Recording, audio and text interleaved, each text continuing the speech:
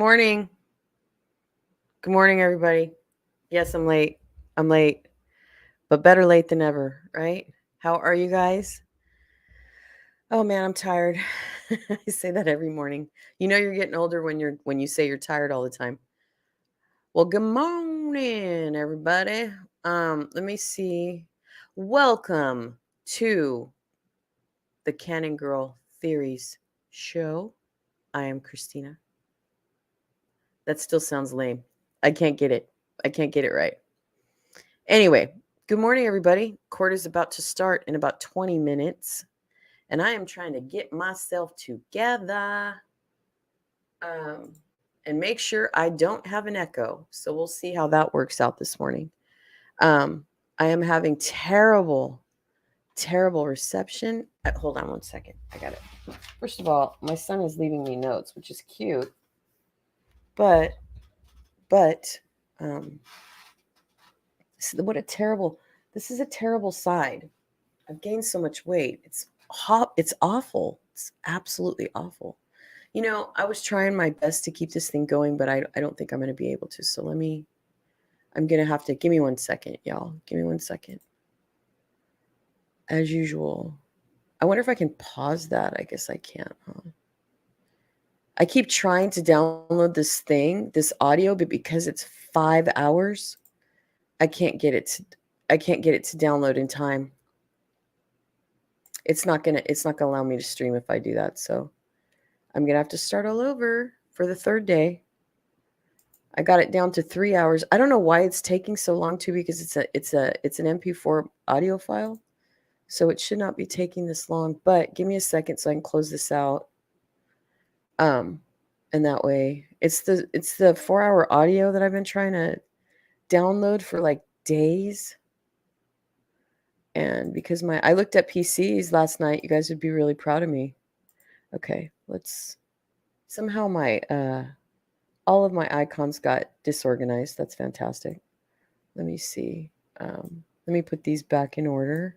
How are you guys? How's your Tuesday? We'll see if Johnny Depp takes the stand this morning. They said they'd have an answer when court began. So I think that's going to be interesting. What I was going to try to do, actually, is I was going to try to stream. I think I talked to you guys about that. I am going to try to stream off of, there's no makeup this morning either, you guys. I literally jumped out of bed and went, oh crap, it's time for court. Which I don't know. I don't know how many streamers would tell you that. I'm so raw. It doesn't matter.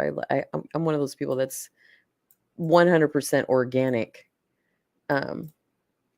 in the way that I deal with things. You're going to be like, this girl's she's pretty real. Let me see.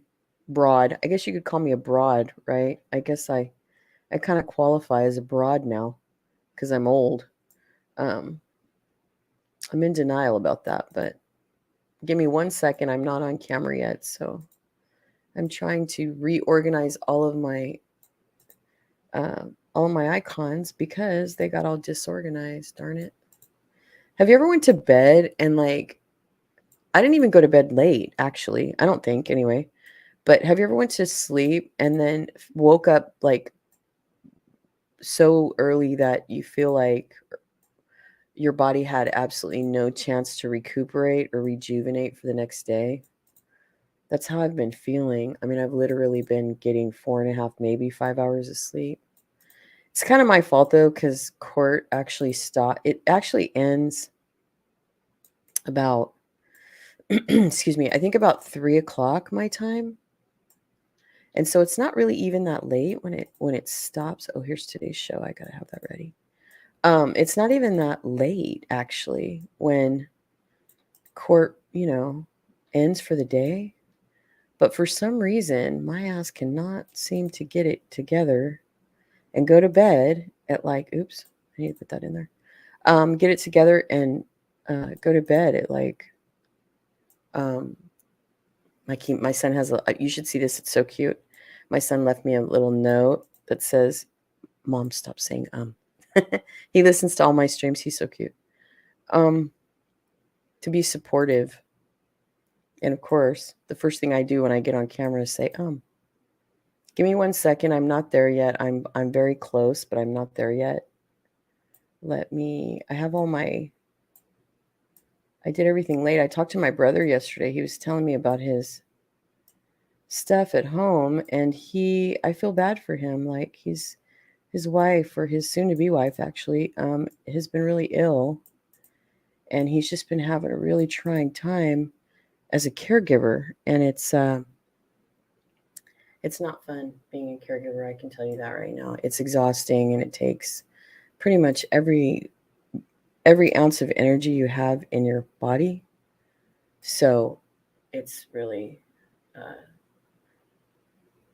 trying on your body. I got a comment. Good morning, Ace. Yes, you're invisible. Yes, you are. Good morning, Ace. Good morning. How are you? Thank you so much for being here. I literally jumped out of bed. I'm serious. Sorry about that.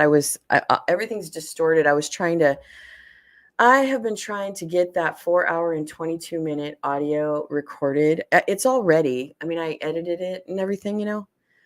And since I got that really juicy document from yesterday, it's really actually awesome. It's not what I thought it was, if that makes sense. Like, so when at the end of the stream, remember, it was such a long day yesterday that, because by the time I end my streams, right, they're like it's like 10 hours or something. So it's a long day for me. But I looked at it last night, and it's actually something that I think I don't know if it's a lot. I don't know if a lot of people on Twitter know it, but it is something it's very, very interesting, because it has pretty much everything pertaining to Johnny Depp. And it's very, I mean, it's incredible. I don't think, honestly, when everyone gets around. Oh, can you see me? Am I invisible? That's what you said. Can you see me? Am I invisible? I did. I read it. Can you see me? Am I invisible? Right? I did. I read it. Read what I said, please. Elaine. Yes. I thought you were asking me if you looked invisible. Am I not on camera or something? It says I am. I got to go test. Let me test this. Let me look and see if am I echoing? I don't even know. Let's see. Let's see if we can look at ourselves. Am I live? Everybody's live right now. Wow.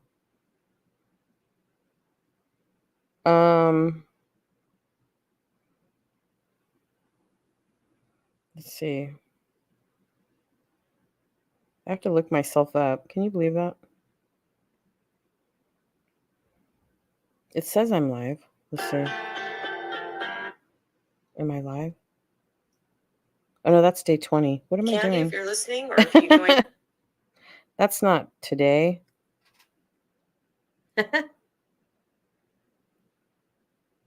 You don't see above that. No, I don't. Honest. I'll show you. I'll show you what I see. I don't see that at all. I see, can you see me? Am I invisible? That's all I see. Read what I said, please. Sigh. You don't see above that? I give up. Never mind. That's what I see. I don't see anything above. Can you see me? Am I invisible? That's all I see. I'll share my screen and I'll show you what I can see. Let me hold on. I gotta add this to the stream. I'll show you. See the inception. See this right here? This is what I see. Here, I'll put you closer to me. Or wait. No, that is it. See? So it says, can you see me? Am I invisible? Read what I said, please. Sigh. And then it says, you don't see above that. And then it says, never mind, I give up. So that's what I see, sir. That's exactly what I see. So I don't see anything above that. I just see the StreamYard. So that's it. That's all I see. So my apologies. I don't have an echo though, right?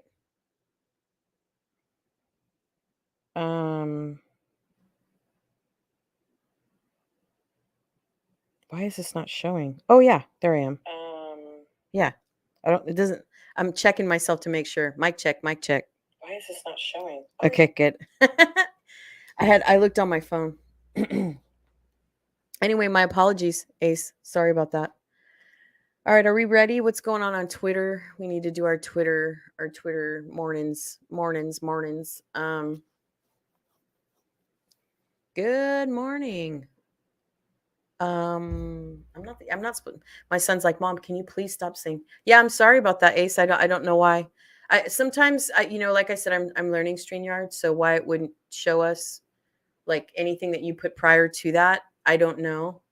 I have pretty much, I think I like, so like if you're waiting, let's say, as I grow and there's more people waiting for me to come on, there should be like a rolling chat prior to me going on live. So if that's what you're talking about, like maybe you type something and it's already there, and then I go live, and then your chat comes in. It's not showing me anything prior to that. So I'm curious. Oh, morning, Candy. Good morning. So anyway, Ace was asking me if I was seeing some of the text that he was writing before I started live, but I guess not. So Twitter has, I'm trying to see what's going on. But what we need to do is we need to test the internet this morning before court starts. We only have a few minutes. So let me get to Sky. Let me get to Sky right quick, because we do get the decision, remember, this morning if Johnny Depp takes the stand. So let me get on here real quick. This is stuff a good radio host or a good podcast host would have up for you all beforehand. Professional people don't operate the way I do. I'm kind of half professional. Let me see.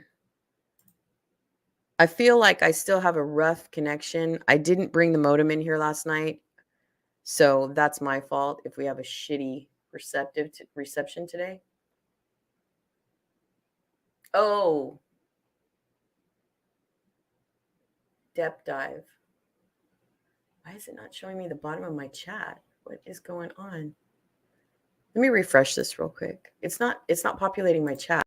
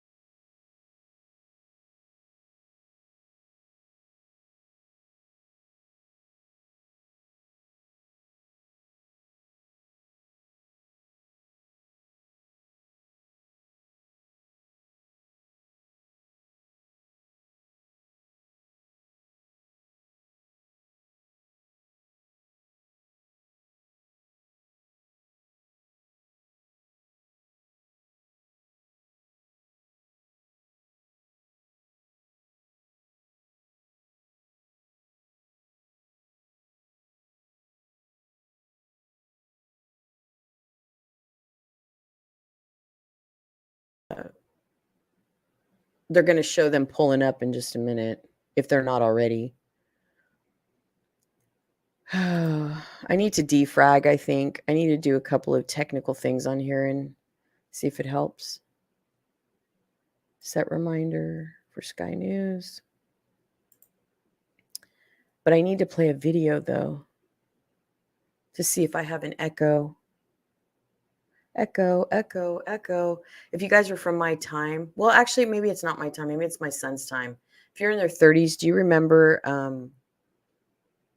Trapped? There was a band called Trapped, and they had a really good song called Echo. If you were into indie music or like alternative music, underground music, that kind of thing. But they had this really good song called Echo. I think it was a 90s band. I'm from the old school. My favorite music. What's y'all's favorite music? What do you listen to get you in a good mood? Now I'm different. Now I like lo-fi, but when I was but when I really want to, get in a really good mood, I listen to like R&B, old school, because that's how I grew up. So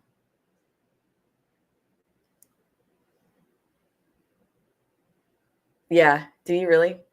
My son used to like when he was in high school. He used to like um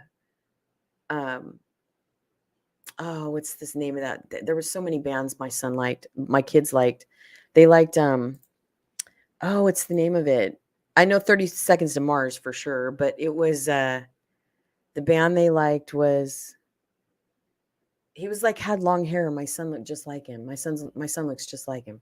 Um oh my goodness, I can't think right now. I can see it. They had like this little heart with the dagger in it. They were like a really popular band. I was gonna say NSYNC. No, it wasn't NSYNC. That's my day. Streaming early tonight.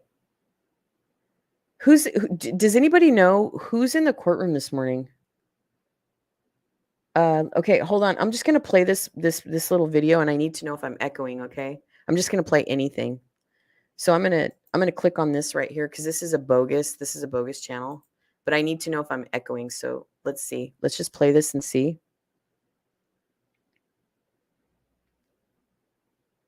Someone we've all been waiting for will officially testify am I in court, echoing at all? putting Amber Is Heard that back in her echoing? place after mentioning her name. Kate Moss will be one of Johnny Depp's witnesses in the defamation So case let me against know. his wife. Kate will sit through the bombshell How's my defamation trial sound? and prove that Johnny never hit a woman ever in his life. That's a claim he would always say, and a lot of people would back him up, Is there an especially echo? his exes Kate and Winona Ryder. Insiders say that the fashion icon will testify Yeah, no, by I'm video gonna. link on Wednesday. Right now, I'm just That's still a few checking days sound. away. We really want to know what will There's an happen during echo. that day. Okay. We're so eager to hear her side, especially after what Amber did. The model's Let me name turn was down. suddenly brought up in court the other day during Amber's testimony. Don't even wait for any other. I don't hesitate. I don't wait. I just, in my head, instantly think of Kate Moss and the stairs, and I swung at him. Hold on. Amber was talking about the time he allegedly hit Johnny for the first time. It was because Johnny and her were fighting while her sister, Whitney, was by the staircase. To Amber, she immediately thought of Kate Moss. Is that better? Johnny. Legal experts Oh wait, and where? fans already What's good? this. Tell me now. Amber made a mistake that most probably opened more opportunities for Johnny to win the case. We're also wondering why she suddenly brought up Kate when authorities found her uninjured that night. I won't touch anything. Are we good right now? That made Amber frantic.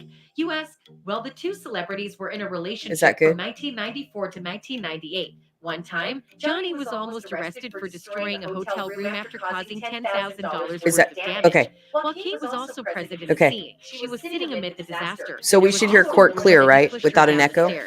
Or I can talk? This slip up by Amber is a chance for Johnny to dispel that rumor. I just, in my head, instantly think of Kate Moss and the stairs, and so I can talk while the video's going. Here, I'm gonna pause in my this. head, instantly think of Kate Moss. Oh, shut up. So I can talk while the video's going, right? And I'll be good. I'm waiting. I know there's a delay. Let me make sure my resolution is good here. Oh, I don't think I can do the resolution until the video starts, so we'll see. I am Twitter. I am on Twitter. 35 text. So let's see. Let's see what's going on Twitter this morning. Echo kind of occurs when you talk. Okay, you know what? I think it's because I'm going to try to do something really fast. I think it's my mic is too loud. That's what I'm thinking. I'm going to turn down my mic for a second. You know what? It might be this mic too. Let me see if I can turn down this mic. Hold on.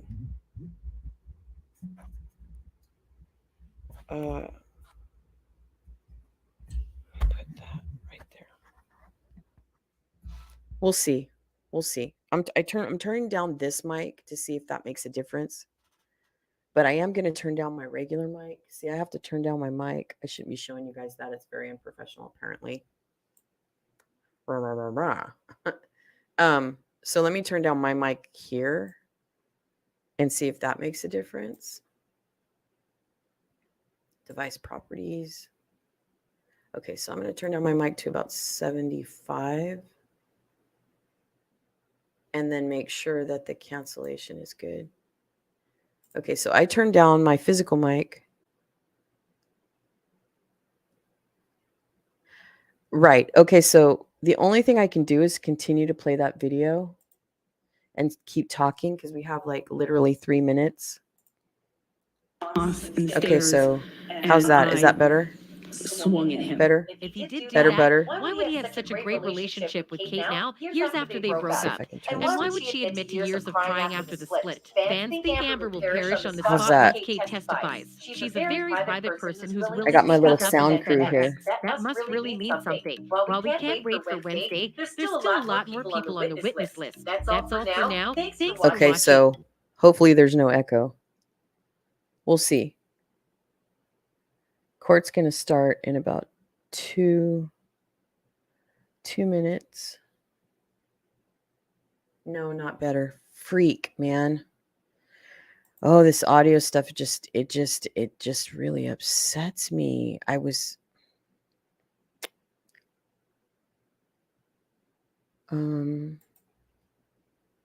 can check this little box here too, but I think I've tried. I'm so upset about that. I was supposed to play with it last night, y'all, and I just got too damn tired. But it's important. Playback. Let's see.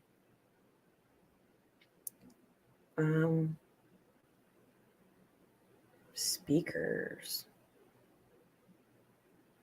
There's an echo. Let me see the properties. I don't think this really has anything to do with it, though, honestly. The levels. The sound is good. Allow applications to take exclusive control. Go back to what other setting? Oh, wait. Oh, are you going to guide me? Okay, wait. Okay. I'll keep it on here. Maybe Candy's technical. So you want the mixer? Is that what you want? Ooh, this is fun. Anybody that's tech savvy, come on, y'all, help me. All right, so here's the voice mixer that I was using right here, and I turned down Chrome and turned up Microsoft Edge. See? It's really hard because the speakers line up with that. And so I was thinking that if I turn Chrome down and left Edge up, whatever I had it on before, I don't know what I had it on before. I didn't really touch much. Is the echo worse? Yeah, do that. This right here, what I'm on right here, this. There's a delay when you guys answer me, so I'm better. Maybe.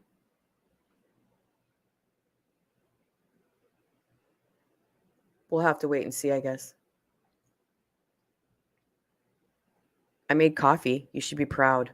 I was able to make coffee before it started. Isn't that cool? Also, if I like move away from the mic a little bit, I know I have my settings on StreamYard set to voice cancellation, you know? Oh, my resolution is terrible. Hold on one second. I always forget. Yeeks.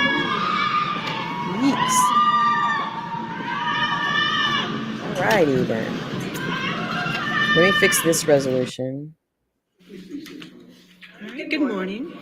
Ooh, it's time. All right, my understanding is I'm going to mute myself, you guys.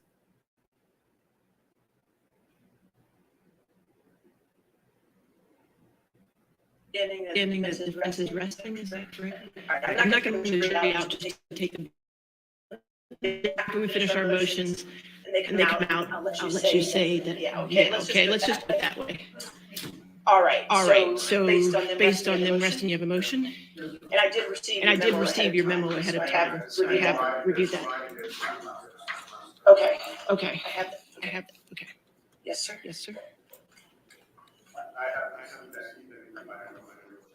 I think it's just going to be oral arguments.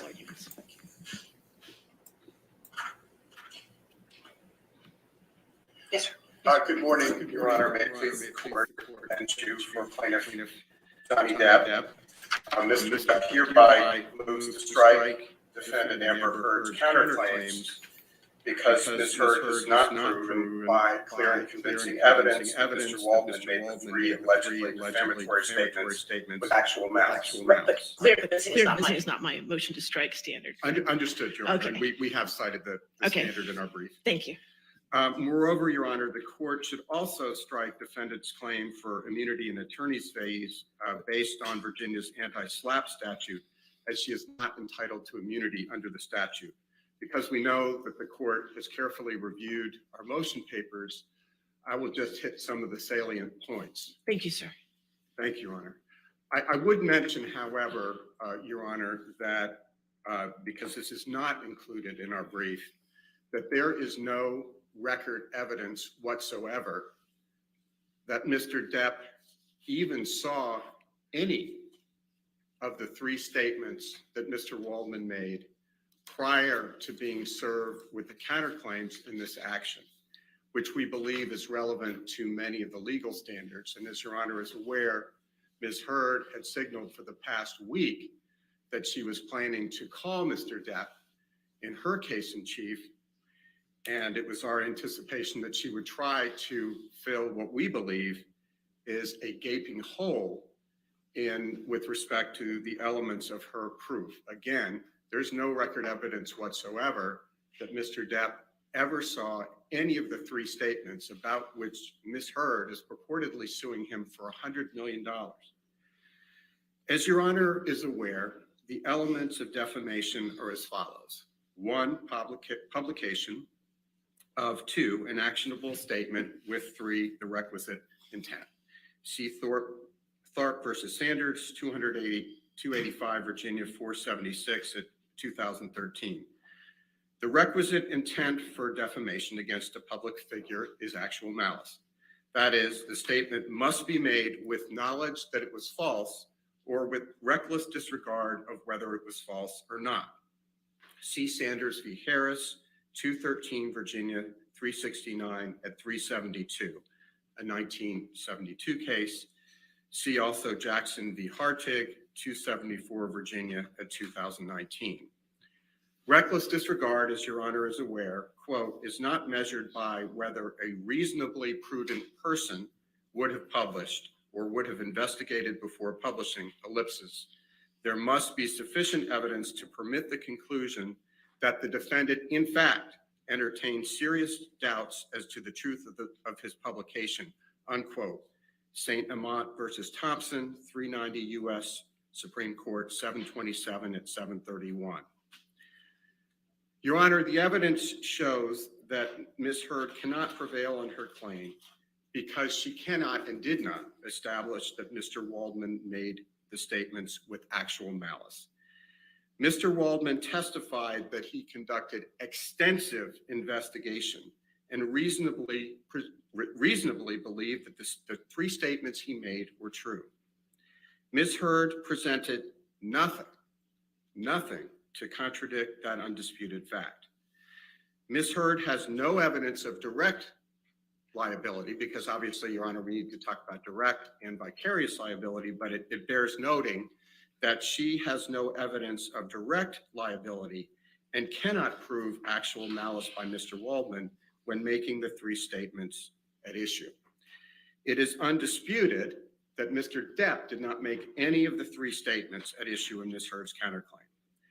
Moreover, in order for Mr. Depp to be liable for the conduct of one of his attorneys, there must be some showing that he directed, participated, or otherwise authorized Mr. Waldman to make the statements at issue. There is no such evidence on the record that Mr. Depp directed or otherwise authorized Mr. Waldman to make the three allegedly defamatory statements at issue in the counterclaims. Indeed, there is no evidence of any communication or coordination between Mr. Depp and Mr. Waldman regarding the counterclaim statements or anything else. For this reason as well, Your Honor, Ms. Heard cannot meet her burden of proving that Mr. Waldman was acting within the scope of his employment as our agency on behalf of Mr. Depp. Again, it bears noting that there's no evidence that Mr. Depp even saw the statements by Mr. Waldman until he was sued served with the counterclaims well into this case. It was more than a year after Mr. Depp filed his complaint, and Ms. Heard lost a series of motions to dismiss that she finally asserted her counterclaims, most of which have already been dismissed by opinion letter of this court. Whereas here, there is no evidence of direct liability, Ms. Heard must rely on a theory of vicarious liability to hold Mr. Depp liable for the actions or statements, rather, of his purported agent, Mr. Waldman. Vicarious liability is by definition, quote, liability for the tort of another person, unquote. So to hold Mr. Depp liable for Mr. Waldman's statements, Ms. Heard must establish that Mr. Waldman himself committed all the elements of defamation. I know the court's familiar with this, so I'll try to run through it quickly. C. Parker versus Carillon Clinic, 296 Virginia 319 and 332, a 2018 case. Quote, vicarious liability is liability for the tort of another person. It necessarily follows that a claimant cannot make out a case for vicarious liability against an employer without first proving that the employee committed a tort within the scope of his employment. See also Roughton Pontiac Corp versus Alston, 236 Virginia 152 at page 156. Which standard Ms. Heard has not met? And Your Honor, we cite a string citation to cases from other jurisdictions, which we obviously are not binding on the court, but we believe are influential. We presented those to the court for its review. It is Ms. Heard's burden to prove by clear and convincing evidence, or ultimately, to prove actual malice by Mr. Waldman, not Mr. Depp. And while it is well settled law in Virginia, as Your Honor has pointed out last week, that an agent's knowledge can be imputed to a principal, and this is the Allen Realty Corp versus Holbert case, 227 Virginia 441 at 446. Ms. Heard's counsel cannot cite any case law stating that a principal's knowledge is imputed to an agent. In other words, Mr. Waldman must have made the statements knowing that they were false or with reckless disregard as to whether they were false. And Mr. Depp's knowledge cannot be imputed to him. There is no evidence in the record that Mr. Waldman knew the counterclaim statements were false. Indeed, Mr. Waldman did not even know Mr. Depp or Ms. Heard at the time of any of the alleged incidents at issue, and thus had no personal knowledge of what transpired. And this is reflected in the trial transcript that Mr. Waldman met Mr. Depp first in October of 2016, long after the fact. Nor is there any evidence in the record that Mr. Waldman subjectively entertained any serious doubts about the falsity of the counterclaim statements. Quite the opposite. The evidence shows, and it's unrebutted, that Mr. Waldman had very reasonable grounds to believe, and he did believe, and will to his dying day, that Ms. Heard's claim of abuse were patently false. Mr. Waldman testified at length about 29 witnesses he believed disproved Ms. Heard's false claims of abuse. See the transcript at page 6008 through 6012, and I won't run through all of that.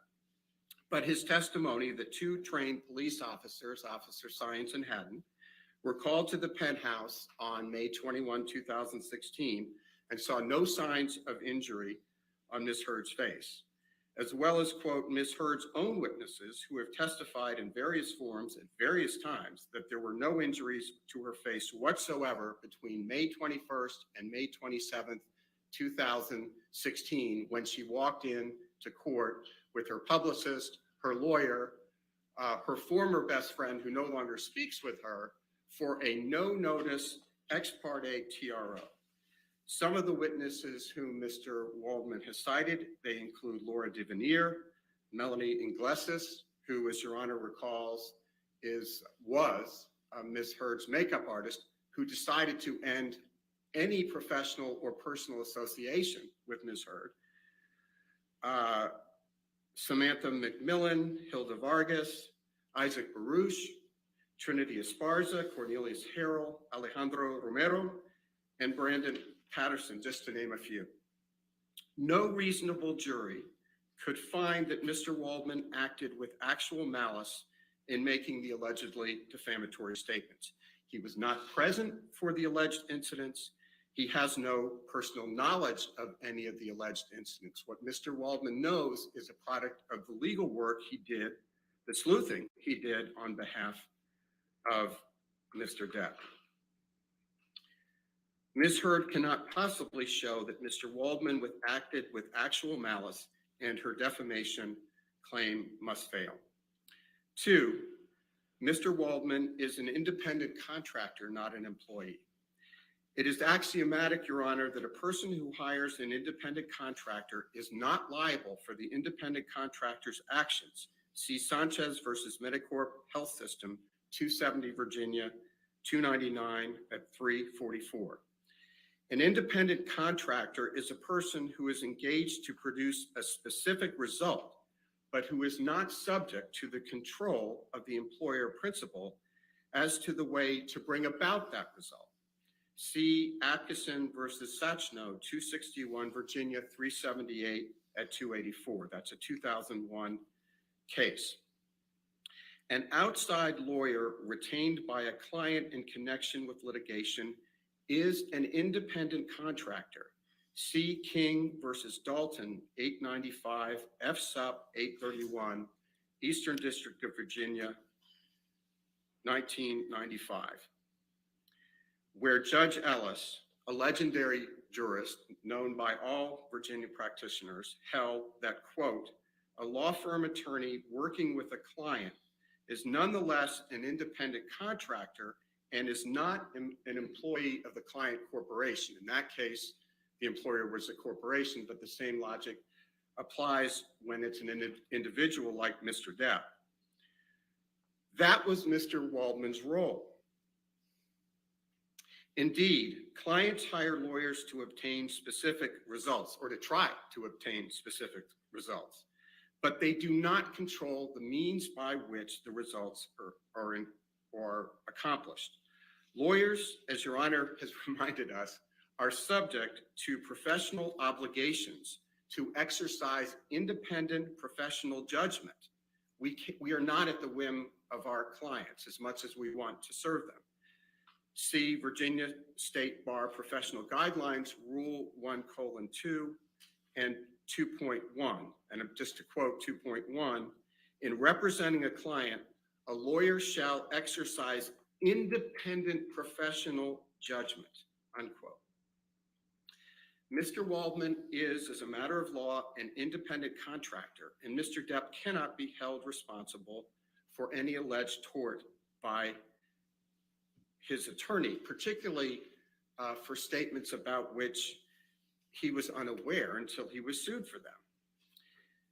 Mr. Waldman testified, and it's unrebutted, that he has his own law firm. He's not an employee of Mr. Depp. Mr. Depp or none of his loan out companies have issued him a W-2. And Mr. Waldman provides legal services to clients other than in addition to Mr. Depp. And that's found at the transcript, page 6020 through 21. All of that is unrebutted by Ms. Heard. Mr. Waldman's statements, the third reason for which we respectfully submit the counterclaim should be stricken, is that Mr. Waldman's statements were protected opinion. And I won't run through all of that, but very briefly, taken in their proper context, the counterclaim statements are non-actionable expressions of opinion entitled to protection under the First Amendment. See Gertz versus Robert Welchink, 418 U.S. 323 at 339. That's a 1974 case from the United States Supreme Court. See also Shacker v. Bufault, a Virginia Supreme Court case found at 290 Virginia 83, a 2015 case, noting that where, quote, all sides of the issue, as well as the rationale for the speaker's view were exposed, the assertion of deceit reasonably could be understood only as the speaker's personal conclusion, unquote, and finding an accusation of deceit to be opinion. In context, Your Honor, any reporter or any reasonable reader would understand and expect a lawyer associated with Mr. Depp, as Mr. Waldman was, to challenge Ms. Heard's version of the inherently controversial events of the parties' marriage. Just as Ms. Heard's lawyers were quoted challenging Mr. Depp, and Your Honor will remember the context of these quotes that were in a British tabloid, where Mr. Waldman's statements were buried well into article in which both points of view were clearly expressed. And Mr. Waldman was clearly identified not as an independent expert on the US Constitution, but as one of Mr. Depp's attorneys. C. Chavez, 230 Virginia 112 at page 119, quote, "The most unsophisticated recipient of such a claim, i.e. any reader of the British tabloid, made by a competitor against another, could only regard it as a relative statement of opinion grounded upon the speaker's obvious bias," unquote. Mr. Waldman has never did anything to hide his support and belief in Mr. Depp. Finally, Your Honor, and for the rest, ultimately, Mr. Waldman's statements reflect the existence of two competing narratives and are merely his subjective view about events that he never claims to have witnessed. And there was no doubt about that. Turning to the second part of the argument, which will be more abridged, Ms. Heard is not entitled to anti-SLAPP immunity. As a threshold matter, Virginia Code Section 8.01-223.2, which is, as Your Honor well knows, is the Virginia anti-SLAPP statute amended most recently in 2019, provides in relevant part, quote, the immunity provided by this section shall not apply to any statements made with actual or constructive knowledge that they are false or with reckless disregard for whether they are false. Here, in addition to Mr. Depp's testimony, several witnesses have testified that A, they never witnessed Mr. Depp abuse Ms. Heard, and B, that they observed Ms. Heard without any injuries, marks, bruising, swelling, etc., during periods when Ms. Heard claimed to have injuries, marks, bruises, etc. Such witnesses include, but are not limited to, Isaac Baruch, Kate James, Dr. David Kipper, Nurse Debbie Lloyd, Officer Sines and Haddon, Officer William Gatlin, and former U.S. Marine Starling Jenkins. Ms. Heard's request for anti-SLAPP immunity should be stricken, and even if there were disputed facts as to that, the anti-SLAPP immunity does not apply because the defamatory implication of Ms. Heard's statements are not solely relating to a matter of public concern, as is required under the statute. As has become quite clear, Your Honor, Mr. Depp is not suing about any of the public policy commentary made by the ACLU when it drafted the op-ed, and Ms. Heard put her name to it. What he is suing about here are the three statements that were directed at him. He has no issue with women's rights. He supports women's rights. In fact, he was the one, Your Honor, as Your Honor knows, who made that first $100,000 contribution to the ACLU, and he made it also to the CHLA. Your Honor, at this point, I'm going to object. Mr. Chu has largely just read his brief and confined his arguments to those directed in the motion, but like we saw with the last motion to strike, he's now directing his arguments to something other than what's at issue here, and I would object because I think making an argument not to you but to the cameras, it's disrespectful to the court and to everyone's time, and it also threatens to undermine the integrity of this process and risk the jury being influenced by outside factors. Well, it's his argument. I'll allow him to do his job. Thank you. Thank you. Thank you, Your Honor. As I was trying to say, what Mr. Depp is suing about are the three statements. And it's very clear, despite the pious opening statement that about the First Amendment, that with the testimony of Terrence Doherty and the emails that were admitted as exhibits, that the ACLU and Ms. Heard were conspiring to make it very clear that those three statements were related to Mr. Depp, because otherwise nobody had any interest in the article. And it's crystal clear from that. They wanted to time this thing with the release of Aquaman, which was her first film of any significance in terms of popularity, and to do that. That's very clear. So the charade that this had something to do with public policy is risible, and that is not why the anti-SLAPP protections were enacted. They were enacted to protect the rest of the article, not what Mr. Depp is suing about.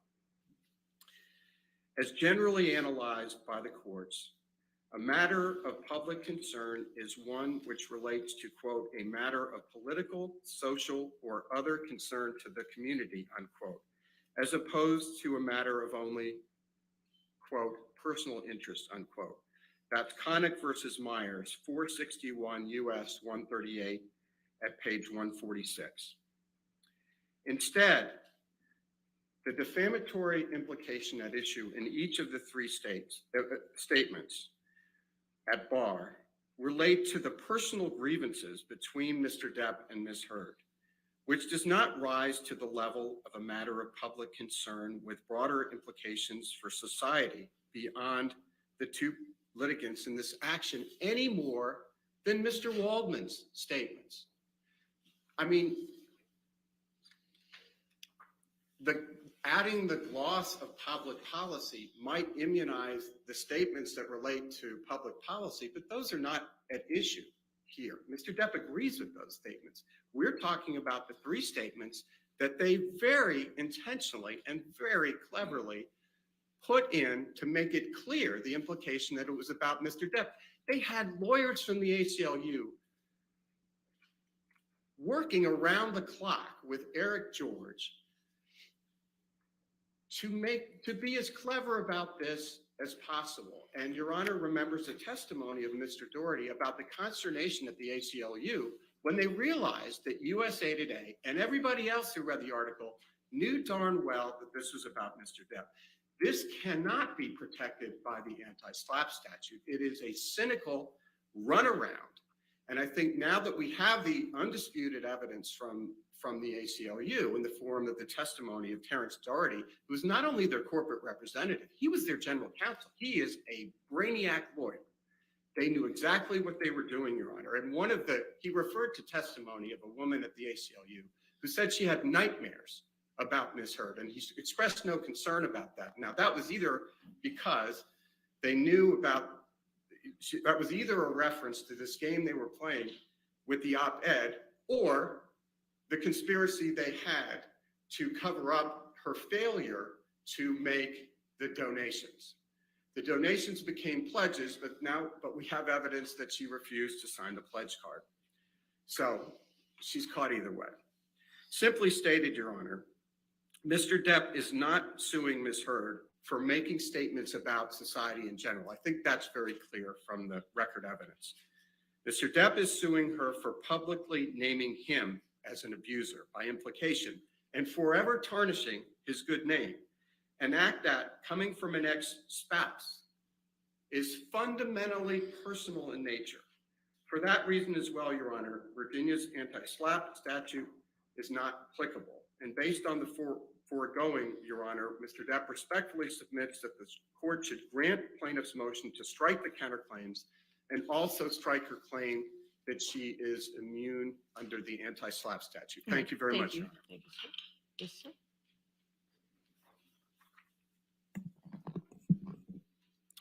Thank you, Your Honor.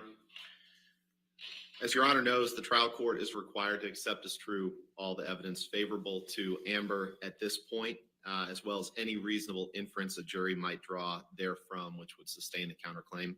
That's the correct standard here. I'll address the actual malice argument first, the agency argument. Your Honor, there's plenty of evidence in the record from which the jury could determine that Mr. Waldman was Mr. Depp's agent. He made those statements. The statements referred to him as Mr. Depp's attorney.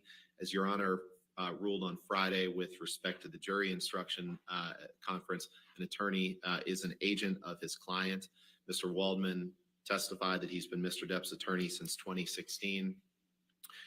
He freely admitted speaking to the press on Mr. Depp's behalf, and he refused to answer question after question about that agency, so we can't use that as a sword now. Mr. Chu puts a lot of emphasis on the fact that Mr. Depp allegedly didn't see the comments that were made that are the subject of the counterclaim. But as Your Honor well knows, whether he saw them or not is not the standard for agency. There's also evidence that Mr. Depp met with the Daily Mail with Mr. Waldman prior to the defamatory statements being made and released. I believe that was in February of 2020, just 2 months prior. Mr. Waldman also concocted a story that Amber was being investigated for perjury by filing a perjury complaint against her with the LAPD. He disregarded any evidence that he didn't believe would fit in his narrative, that would fit in this story that he was speaking about on behalf of Mr. Depp.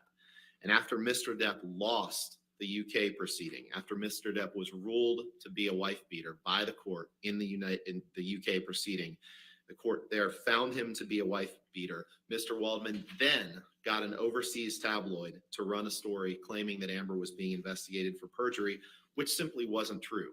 He walked into the LAPD, filed a complaint for perjury against Ms. Heard, found a media outlet that doesn't follow the two-source rule, and then he had let the world believe that the LAPD was investigating Ms. Heard for perjury.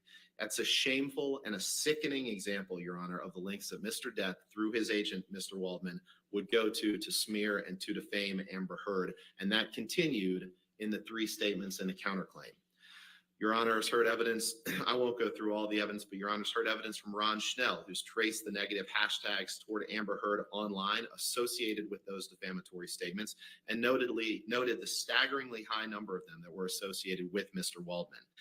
Under the principles of the agent-principal relationship in Virginia, Your Honor, when Mr. Waldman made those statements, he was standing in the shoes of Mr. Depp.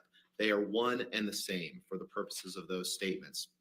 As Your Honor discussed at length on Friday, Mr. Waldman made these statements with actual malice. There's plenty of evidence from which the jury could infer that, and his own, both from the actual malice from Mr. Depp and Mr. Waldman's own reckless disregard of facts that didn't support Mr. Depp, and his attempts to manufacture false evidence that did. As Your Honor found in the hearing, I believe it was on March 24th, after Your Honor denied Mr. Depp's motion for summary judgment, Your Honor said, as to malice, a fact finder could reasonably conclude that Mr. Waldman made the statements with malice because Mr. Waldman has no personal knowledge of the party's marriage and still made the statements at issue. Nothing in this case has changed that. If anything, the evidence has only made it more clear that that is an inference that the jury can and we believe will find. So, Your Honor, there's no basis to grant a motion to strike on this agency argument, on the actual malice argument. The evidence shows that not only was Mr. Waldman Mr. Depp's agent, but that the two of them conspired to falsely accuse Amber of creating a hoax and falsify evidence that they believed supported their theory and what they wanted to achieve. As Your Honor well knows too, I won't go through all the law, but both agency and malice can be inferred through circumstantial evidence. There's plenty of evidence in the record from which the jury could infer those. Moving on, Your Honor, to the independent contractor, the court's already rejected this argument, ruled that an attorney-client have a principal-agent relationship, and as Your Honor said on Friday, there's no evidence in this case of anything otherwise. As to the argument that the counterclaim statements are statements of opinion, the court has already found twice that they are not statements of opinion, both on January 4th, 2021, in its opinion letter denying Mr. Depp's demur as to the counterclaim statements, and at the motion for summary judgment hearing in March of this year. As the anti-SLAPP argument, the court again has already ruled at the March 24th, 2021 opinion that the statements are as a matter of law regarding matters of public opinion. The court has already ruled that. Therefore, the only remaining issue for anti-SLAPP is whether the intent element of immunity is met. As we discussed on Friday, the intent element of immunity is substantially the same as the actual malice standard, which the evidence in this case easily allows a jury to find in favor of Ms. Heard on that. I won't go through the litany of evidence that supports that Mr. Depp is an abuser here, but I'll touch on a few things that relate to Mr. Chu's argument. One, Mr. Chu was totally misrepresenting Mr. Doherty's testimony. There's not a single piece of evidence, Your Honor, in this case suggesting that Ms. Heard and the ACLU were somehow conspiring to achieve a defamatory implication to Mr. Depp. That's simply not what Mr. Doherty said. Mr. Chu's feel free to argue that to the jury, but that's not what his testimony reflects. Your Honor, there's also plenty of evidence that's been adduced both in Mr. Depp's claim and in Ms. Heard's counterclaim that show that absolutely that the counterclaim statements are 100% false. There was no hoax perpetrated. Mr. Depp is an abuser who abused Ms. Heard. She did not create a hoax herself. And just basically, some of the evidence that's come up since the last motion to strike, Your Honor, that Mr. Chu conveniently disregards in this brief are the testimony of Rocky Pennington, testimony of John Drew, testimony of Elizabeth Moore,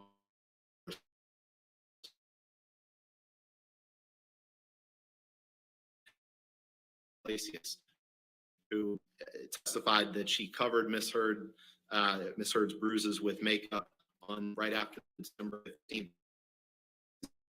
The testimony to support that Ms. Heard often would cover her bruises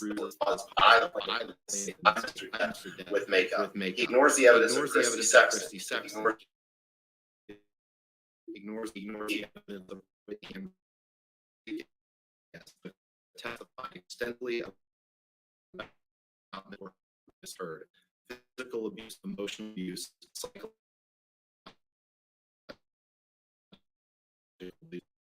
recordings, videos confirm that. Goes on. Evidence in the record, Your Honor, from which the jury could, and again, we believe will find that Ms. Heard is not liable for defamation to Mr. Depp, and therefore, by definition, she has not acted with actual malice. And based on the court's rulings on March 24th, 2021, she would be entitled to anti-SLAPP immunity, which would permit her to ask the court to award attorney's fees against Mr. Depp. So with that, Your Honor, I'm happy to answer any questions the court has. That's fine. Thank you, sir. Thank you. Yes, sir.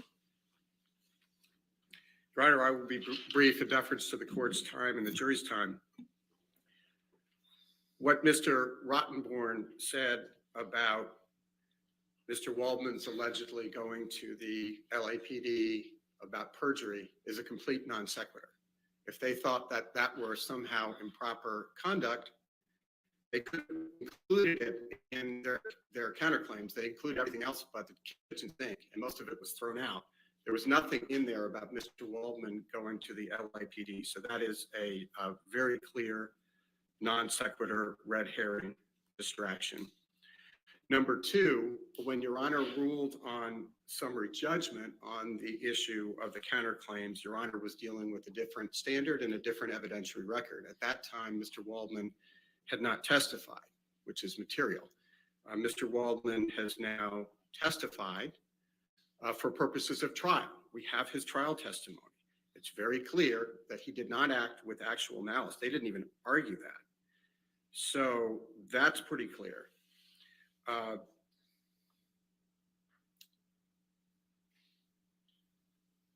And again, this is consistent. The third point is that it's all about games. They didn't sue Mr. Waldman on the three statements. They didn't try to fill the hole. They've been telling us for a week that they're going to call Mr. Depp to try to fill the hole in their counterclaims. They didn't do that. And it's very consistent with the game playing.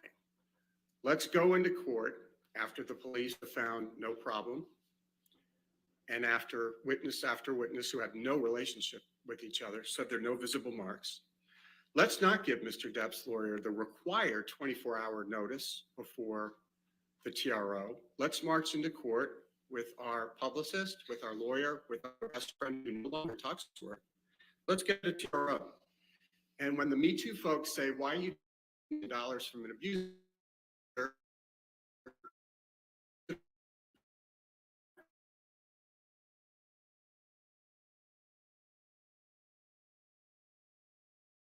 But even if the second,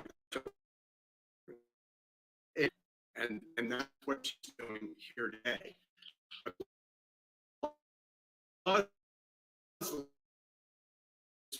There is virtually no nexus between Mr. Depp and Mr. Waldman as to these statements at issue, except for the fact that he's an attorney, and that is not sufficient. In a case where Mr. Depp was aware of these statements, and they didn't even try. It's more of the game, and Ms. Heard plays word games.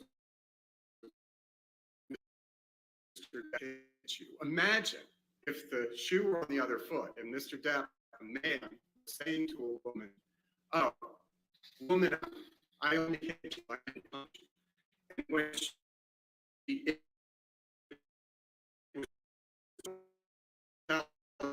jury that you, a man, were abused. See if they're going to believe that. It is an abuse of the system, and she's done it throughout.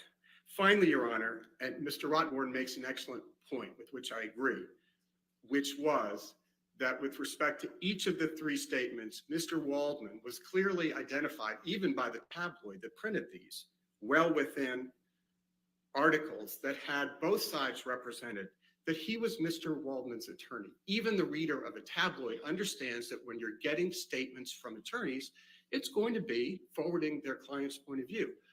Mr. Waldman is not the only attorney who has spoken out.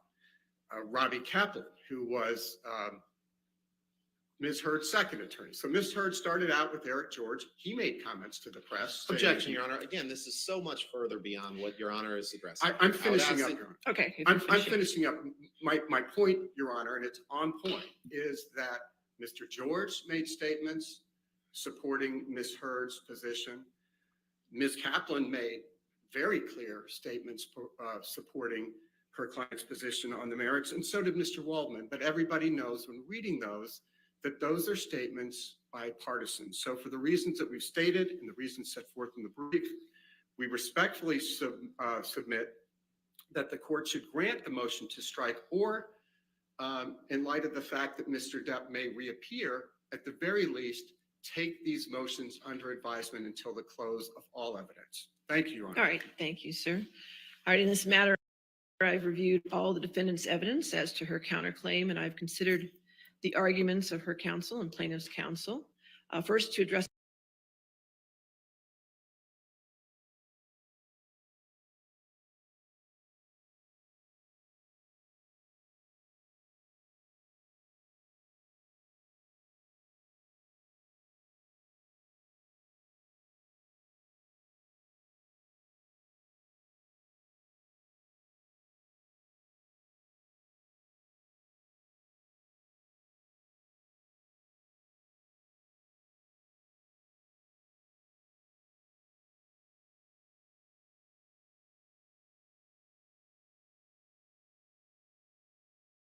a few issues that I believe are outside the motion to strike, and that's as to the slap defense. The slap defense is just that, it's a defense, so it's really not considered in a motion to strike. Having said that, we went down that legal road on Friday as far as the slap defense goes, as far as the jury instructions. In this particular case, if the plaintiff prevails, it must be with actual malice. Therefore, if it's with actual malice, immunity does not apply under that statute. So we will deal with that with jury instructions, and we have. As to independent contractor, again, I think it's outside the motion to strike. However, Mr. Waldman was plaintiff's attorney since 2016. Before the initiation of litigation, there is evidence that Mr. Waldman had a certain role during the prior divorce proceedings in the UK case. Additionally, there is evidence that shows his legal representation was broader than just a limited litigation, as outlined in all the cases presenting an attorney as an independent contractor. So the only evidence in this case to this point is that Mr. Waldman was an agent to Mr. Depp, and that is the basis to weigh the motion to strike. As far as the opinions argument, again, I think that is outside the motion to strike. The opinions argument, the court has already ruled on this matter as to the three statements that are at issue in the counterclaim, ruled that they were not opinion at the demur and at summary judgment. So that argument will not be part of the motion to strike. So when assessing a motion to strike, the court accepts the favorable evidence adduced as true towards the non-moving party.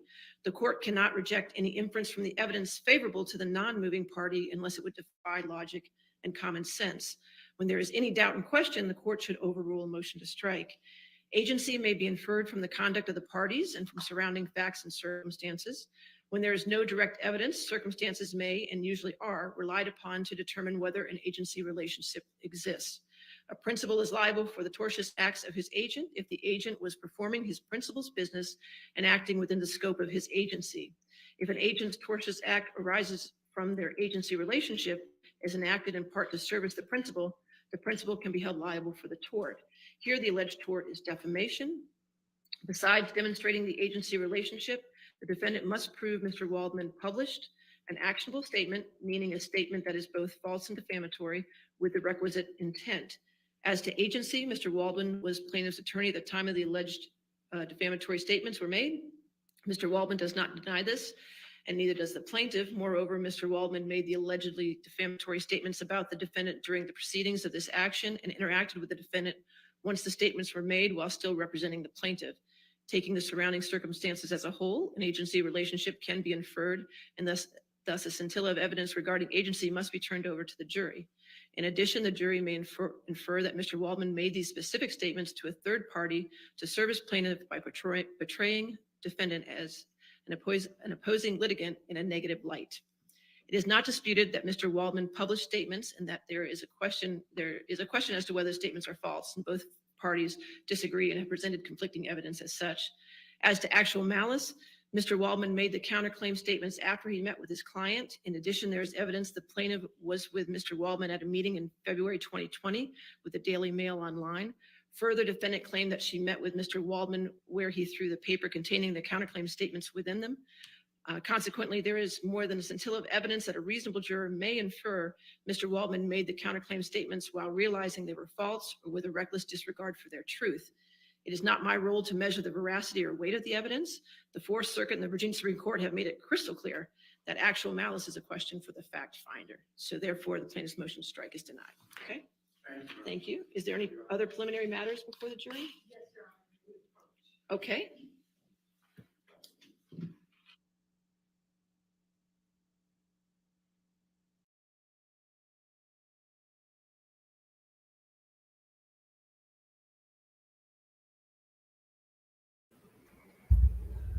I did not understand any of that. I wish I had Emily to kind of guide me through what the hell she's talking about. So obviously I think it was determined before they aired, right, that this was not going to be able to be dismissed or whatever. I think it's going around on Twitter. But I don't understand the part about Adam Waldman.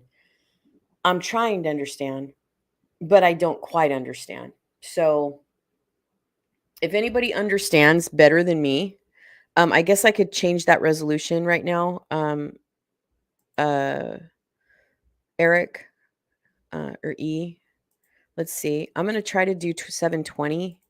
Me and Candy worked with me a little bit to get kind of a better everything this morning. So hopefully that'll help with the buffering. We're not sure. It may just be my PC. I did look for a new PC, you guys, last night. So hopefully I'll have one in the next, I don't know, couple weeks. I'm hoping. PCs are expensive. This PC is going to cost me about $1,600. Anyway, moving on. I just don't understand I am concerned as well about the Waldman thing, but I'm looking on Twitter to find out because Emily D breaks this stuff down while it's happening. And I do not know. I mean, the paper that the judge just read is what she has determined by what both sides have presented, right? So Adam Waldman thing, I mean, what are they saying about him in general? Can someone summarize that in Candy? If you've been keeping up with this, can you let me know? Because I don't quite understand what's going on. I don't quite understand this Waldman thing, like, I don't understand this. I mean, are they saying that? I mean, obviously it's for the jury to decide is what she's saying. Okay, I get that. But what exactly is she saying about what Waldman did? Because I know who Waldman is now, but I don't understand what he's done from the beginning. I know in his deposition, he said he went and filed a complaint or something because of something that happened that she did or said or whatever. So I'm very interested to know what she just said. Everybody seems pretty positive on motion to strike denied, not surprised. Let's go to rebuttal. So that's the second bit. That's the save, right? The rebuttal thing, which we thought we knew that was going to happen. I can't stand her sister, dude. I just, that condescending fucking look. She suddenly morphed into her sister. Like she has the same smug look as her sister now. So I find it very weird. I found it, and I really honestly do not think that the public's eye is looking down on Amber Heard because of Johnny Depp or anything he did. I mean, if anything, when someone's being dishonest or being like, shitty, I think it's up to the bigger person to make it known. I don't think that's like a tattletale or look at her negatively because I said to.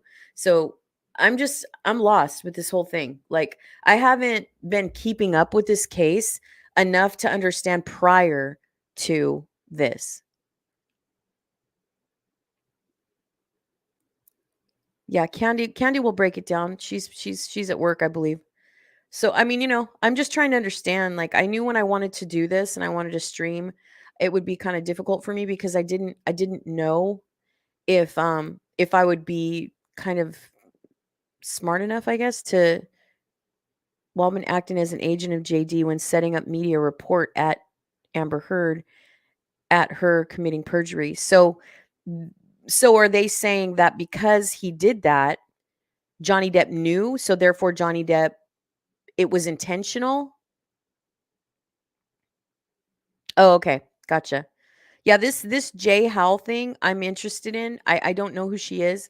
Like I said, I'm so glad to have you, Candy. I can't wait to have you on the show because there's so much of this I'm trying to catch up with in that depth dive thing. There's so much, dude. There's so much there, and this isn't the only information, which is pretty cool. That we can go over. But and obviously, I don't know if that website is well known. Oh my good, there's the real Laura B right there, you guys, with the lady with the two glasses. Follow her on Twitter, the real Laura B. She's outstanding. Then we've got Larry in the audience as well. See how this 720 slows it down, Eric? I feel like I should keep it at 1080p if I can. I feel like the 720 makes it worse. That's just my opinion. So I'm going to try to put it back to 1080 before they start speaking. I just hate I think we were doing pretty good this morning. I think a lot of it, you guys, it has nothing to do with my speed. I think a lot of it has to do with that my laptop is older. The processor, I don't have a processor to carry what I'm doing. That's why I was looking last night to see what I can do to get a new computer. So that'll be done immediately. So thank you guys so much for just bearing with me. I know some of you, are just being kind. I know that on your phone, to me, when I stream this on my phone, even through my channel, it comes out superbly. So I have a feeling it has a lot to do with my computer. James from the court should be in there too. Yeah, I didn't see him. I think LawTube is trying to get him to make a channel. I hope he does. I don't understand the mentality of anybody not being on YouTube. You guys, I have a passion in my blood cells for YouTube. So I've been on YouTube 10 years, never really made it as a big YouTuber, but I still have hope 10 years later. I started when I was 39. Now I'm 50. I'm still like hanging in, watching videos going, you know what? There is a time to quit. No, I'm not a quitter. So, but I love that the real Laura B has been there. She's exhausting herself, poor thing. She's been on several channels and live streams and panels. She's been pretty amazing, and she knows the ins and outs, every nook and cranny, every corner of this story. She knows it from the divorce too, way back, like the way that website Candy has all the evidence. But I don't really care for this blonde lady on their team very much. I mean, it's not because she's a bad attorney. I feel like she tries to stand in to be the same as Camille. No one can top Camille, y'all. Camille is ace dog. But she is she's a queen, man. I'll tell you right now. If there ever was a queen, it's her. Um, but I'm curious to know who this lady is with the glasses. I don't understand why she's never appeared. That's, I wish that we would be able to know who she was, because she's really attentive. I think she would have the same kind of chemistry as Camille. I don't know what y'all think, but for me, I feel like she might have the same kind of force as Camille, because she always goes up to the sidebar with them. So I would presume, since Amber rests, that we're going to start with Johnny Depp's witnesses now, right? Is that what we're doing? Thank you so much, E2, for saying that there's no echo. You guys, I love you guys so much. Thank you so much for being here. I talked to Candy last night on the phone. It was so fun. Candy, it was very nice to meet you. And her energy regarding this topic. I really appreciate anyone that's kind of really in tune with this. Candy, I can't wait for us to grow your social media following, when it comes to any of this. Johnny also has, Marilyn Manson stuff is coming up too, you guys. Oh, okay. Well, I mean, I can keep it at 720 if you guys want. I just don't want you to get turned off about it being frame by frame. So we could try 720. We'll try 720 till break and see how that works for y'all. So we'll take down the 1080p and go to 720 for now. So we'll do that as Eric recommended, and we'll see. Your processor is doing all the work, playing video, then streaming it to viewers. I see. Also, managing the applications and live chats is not gaming. Yeah, no, I understand that. Yeah, my brother was helping me figure out. We were on. Oh, well, makeup. You're so funny. Okay, 1080p. I closed. By the way, Eric, I went into my task manager and tried to shut down everything that was there, that was running in the background. I feel like I've shut everything down on the back end. I don't have anything up except for all I have is Twitter. I have to have StreamYard on through Chrome. I have to, because that's what's running everything. My son said too, though, that it might not be a good idea that I have two different browsers open at the same time. But I have Twitter and StreamYard running on Chrome, and I have the video running through Microsoft Edge. After break, I will do the Firefox thing. We'll see if Firefox can stream it stronger. It's just in the morning when I wake up, I'm half asleep. So that's probably the reason why I didn't throw up Firefox. I like Firefox. I used to use it all the time. I forget that it's there because it's not a browser. It's not a go-to browser for me. Oh, no, I appreciate it, E. I do.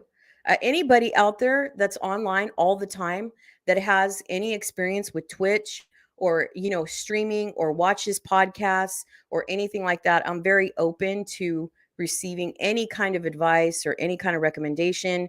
I'm open to suggestions. I will try, as best as I can to, take your advice and maybe sample it and see what works. So it's not so much me. It's more like, like you said, what can my computer actually handle to give you guys a pleasant experience? Because I can't grow as a streamer if I don't kind of try different things. So that's kind of where we are with that. So y'all, it's going to be 100 here today. I am not happy. I'm stuck in this office with all these lights on all the time, and it's so hot in here. Oh my God. I got 4.5 hours of sleep. What about y'all?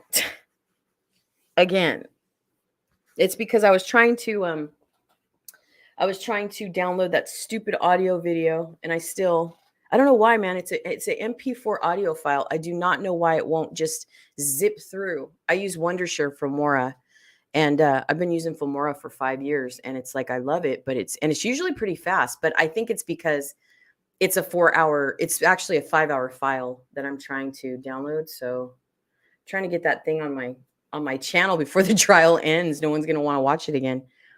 But I found a bunch of audio too that I want to put together, but I have to make sure that it's audio that's public.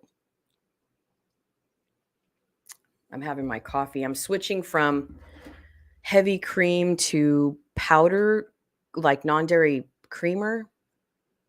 Yeah, Eric, you can be our IT guy.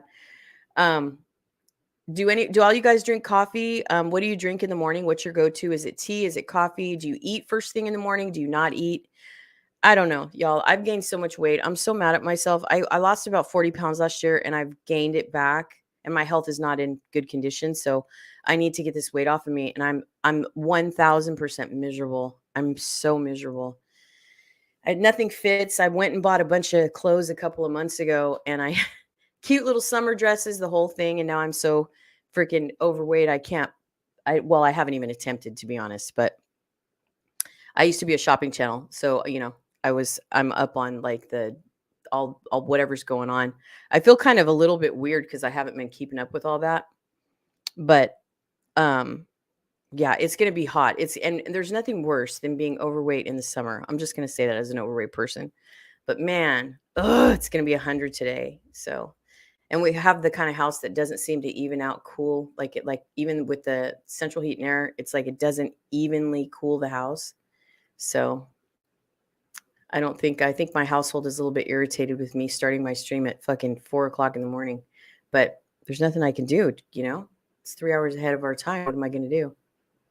I wish I had better lights. I'm waiting for the sun to kind of come in, but I changed. I had a background with a purple wall and it was horrible. It was so drab. And now I'm going to change out my background. Oh yeah, I did for years. I was wired like, yeah. Yeah, it can do that. It also raises your blood pressure, so it's not really good for you. I mean, well, they say coffee's good for you, but not good for anxiety if you have anxiety, but coffee is good. It's healthy for you if you can manage to keep it under control, but it's when you start mixing coffee and these like caffeine drinks and stuff, My ex likes caffeine drinks a lot and he has high blood pressure. I worry about him cuz he drinks coffee and you know what I mean? And drinks like Red Bulls and all that bullshit. I just worry about him because I'm like, can you stop, please? You're not 20. But yeah, those are terrible for your heart rate, for your blood pressure. So just make sure you guys hydrate. Hydrating is so important, and vitamins. I'm a big vitamin freak. So, but I have a lot of GI gastrointestinal problems. And that started a couple years ago when I had some surgery, and now it's just terrible. It's awful. And getting older isn't much better because I have doctors breathing down my neck to do this and that. So, but the better part of 2021, I've had every test under the sun, and I've stayed under the radar when it came to going to the ERs and doctors and things like that. And I've tried to learn with this new health condition I have, and it sucks. I hate it so much. My body's not the same. And it all happened it was a side effect after the surgery that I had. And they tell me, well, I didn't do that. I'm like, okay, sure. Then why was I like completely 100% healthy before you guys touch me? Anyway, that's why we sign waivers right before we have procedures done in the hospital. Let's see what's happening on Twitter right now.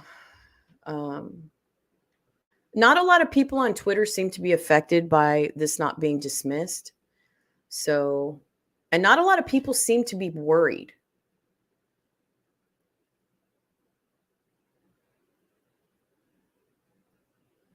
Oh, Eric, just go to deppdive.net. Deppdive.net. I don't know if it's going to let her put a link in there, but it's just deppdive.net. It's very easy to find. I'm trying to see what else is. Ben Chu is trending right now. I believe you, Johnny. Or I believe Johnny Depp is trending. Shit about Whitney's trending with her smug face. What do you think the jury is thinking right now? Is Larry posting? I've lost connection on YouTube working on it. Oh no. See, and that's the umbrella guy. He's got like 250,000 subscribers. I like Tug. I listen to his live streams every day. Marilyn Manson's rising, you guys. Marilyn Manson. Colonel Kurtz is getting Manson's stuff across the wave of YouTube. So we may be talking about Marilyn Manson soon. I hate to turn the channel just into court trial, but oh, good. People are already, oh my God, people are already memeing Whitney. Gee, maybe I should reconsider this sister loyalty thing since I just perjured myself for a psychopath. Jennifer Howell, is the extra room, is that extra room still available? Let me see. Please tell me he's not doing any cross. If he's going to be the speaking lawyer this morning, Dennison, you guys, I'm not going to be happy. Not to say he's a bad attorney. Whitney in court, day 21. She looks, to put it lightly, fucked. Oh my God, I love these people on Twitter, you guys. I am 1000% addicted to Twitter. Okay, cool. Thank you. Of course, no problem. You can call me girl. I was listening to the best music yesterday. I had to run to the store before I talked to Candy, and I was like listening to LL Cool J, and I was listening to New Edition. I was an 80s girl, you guys, 100%. I was in high school when all the good movies came out, when all the John Hughes movies came out. Valley Girl was my favorite movie of all time, or at least in the 80s, you know. I saw like Friday the 13th in the theater when that was when movies were really good. I was like 14 years old, and the entire, like when, movie theaters were safe and everybody was like screaming and like expressing their emotion, when things were happening in the horror movies, when we saw Michael Myers, we saw Halloween, in the theaters. That's when movies were really good. Movies were really good back then. Going to the theater was such an experience back then. When all the wild hairstyles were, going. Like I said, hey, one day when we can hang out, I want to talk about the documentary that Punky Brewster did. I know Candy's a little young. I don't know. Oh, dude, it was so good. It was so good. Everybody was cussing and screaming and throwing popcorn at the screen. It was so good. It was a little bit loud for me because I was such a quiet kid, but oh my God, it was so fun. It was so fun seeing all the scary movies in the theater all the time. We always knew, like, when I was young, and we used to go to the movies, it was such an experience, you know what I mean? Before movies became like this fucking weird craziness, and all this I'm so glad, like, I look at my kids, and I'm like, I love my kids dearly, I have 2 biological boys that are grown, and I have one sort of adopted daughter I talk about all the time. She's a very close friend of the family, and she's like my daughter, so I just refer to her as my daughter. And then I have siblings that are super young as well. Anyway, in my opinion, because I'm 50, so my sister's 35, my brother's 32. My other sister's 20. I think my other sister's 30 now, maybe 29. I think her and my son. She's 30. She just turned 30 in March. So I have like all these different, younger people in my siblings in my circle, and I see, they all have kids and stuff, and I'm thinking, because my niece is like 9 now or something, and my daughter just had her kids. She had her baby, and my granddaughter's 3. And I'll show her on a live stream one day because she's just so fun. And then my grandson Kai just turned 1 in January, and they're so fun. And I've recently taken up photography. That's where I was kind of at a standstill. I didn't know if I wanted to do this channel as a photography channel, but I have a vlog channel. I have 2 vlog channels. I have one which is a car vlog channel where I just go in to my car and kind of share my thoughts and my life, on a personal level. And then I have this other vlog channel that I wanted it to be like related to photography, so I could do vlogs like behind the scenes. I did one shoot so far. You guys want to see my photography, my amateur photography? Let me see if I can bring this up before they come back. Let me see if I can show you. I decided I took up photography just at random. Not at random. I actually I've always been interested in photography. I'm one of those girls that's like, hey, I want to do this, and hey, I want to do that, and hey, look at that, and hey, look at that. That's my personality. But because you can't keep up with me. You're so bipolar. I'm confused. I'm literally spinning. But anyways, I picked up my because I've had this camera for a long time, and I use a Canon 80D. That's what I film on. And I never really used it for photography. And I'm like, wait a minute. So I recently purchased a 50 millimeter, an 85 millimeter, and what's the other one I got? 70, I don't know, something like that.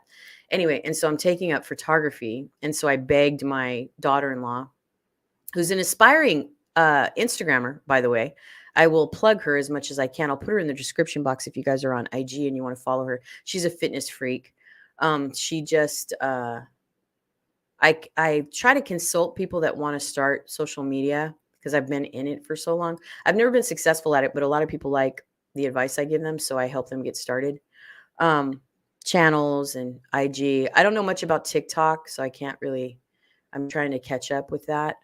But anyway, so I picked up a camera the other day, a couple months ago. All right, are we ready for the Okay, never jury mind. then? I'll show you at break. Okay. Okay, I'm going to mute myself.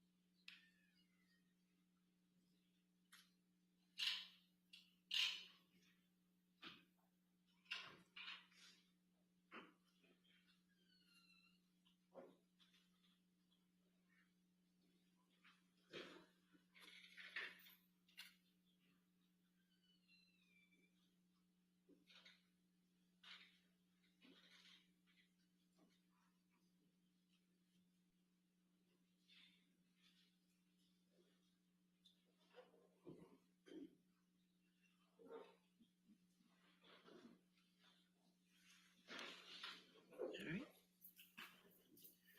Good morning, ladies and gentlemen. I apologize. We have a few housekeeping matters to take care of, but thank you. Can we have your seat? All right, your next witness. Your Honor, on behalf of defendant and counterclaimant Amber Heard, we rest. All right, thank you. All right, rebuttal evidence? Yes, Your Honor, Mr. Depp calls Walter Hamada of Warner Brothers. All right, Mr. Hamad. Your Honor, just to clarify, this is by deposition, so we may Oh, need to. okay, okay. I apologize, I should have provided notice. That's all right. Thank you, Your Honor. If we could get, yeah. What? What?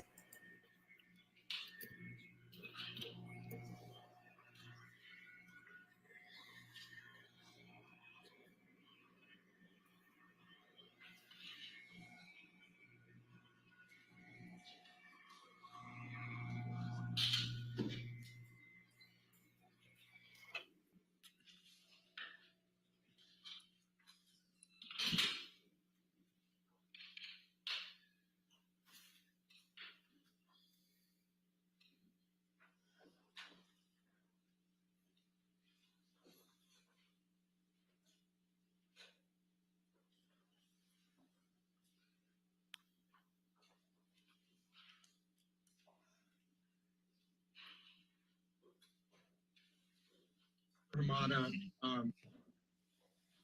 what do you work for Warner Brothers Entertainment Inc.?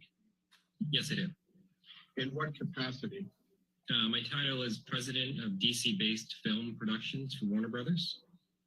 What, if anything, you did to prepare to testify for Warner Brothers as to topics 2 through 18? I did not do anything to prepare for this, other than the meeting that I had with the attorneys. Did Warner Brothers have a contract with Amber Heard to perform in Aquaman 2? Yes, there was we had an option agreement for her for Aquaman 2.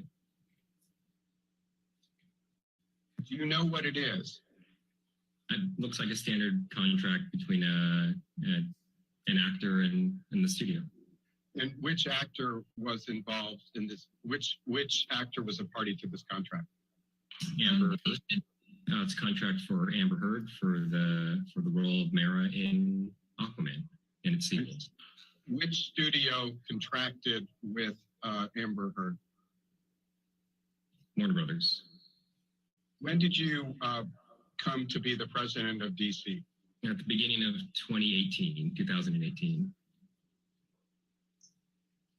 Mr. Hamada, was Ms. Heard ever released by Warner Brothers from the Aquaman 2 contract, or what you call the option agreement? No. Was she released from her Aquaman 2 contract on or about February 22, 2021? No. Was Ms. Heard ever rehired for Aquaman 2 by Warner Brothers? No.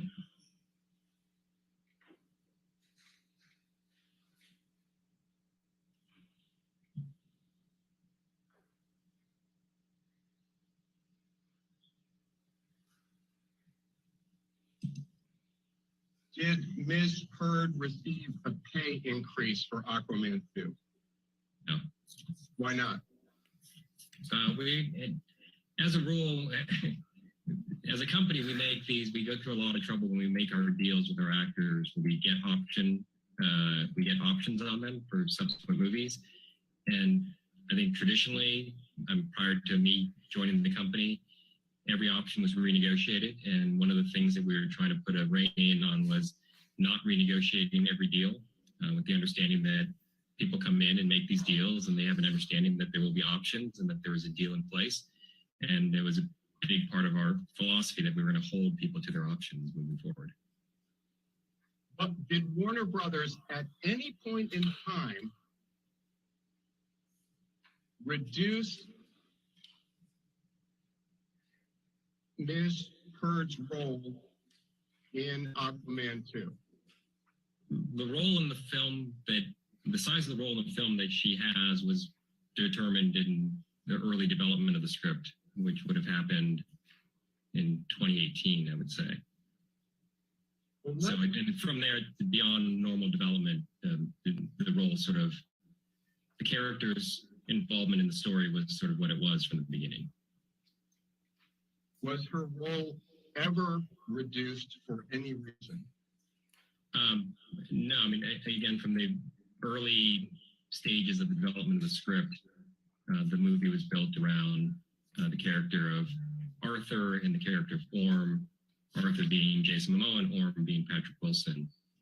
So they were always the two co-leads of the movie.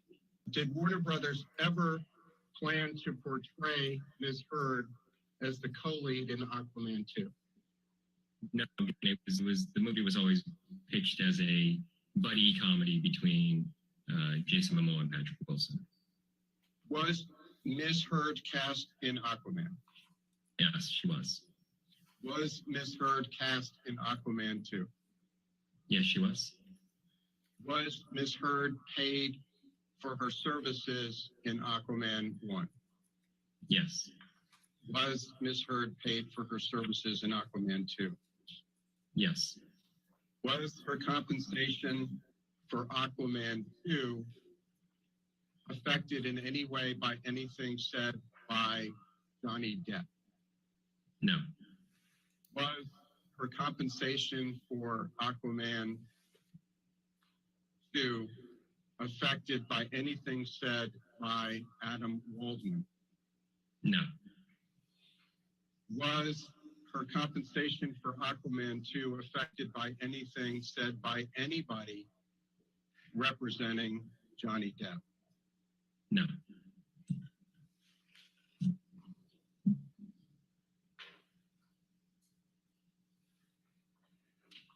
Was there any delay in Warner Brothers exercising the option to cast Ms. Heard in Aquaman 2? Yes, there was. How long a delay was there? I don't know, probably weeks. What was the cause of the delay? There were conversations about potentially recasting. Who was the producer? Peter Safran. Who was the director? James Wan. Did Warner Brothers believe that those concerns were legitimate? Yeah, I mean, I had no reason not to believe the director and the producer of the movie. And you are testifying today as a representative of Warner, correct? Yes, I am. What, if any, creative concerns did Warner Brothers have about casting Amber Heard as Mira in Aquaman 2? It was the concerns that were brought up at the wrap of the first movie, production of the first movie, which is the issue of chemistry. Did the two have chemistry?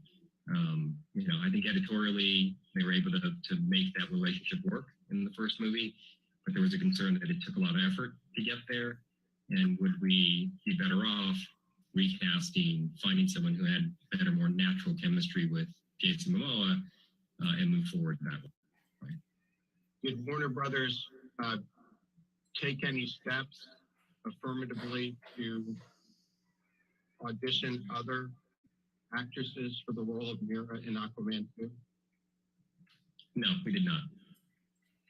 Other than the creative concerns and concerns about chemistry you testified about, was there any other reason Warner Brothers delayed in picking up Ms. Heard's option for Aquaman 2? No, it was all concerns about whether she was the right bit of casting for the movie. What role, if any, did Ms. Heard's dispute with Johnny Depp have in Warner Brothers' delay picking up Ms. Heard's option for Aquaman 2? There was none from our end.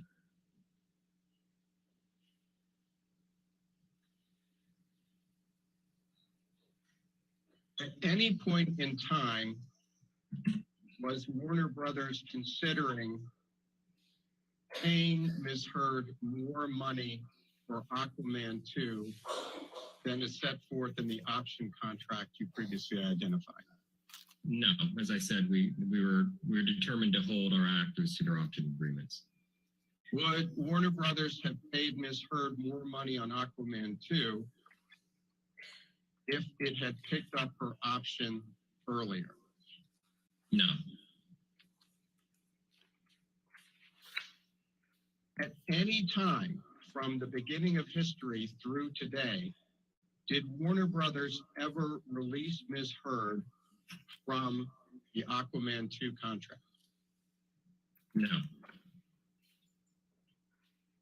At any point in time from the beginning of history to today, did Warner Brothers rehire Ms. Heard for Aquaman 2?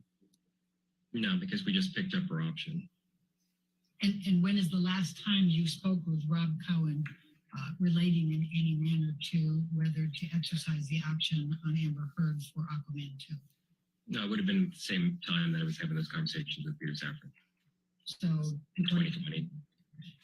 Did you speak with Zack Snyder at all relating to whether to exercise the option for Amber Heard on Aquaman 2? No, I've not had any conversations with Zack Snyder. Did you speak at all with Jason Momoa in preparation for your deposition today? No. Have you ever spoken with Jason Momoa about any issues relating to chemistry between he and Amber Heard? Yes. When did you speak with Jason Momoa about chemistry issues between he and Amber Heard? It would have been in that same time period where we were prior to green light of the movie. Now, you were asked some questions about scripts. Did you review any of the drafts of the script for Aquaman 2? Yes. When? Part of my role was all the drafts of the scripts as they come in. When was the first script for Aquaman 2? Oh boy.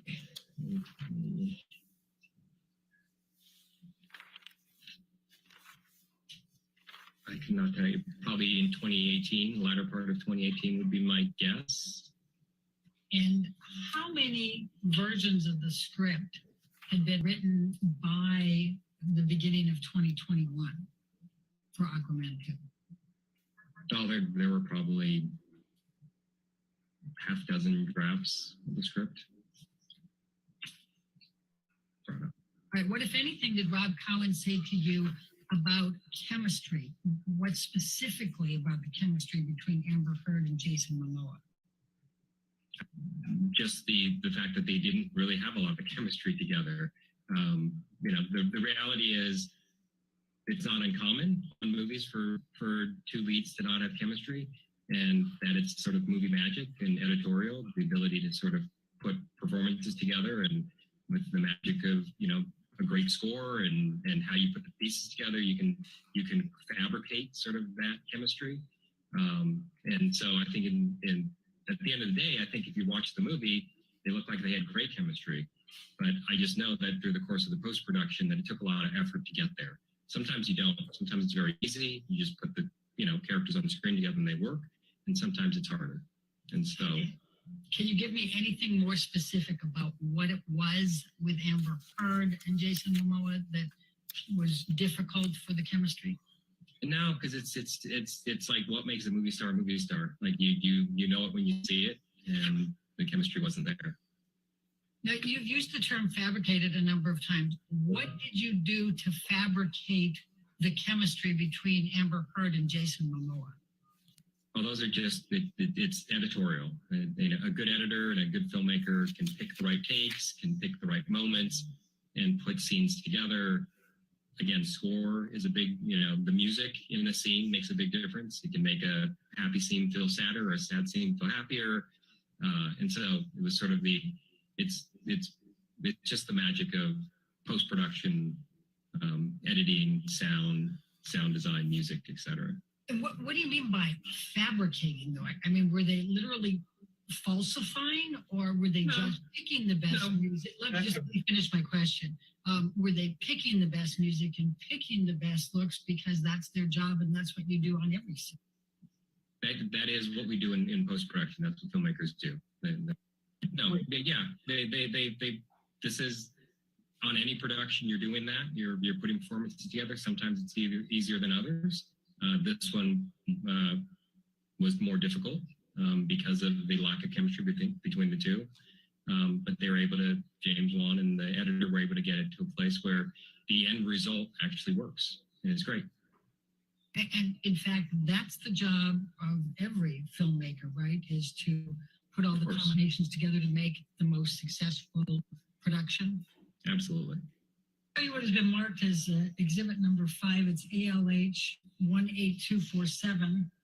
And this is a text message exchange between James Wan and Amber Heard.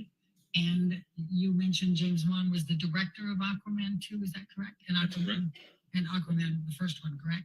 That's correct. All right. And James is texting to Amber on August 25, 2018. You rated really high with the audience, exclamation mark, exclamation mark. Do you see that? Yes. This is August 25, 2018. What's going on August 25, 2018 that would cause the director to send a text message to Amber saying, that'd be a test screening. So during our post-production of movie, we test the movie with an audience, and the audience tells us what they liked and what they didn't like. And so that's what he's referring to there. And they really liked Amber Heard, correct? Yes, she did. She tested well. It hit $1 billion, is that correct? Yeah. And more specifically, did you play any role in the determination to communicate to Amber's representatives that Warner Brothers was considering not exercising her option? Yeah, probably in the sense of we had the conversations, and I believe, if I recall, we had, that's where Peter Safran offered to reach out to the agent and express which direction we were leaning.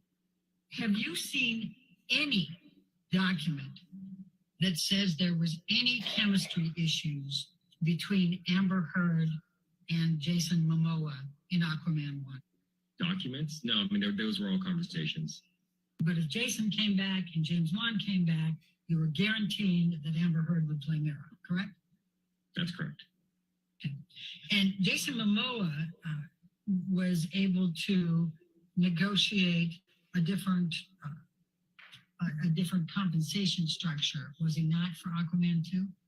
That's true. He did renegotiate. Now, Aquaman was the highest grossing DC film ever for Warner Brothers, was it not? Yes, it was. What, if any, issues did you have with Amber Heard in Aquaman 2? My understanding is actually the production went very smoothly. All right, thank you. Your next witness.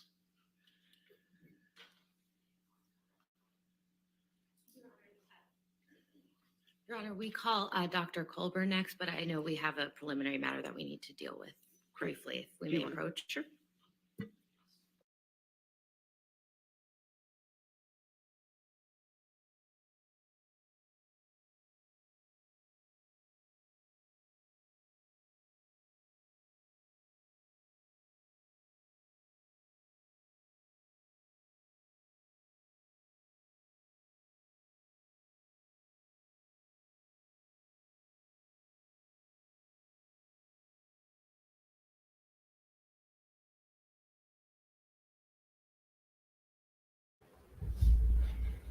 We're gonna call these two young, lovely ladies the Wonder Twins.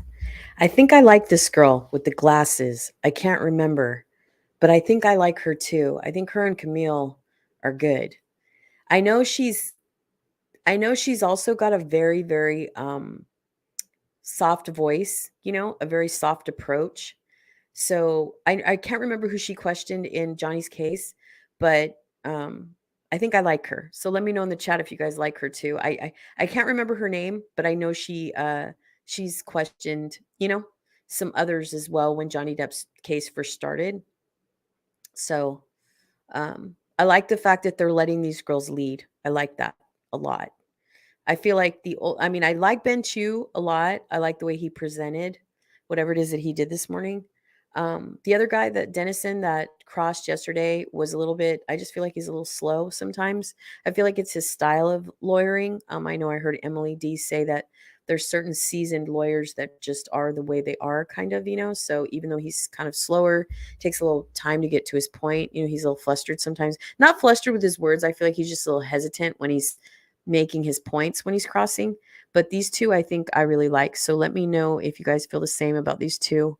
Because y'all know we stand by Camille. We need to give that woman a cape. But other than that, I think I like this girl with the curly hair and the glasses a lot also. So let me know if you guys feel the same.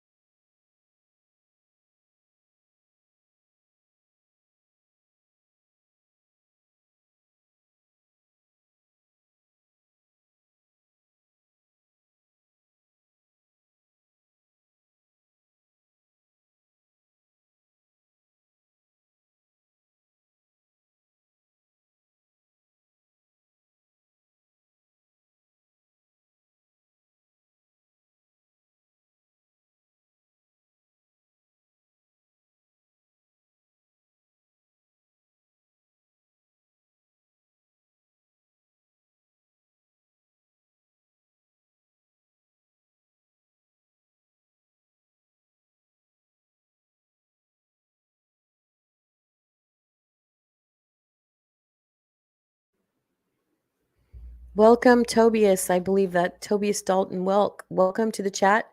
Appreciate you. Glad to have you here. Good morning. We're just kind of taking a break. I'm checking Twitter as we wait for sidebar. I'm going to grab some coffee. Y'all be right back.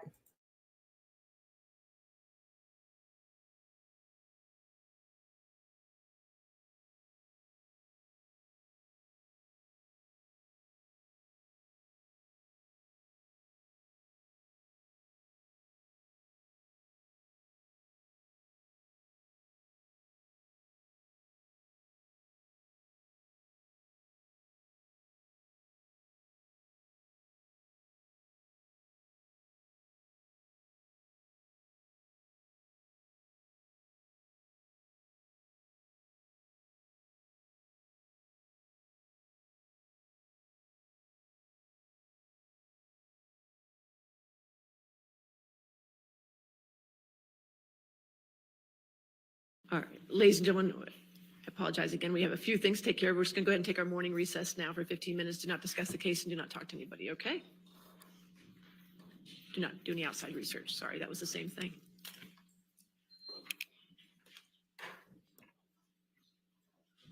Take a break.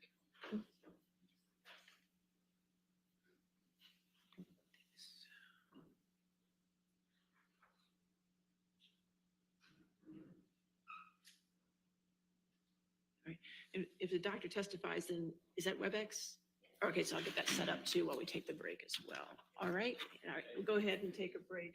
Let's make it 10:50 to give them time to look at everything, okay? Thank you. All right.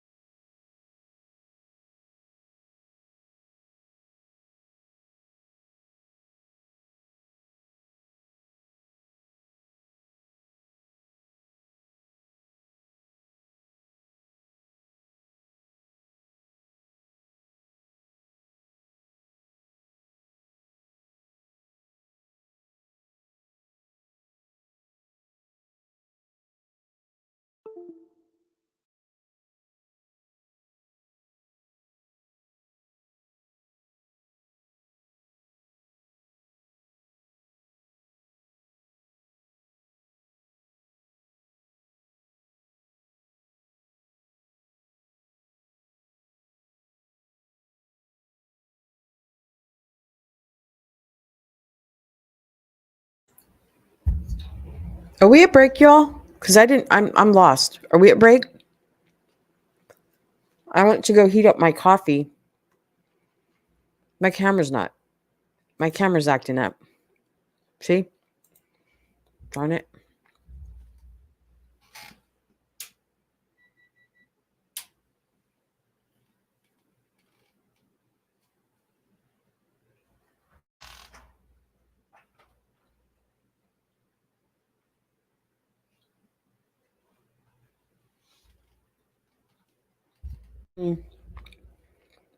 Okay.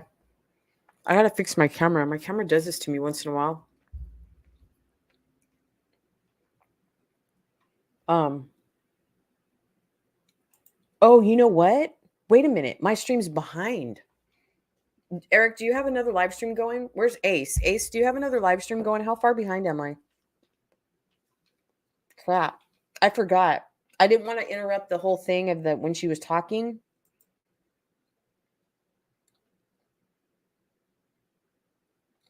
I don't think I'm that behind, but they might already be back. I'm refreshing.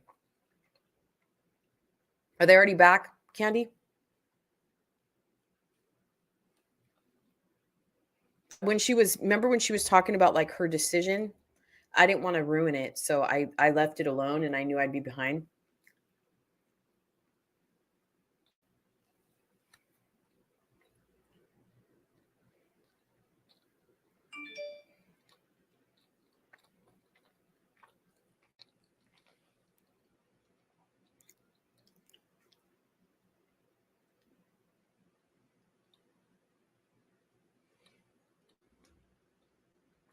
My camera is acting up. I don't understand how it disconnects like that. So infuriating.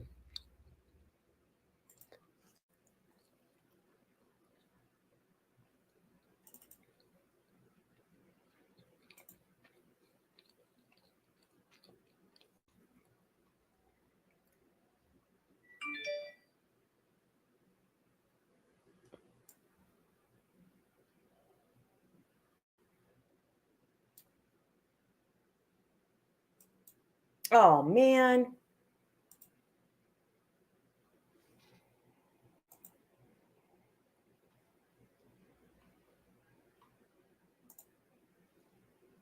Hold on one second. Oh, that's so sweet. Thank you. Thank you very much. You make me feel young. Gosh. This is so cute, you guys. I have to show you something when I get my freaking camera fixed. All of a sudden, this happens to me. My utility. Oh my God. I might have to hold on one second. I gotta stop sharing my screen for a second. If I can get my freaking mouse to work. Hold on one second. For some reason, my camera is acting stupid. Oh. No, it's on.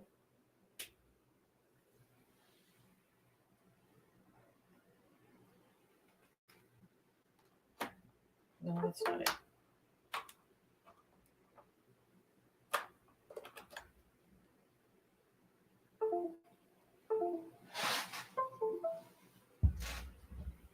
Okay, are we good now? Are we good? Wait. Did my camera work? Yeah. I don't know. We'll see. I'm still working on it.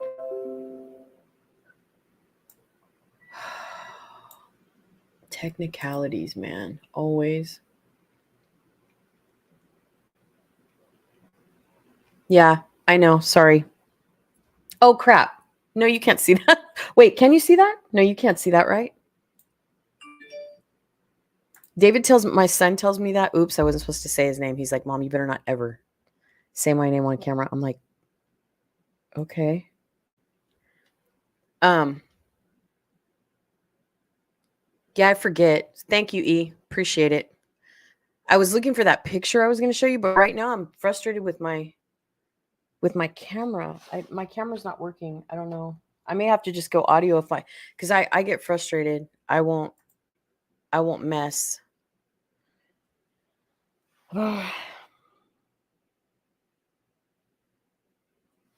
I don't know why.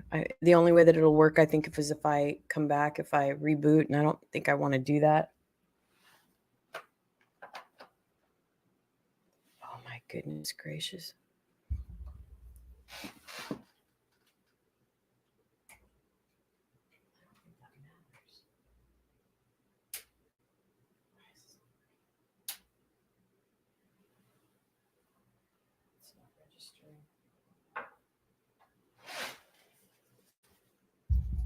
It's not registering. I may have to go audio today. I don't know. I'll reboot at lunch. I may have to. I don't think I think when you go out and come back in. Maybe I'll go out and come back in. Let me be right back. I think it's okay for me to do that. I think I stay live. 1 second. Let me see if I can.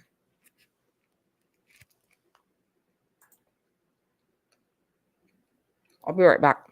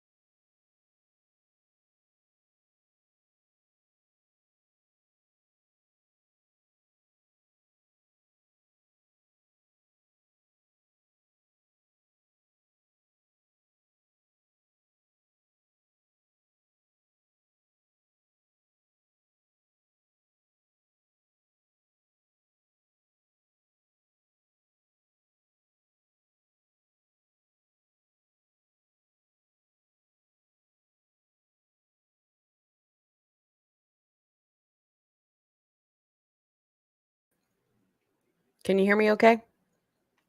I'm having trouble with my camera, you guys. I'm going to have to be audio until... Are we back from the break yet? I'm going to have to...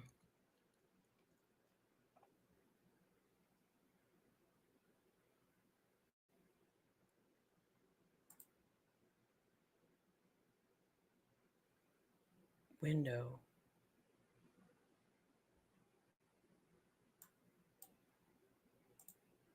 We're back from the break. Oh, crap. Hold on 1 second. 1 second. Crap.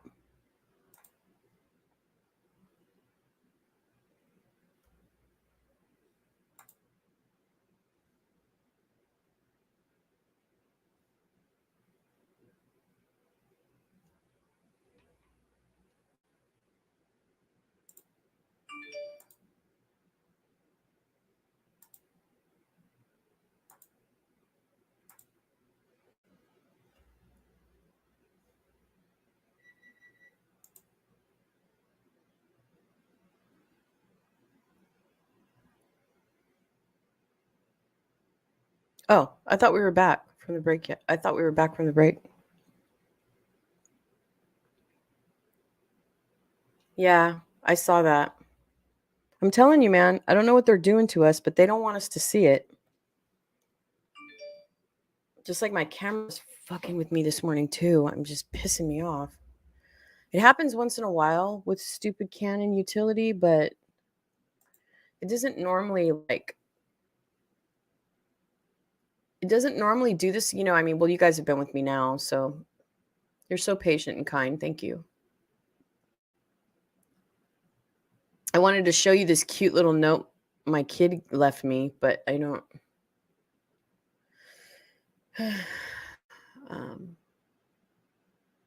Oh, thank you, Candy. Yeah, I just saw that. Well, sometimes I watch Emily D, especially with how many followers she has, and she's always saying sometimes you can, sometimes you can go back in, like leave and then come back in. But it's telling me to unplug my cord. I don't think that's it, though, honestly.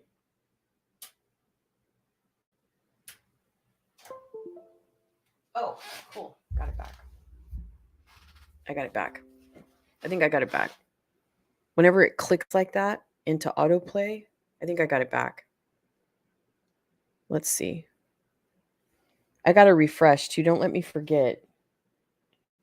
This stupid live stream is not... Oops. It's not all the way. It autos to 480p. I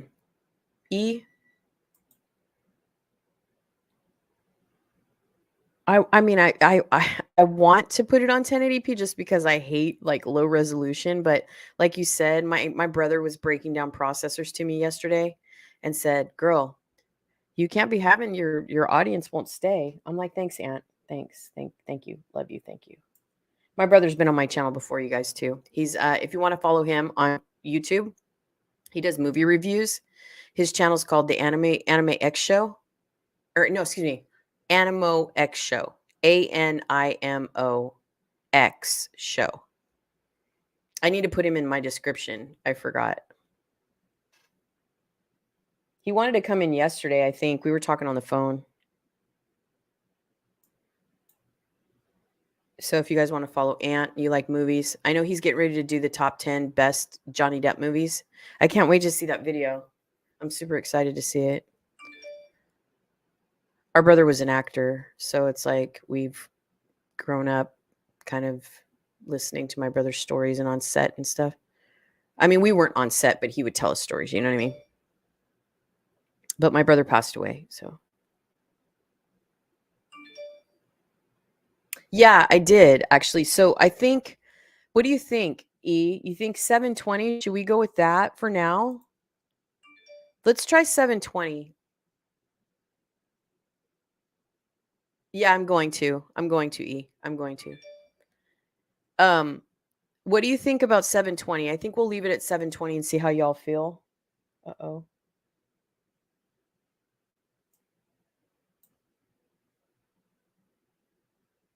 We'll see. Yeah, we'll see 7:20 and see if that works. Oh, I got to go grab my coffee. My microwave is singing at me.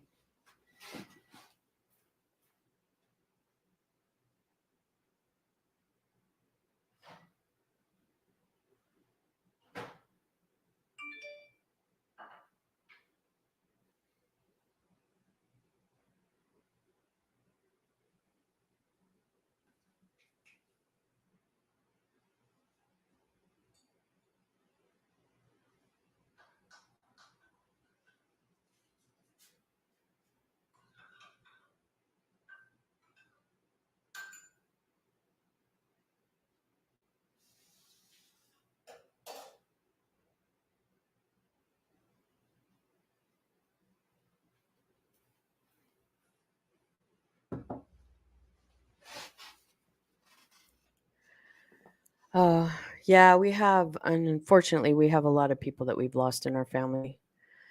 I lost one brother in 2008 and another one to substance abuse in 2013. No, my brother Tony passed away in 2008. My brother Tim passed away in 2013, I think. And then my dad passed away in 2018. So I have my family. I have a sleeve. What's that called? Oh, no, we're back. I think we're back. Hold on. Yeah, are we back? No, we're not back.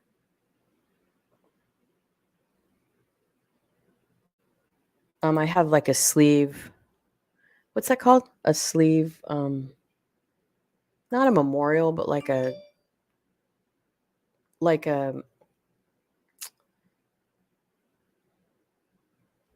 what's that called, man? You know, where you dedicate. Okay. Where you dedicate your whole sleeve tattoo thing to a theme.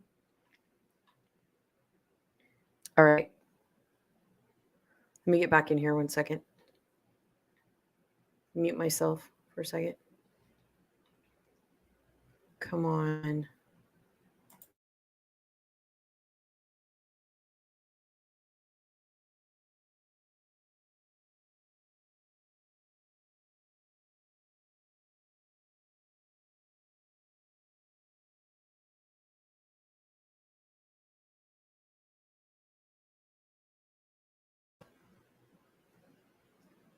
How's my res? Because I didn't change it. Like a tribute is what I was trying to think. A tribute to my family. I have believe it or not, I have a portrait of my ex too. In the same. He said it's so weird how you like put my portrait along with your family that's that's not here anymore. I'm like, what do you mean? So I said, no, don't misunderstand. I asked him before I got it, but I said, it's a tribute to all the men that I've lived in my life. I did. Yes. Very much. Yes, I did. And I never regret it. And he will be there until the end of my days. We are very close, him and I.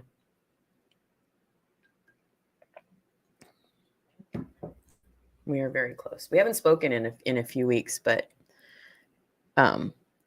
we are extremely close. He doesn't live. We live in different places now. He moved out of town. But gosh, dude, what is happening here with this little huddle? Can we like break? No. Oh, let me show you this little note my son. Let me show you this little note my son left. Oh my God, no. Come on, camera.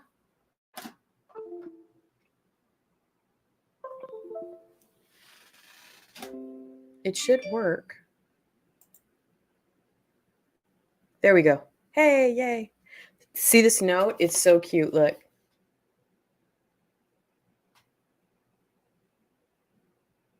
Isn't that the cutest thing ever? I have a very close relationship with my children, with my sons. No matter how old they are, they're still my babies.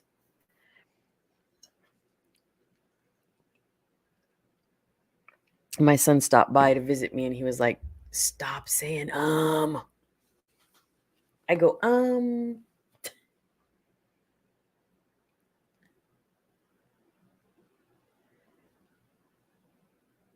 Yeah. Not friends, but definitely amicable. Well, we're friends. I mean, we're very close. We're very, very close. Him and I. We don't have. I mean, we already went. We're older.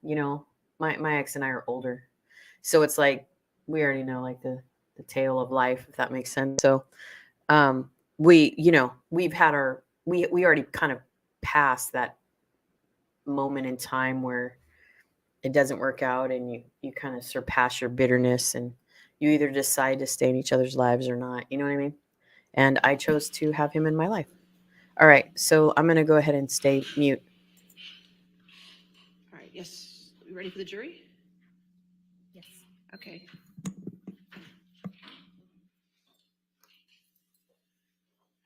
Sir, can you hear me? Can you hear me? Yes, can you count to 5 for me? 1, 2, 3, 4, 5.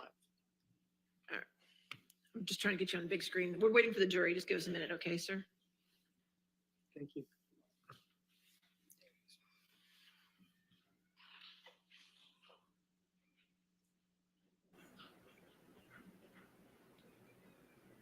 Did Whitney literally change and put her hair up in a bun? Now she's in a suit. That's her sister's suit. Oh, cool. I love tats. They're just expensive. My guy's really good. He's on Instagram. You can see him if you want. You can be seated. All right, your next witness. We called Dr. Colbert. All right, sir, if you could raise your right hand. Do you swear affirm to tell the truth under penalty of law? Yes. Your Honor, I would just object that Dr. Culver appears to have a stack of documents right in front of him. All right, sir, you can put your hand down, and any documents you have, you can put them away and just testify from your memory, okay, sir? Okay, sir? Thank you. Thank you, Your Honor. All right, your question? Good morning, Dr. Colbert. Oh my God, he looks like Billy Bob Thornton. Could you please state your full name for the record? David Allen Colbert. And what is your profession? I'm a plastic and hand surgeon. And how long have you been a plastic and hand surgeon? Been in practice for 26 years. Where do you currently work?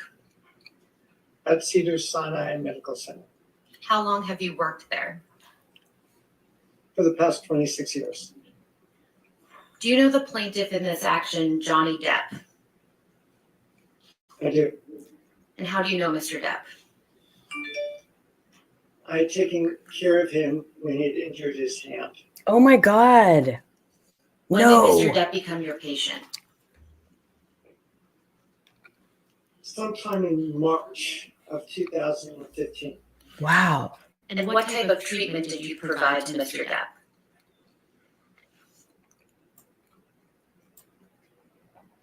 No. No. No. Don't do this to me. See, I feel like it buffers more on 720. It just buffers. He had a fracture of his finger with soft tissue loss. And so reconstructed his finger. When did you perform the first surgery on Mr. Depp's finger? I believe it was around March 20th of 2015. And what was involved in that surgery, just briefly? Debriding the devitalized tissue, putting a hypothin or skin graft, restore some of the soft tissue loss that he had, and then also putting a pin in because he had a displaced distal phalanx fracture. What was the state of Mr. Depp's hand immediately after that surgery?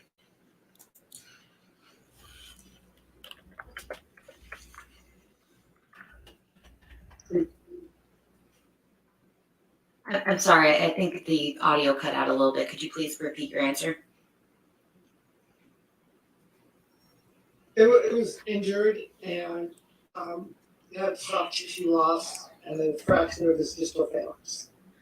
And what type of cast was on Mr. Depp's hand after you performed that surgery? It was a plaster splint. And can you please describe to the jury what a plaster splint would look like? So it's like a cast, but you don't want to put everything circumferential on it because of swelling after surgery. So I believe in Mr. Depp's case, it was like 2 fingers. I think the third finger was the one that was operated on. So these 2 fingers, the third and fourth finger together. And it's a splint with plaster on the top and on the bottom that goes around the hand to protect it. How mobile was Mr. Depp's hand when it was in that cast? Well, he couldn't move his third and fourth fingers because of the bulkiness of the splint. Typically, post-operatively, it's a more bulkier splint right after the surgery. So it's not very, it gets in the way. Could Mr. Depp grab someone with that cast on his hand? He could attempt to grab someone. I don't know how successful he would be. He had his index finger free and his thumb free, but the other fingers were probably not being able to move.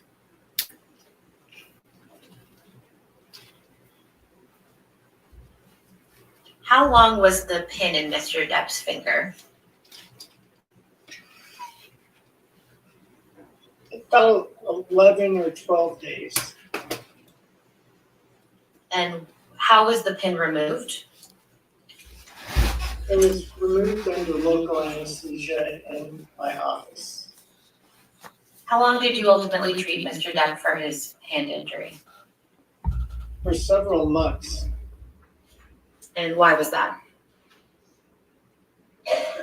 It was a bad injury, and we required a few more little office procedures to clean up the tissue. He had an infection as a result of the injury, so we had to be on antibiotics for some time until it finally completely healed. Do you recall when the infection developed? It was a few weeks after the surgery, and that's when I took out the pin. When was the last time that you saw Mr. Depp? Sometime in 2015. I don't recall when. And when was the last time that you spoke to Mr. Depp? The same. Around 2015. Thank you, Dr. Colbert. All right, cross-examination.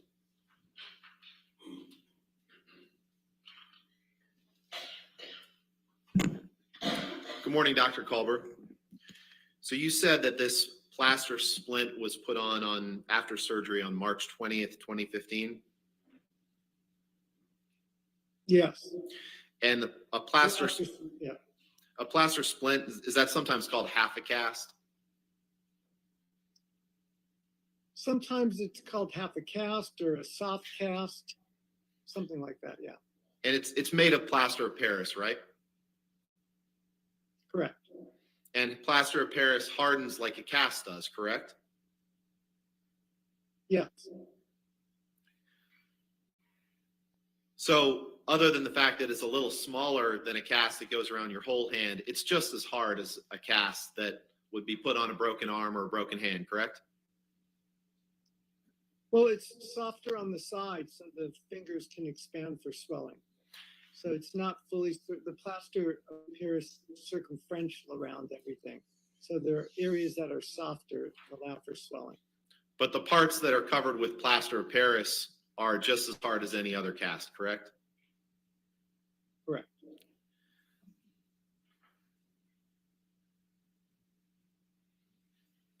And regardless of whether Mr. Depp could have grabbed someone with the hand with the cast on, he could have grabbed someone with the hand without the cast on, correct?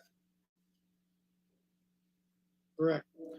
Michelle, can you pull up Exhibit 400, please? This has been admitted, Your Honor. All right.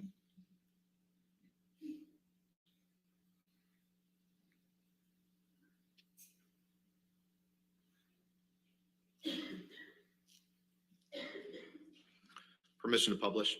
Yes, yes, sir.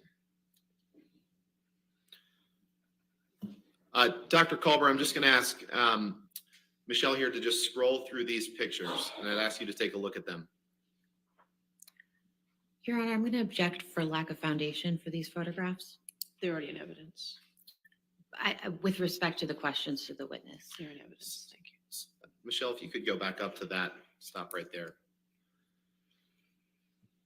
Is there anything about the cast that was put on Mr. Depp's hand on March 20th, 2015 that would have prevented him from doing this damage to Ms. Heard's closet on March 23rd, 2015? Objection calls for speculation. Overruled. I mean, he had his other hand available. So. No further questions. Thank you. All right, redirect.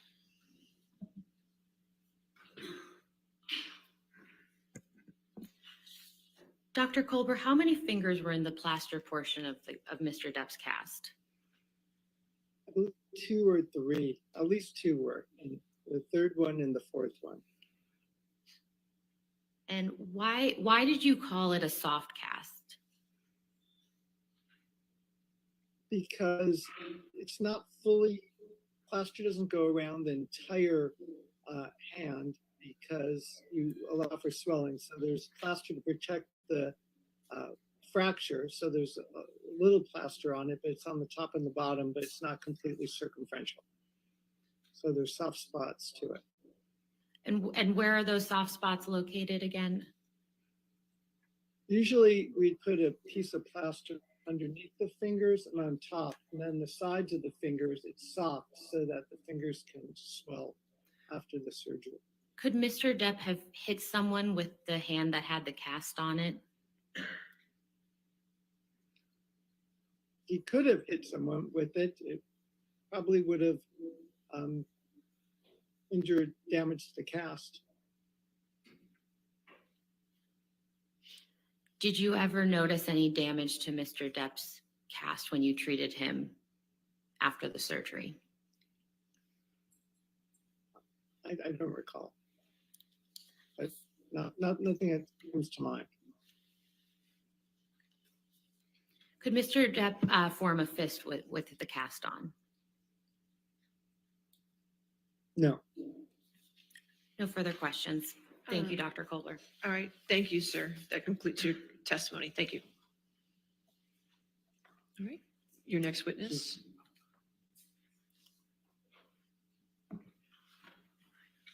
Plaintiff calls Richard Marks, Your Honor. All right, Mr. Marks. So just a reminder that you're. Hold on. Hold on. Just give us a second and see. No, sir, you've already, just a reminder that you're still under oath. Okay, sir?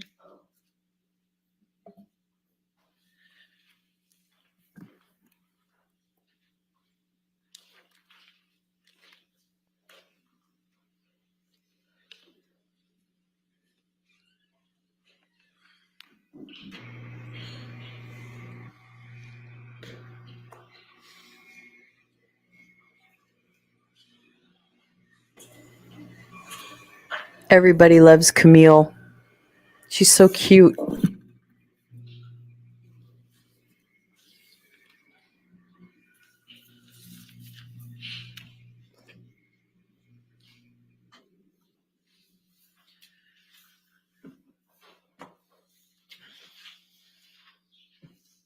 right. Morning, sir. All right. Yes, ma'am. Thank you, Your Honor. Welcome back, Mr. Marks. You've testified in this case previously, but would you just briefly remind the jury who you are? I'm Richard Marks, and I'm a full-time entertainment transactional attorney. I make deals every day for productions and for individuals. I'm in the trenches negotiating and then making sure the contracts reflect the deals. And I'm very much distinguished from the other side's expert who is not an attorney, who's not in the trenches making deals, is not in that day-to-day process. And are you familiar with the testimony of Catherine Arnold in this matter? Yes. Have you been asked to analyze that testimony and provide opinions in response? Yes. And generally, what are those opinions? Well, my opinions are that she's very slick and smooth, but she's not an expert in deal making. Her assessment of damages is built on nothing, and it's wildly speculative.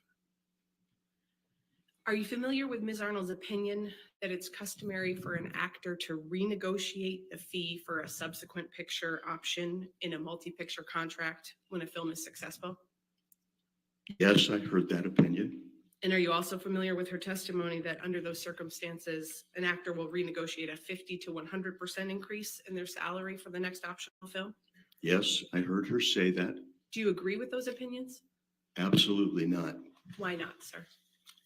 Well, what we're dealing with in this case is a test option agreement.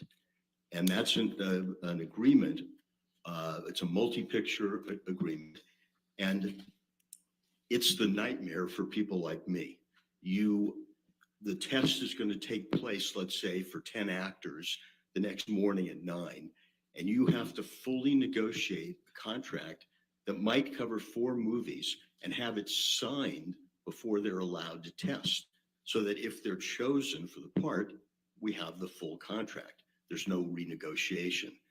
So you've got a contract for a multi-picture deal. It's usually a franchise, and you negotiate the first movie. And normally, if they get the part, they're the chosen one. They're the stars born moment, if you will. They get the part. Normally, their salary is inflated from their normal salary, because now they're going to play a character that could go on for 4 movies. In this case, Ms. Heard's first salary when she got the part was $450,000. If Warner Brothers and DC Comics decided to make a next movie, they could recast her. They had no obligation. All they had was an option. But if they did cast her up front, that they had agreed to more than double her salary, like 2.25 times to get to the $1 million. These are large bumps, if you will. If an actor is on a series, say, they go and they have 5 options. They go up in increments of 5%, 10%, 20%, not these multiples that you see in a test option agreement. And that's one of the reasons that they aren't renegotiated normally. They are in some instances, but not normally. What's the significance of the test part in a test option agreement? The test significance is that an established actor usually wouldn't test. They'd be offered the role. Ms. Heard was in a group of actors that needed to be tested to see if the studio wanted to hire them. And then if they hired them, they would be locked up for potentially 4 movies at very lucrative increases, because after Aquaman 1, she gets to $1 million. Aquaman 2, she gets to $2 million. And Aquaman 3, you get to $4 million. These are unheard of bumps if you're going on a normal career and trying to increase your salary by increments. In your experience, what is customary for negotiations of multi-picture deals? Well, I think what happened in this case was customary for negotiation of multi-picture deals. And by that, I mean that you assume success. The reason you go from the first Justice League movie where Ms. Heard played Mira the first time, the reason you more than double her salary is you assume success. So you've already built in the bonus that Ms. Arnold was referring to, a renegotiation, if you will, for the third movie. Instead of doubling her salary, Ms. Arnold said it would only be fair to quadruple her salary. And that's just not the way these idiosyncratic contracts work. They're a very small portion of the contracts we deal with.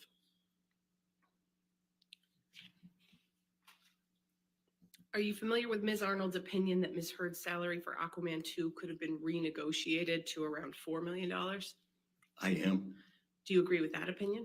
No. Why not? Well, as I said, that would now be after a healthy first payday. It's more than doubled, and now it would be quadrupled. That's not the way it happens. Walter Hamada, who is the president of that part of the studio, said it doesn't happen. They're not going to do it. Miss Arnold, for some substance, says, well, Jason Momoa got to do it, but she doesn't give us any of the details. We know that Jason Momoa was in a movie before the Justice League. He played Aquaman in a movie not with Miss Murray in that movie. So he had a history before the first movie with Amber Heard. He played Aquaman. We don't know what his contract, the state of it was when you got to Aquaman 2, and she says, unsupported, that he renegotiated. We're not sure what he renegotiated to. But I can say that at the end of the option period, when you've only got one option left and you want that star in more movies, you may renegotiate, but it's not a gratuity. It's, we'll give you more for the last option if you'll give us 3 more options. It's a give and take. And unfortunately, Miss Arnold didn't give us any of that background or those building blocks. And then I think yesterday she said, and the other actors renegotiated. And again, we don't know their salary history. We don't know their contracts. We don't know anything except she's asking you just to believe her as what I refer to as a professional expert. Are you aware that Ms. Arnold's opined that but for the alleged defamatory statements by Mr. Waldman, Ms. Heard would have earned $45 million in the last 18 months and then the next 3 to 5 years? Yes, I am. I'd like to address some of the components of that one by one with you, Mr. Marks. Are you familiar with her testimony that Ms. Heard would continue to make films for approximately $4 million each following Aquaman 2? Yes. Do you agree with that testimony? No. Why not? Well, again, in Aquaman 2, Amber Heard has already had this huge increase. She worked on Aquaman 2 for $2 million. What Ms. Arnold is saying is, oh, she should have worked on it for $4 million, which I disagree with. And I think there is reasons to negotiate. They weren't here in this case. So the $4 million I have a disagreement with. But even if it was at $4 million, or if it was at $2 million, the 4 or 5 movies that Ms. Heard might get might be independent movies. They might be standalone studio movies. They might be passion projects. Every actor has a quiver full of quotes, and their highest quote is for the superhero fantasy journey. Their lowest quote might be for the independent passion project, where they'll defer their salary and almost take nothing to work, just SAG minimum.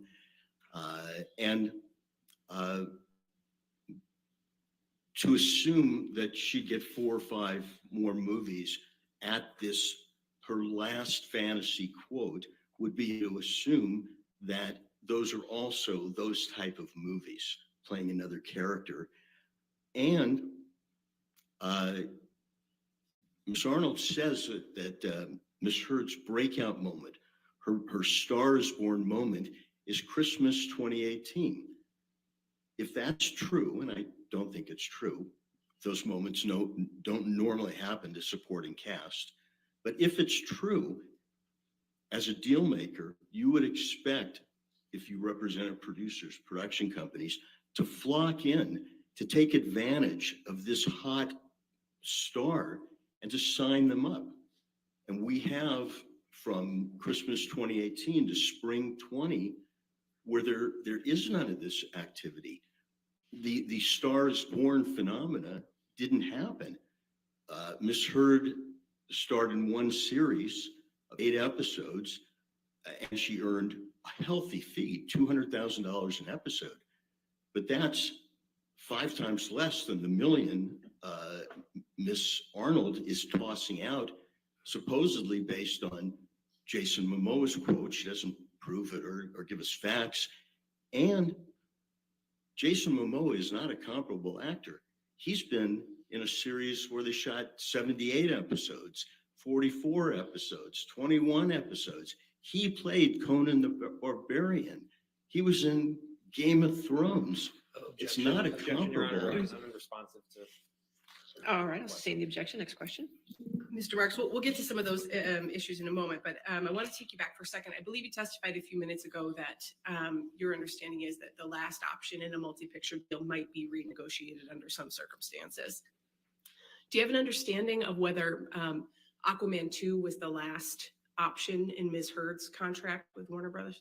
Oh, no. Aquaman 2 has not even been released, and Warner Brothers has a 4th option for Aquaman 3 or another movies where Mira appears, that character, and they've agreed to double the salary again.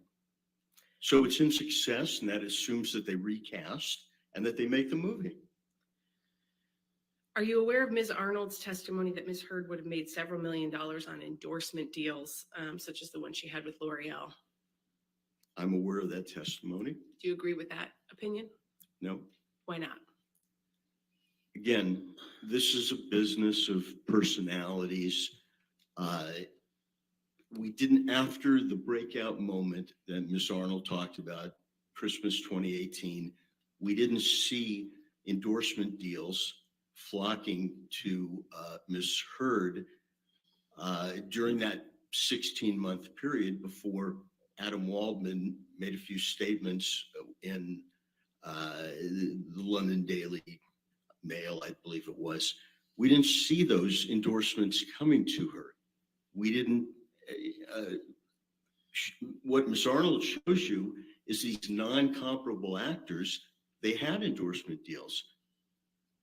But she doesn't show you when she describes the breakout moment and why she's comparing Amber Heard to these, what I call uncomparable actors, but she's making the comparison. She's saying, well, they had all these deals, why wouldn't she?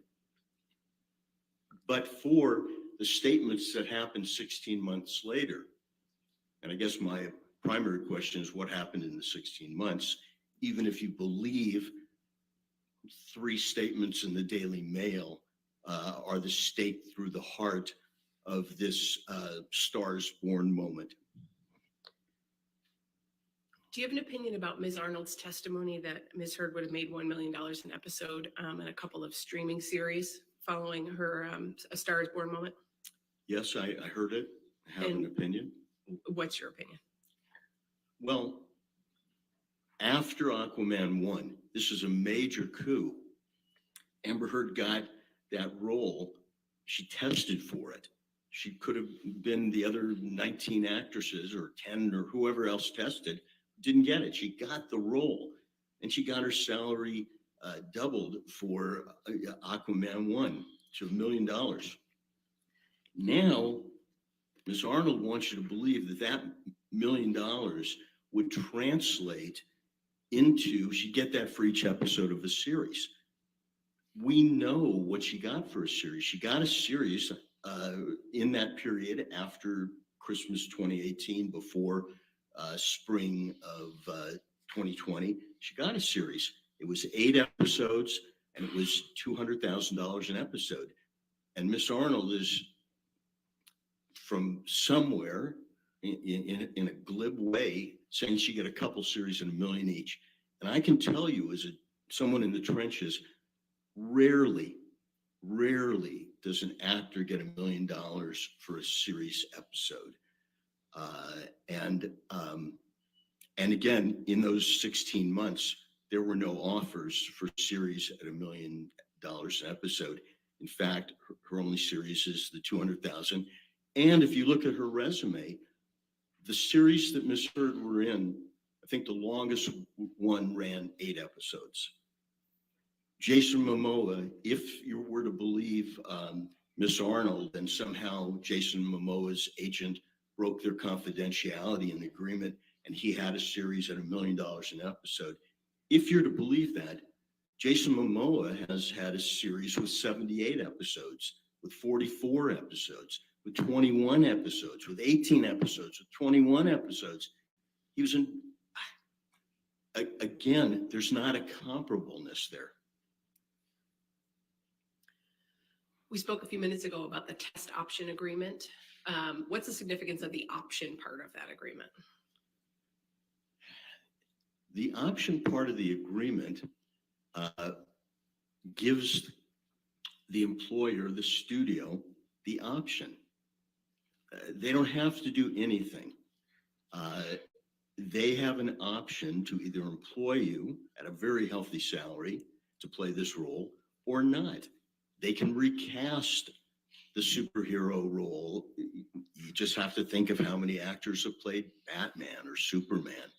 They can do what they want. And indeed, since there's no contract, they only have a choice to exercise their option or not. They might say, we're not exercising unless you reduce your compensation. Who knows what the negotiation would be, but it's not a contract until the studio exercises the option, and they don't have to. What's the alternative to an option agreement? Well, the alternative is most agreements in Hollywood, you're hired to play the role. Or once you exercise the option, then it becomes, for that picture, an agreement like others in Hollywood. You are now hired to play that role. So most contracts are guaranteed, you're hired to play the role. In an option agreement, once they exercise the option, for that movie, it becomes a guaranteed contract. Are you aware that Ms. Arnold testified that Ms. Heard was released from her Aquaman 2 contract and then subsequently rehired? I heard that testimony. Is that consistent with your experience in the film industry in connection with these multi-option contracts? No. Why not?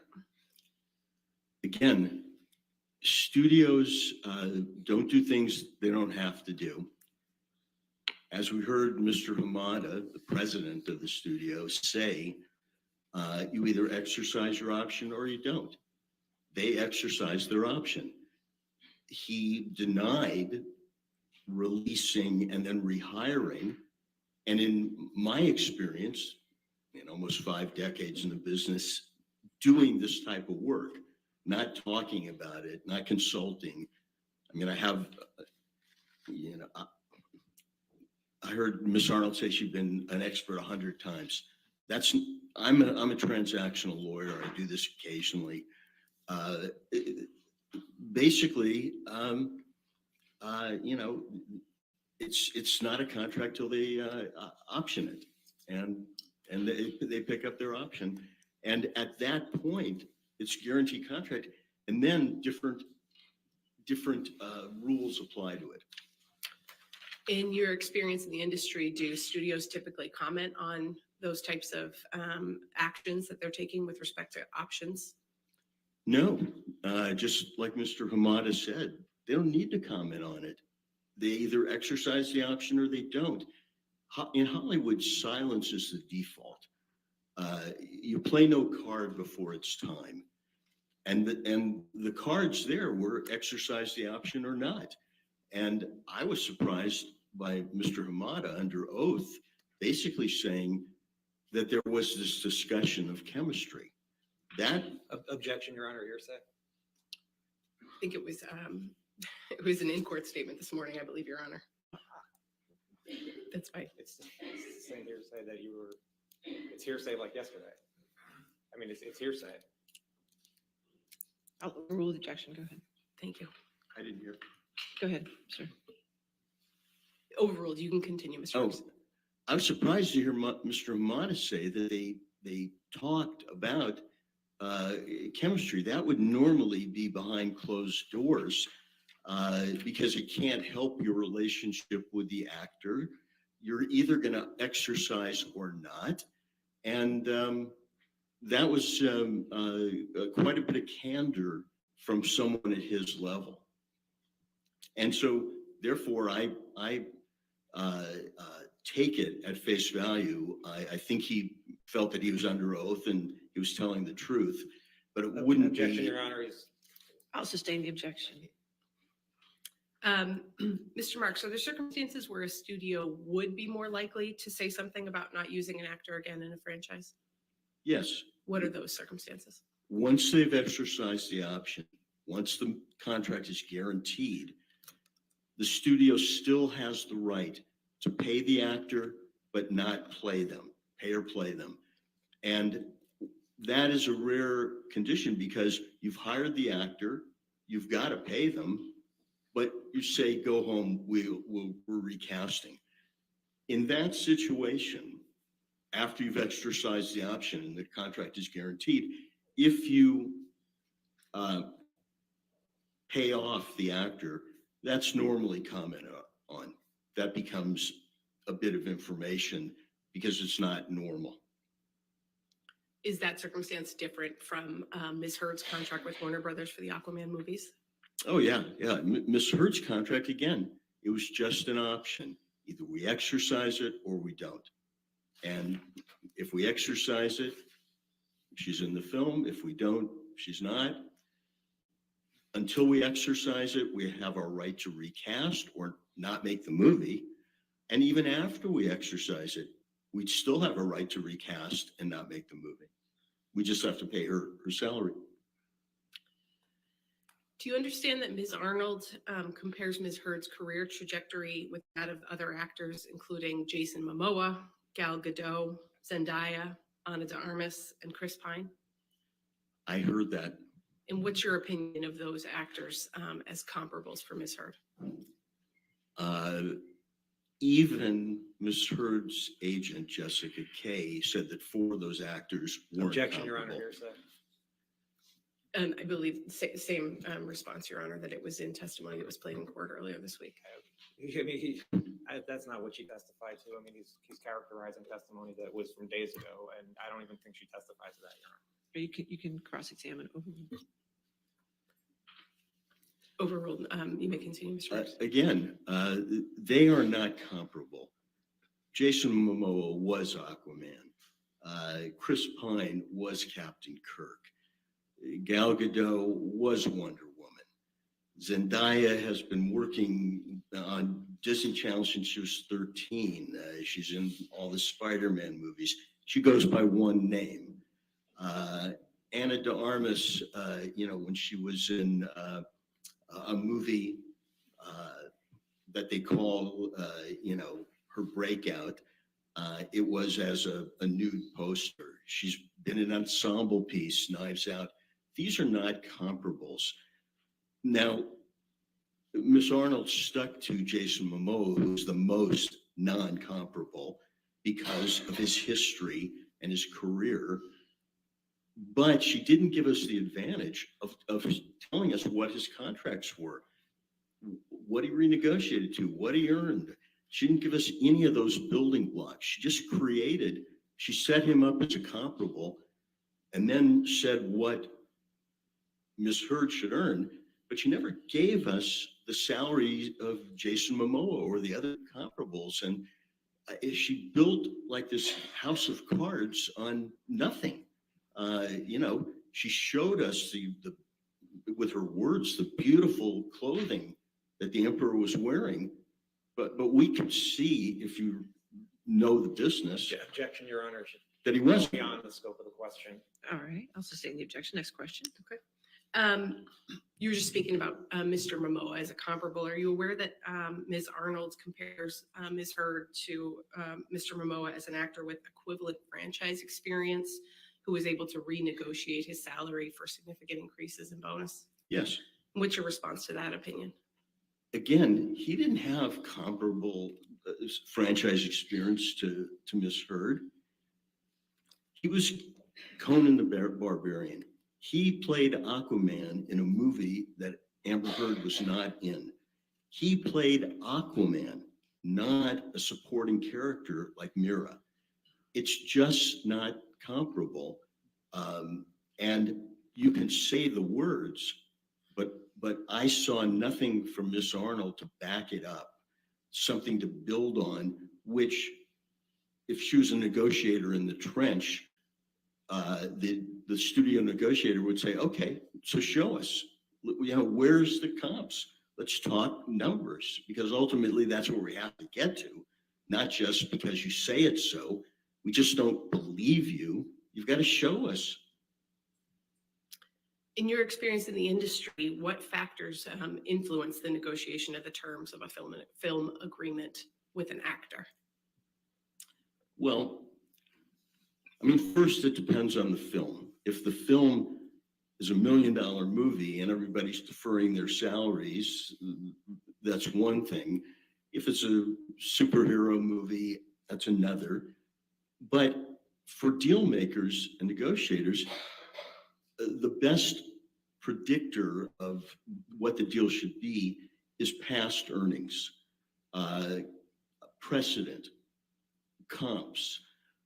You also look at the budget of the movie, what it can bear, because if Jason Momoa's comp is $10 million, but the budget's $10 million, obviously he has another price for that movie.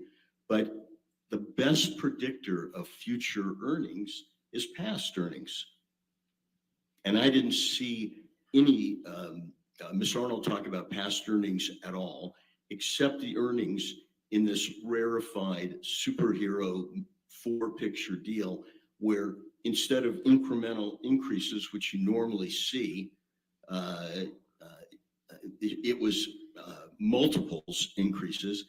And then when you get on a series, the big renegotiation was when the network has no more options. Until then, the actors on the series get 5, 10, 15 small percentage raises. They don't get multiples. They get the multiples if it's a success and the studio wants to continue making the series and they want to keep these characters. That's when the renegotiation happens. Here, even if we believe Ms. Arnold, after Aquaman 2, there was still an option waiting at a big price, double the previous payday. What's the significance of the timing of the Waldman statements to the opportunities Ms. Arnold claims Ms. Heard lost? Well, the argument, as I understand it, is that Ms. Arnold said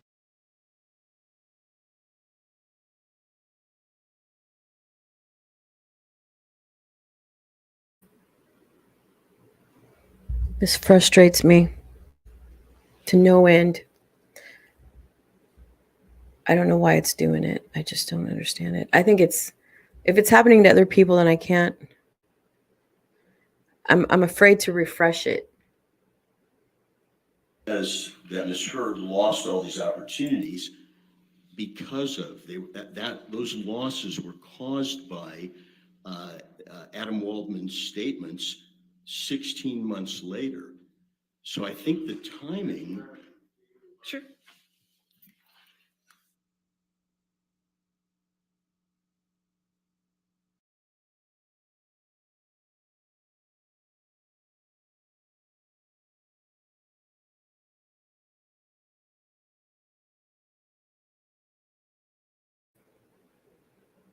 We can definitely see who's running the show, because as she hears him talk, she looks at her lawyers, she tells them what to do. She tells them what to do. So it doesn't look like the actors are, Johnny Depp is sitting there letting his lawyers do their job, and Amber Heard's acting like she's smart enough to go ahead and tell her lawyers what to do. So to me, it just doesn't sound like, I don't know. It's just interesting. See how he got up and, Your Honor, blah, blah, blah. Nah, I'm not buying it. Mr. Marks, what's your overall assessment of Ms. Arnold's opinions in this case? My overall assessment of her opinions is that they're not worth the paper they're not written on. She knows something about our business, but not about negotiating deals. She may have gotten someone at the Endeavor office to breach confidentiality, but she never laid out the building blocks. Excuse me, objection. You have to stop talking, Mr. Marks. Thank you. Beyond the scope. Yeah, Mr. Marks, can you just limit your testimony to your opinion about Okay. Ms. Arnold's opinions, please? My opinion, as someone who's made deals as a deal maker for almost 50 years, is that she calls herself an expert, but she's not. She doesn't have the background. She doesn't have the day-to-day knowledge. And her testimony that I heard did not back up her bottom line. If you want to get those figures, you have to show why they're deserved. And again, she was constructing a Jenga without the bottom pieces. It does not hold up under scrutiny by someone who makes deals. No further questions. All right, cross-examination.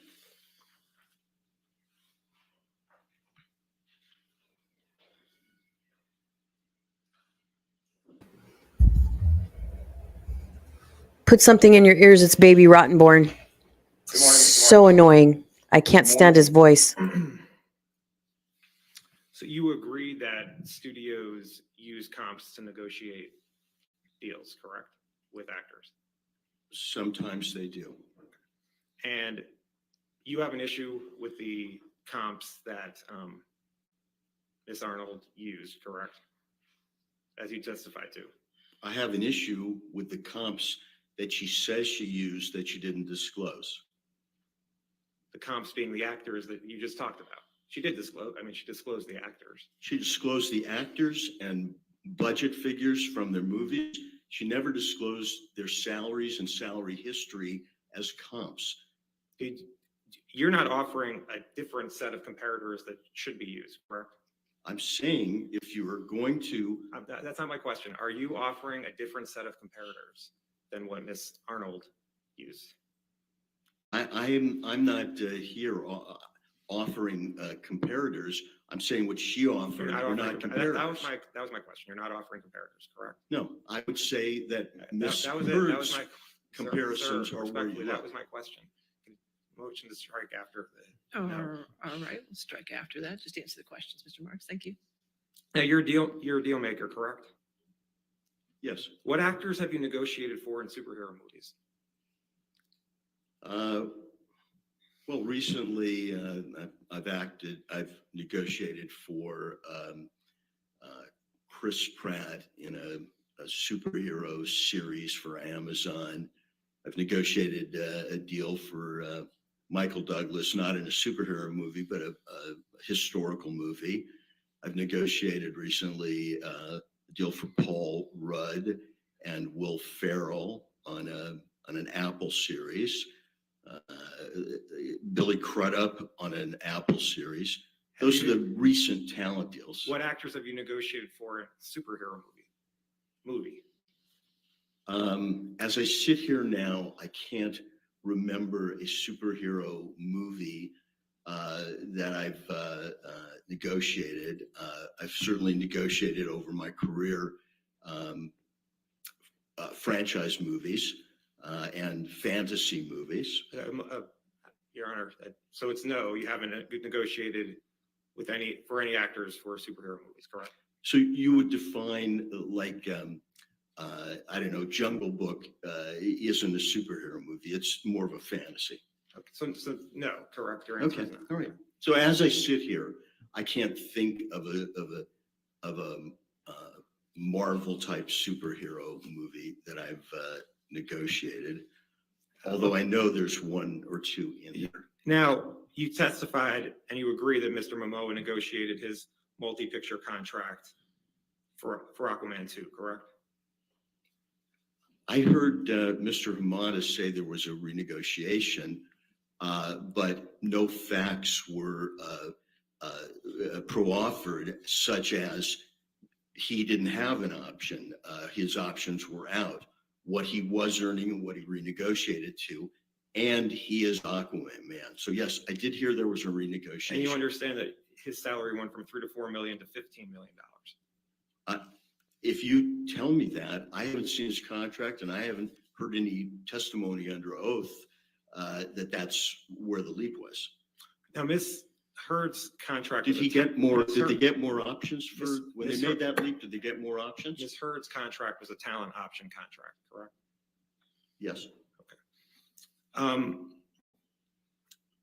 you agree that for if there's an Aquaman 3, Ms. Heard would have an option to receive $4 million, correct, for the movie? Well, actually, you would language it. Warner Brothers would have the option to engage her. And if they engaged her, she would receive $4 million, correct? She doesn't have the option to refuse. They have the option to engage her. And she would receive $4 million, correct? Yes, $4 million. Would you agree that the money Amber was making on Aquaman 2 or 3 would be her market rate for future studio movies?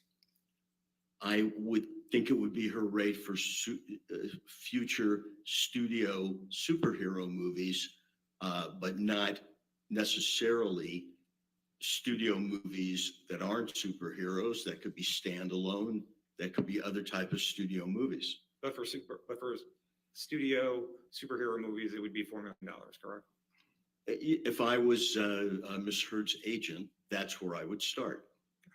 Assuming everything was equal, the budget of the superhero movie, that she was in the ensemble. There's a lot of ifs to look at, but all things being equal. You agree that Aquaman was a breakthrough role for Ms. Heard, wasn't it? It's the first movie of that ilk that she makes, but she is not Aquaman. She is Mira. But it was a breakthrough movie for Ms. Heard, correct? For her, it's a breakthrough movie to be in that film and in the ensemble. Absolutely.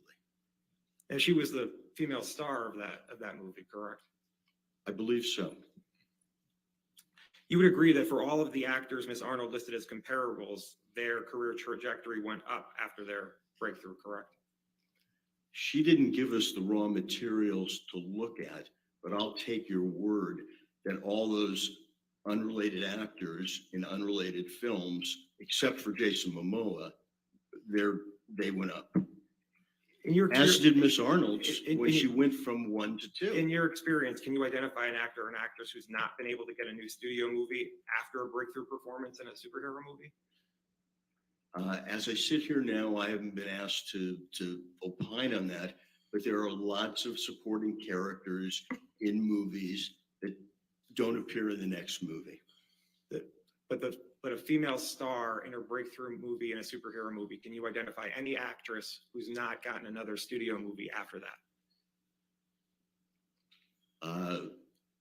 Well, after Miss Heard's breakthrough in 2018, she did get Aquaman 2. Aquaman 2 was already, she already had the option for Aquaman 2. All right, correct? so she did, Miss Heard did not get any movies after 2018, long before the Adam Waldman statements. Other than Miss Heard, can you identify any actor or actress who's not gotten another studio movie after their breakthrough in a superhero movie?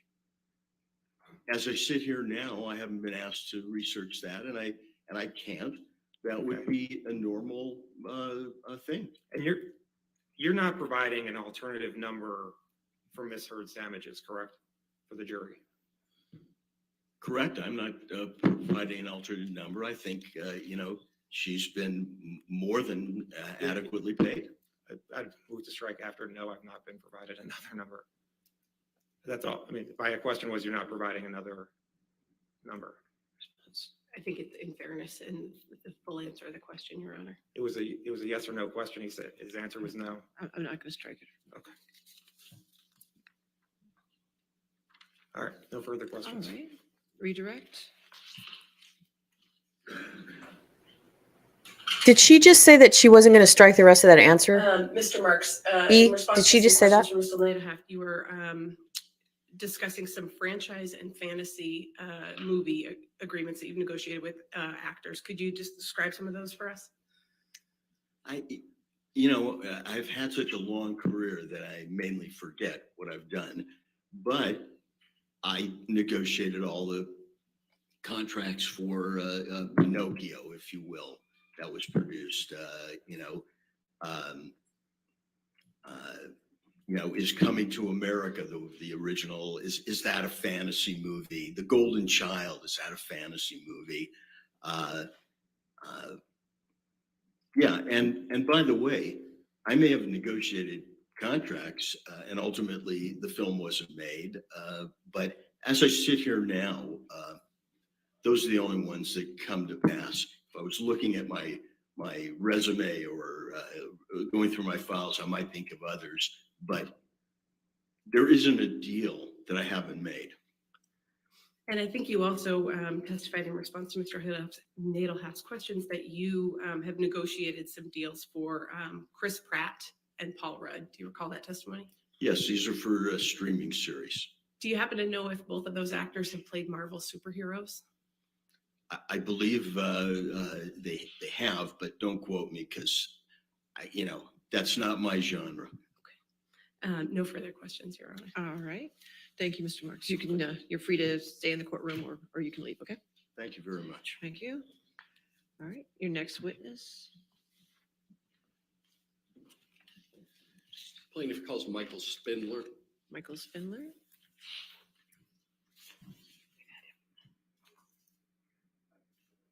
You've testified previously, correct, Mr. Spindler? All right, just a reminder that you're still under oath, okay, sir? Yes. All right, thank you.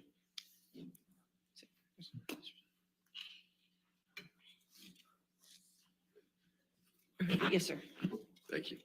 Good morning, Mr. Spindler. Good morning. Can you remind the jury who you are and what you do? Yes, I'm Michael Spindler. I'm a forensic accountant. I'm a CPA, a certified fraud examiner, amongst some other certifications. I'm with B. Riley Advisory Services, a national firm that does forensic accounting, bankruptcy and restructuring work, and business valuations and appraisals. I've got over 40 years of experience. Are you familiar with the testimony rendered by Ms. Arnold in this matter? Yes, I am. Do you understand that Ms. Arnold testified that Ms. Heard has suffered economic damages resulting from 3 statements made by Mr. Waldman? Yes, I do. Do you have an opinion of that claim? I do. All right.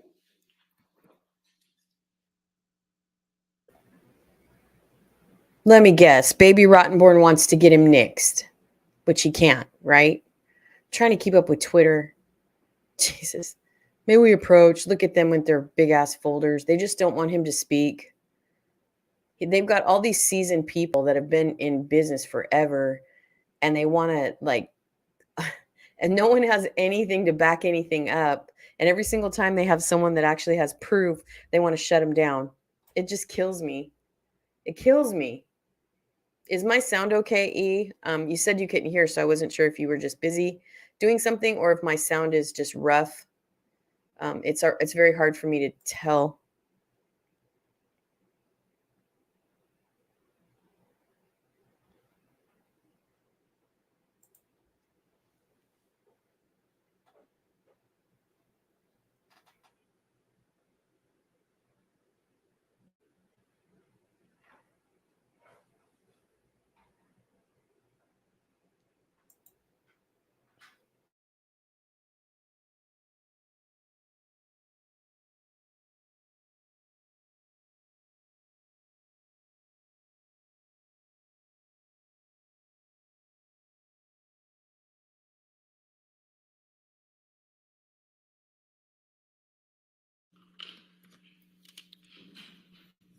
Thanks, Mr. Spindler.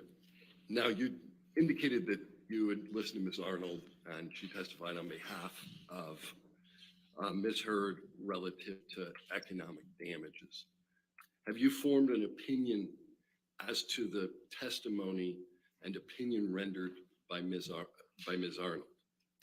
Yes, I have. And what's that opinion? It is not adequately supported and it is unreasonable.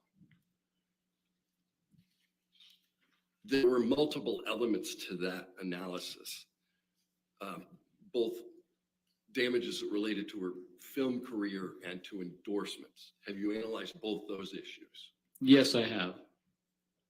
What is your opinion of the claims that have been asserted relative to the film career and endorsements?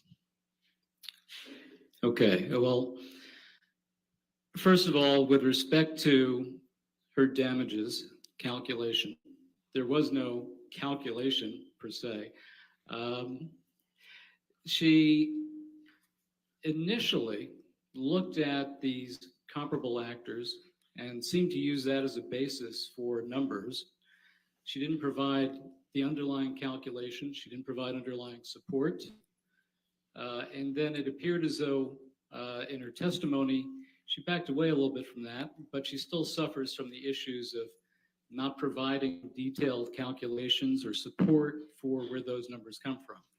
And she still, to some extent, appears to be using some kind of comparable analysis. What is the type of analysis that you think is appropriate here? Well, I think, and as you heard from the last witness, I think that something that is anchored in facts, taking a look at historical compensation as a basis for anticipating future compensation.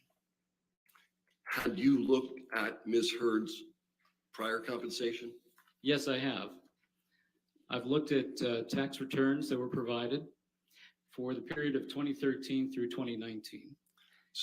Why do you want to use historical earnings? Well, once again, you want an analysis that's anchored in fact. I don't believe that Ms. Arnold has done that in her analysis. So here we've got some actual data, we've got some historical compensation, and as the last witness mentioned, that often provides somewhat of a basis for future anticipated earnings. In addition, I believe that Ms. Arnold herself said that she had hoped to be able to look at a renegotiated salary for Aquaman 2 and then use that as a basis for future compensation, that being the new kind of base, if you will. All right. Were there any years in particular that you focused on in your analysis as to Ms. Arnold's testimony? In terms of the historical compensation? Yes. Well, for 2013 through 2019 in total, her compensation was around $10 million for all those years combined. In 2019, the last of those years, her compensation was somewhere between about $2.6 million and $3 million. Now, that's a good year. That's known as a clean year. What do you mean by a clean year? Well, for example, 2019, you had Aquaman was released in December of 2018, and that was a successful film. So in 2019, you've got the benefit of that kind of success, and you also don't have any potential impact from the alleged defamatory Waldman statements that occurred in April of 2020.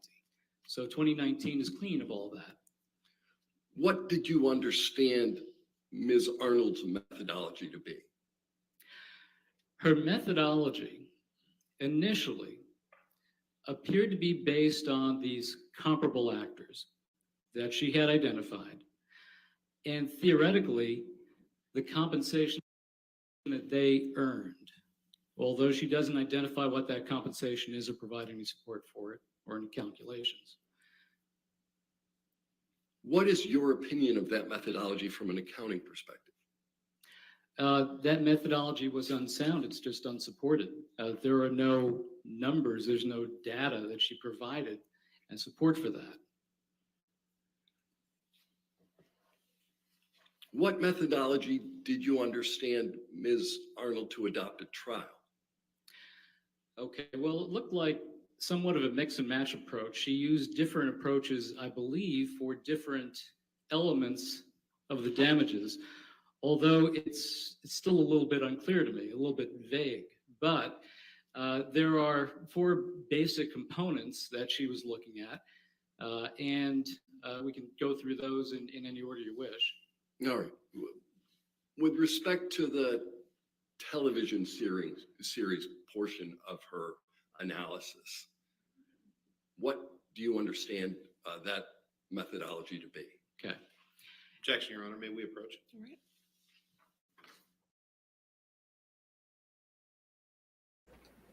Okay, baby Rottenborn, what do you have this time?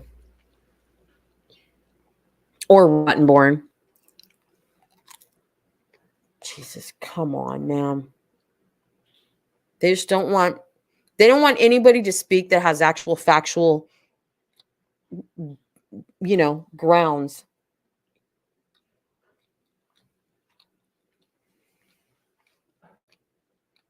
They act like they're over there chatting like they have it in the bag.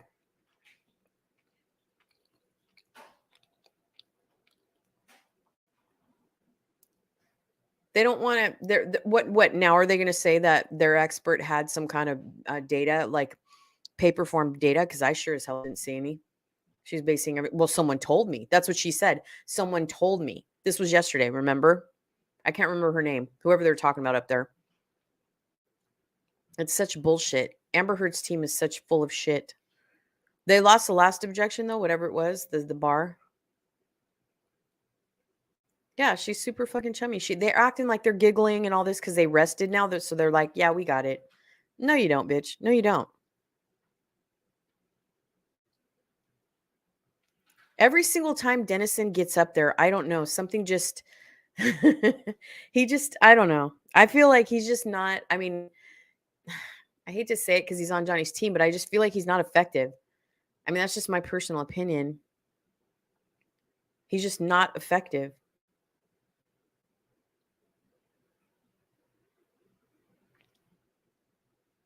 Yeah, exactly. Remember, she said, well, someone told me. They asked her, do you have anything, to verify what you're saying? And she said, well, someone told me.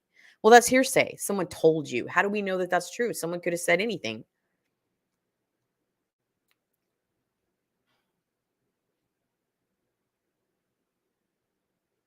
It sounds to me like he's kind of losing up there. I don't know what he's trying to fight for, but it sounds like he's not. What's this?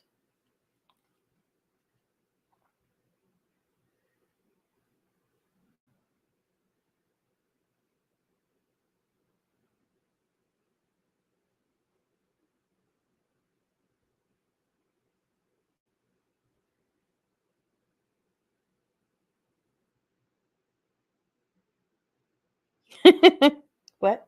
Oh.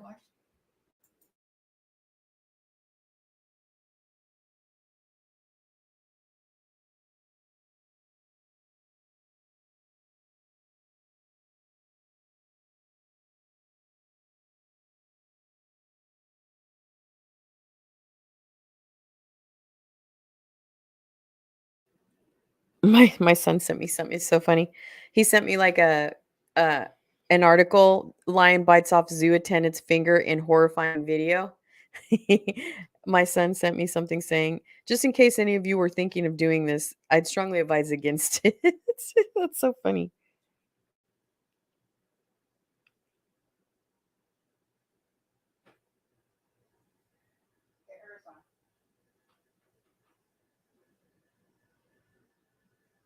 What?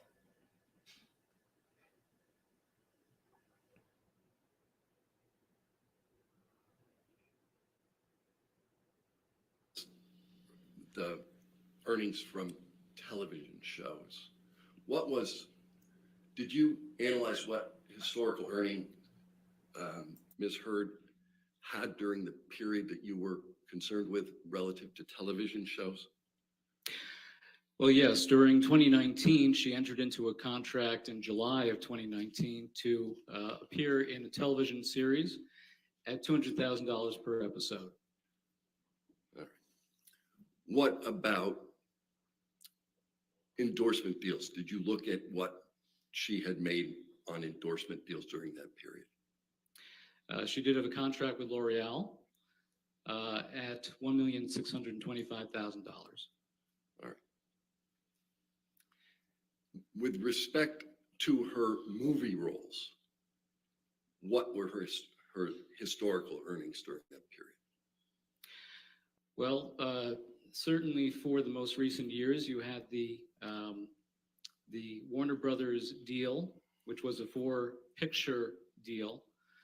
The first film was $450,000. Then the first Aquaman was $1 million base fee. Then $2 million for Aquaman 2. And presuming that there was an Aquaman 3, that would have been $4 million. Okay.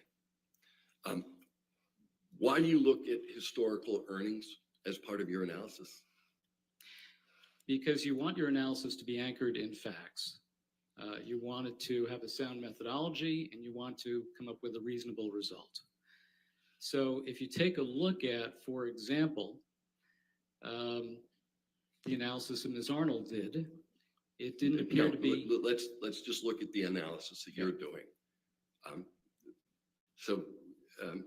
What you said, I think, is you wanted them anchored in facts. Why? Because that provides a sound basis for coming up with something with reasonable certainty. There's AICPA, or American Institute of Certified Public Accountant guidance with respect to reasonable certainty. And those are the basic elements of it. Thank you. No further questions. All right, cross-examination.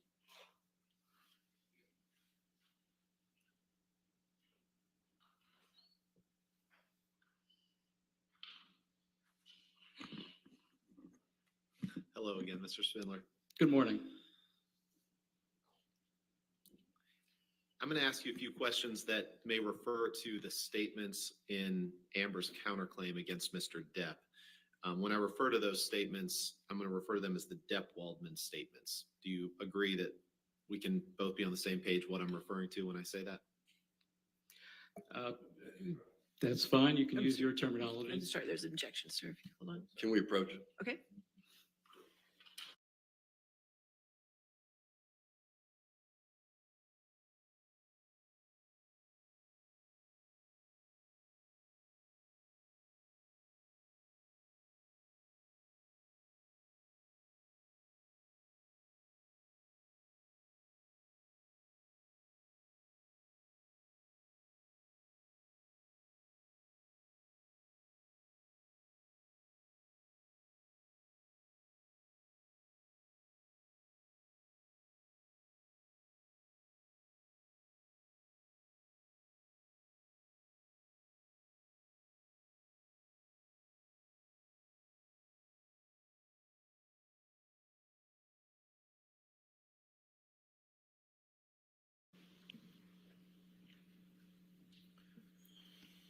So, Mr. Spindler, when I refer to the Depp-Waldman statements, you understand me to be referring to the statements in Ms. Heard's counterclaim against Mr. Depp, correct?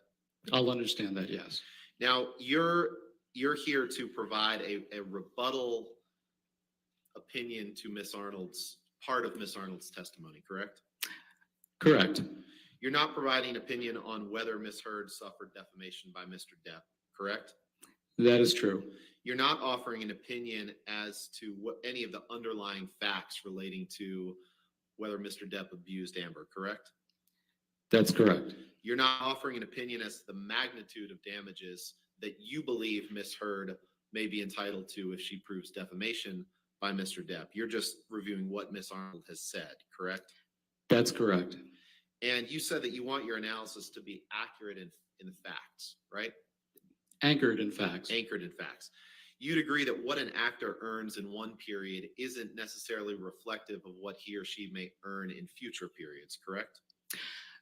Correct. And that's because there can be some variability. An increase in the number of roles may lead to greater income, correct? I'm sorry, could you repeat that? I was speaking it in here. One of the reasons that what you earn in one period may not be reflective of what an actress may earn in future periods is because an increase in the number of roles may lead to greater income, correct?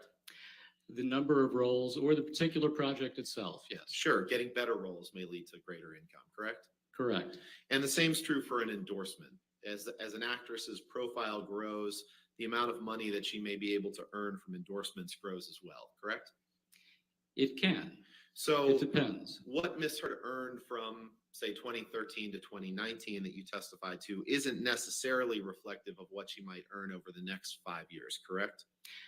Not necessarily. It is a good indicator, though.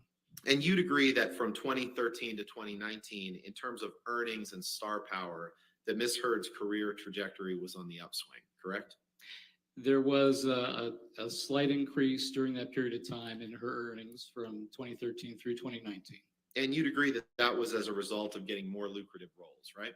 Yes, Now, you're not a causation expert, right? You're just a damages expert. that's correct. So you're not testifying as to whether the Depp Waldman statements caused her to lose any roles, correct? That's correct. And you're not offering any opinion as to whether the Depp Waldman statements kept her from being considered for roles that she otherwise would have been considered for, correct? That's correct. I'm not testifying on causation issues. And you can't speak to what opportunities may never have materialized for Amber as a result of the Depp Waldman statements, correct? Yeah, I've not done those calculations. And you don't have an opinion about whether or not Ms. Heard could have renegotiated a contract for Aquaman 2, correct? That was not part of my work. And you don't have an opinion on the impact that additional exposure or press coverage or magazine covers or interviews would have had on Ms. Heard's career, correct? Correct. I'm just looking at Ms. Arnold's calculations. You've never served as an expert witness before to calculate damages based on lost roles by an actress resulting from defamation against that person, correct? I've been involved in defamation cases, but I've not done the calculations as an expert witness and testified there too.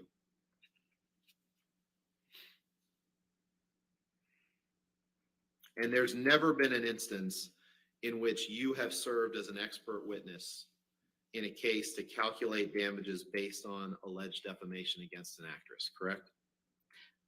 Correct. And you're not offering any expert opinion on what impact the alleged defamation by Mr. Depp has had on Ms. Heard's career, correct? I'm sorry, one more time? You're not offering any expert opinion on what impact the Depp Waldman statements by Mr. Depp has had on Ms. Heard's career, correct? Other than taking a look at Ms. Arnold's calculations. And you're not offering any expert opinion about what impact, if any, social media coverage of this case or of Ms. Heard may have had on Ms. Heard's career, correct? You're correct. That's other experts. Can we approach No her? further questions. Thank you. All right.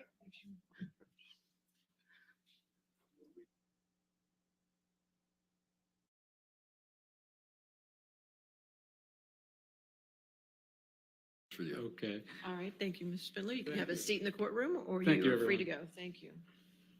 All right, your next witness.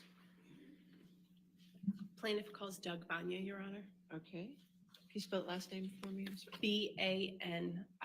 Thank you.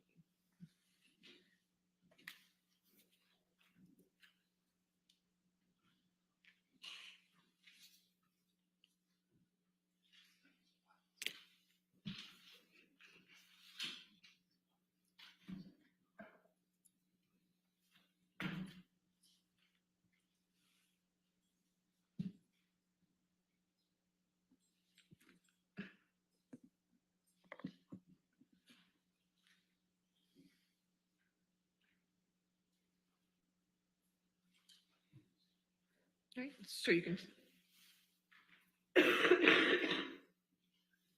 So just a reminder that you're still under oath, okay, sir? Thank you.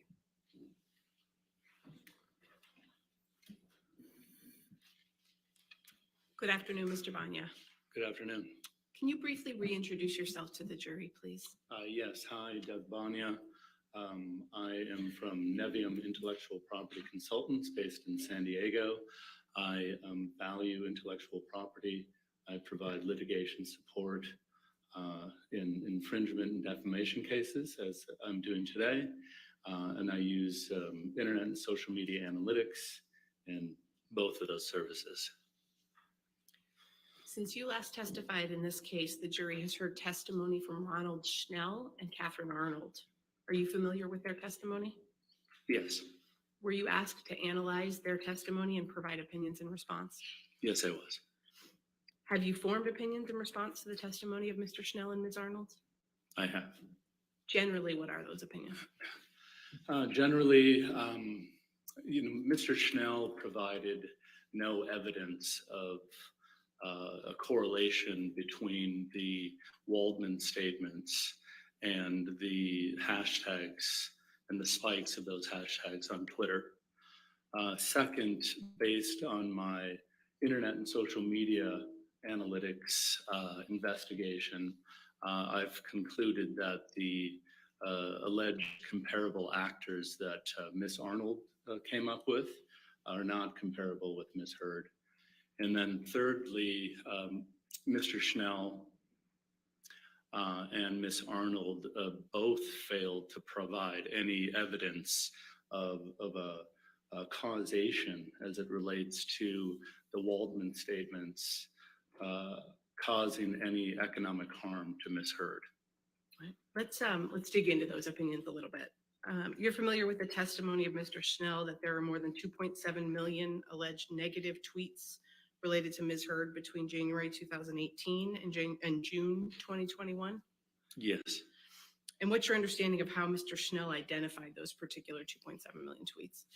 Yeah, so essentially Mr. Schnell chose hashtags that he felt were negative towards Ms. Heard. Those hashtags range from justice for Johnny Depp, Amber Heard is an abuser, Amber Turd, and the hashtag, we just don't like you, Amber. So then he used those hashtags and he searched through, using the Twitter API, searched through various tweets and then came up with any tweets that were using those hashtags. Did you conduct an analysis of those tweets? Yes, I was given that exact, the data that Mr. Schnell used on a hard drive. So yes, I dug into that data as well. And what was the purpose of your analysis? So what I'm trying to do, and what's at issue of the case today at this point is, were these tweets, did they contain the Waldman statements? That's what where we're at right now, are the Waldman statements. So I wanted to analyze those tweets to determine which ones, and if any. Someone's calling Rottenborn rotten ass. I was laughing so hard. So my understanding is there's three Waldman statements. That Rottenborn thinks he dropped the mic there for a minute. The Daily See that Mail grin? is a UK tabloid, and Mr. Arnold was quoted in three of those articles, and those dates were on April 8th, 2020, April 27th, 2020, and on June 24th, 2020. And my understanding that those quotes, sorry, I think I said the wrong name, but those quotes are the only remaining in this case. Did you analyze the timing of the tweets that we were talking about as compared to the timing of the Waldman statements? And that's exactly what I did. So I wanted to look at the Waldman statements, look at the dates that they happened, and then analyze those as compared to the Twitter data that I had. Have you prepared a demonstrative that reflects that aspect of your analysis? Yes. Your Honor, may I approach? Yes. Did you show counsel?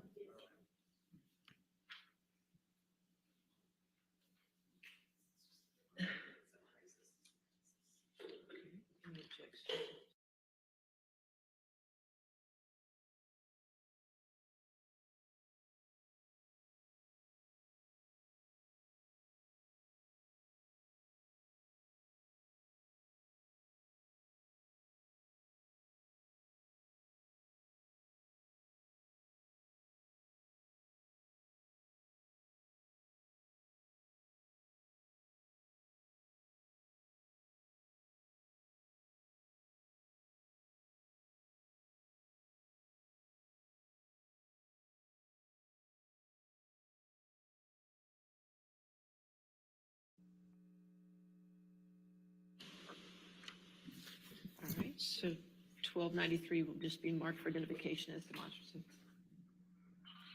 and can be published to the jury.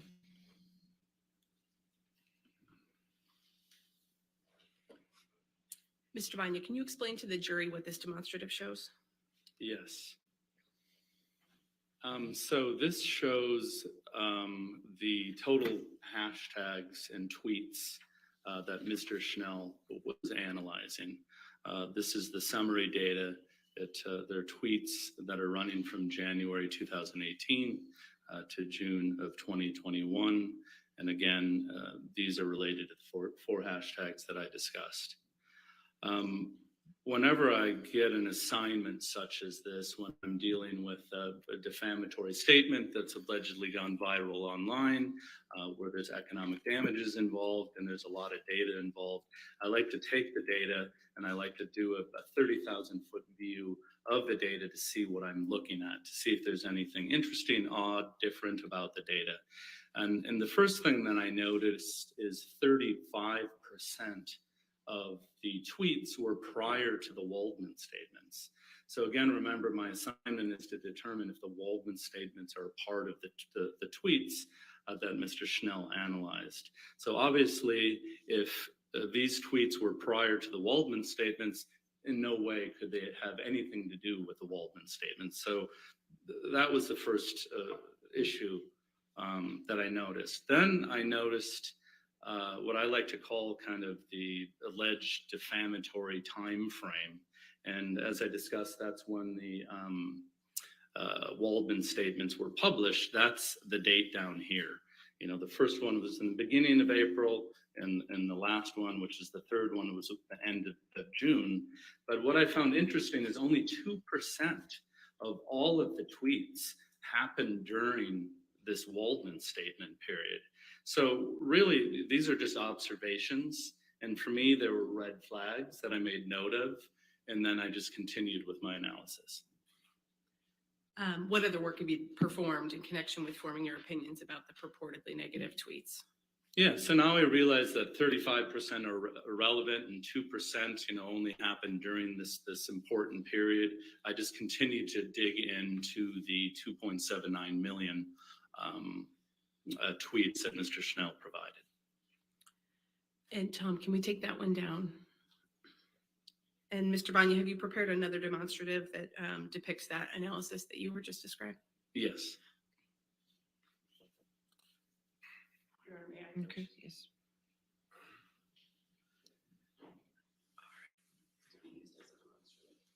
Okay, we'll just see if he has an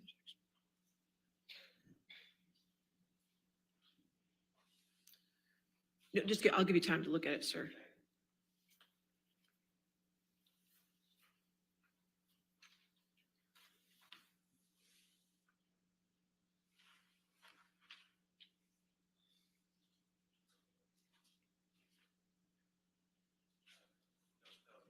All right, plaintiffs, if you turn on your microphone, sorry. No objection as a demonstrative. Okay. Does Jason Momoa have a Twitter?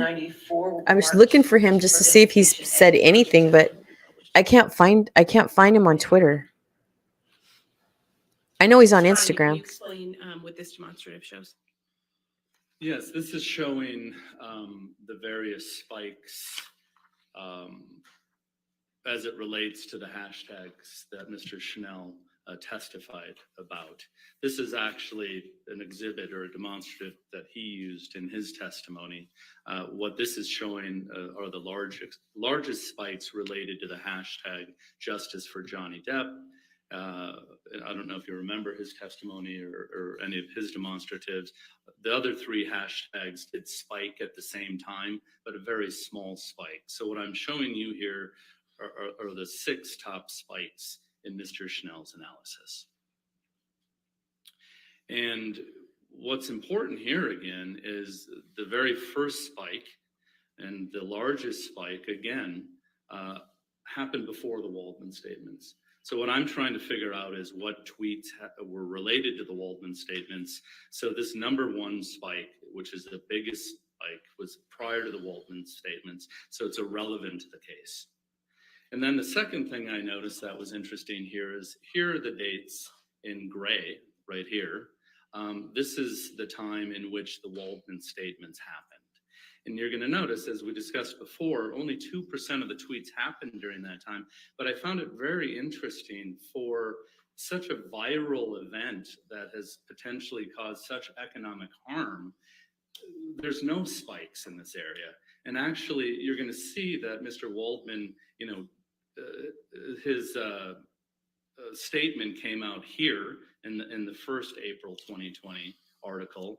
Then the second one came out here, and then the third one came out in June. There's actually a downward use of the spike, downward use of the hashtags.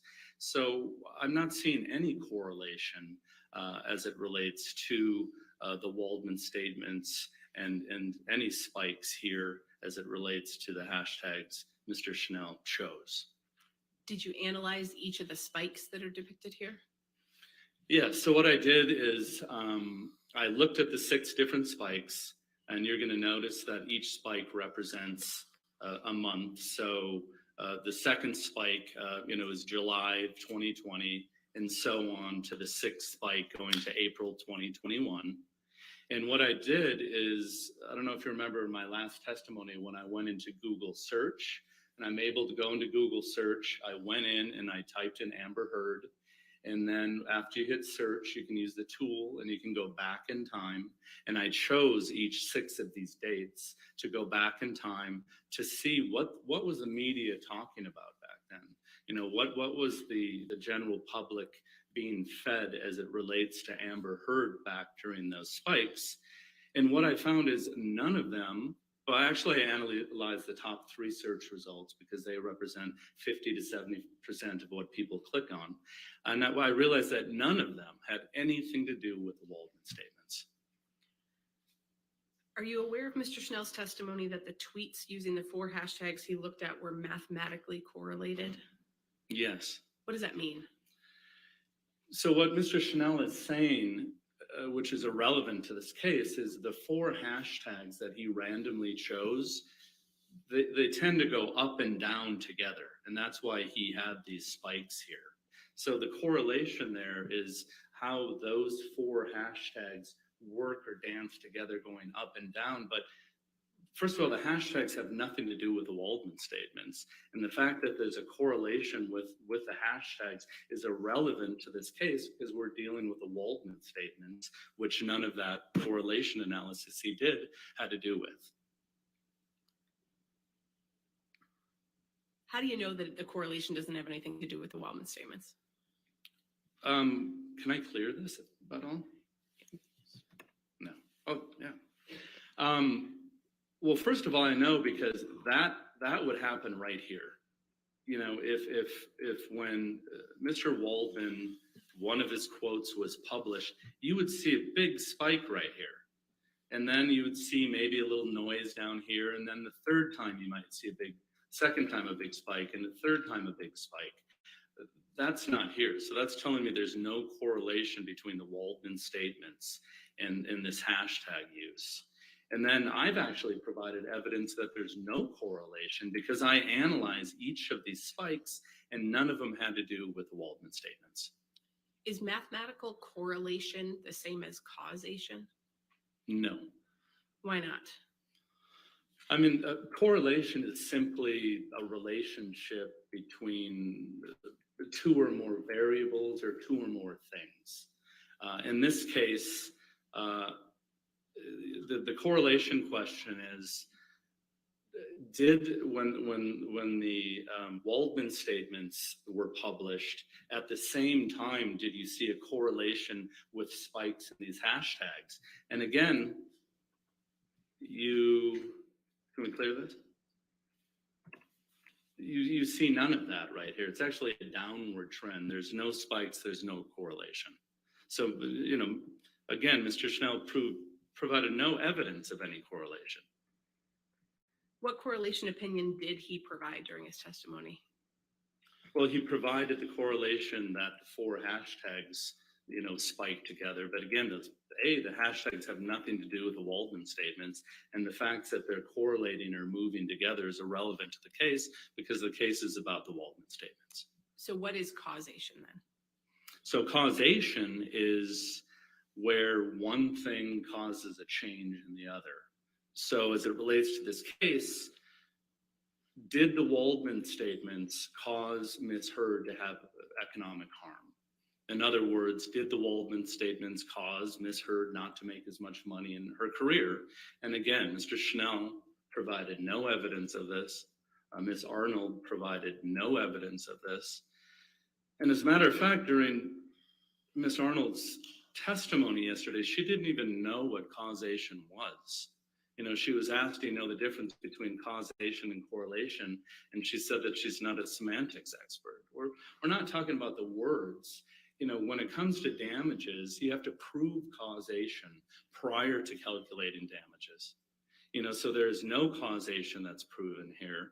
Therefore, a damages analysis is not appropriate. Did you hear Mr. Schnell testify that he agreed with your opinion in this case? Yes. And what's your understanding of the opinion that he agreed with? Well, he agreed that he failed to link the spikes in the hashtags on Twitter to the Waldman statement. Did he try to do that? He tried to do that. But again, his analysis was looking at the word Waldman and looking at the word Waldmanian, and then trying to say that 25% of the tweets included those two terms. But first of all, Waldman isn't the issue here. It's the Waldman statements. And Waldmanian, I don't even know what that is, but it's not relevant to this case. We can, I think, take that one down, please, Tom. Mr. Banya, what other work have you done in connection with forming your opinions about Mr. Schnell's testimony? Again, the assignment was to determine if the Waldman statements were part of the tweet. So I continued to dig in, to the data. I believe the next step is, now that I've excluded, the 35% that was before the Waldman statements because they're irrelevant, I wanted to really analyze from the April 2020 forward to see if any of those tweets, contained the Waldman statements. Did you prepare a demonstrative that reflects that analysis? I didn't know that. I'm going to look it up right now. Karen, may I approach again? All right. Yes, ma'am.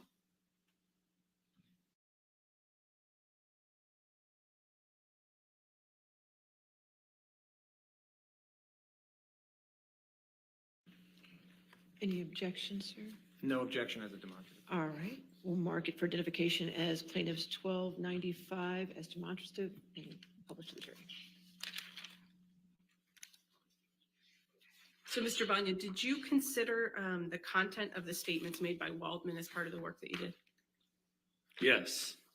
Yeah, so here I reviewed the Waldman statements again. And what I wanted to do is I wanted to determine what, if any, tweets included the Waldman statements.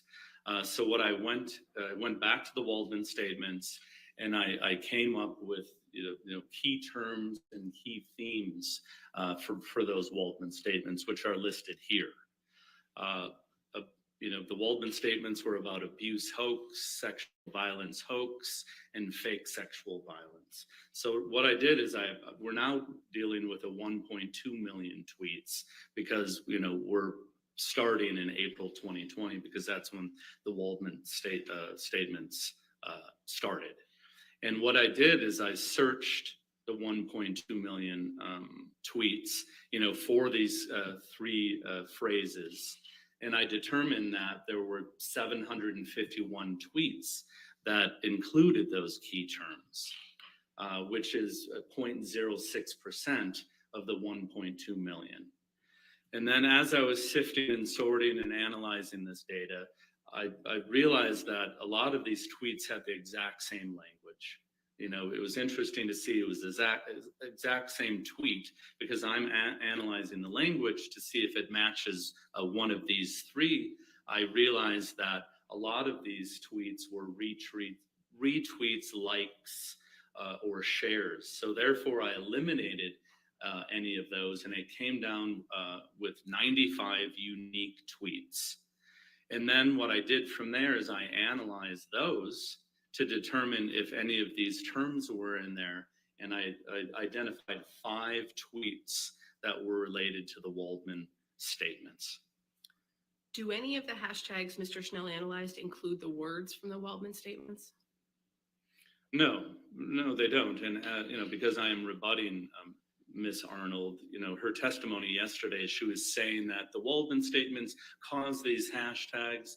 Then throughout her testimony, she walked that back and admitted, No, none of these tweets have anything to do with the Waldman statements. They don't include the Waldman statements. These hashtags are only hashtags that Schnell, in his opinion, felt that they were negative towards Ms. Heard. Based on your expertise, what are your overall opinions about Mr. Schnell's testimony and the Twitter hashtag data? Mr. Schnell provided no evidence that any of the tweets were related to the Waldman statements. Mr. Schnell, there's no correlation there. He also provided no evidence that there's any causation that, the Waldman statements caused any economic harm towards Ms. Heard. Your Honor, I'm about to switch to a different topic. I don't know if you want to break now or push. All right, it's going to be a little while, I assume? A little bit more, yes. Okay. Yeah. Let's go ahead and break for lunch, ladies and gentlemen, okay? Do not discuss the case and do not do any outside research, okay?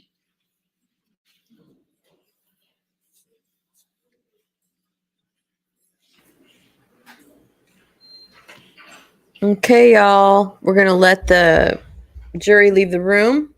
Mr. Depp is looking extra debonair this morning. Very chic, if you will. Looking pretty good. Depp's looking healthy. I've noticed he's gained a little bit of weight, but you get older. Can't be in tip-top shape all the time. Food does count. It does sound good, E. So I'm going to go ahead and put myself on mute for a minute. I got to go take care of something in the living room. So I'm going to go ahead and put my banner on I'll put the, here, let me put the, someone set a timer, y'all. So what time is it right now that they just broke? They broke at like 9:30 or 12:37, I guess. Or just remember that, 12:37. Yeah, no shit. Yeah, he looks great. I know some of the cameras have filters on when they show these celebrities, so I understand that, but I think he looks really healthy. It's you get older, man. The man's going to be 59 in June. I think he looks fantastic. I mean, for the doctor up on the podium yesterday to say I'm 59 also, I was like, dude, you don't even fucking compare. What are you talking about? I mean, I know that's mean, but still, I mean, the guy with the weird facial jaw thing going on all over Twitter, just looks so stupid. Johnny Depp, though, man, one handsome man. There's no doubt about that. Who is my favorite? I'm very into the Hollywood thing. Like, I look up a lot of people, That's just how my dad was. My dad was like, my brother was an actor, but like, I guess I could show you guys my brother. Let me show you guys my brother real quick. I miss him so much. He was on IMDb at the time, but I'll show you all my brother. He did some stuff. I mean, he was kind of an up and coming actor. He was a little bit older, but he did some spots. He did some TV shows, and he did his first, I think, major motion picture that he was in was Lethal Weapon 4. He was so excited, when he got that role. He played it was a small part. He was just a detective in it, but he was very proud of that. And he had been working throughout the years, and was very close to the Hanks family.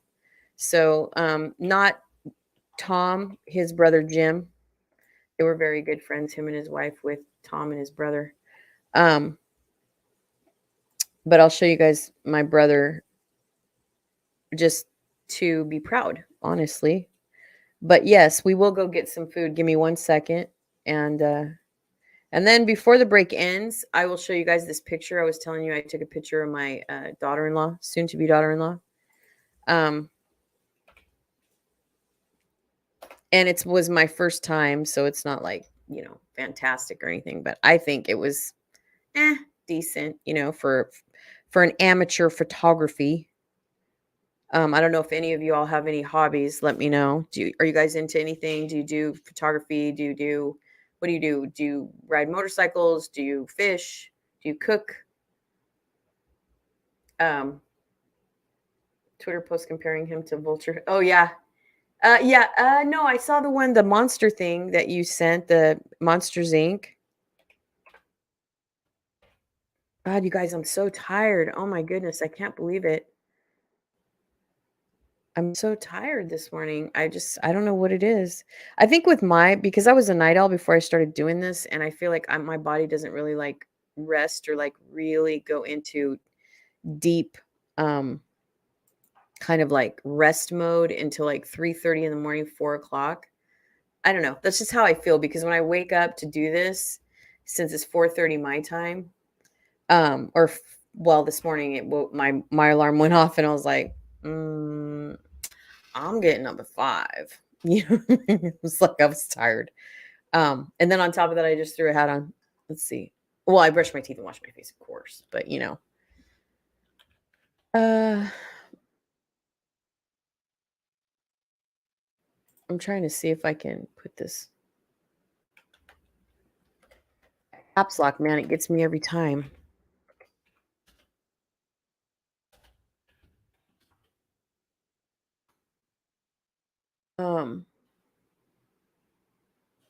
There's so much motion on IMDb.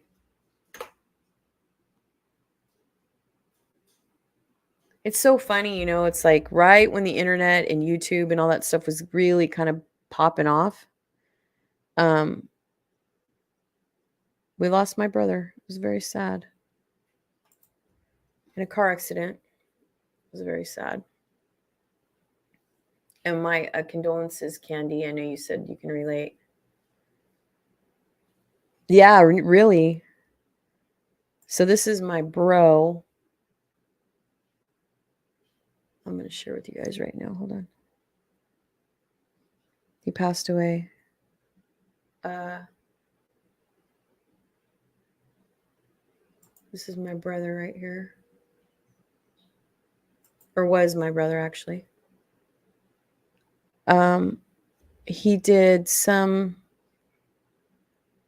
He was 48 at the time.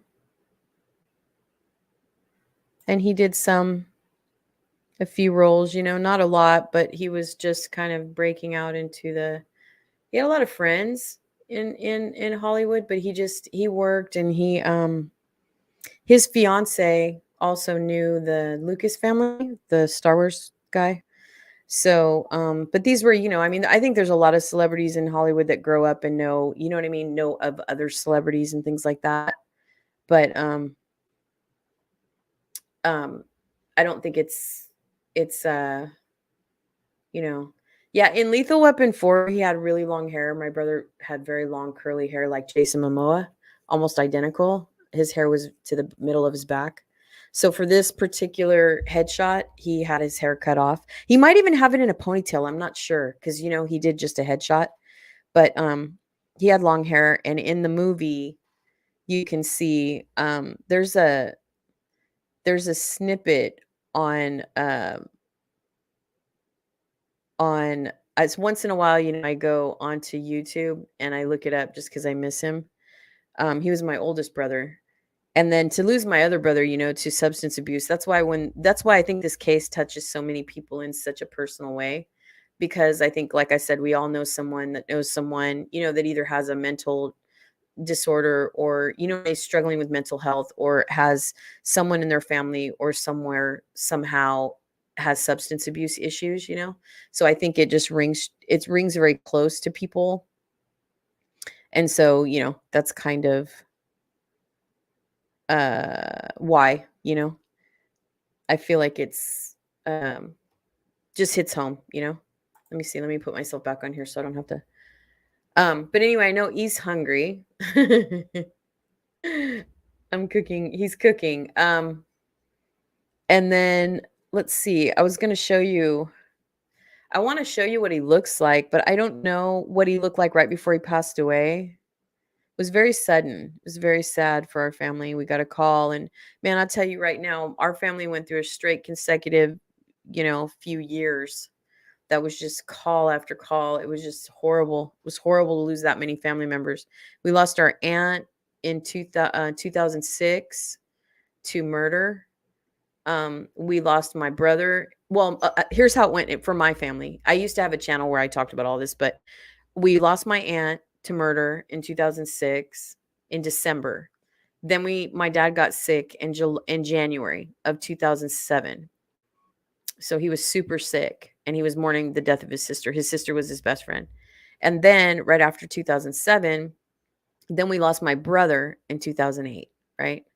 And then at the time, I got really, really sick as well in 2008. So I learned the news of my brother while I was sick. And then my dad had a stroke in 2009. And that's when we found out that he had dementia. It was cardiovascular dementia. And then that's kind of how I fell into, becoming a caregiver. And I worked in healthcare prior to taking care of my dad. My mom also has a career and retired in healthcare. And so that was kind of, it became my life, because my family was downsizing. My sister lived in Texas, Crosby, by the way, Candy. My sister lived in Texas. And then, so my dad got sick and then I started taking care of him and then I started doing YouTube just to kind of, keep my mind busy. And then, in 2011, my dad had a stroke and a heart attack at the same time. So he had triple bypass surgery. So that was not fun. And then, it kind of progressed from there in terms of his care and how demanding his care was, And so, yeah, that was my life for a very long time until he, eventually the dementia got so terrible that, I ended up having to surrender him into a home. So, oh yeah. It's funny that you say that because my sister suffers from bipolar. I think it's okay for me to say that she's had it for a very long time. My sister's older than me. But yeah, there's certain medications. That's why when my dad got sick, I had already had like experience with myself and therapy and medications and stuff like that. I mean, it never really was pressed for me to take medications, but um I knew, of some medications and I knew people that were suffering from mental health issues that were taking medications. And I was like, um, that particular medication you're talking about, it's not to me, it's a medication that actually really puts weight on people anyway. But when my dad was sick, I had already like had a lot of, I had, researched a lot on medication that's okay. Um, anyway, I was researching the medication, to see like what it does and all that stuff. And that's when I learned of SSRIs, and the elderly and the black box that they have, on certain medications, especially SSRIs. And it's a very, it's very, people just don't, I think healthcare is so complicated and it's hard to understand. So people don't understand, that when you're a patient, you're your biggest advocate. So if you don't ask the questions and fight for what's they recommend that you do, then you know what I mean? Like people just don't do that. They go to the doctor and they say, "Well, I shouldn't have to worry about that. You're there to tell me what to do." But that's not really the case. I mean, you are the patient. It is happening to you, whether it's mentally or physically, and you have to ask the questions to your doctor. Is this necessary? Why are we doing it? If you're giving me this medication, what is it supposed to do? What should I look out for? When you have questions on your medication, you should be calling your pharmacy, not your doctor, because you want to know if these medications they're giving you, what do they do? How can they how is my body going to possibly respond? Are they safe to take together? What's going to happen if I accidentally take two, you know what I mean? Or whatever. So that's, I worked as an advocate, and I worked in healthcare insurance for a very long time. So it's like, I kind of was telling people, when you have a surgery, make sure you go onto the American Medical Association and look up your surgeon. If you go to a doctor, go look up your doctor, see if they have any disciplinary actions. Know that you're in good hands. It is your job to do that, not theirs. So that's why I'm very like pro advocacy when it comes to mental health, medical, healthcare, all that stuff. And then of course, Alzheimer's and dementia. I have a lot of knowledge on, just because I was a caregiver for 12 years. And so dementia, my dad had diabetes as well. He had a heart condition, and he had liver problems as well. So not due to any, I mean, it was basically just, the diabetes had attacked my dad's body, of course. So I took the time to kind of research all that stuff. So yeah. Yeah. Yeah, no, I think like I said, I'm not saying if it's recommended that you take medication, obviously they're telling you need to take medication for a reason, but it's up to you when you take that because my sister, here's a perfect example, is my sister told me a story, and I won't disclose the story because it's her story to tell.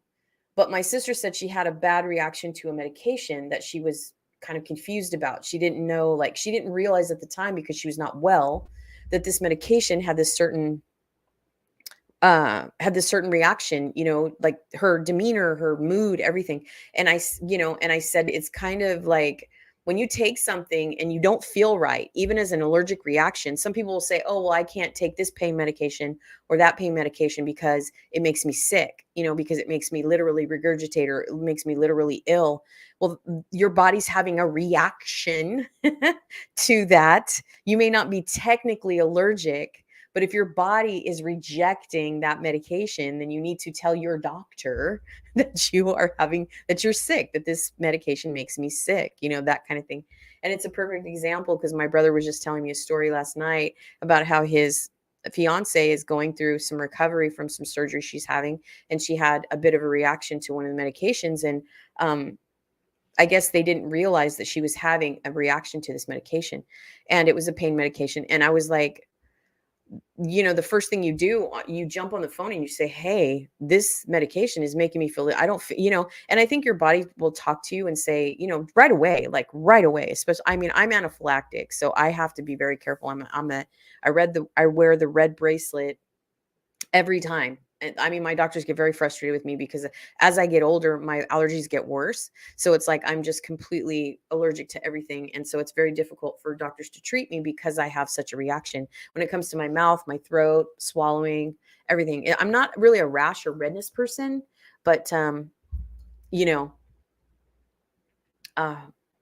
yeah, I agree. No, I agree totally. But that's, I mean, being a healthcare family, I have taught my children at a young age, communicating with my children, that because they saw me take care of my dad, and I don't think that that his doctors or care providers or home nurses or anyone ever thought I was difficult. They just knew I asked a lot of questions. And so my children grew up around me asking a lot of questions. And so I kind of ingrained in them, you ask questions. You don't go to the doctor to have them tell you. Like, obviously they're the doctor, they know more than you, but at the same time, you can question their opinion. You can question why they're doing what they're doing.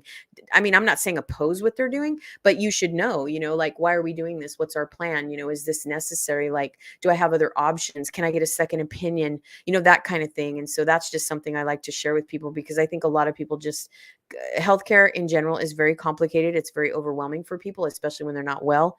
And, also when your doctor gives you something, most people just trust that opinion and just take it and don't really say much, And if you have, like, I tell my mom the same thing, I say, if you have any reaction at all, if you have a pain, if you have an ache, if your body's talking to you in any form, in any way, you feel lightheaded, you feel dizzy, anything, when you take a medication, you should always reach out to your doctor and say, hey, I'm feeling a little squabbly, or I'm feeling a little off balance, or a little, clumsy right now. Is that okay? Or also, in addition to that, you should also reach out to your pharmacy as well and tell them, I'm feeling this way. Is that, and I mean, if it's beyond their scope, of course, they're going to tell you to call your doctor, but I'm just saying, just in general, I'm just letting you know.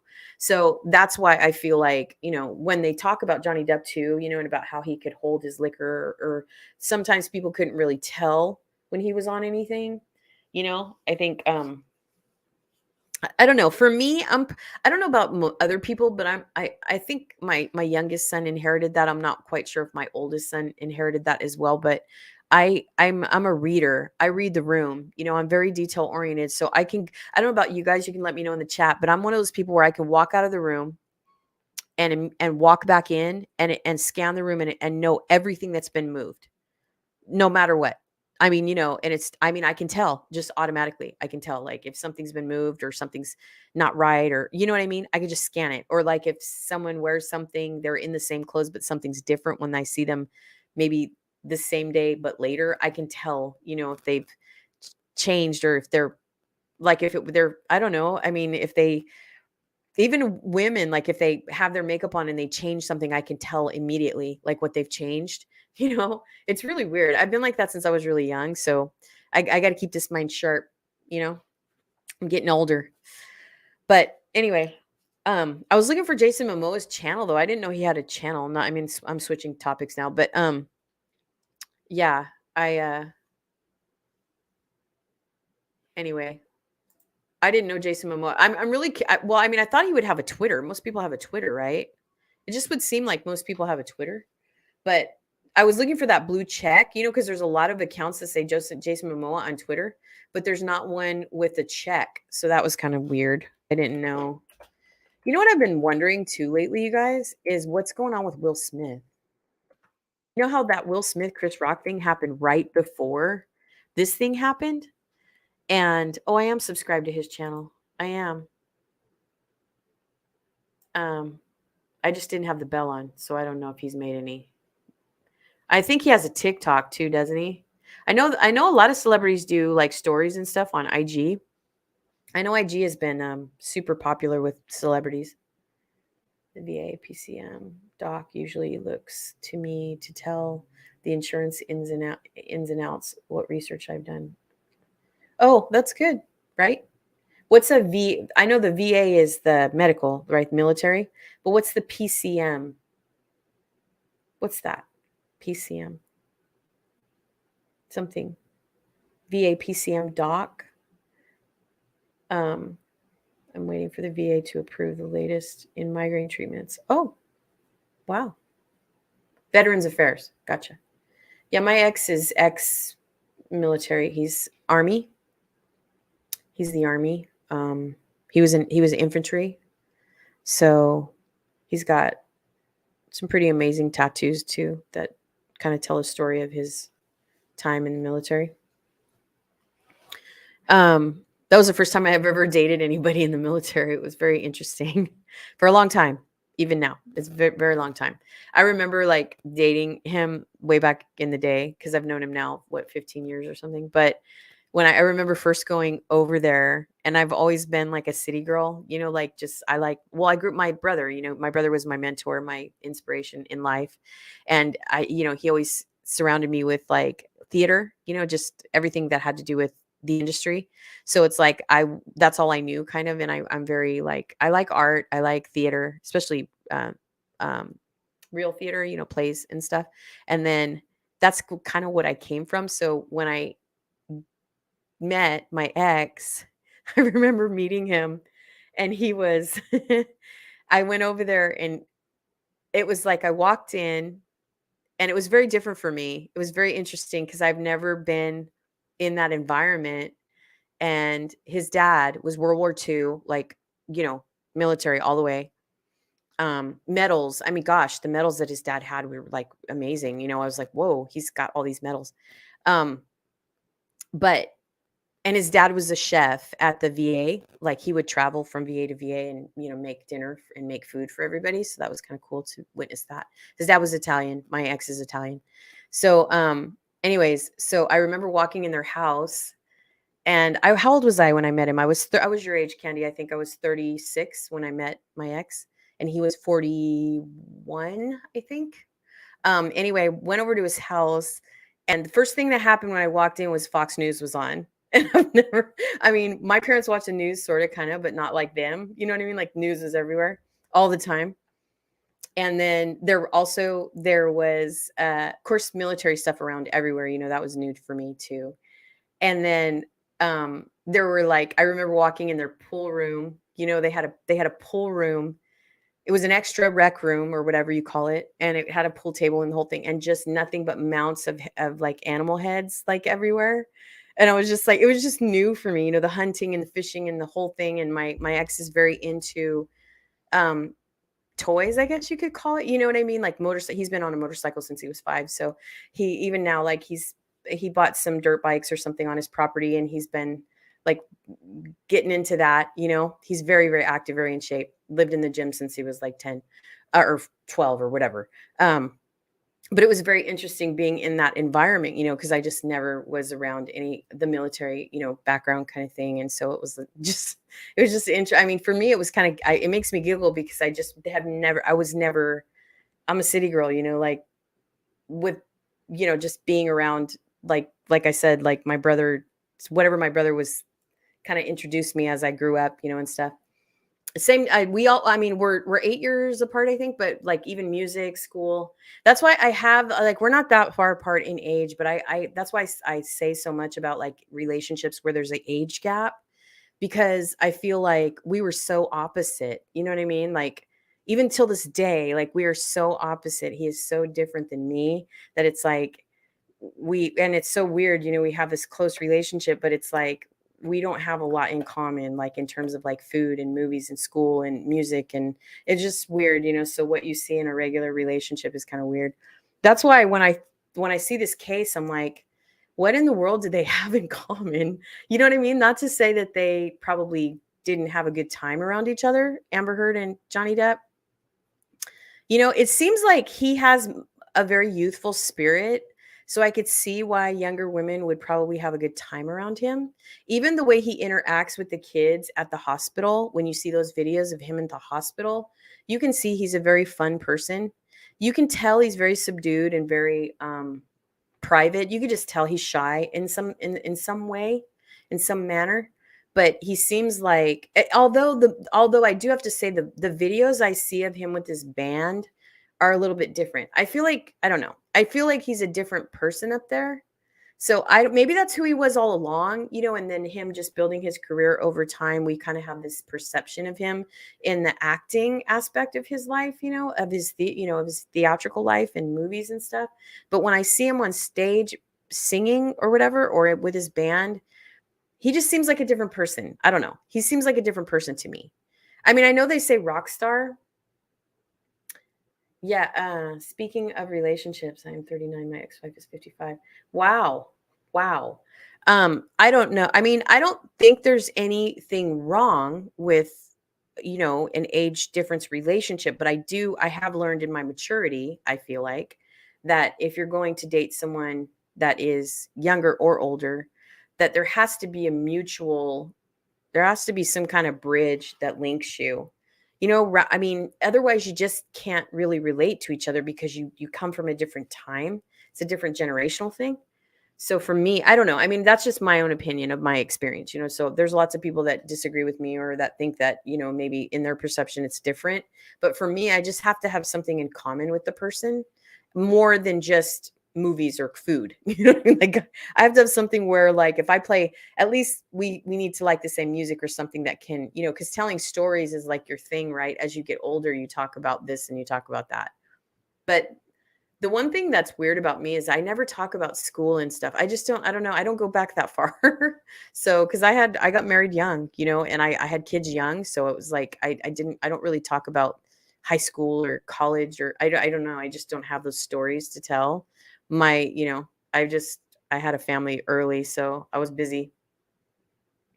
Age is not the issue. It's all about soul and your connection, I guess. I mean, I don't know. I don't know how I feel about that yet. I don't know. Maybe it's just because I haven't experienced, I don't know, some kind of intuitive connection or something. I don't know.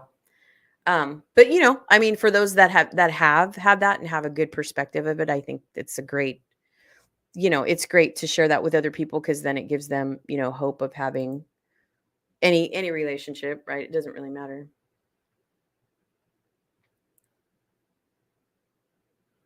Yeah, when it comes to Will Smith and Jada girl, that is a whole, like, I mean, if this wouldn't happen, maybe we would have got into that, but that whole red table talk and the way everybody was talking about that, her entanglement in the whole thing and her cheating consistently on him and them having an open marriage. Wait, I have to cough. Hold on. I got an itch in my throat.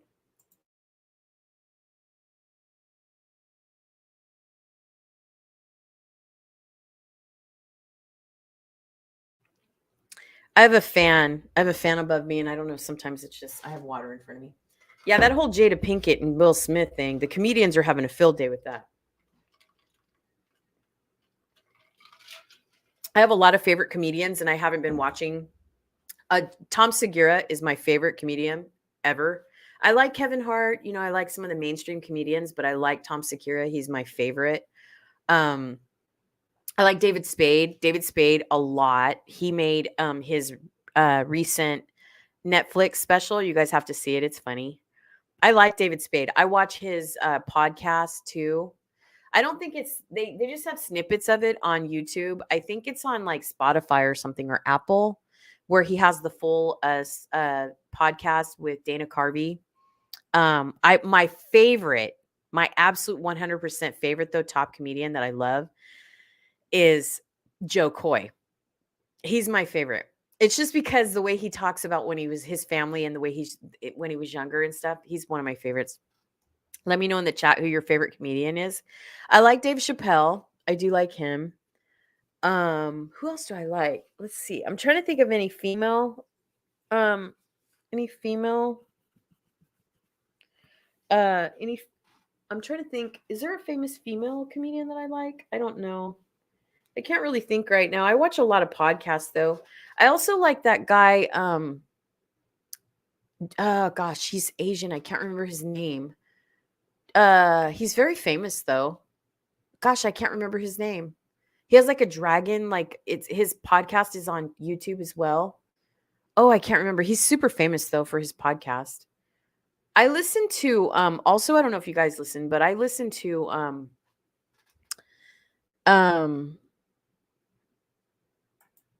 Joe Rogan.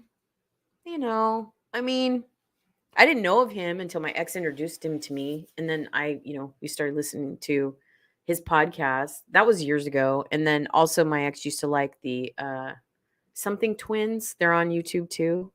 I can't remember their name. They're super famous. They're like fitness. I think he said they've changed their genre though. They were fitness and then now they're something else. The something twins. I can't remember. Yeah, there will that whole thing. I didn't even know. I remember we did our first photo shoot that day. Or no, I think it was the day before that happened. And no, maybe it was that day. We got up early, we went to this site where we had, this location for us to do pictures.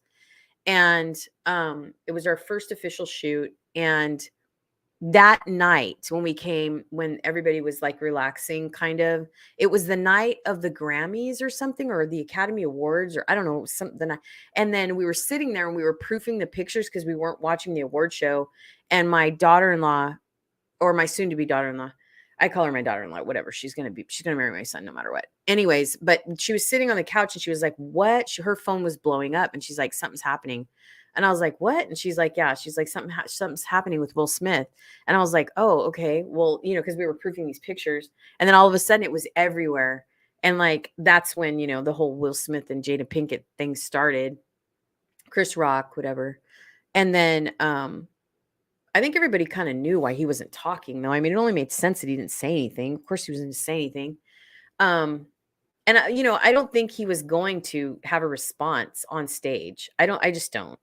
But I mean, it's a whole controversial topic, I think, for a lot of people about the reaction, the whole incident, his response. Why did he do it? Then sit on his chair and yell. And I mean, I was against that completely, but I don't really want to get into that because I think a lot of people have a different opinion, but I was not digging that at all.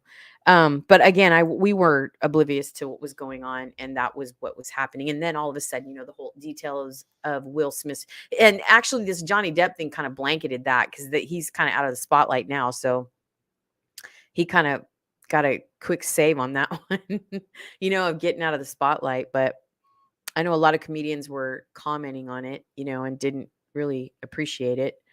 And it'll be very interesting what happens with Smith's career moving forward. Because, in this day and age, you can get canceled very easily.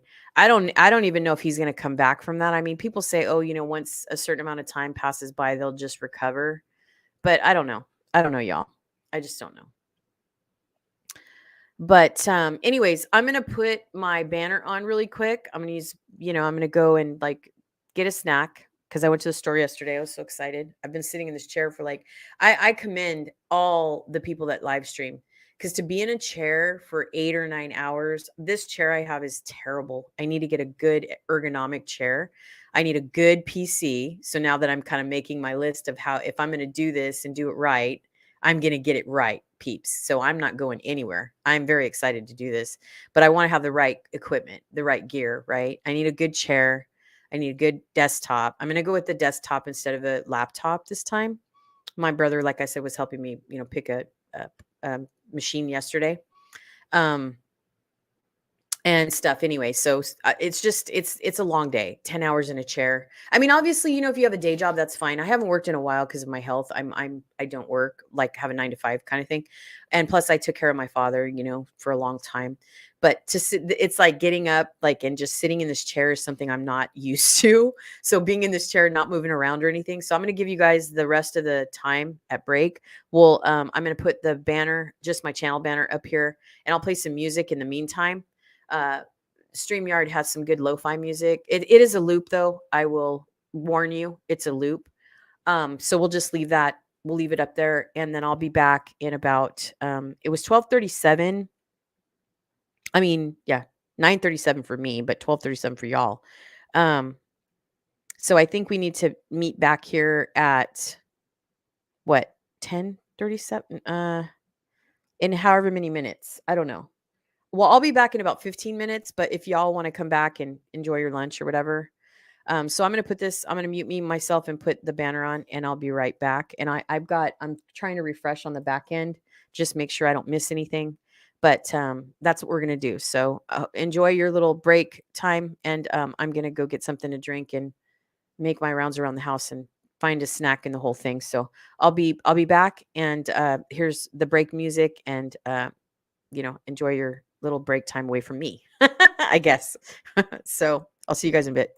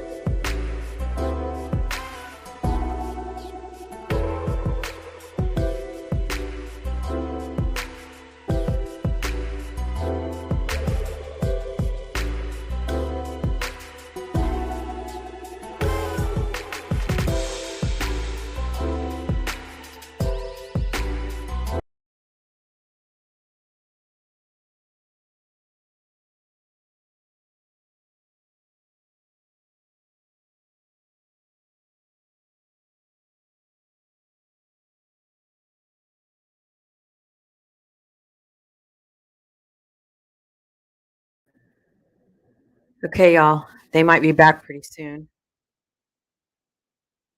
I was trying to make my protein shake. If I didn't already say that, I don't know. But I'm not in the stream. I don't know if you guys can hear me. All right, let me put my banner back on here.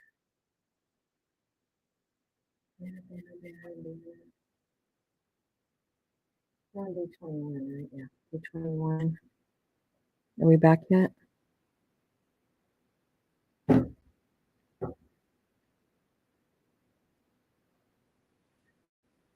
Almost, I think, maybe.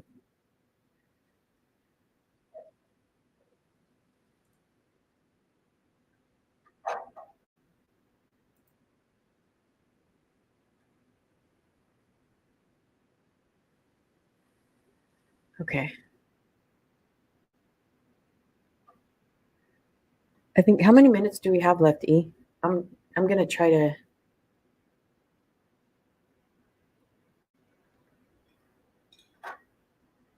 Can you guys hear me okay?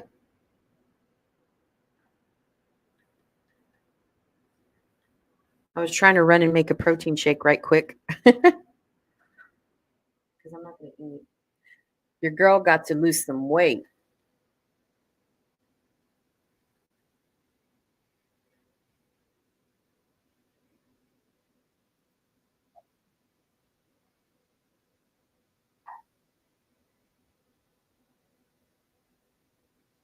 Oh, cool. Okay.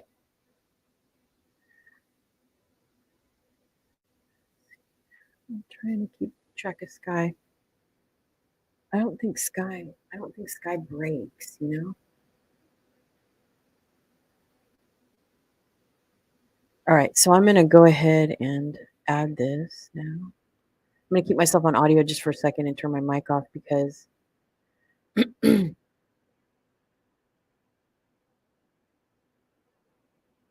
I gotta leave it like that for a second because I'm gonna have to refresh it. The live stream doesn't refresh on its own. Morning, Marilyn. How are you? Glad to have you back. Thank you for coming. Like my dad used to say, thank you for coming. I miss my dad so much. He changed so much with dementia. It was sad.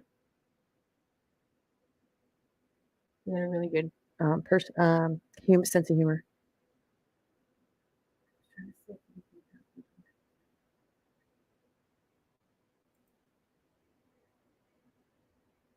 I was hoping Ant was going to jump in with me today, but I'm not sure. I got to text him.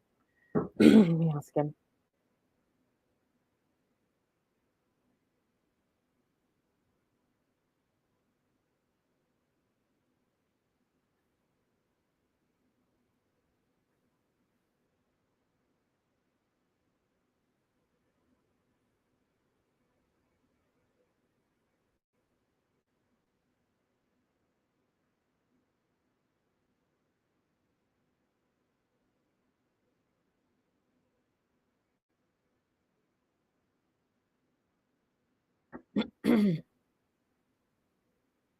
I'm good. I'm good. Just tired.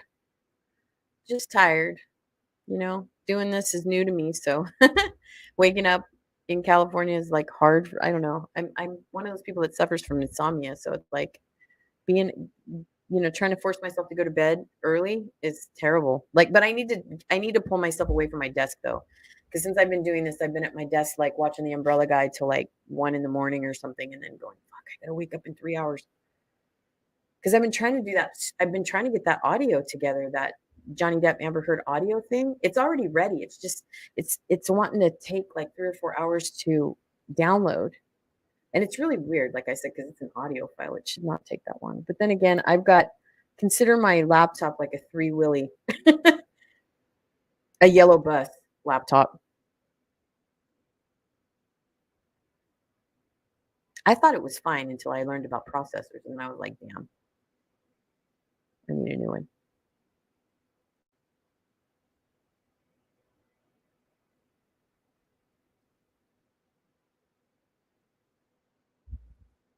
All right, y'all. I'm gonna go grab my shake. I was blending it, and then I was like, crap, I gotta go turn that music off. It's gonna annoy them. Okay, let me see. They have all kinds though. If you guys don't like lo-fi, I can find something else.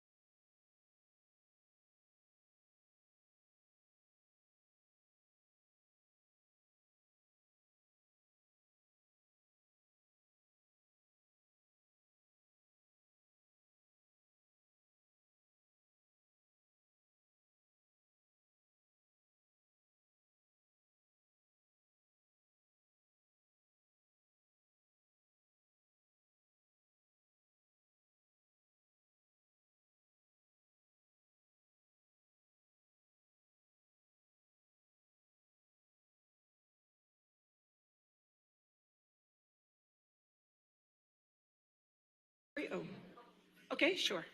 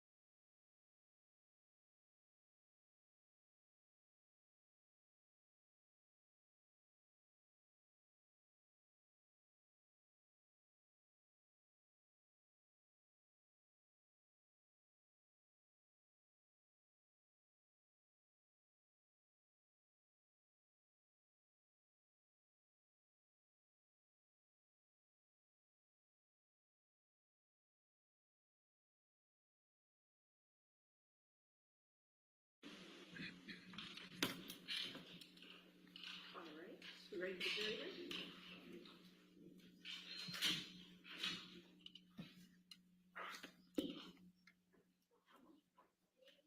Okay. Wait, which of the jury?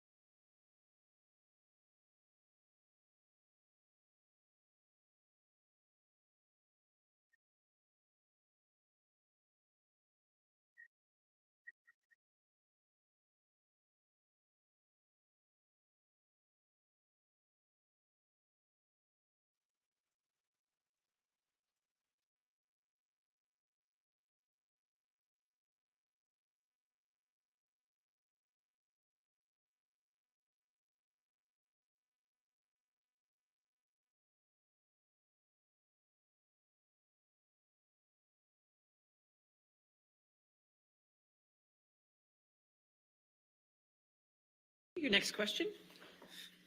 Mr. Anya, for lunch. You also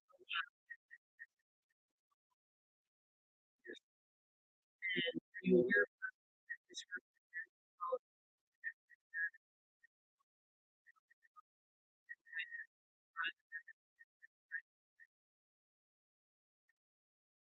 What's your understanding of this group?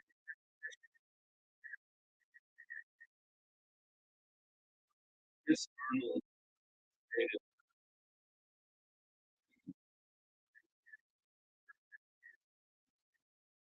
prior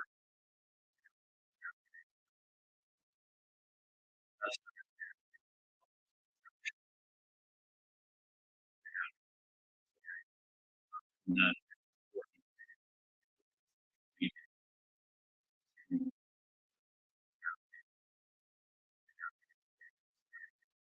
movie endorsement.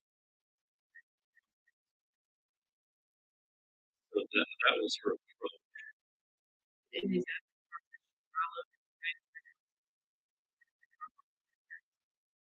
No, although she stated that she not really pleased. Did you conduct an analysis?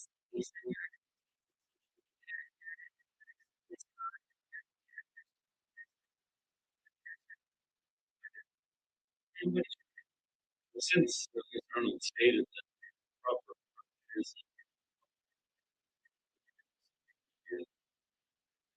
not to her words. Yes, I did go through best understanding her and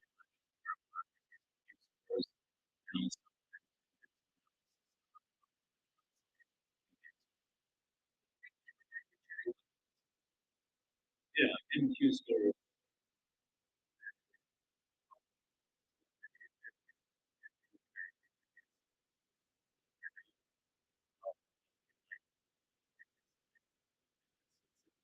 Industry standard used not just focused on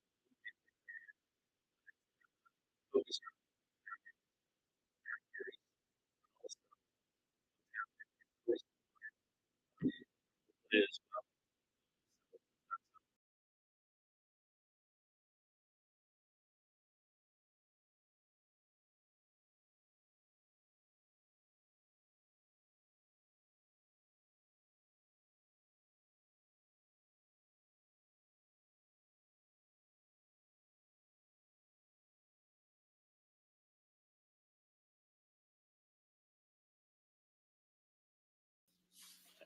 No objection to the demonstrative.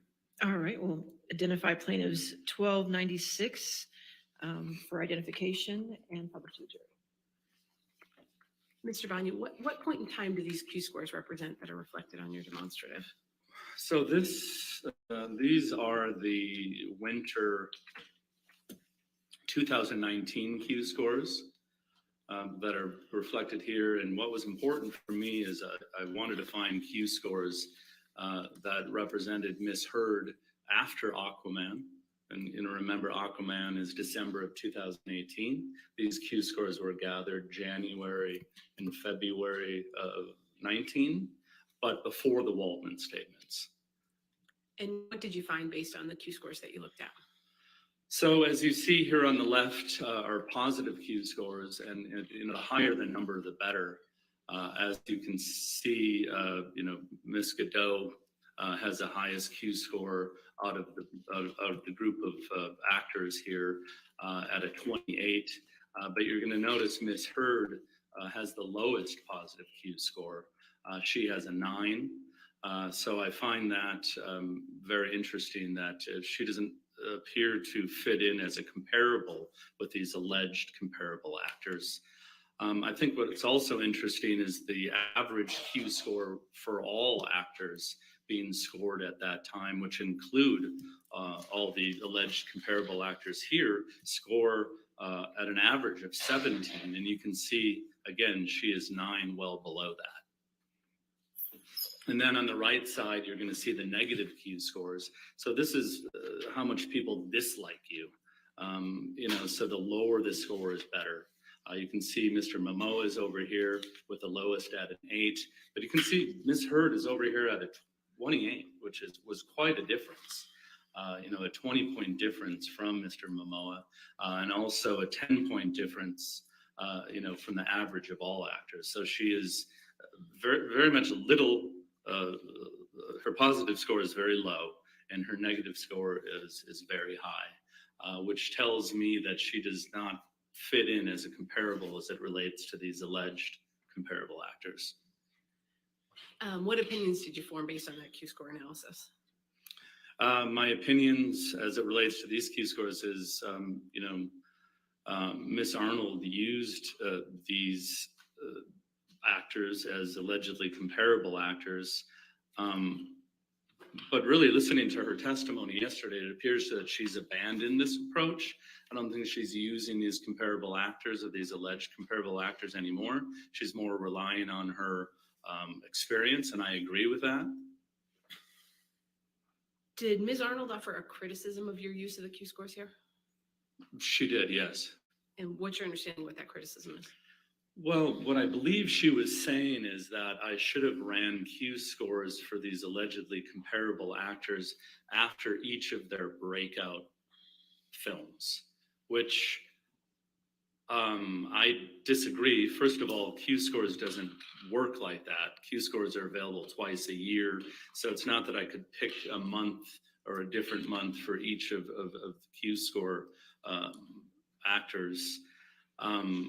So I feel that, you know, what was important for me, and this doesn't always happen when I'm using Q scores, you can get this perfect moment in time. As Miss Hurd said, I'm sorry, but as Miss Arnold said, that, you know, Aquaman was Miss Hurd's breakout moment. You know, so these scores reflect that breakout moment, and they're terrible Q scores. How would your analysis change if you had used Ms. Arnold's logic with respect to the timing of the Q scores that you looked at?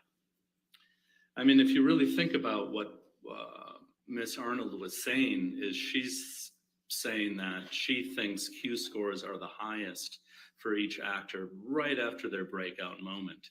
So I would think, if anything, these Q scores could have been a bit lower, because it's not right after their breakout moment. But what's important for me is the fact that these scores reflect, you know, who Amber Heard was at the time before the Waldman statements, but after the Aquaman release. We can take that one down, Tom. Thank you.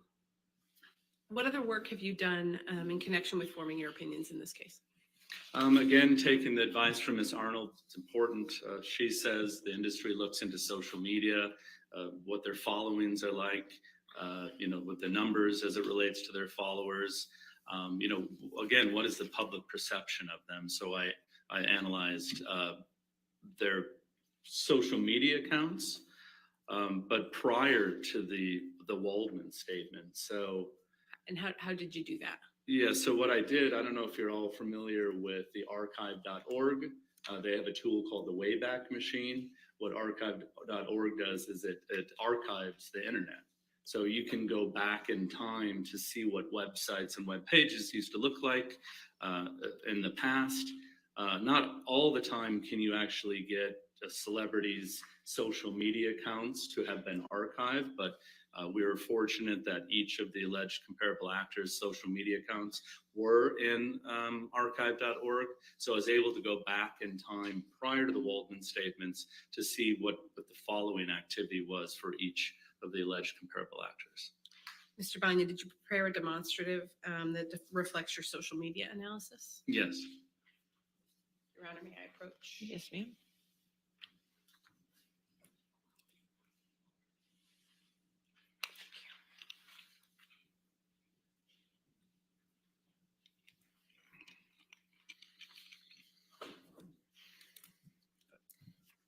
No objection to the demonstration. All right, we'll mark it for identification purposes, plaintiffs 1297 and publish. Mr. Banya, could you tell the jury what you found when you looked at the social media? Yeah, so what I found, again, this is prior to the Waldman statements. You know, first thing you're going to notice here is not all actors use social media. You're going to see Mr. Pine doesn't have Facebook, Twitter, or Instagram, and Momoa and Darmus don't use Facebook or Twitter. But what's important to look at is you have Ms. Heard prior to the Waldman statements with 3.8 Instagram followers and 142,500 Twitter followers. And then you move down to Gal Gadot with 37 million Instagram followers compared to her 3.8 million. And, you know, 2.3 million Twitter followers compared to Ms. Heard's 142,000. And you can then even go down to Zendaya with 65.9 million. and 17.2 million Twitter followers. What this is telling me is really, more people are interested in Miss Godot and Zendaya and even Mr. Momoa than Miss Heard on social media. It just tells me a lot. People are interested in these actors as opposed to Miss Heard, more of a following. Q scores, well liked, less disliked. So it kind of fits into the analysis of determining whether or not these alleged comparable actors are actually comparable. Based on your expertise, what are your overall opinions about Ms. Arnold's analysis of the so-called comparable actors? Yes, again, it appears that she's abandoned this approach, and I agree with that. I feel that, through the Q-score analysis and the social media analysis, that they're just not comparable. Tom, we can take that one down. Mr. Banya, based on all the analysis you did in this case, what are your overall opinions? Yes, my overall opinions are that Mr. Schnell failed to prove any causal connection with the Waldman statements and the search or the hashtag activity, those spikes as it relates to Twitter. There's no causal connection there. My second opinion is, based on my social media and Q-score analysis, Miss Arnold's alleged comparable actors are not comparable. And then third, Miss Arnold and Mr. Schnell both failed to prove any causation as it relates to the Waldman statements causing economic harm to Miss Heard. So, as a damages expert, which Miss Arnold is, you need to take into consideration causation before you can calculate damages. You look at damages and you look at this allegedly damaging event, and not only do you have to prove that 100% of the damages because of these Waldman statements, she didn't even consider COVID. It happened at the same time. A lot of actors probably made a lot less money because of COVID. Maybe films didn't get made. And, when you do an analysis of damages, you prove causation, but you also have to look at everything else that might have caused this alleged economic harm. And she didn't look into any of that. She didn't even know what causation was. So I don't think damages is an appropriate approach in this case. No further questions, Your Honor. All right, cross-examination.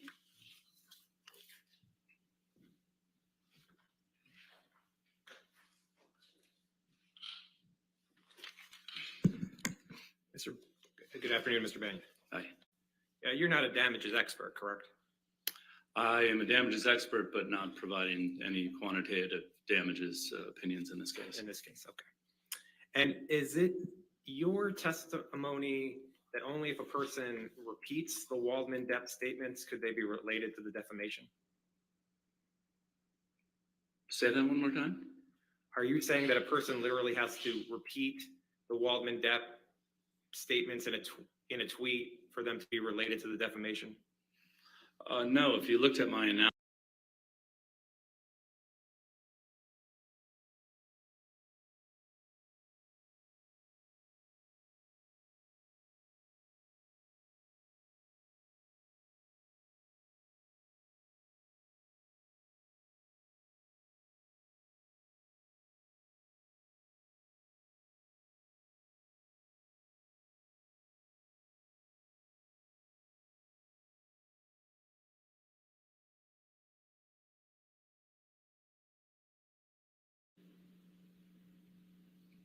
say that one more time. Are you saying that a person literally has to repeat the Waldman-DEPP statements in a tweet for them to be related to the defamation? No, if you looked at my analysis, I did pick the 3 themes as it relates to the tweets, and I analyzed those themes, and I came up with 5 examples of when those themes were used. And you ran searches for, quote, abuse hoax, sexual violence hoax, and fake sexual violence, and you ran all those in quotes, correct? I did. So only if a person used a tweet with those words in that order and with that spacing would they hit on your searches, correct? Objection, compound. Overruled. Yeah, so I used them in quotes because, hoax could be used in many other contexts. So I wanted to make sure I was fitting my search with the theme of the Waldman statements. So if someone tweeted Miss Heard faked sexual violence, that wouldn't appear in your searches, correct? Faked with an ED. It would not. Okay. And if they use 2 spaces between abuse and hoax, that wouldn't fit in your search. That's correct. Okay. Did you? And a tweet can only be 280 characters, correct? That's correct. All right. So certain of the Waldman-DEPP statements, a person could not tweet the whole thing in one tweet, correct? The whole statement in one tweet. The Waldman statements? Correct. No, you could not. Baby Rottenborn, don't make yourself look like a clown, like an ass clown. Please do not do that. Campaign against Mr. Depp after Miss Heard's op-ed? I didn't look into any online bullying campaign for Ms. Heard nor Mr. Depp. Did you determine if there were tweets harassing Mr. Depp that quoted from Miss Heard's op-ed? No, my assignment was to determine if the Waldman statements were part of the tweets that Mr. Schnell. My stream is a bit behind too, you guys, because it buffered. When you testified before, you never looked to see if the op-ed was quoted anywhere, correct? Objection, Your Honor. May we approach?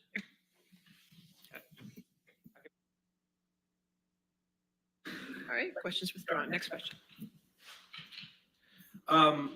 Now, you have no objection to Ms. Arnold's use of comparables, correct? Just the use of comparables in general. I listened to her testimony and my understanding that she abandoned that approach. But as it relates to my testimony today, my opinion was related to those specific alleged comparable actors, that they were not comparable. You're not offering an opinion as to who the appropriate comparables should be to Ms. Heard, correct? Correct. Okay. And you testified just before about the Q scores of Ms. Heard and the comparables. That was plaintiff's exhibit 1296, correct? I don't know what 1296 means. Okay. The demonstrative in front of you. Mine? Yes, that's correct. And you said that those were all for the winter of 2019? I said Ms. Heard's were from the winter of 2019. Because isn't it true that none of the rest of these people were from the winter of 2019, correct? That's correct. In fact, Mr. Momoa's was from the summer of 2020? That's correct. Not all alleged comparable actors had Q scores for that date. What was important for me is to get Ms. Heard's Q scores right after Aquaman, but before the Waldman statements. So you weren't comparing apples to apples, correct? What the fuck are you talking about, Baby Rottenborn? It's not the exact same years. Well, so in the winter of 2019, that Q score comes out at the field work dates for that. God, I can't stand Baby Rottenborn. 2019 to February 7th, 2019, correct? That is correct. So that would be so the field work would be starting almost immediately after Aquaman just came out, correct? Yeah, and her Star is Born moment, yes. You'd agree that for the winter of 2020, where you took Jason Momoa's Q score, would have more time to account for the rise in popularity of the film Aquaman, correct? Well, actually, if I use Ms. Arnold's suggestion, the celebrities tend to have, the celebrity moment right after they have their breakout film.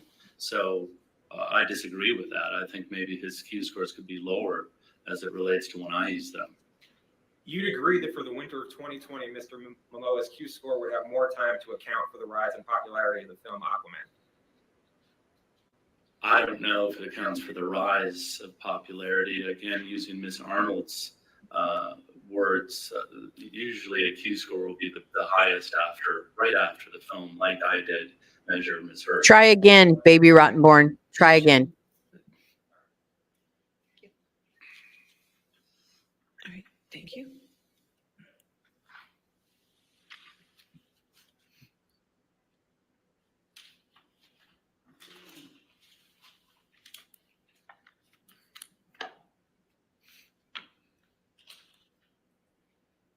If you look on page 177 of your deposition transcript, you see that?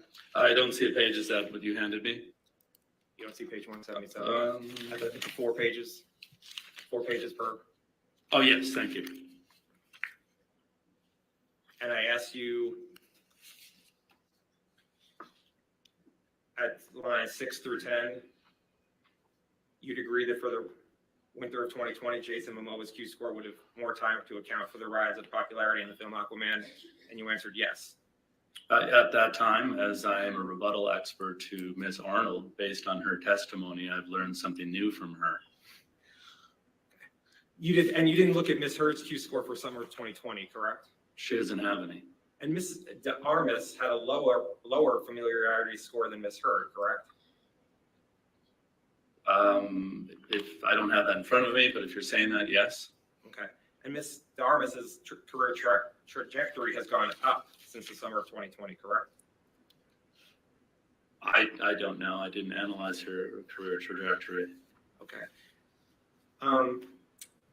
Could you put up plaintiff's trial exhibit 1297?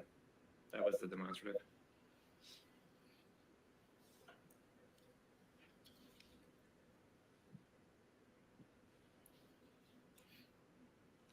Mr. Armis has less Instagram followers than Ms. Heard, correct? Correct.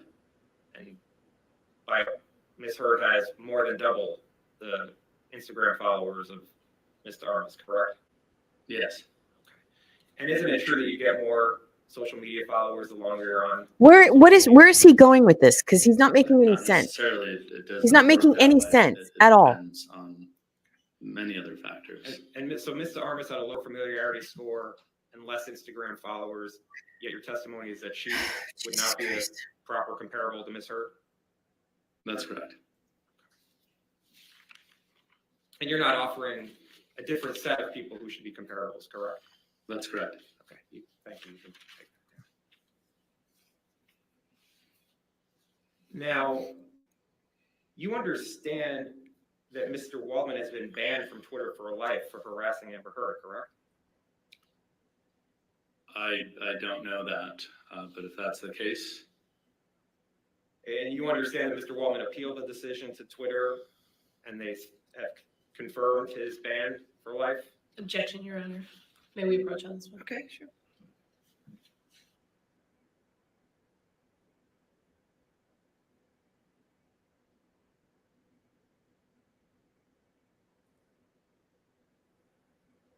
He's irritating me. He's making no fucking sense, man. Or at least to me, he's not making any fucking sense. I can't stand Baby Rottenborn anyway. You agree that in looking at Mr. Schnell's data, 65% of the uses of negative hashtags relating to Ms. Heard occurred between April 1st, 2020 and June 15th, 2021, correct? Correct. And you would agree that 5 of the 6 highest spikes of the negative hashtags were after the DEPP Waldman statements, correct? Correct. Okay. And where you talked about the February 2020 spike, and the 65%, by the way, even includes the February 2020 spike of tweets, correct? That's correct. Well, there was no spike in 2020 during the Waldman statements. Well, the spike in February 2020 was before the Waldman statements, right? I would have you. Can we pull up the chart again if you want to talk about the spikes? Sure. Can you put up 1294? Number one. Number one. Yeah, that spike happened before the Waldman statements. Okay. And there was hardly any activity in negative hashtags until February 2020, correct? That's correct.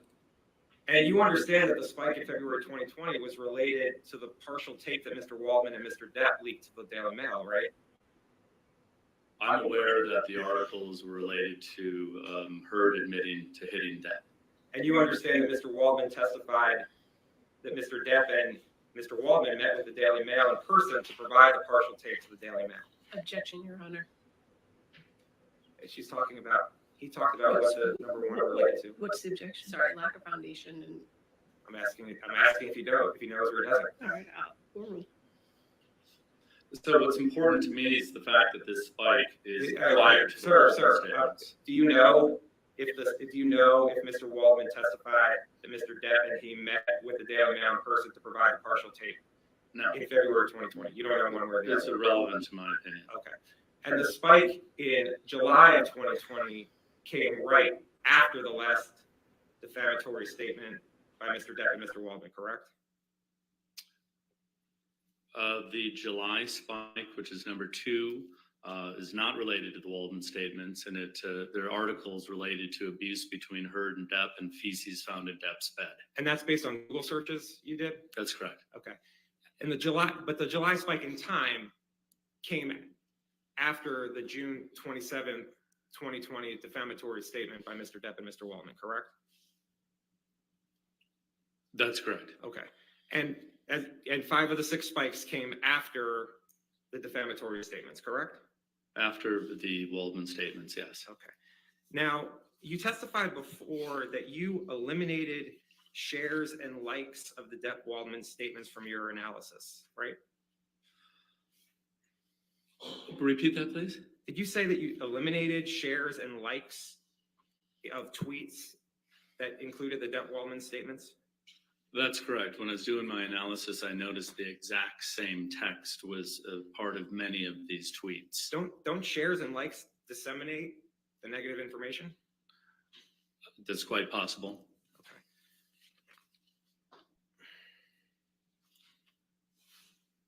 And you agree, right, that use of the term Waldman or Waldminian occurred over 25% of the time in the negative tweets toward Ms. Heard from April 2020 through January 2021, correct? Although it's irrelevant to this case, it has nothing to do with the Waldman statements. That's what Mr. Schnell says. You don't disagree with the search results, correct? Yeah, although has nothing to do with this case or the Waldman statements, I do not disagree. So if people are tweeting about Adam Waldman or Waldminian at the same time as tweeting negative hashtags about Amber Heard, it's your testimony that they have nothing to do with this case? The hashtags have nothing to do with this case. That's what you're saying? Okay. Yeah. Okay. And even if they include the negative hashtags with Mr. Waldman's name and Waldminian, you're saying they have nothing to do with the defamatory statements? All 4 hashtags that Snell used had nothing to do with the Waldman statements. Waldman himself has nothing to do with the Waldman statements. We're talking about the Waldman statements here.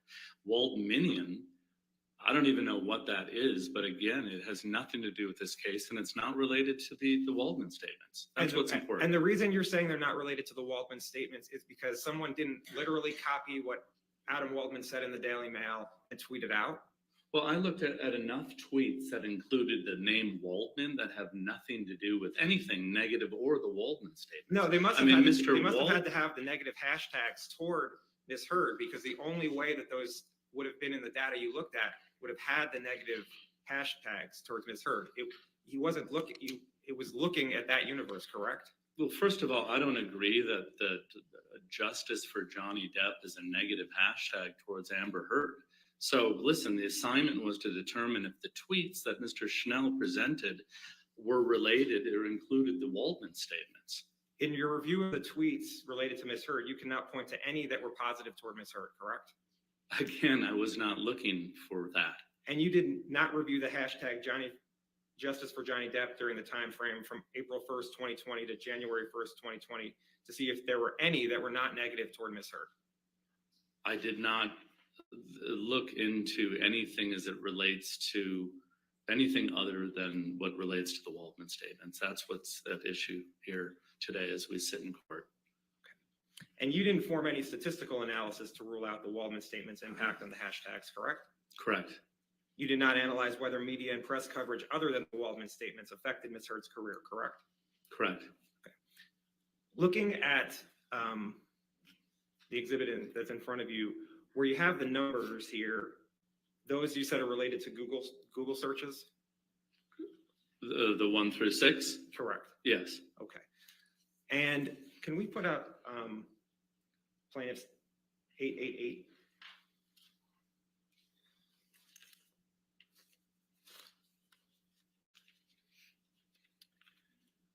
And we could just start at 1. Do you understand that you're,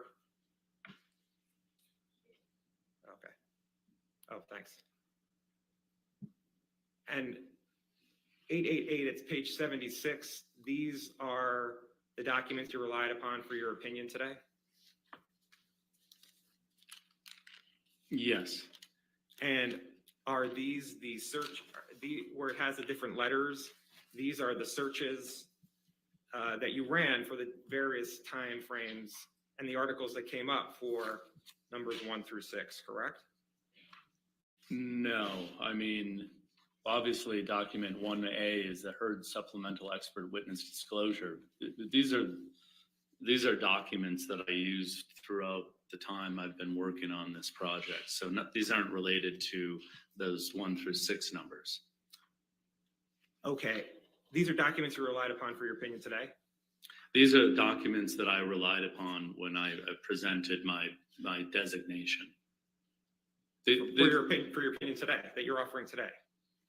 Yeah, these are the documents that, yes, I've relied on throughout this case. Okay. And actually, Michelle, could you turn in this designation to,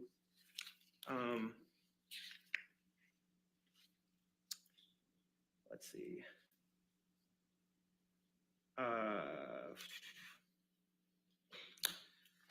Hold on one second. Go, can you just scroll down? Yeah, keep scrolling. Just keep going.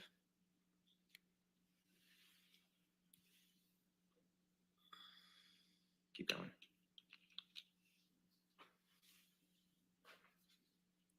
Okay, stop. This was the chart you provided with your designation for your opinions in this case, correct? Yes. Okay. And it's similar to the chart that we had before with the 1 through 6, correct? That's correct. And where it has the various boxes, it's talking about documents 6E through 6H, for instance, related to DEPP wanting to have Heard replaced on Aquaman. Yes. And you prepared this chart, correct? Yeah, this was part of my designation. I'd like to have this page as a demonstrative. Your Honor, I do have an objection, if I might be heard. All right, you want to come forward? Page 99.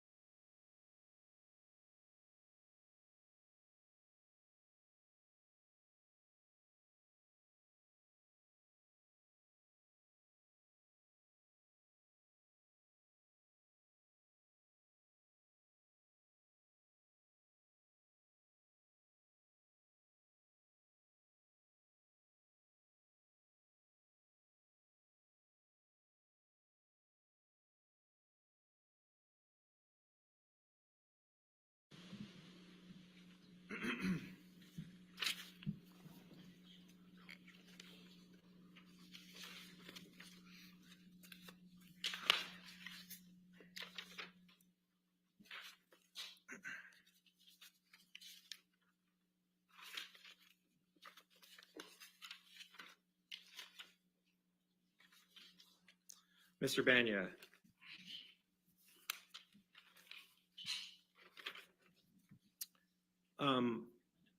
Other than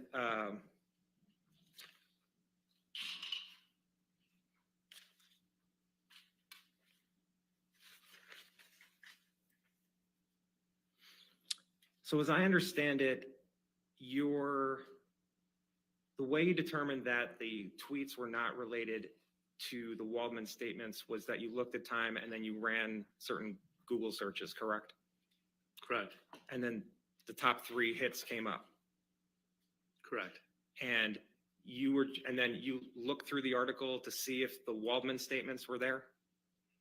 So as it relates to any trending event, any defamation that's happened online, any allegations of economic loss because something went viral, going to Google, looking at the spikes in time and going back in time to see what was happening on those top 3 sites will give you an indication of the best results that were being served at that time. So something viral that's happening would appear most likely in those top 3 results. And just so the record's clear, if we could go back to page 76 of this document.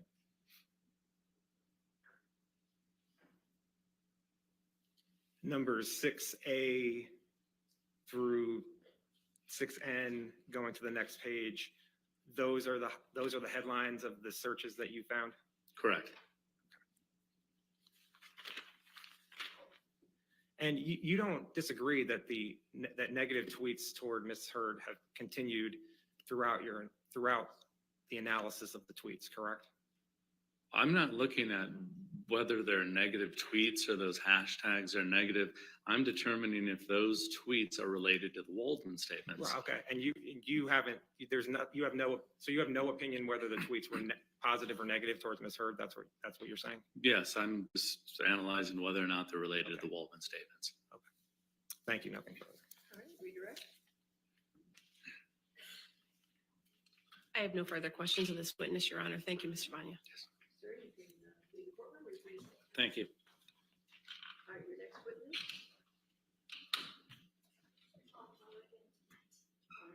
Ladies and gentlemen, we're going to take a brief recess for you at this point. Hopefully within 15 minutes, we'll get right back to you, okay? Do not discuss the case and don't do any outside. Sorry, do not discuss the case and don't do any outside research. Sorry, we'll just take a short break.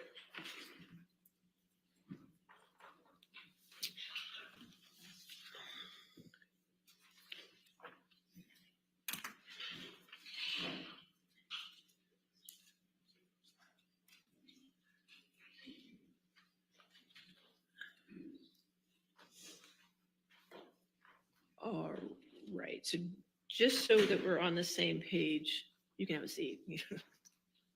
Keep standing the whole time. All right, just so we're on the same page with Mr. Knight's testimony. Actually, could Mr. Knight go back out, please?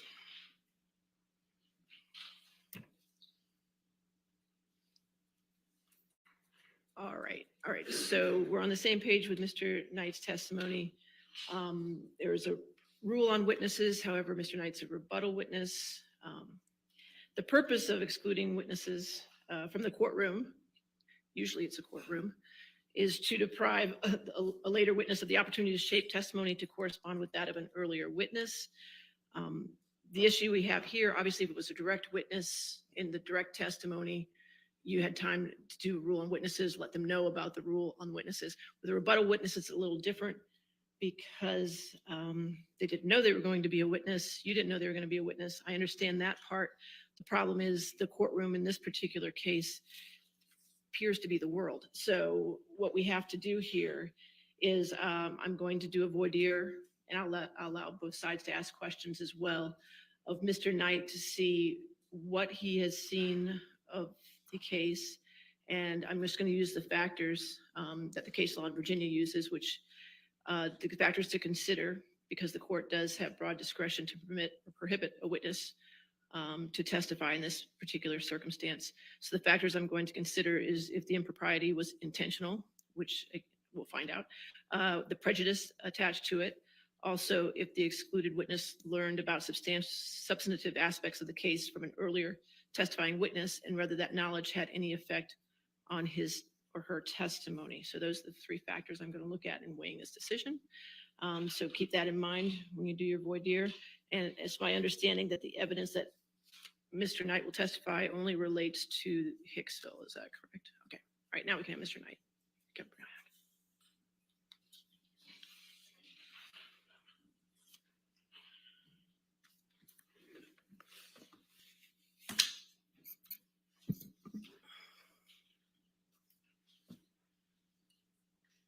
All right, sir. Mr. Knight, if you could come forward to be sworn. Do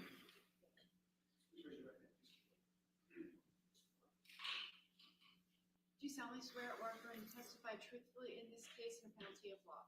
I do. All right. Sir, if you could just have a seat, please.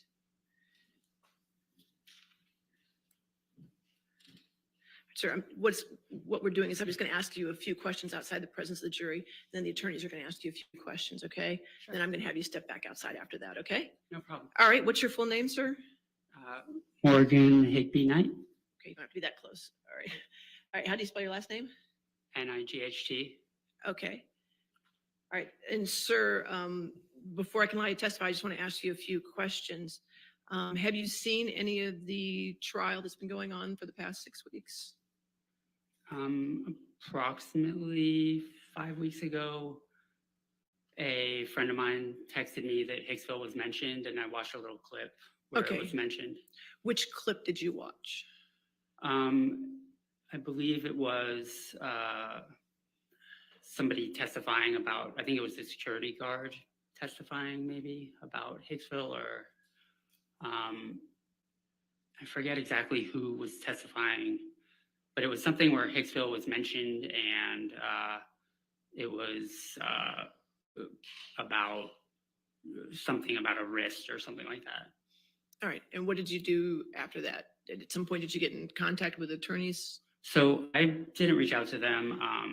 I didn't really care. Okay.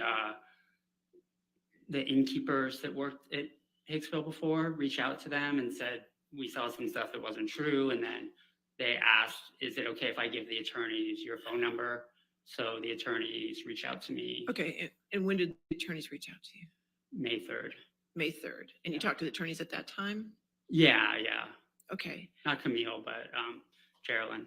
Okay, and then have you seen any other parts of the trial? No, she instructed me not to watch anything about it, regardless of if it was about Hicksville or not. So I've been since keeping off the internet and turning off anything that seems to be like it's on social media. So I just don't watch any of that. Okay. All right. And questions, Ms. Britter? So, Mr. Knight, you were contacted by an attorney for Mr. Depp on May 3rd? Yes. Okay. And you said it was Carolyn? Geraldine. Oh, Yerlin. I got it. Okay. And I what? think it's pronounced Geraldine. Okay. Can you tell us the conversation you had with her at that time? Yeah, she just asked me my recollection of the evening, and I told her, and she said, okay, would you mind testifying? And I said, sure. And she said, okay, well then we're not sure if we're going to call you or not, but just in case, please don't watch anything having to do with the case. And I said, I will do. Now, how is it that, to your best knowledge, how is it that Geraldine was able to get hold of you? How did she know that you knew something? So, like I said, two of my innkeepers, my innkeeper and my manager, had reached out to her team, I think through email. And one of them texted me and said, hey, do you mind if we give Geraldine your phone number? Now, you also communicated on Twitter, did you not, about this case? Yeah, 2 weeks prior to Geraldine reaching out to me, someone had made a comment about something that happened by the fire pit, and I said, that's not my recollection. I didn't see, that's not what I saw. So who was it that made a comment about something that happened at the fire pit? So once I was told about the fact that Hicksville was mentioned, I went and did a Twitter search of Hicksville trailer. So it was, I don't know who it was, but I was just like, what are they saying about Hicksville? And so that was why I did a search, just to see, because it was weird and fascinating, because the night to me wasn't that remarkable in the context of all the different experiences I've had at the Trailer Palace. So explain to me, please, what you mean by you did a trailer search. So if you go to Twitter and you put in keywords and do a search, all the tweets regarding that subject come up, or anything with those keywords in it. So that is how I found the tweet that I replied to. Okay. And how many tweets did you find that mentioned Hicksville when you did that trailer search? Probably like 5 or 6. I only replied to one of them. Okay. And what do you recall those tweets saying about Hicksville? The one that I replied to said that there was some incident by the fire pit, and Johnny was yelling at Amber, and I replied that I didn't see that. I was there all night, and I was working that night, so I didn't see anything like that. So your best recollection on that one was that somebody said somebody was testifying that Johnny was yelling at Amber? Yeah, and I believe grabbed her or something along those lines. Do you recall who said Johnny was yelling at Amber and grabbed her? I have no idea. It was a stranger, so I didn't really pay attention to who was writing it. All right. And you said that you responded to it. How did you respond to it? I said that's not what happened. I was there all night. Yeah, basically. I'm paraphrasing. It was a Did few you months say ago. anything about what you thought happened? I just said that didn't happen. I didn't say what. I believe I said maybe something along the lines of, from what I saw, Amber was the one acting jealous, not Johnny. And you said this to one of the tweets. Yes. Do you recall whether that was the Umbrella Man? I don't recall. That's a ridiculous name, though. Okay. So tell me about the other 5 tweets that you recall seeing when you ran your trailer search. I think they were similar in nature, but I don't specifically remember the details of them. That was pretty much the only one I remembered, and that's the only one I replied to. Do you remember anything about the other 5 and what was said? No. Okay. When you said that somebody told you about a security guard, what was your understanding of what the security guard said? I got a text that somebody in the trial had said that they were talking about Trailer Palace during the trial. And so that's what led me to go on Twitter and do a search. And did you have any communications with the 2 innkeepers about what you knew or what you thought? No, I hadn't talked to them in years, and still haven't regarding the case. So how is it that the innkeepers then contacted you and said, do you mind if we give you the telephone number to the attorneys? Because they still have me in their phone, and Christy, who was the manager at the time, is the one that texted me and said, hey, do you mind if we pass this along? Mr. Depp's attorneys want to talk to you. Do you mind if we pass what along? Your phone number. Right, but how is it that, what is the communication you had with the innkeepers that even led them to understand that you believed you had knowledge about the Hicksville incident? There was no conversation. They knew because they were both working that same night. Jenna was the innkeeper, and she was there along with me that night. Christy was the one who texted me, and she had come in the following morning for her shift. And I slept over. I was live-in innkeeper that night.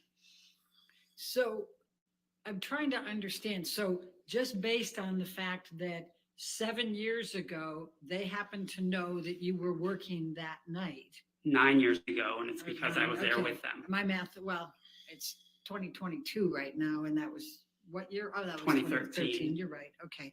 So how is it that out of the blue they remembered 9 years ago that that you worked there that night and that you might have some knowledge? I mean, to be honest, like we do get celebrities sometimes, but it was, it's not that unmemorable. It's not like it's any other night of the week. So I'm sure they remembered the specifics of that night. Had Mr. Depp's attorneys ever attempted to contact you before? No. Had you ever attempted to contact Mr. Depp's attorneys before? No, I had no interest. All right. Have you had any conversations with Mr. Depp's attorneys other than the one you described with Geraldine? Since? Yes. Well, I met with Camille last night. All right. And what was that conversation? Please describe. I just went through, the story again that I had told Geraldine. And let's hear what that story was. You want me to go through? Yes. The whole story? Your Honor, we would object to attorney work product. There's no attorney work product. No, I'll overrule that. All right. objection. That's okay. Go ahead. Go ahead, sir. Yeah, Please sure. continue. That I described like them getting to the trailer palace, me showing them around, the interactions I had when I was on duty with Mr. Depp and Miss Heard, how Thanks, E. the evening progressed throughout the night, the levels of Have no drinking have no and idea who this guy is. I beverages, had to walk out of the room for a minute. what the state of the damaged trailer the next morning, and basically just the details that I had only spent total 45 minutes to an hour with Mr. Depp and Miss Heard throughout the entire course of the night. So it was my recollection of those events during that time. And what did Ms. Vasquez say to you? Your Honor, this is beyond, we object on the grounds that it's beyond the scope of the voir dire, No, which is I think limited to the whatever three she said to criteria. him is May I very please finish critical. stating my objection, Your Honor? Go ahead. Yes, sir. The objection is that it's beyond the scope of the voir dire. Your Honor enumerated the three criteria which are relevant here. And this is a rebuttal witness, so. Your Honor, whatever Ms. Vasquez shared with him is going to be very important here because they knew by this time he was going to be a witness. So That's what- last night. So how Right. does that fit into one of the three factors of deciding whether or not he's going to testify? Well, one of the three factors, Your Honor, may I approach so that the witness doesn't hear? Okay, that's fine.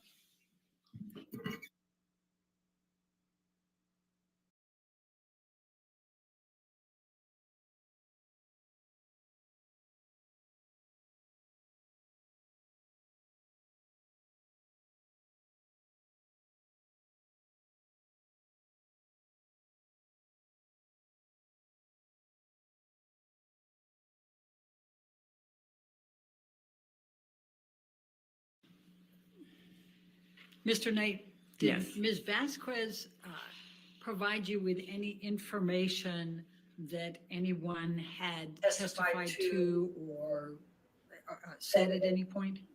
No, she didn't talk about anything except for asking me my experience and just getting a clear understanding of what my experience was. She didn't mention anything outside of the scope of what I saw and just asked me for the facts and told me just tell the truth and let me know.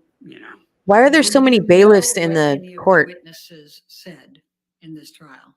About, outside of what I described earlier with a friend of mine texting that someone was talking about Trailer Palace, I do not. Do you know whether any of the witnesses testified about any jealousy? Other than the tweet that I replied to, no. All right. Thank you. Your Honor, may we approach? All right. Well, do you have any questions? All right. Sir, if you could have a seat back outside the courtroom. Sure. Thank you. I leave my water. Yes, you can leave your water.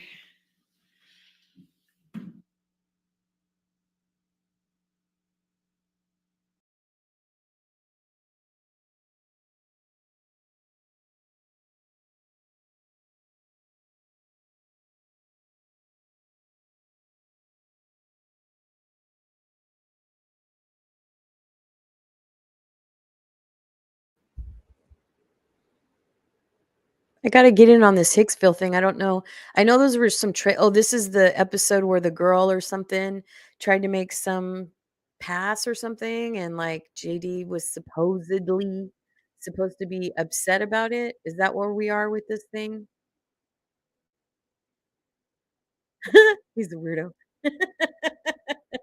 You're funny. Probably because I have to look on Twitter because Twitter, everybody's like sharing so much shit on Twitter. I can't even keep up.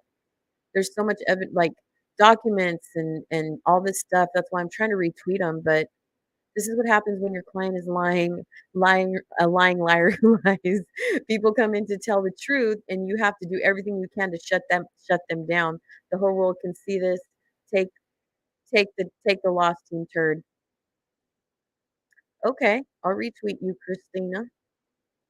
She shares my name, so you know. Camille told me, what is this? Wait, hold on. I got to make sure this is. I sometimes when I follow people, I have to make sure they're not pro Amber. Camille told the witness just to tell the truth. Sure, that wasn't the same for AH team. True. If I met Johnny Depp 9 years ago, I'd most definitely remember that. Elaine, you don't get to forget something like that. That's true. It's very true. Am I echoing you guys? Because I've got I think I do pretty well when my mic is a standalone. Y'all, I started drinking this protein shake and it gave me an immediate stomach ache, and it's organic. But I use blueberries. I'm not a big fan of blueberries as much as they're good for you. I like strawberries.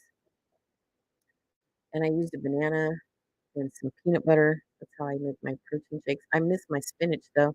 I was at the store last night and I forgot to buy spinach. Your girl needs to lose some weight. I love Camille. Did you see when she scrunched up her little face?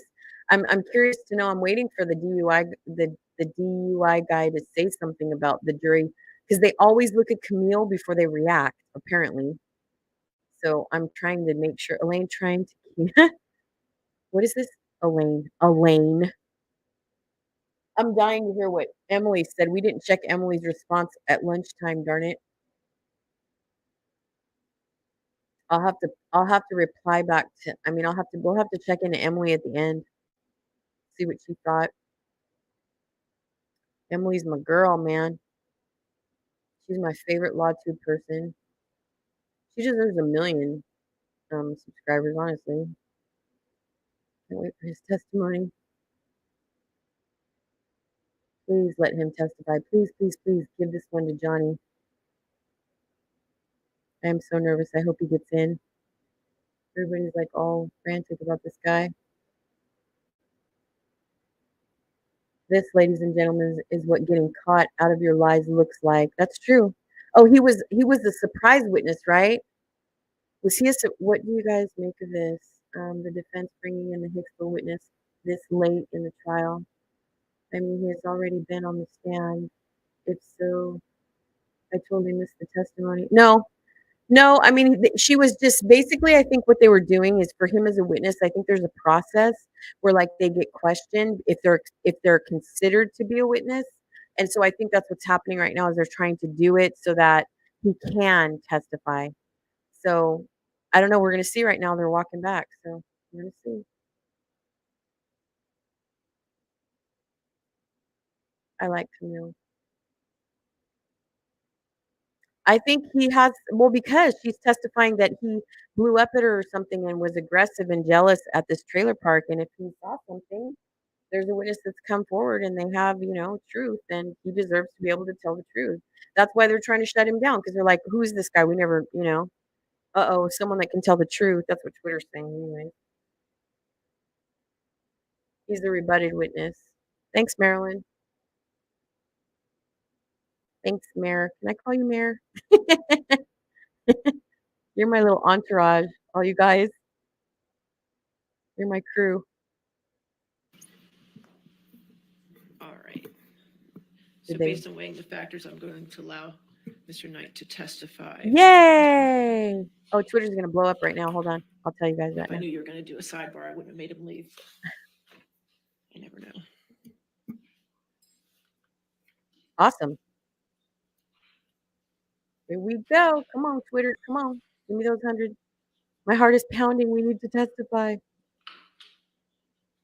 He's So very you could just stay politely up- trying you to could say just stay everyone there may while we get compare the to jury, Amber okay? Heard. All right, are we ready for the jury? Okay. John. Thank you. The witness is in. Yeah. Just, we're gonna swear him in again in front of the jury, okay? He's coming in, y'all. He's coming in. He's coming in.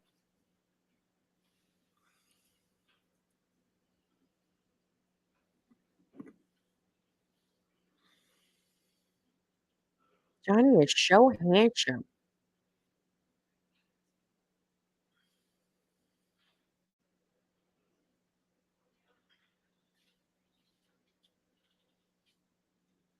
Amber Heard's entertainment expert to spoil parts of Aquaman 2. Apparently, she may be killed in the first one.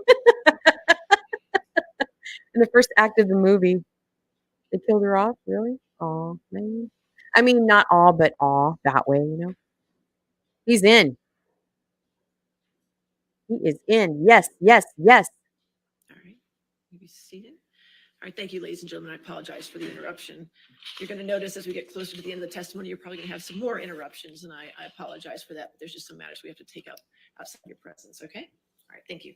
All right, your next witness. All right, Mr. Knight, if you could come forward to be sworn. Please tell me Camille is going to question him. Do you solemnly swear or affirm to testify truthfully in this case or penalty of law? Ooh, Camille's up, y'all. Camille's up. What do you mean he abused her on the trailer park? I thought he was there to testify that Johnny Depp did not abuse her at the trailer park, that she abused him. Good afternoon, Mr. Knight. Good afternoon, Camille. Would you please state your full name for the record? Morgan Higby Knight. Mr. Knight, where are you from? I live in Los Angeles, California. And what do you do for a living? So I currently own and run Hicksville Pines Bud and Breakfast in Idlewild, California. And I created and ran Hicksville Trailer Palace in Joshua Tree, California, starting in 2009. And how is Hicksville Pines Bud and Breakfast different from Hicksville Trailer Palace? So Hicksville Pines Bud and Breakfast is up in the mountains of Idlewild, which is a beautiful snow town above Palm Springs. And all the units are A-frames instead of trailers, which we have. It's obviously a very different climate than Joshua Tree, which is a desert area. The rooms, which are themed at both places, are trailers, vintage trailers from the 50s through the 70s at Hicksville Trailer Palace. So there's also different kind of amenities. There's a pool in Joshua Tree. Marilyn, if you're going to use the actual alleged When did you first become the owner of the Trailer Palace? incident, you know, Trailer like Palace, I started just building it in just say 2009. It was SA. about a year with, You can't say those words because I'll get reprimanded. and on the trailers. So DV for and that we got done and opened and SA for in that. 2010. Did there come a time that you sold the Hicksville Trailer Palace? Yeah, I did at the beginning of 2020. I had some health issues and just it was too much to run both at the same time. So It's a community guideline thing with YouTube. It was newer and shinier. And just for my sake, how long did you own the Trailer Palace? So 10 years. Thank you. Of us being open, 11 years total. And what was the Hicksville Trailer No. Palace? Totally okay. So, it started I'm getting out familiar with it as myself because this is a artist different retreat. style of I was a channel I filmmaker have at the now, so I time have to and wanted a kind of place learn. to get away and work on film projects outside of Los Angeles. I also put in a recording studio so musicians could record records there. I had lived in New Orleans for 5 years, and there's an amazing recording studio there called Kingsway, where all the musicians would Thank you, come. E. They'd live in this big mansion and record their records, and I just thought that was a really neat thing for artists to be able to get away and create create whatever they were working on. Over the course of the build out of all the trailers, themed trailers, which I'm a huge fan of this hotel called Madonna Inn. And so I wanted to do really detailed themed trailers. It became too expensive to just make a living off of an artist retreat. So I decided before I was done to make it a hotel as well. And what were your job responsibilities, generally speaking, when you owned the Hicksville Trailer Palace? So I would be live-in manager some nights, a couple nights a week. I would also drive out from Los Angeles twice a week and bring supplies that you can't get out in the Yucca Valley area and Joshua Tree. There's just a lot of things like, Smart and Finals, Costco's and stuff. So I would drive that stuff out. There's also no USPS. So sometimes I'd have to get things shipped to my house and drive them out as well. I would also just do constantly building and creating new stuff at Trailer Palace, whether it's new trailers or amenities. So I would be working on that stuff as well. I'm a big fan of the fact that Disneyland is always making it better and better. And when you were the live-in manager, does that mean that you spent the night at the Hicksville Trailer Palace? Yeah, we have a house on site where the recording studio was, and there's a bedroom in there. So whoever is live-in manager those nights stays in the house and basically lives out of the kitchen and everything. Have you ever met the plaintiff in this case, Mr. Depp?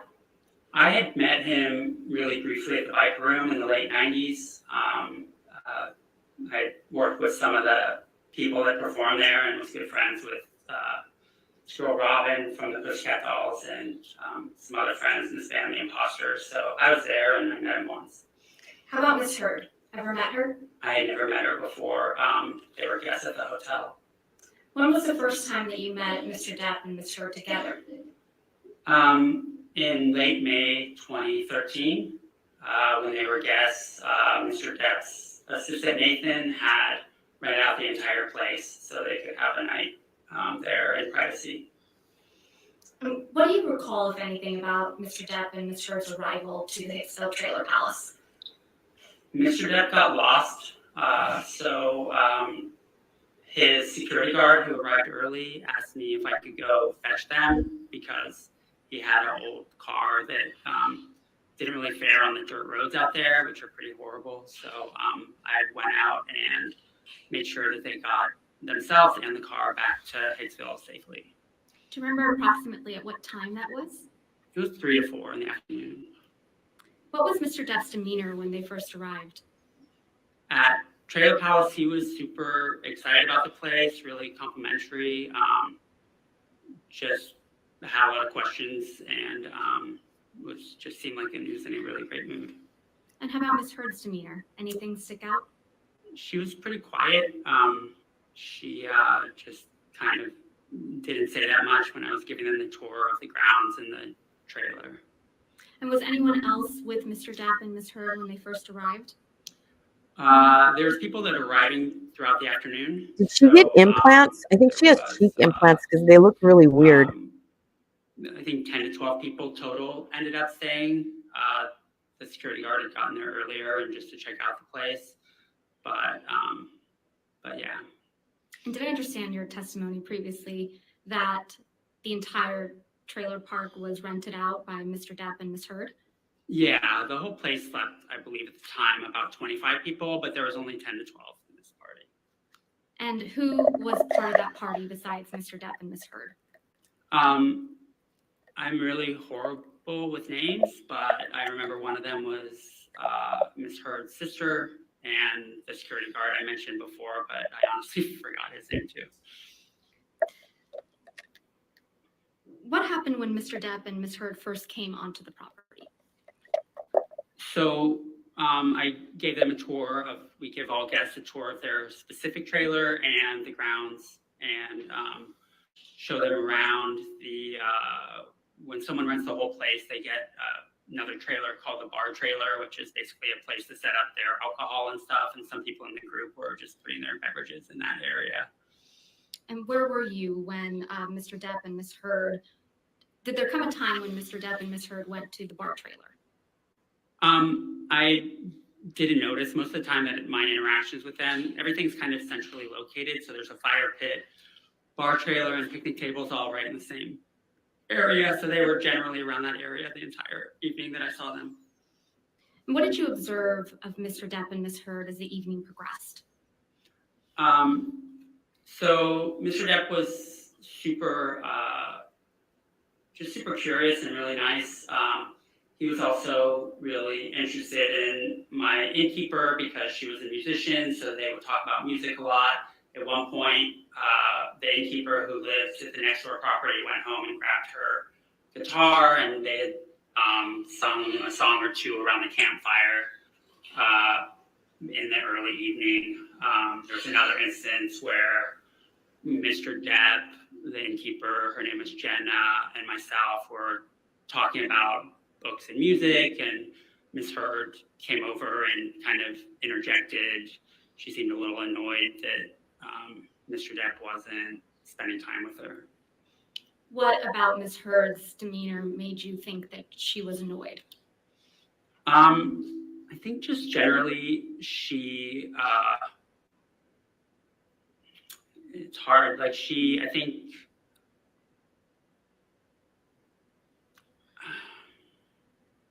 I don't know. It was just like a gut reaction. Like I can't describe it, but you know. How long were you with Mr. Depp and Ms. Heard that evening, generally? So throughout the course of the evening, I was probably mostly with Mr. Depp, but 45 minutes to an hour total. So it was, yeah, that's over the whole course until the end of the night after the check-in. Okay. And did you have an opportunity to observe Mr. Depp interact with other people, guests on the property that evening? Yes, I saw him hanging out with a security guard at one point, and outside of the time that him and Jenna were singing around the campfire, he was off by himself a lot of the time, and Miss Heard was over at the campfire with her friends and seeming to have a good time. And if you haven't already, can you generally describe for the jury your observations of Ms. Heard that evening?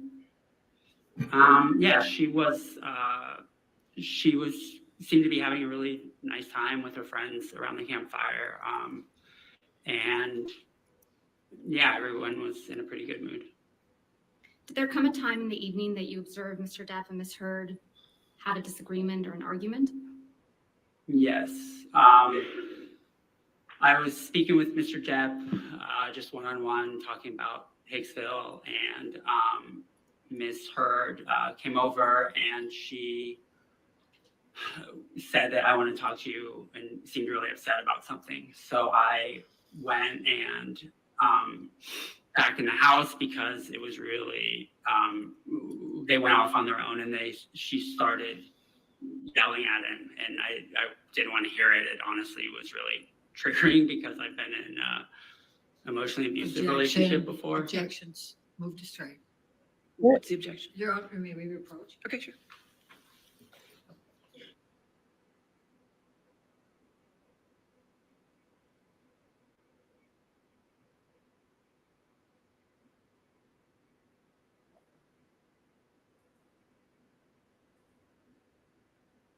Uh-oh. Kind of pans back to her. I got to see her reaction. Well, I'm a little weary about this because if he was only there an hour, I mean, I'm not saying he didn't see anything, and I'm not saying that. Mr. Knight, will you please just explain for us what you observed when you saw Mr. Depp and Ms. Heard having an argument? Yes. So Ms. Heard asked him to go talk off to the side, and she was upset at him and she was yelling at him. And I personally had been in Objection. All right, I'll sustain the objection. Okay. If you could just explain to the jury what you observed when you saw Mr. Depp and Ms. Heard having an argument. Okay. He was kind of cowering and seemed almost afraid, and it was really like odd to see because he was older than her, obviously. So, but I just went back in the house because I didn't want to. Objection to what he did. All right, I'll sustain as to. Understood. So after you observed the argument, fair to say you went back to to your house on site? Yes, I did. Yeah. What happened after that? So when I saw Mr. Depp on my next rounds, he apologized profusely and said, "I'm really sorry about that." She was upset. Objection, Your Honor, hearsay. Sustain. Next question. What, if any, type of reaction did Mr. Depp have? He was just really. Objection, Your Honor, hearsay. He's going to say it again. It's the reaction. It's not the statement. All right, if you could make that clear, that's fine. Just what type of physical reaction did Mr. Depp have after the argument between Mr. Depp and Ms. Heard? He honestly, throughout the rest of the night, became a lot more quiet and was just very more petulant. In the beginning of the night, he was a lot more outgoing and extroverted, and throughout, as the course of the night went on, he was less and less so and more quiet. Did you observe any of the guests consuming alcohol while on the property? I assume they were. I mean, people had cups and there was alcohol set up in the bar trailer, but I didn't physically see them pour alcohol into their cup and go into the mouth per se. Did you witness Mr. Depp drink any alcohol that evening? I couldn't say.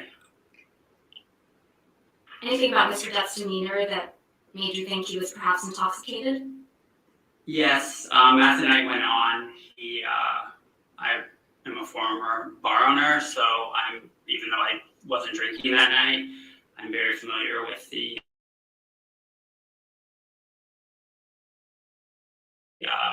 signs. He came more quiet, but he also, as we have conversations, his head had kind of sway a little bit back and forth, which was a little, he was much less sharp than he was earlier in the night. Did Ms. Heard appear intoxicated to you? She did.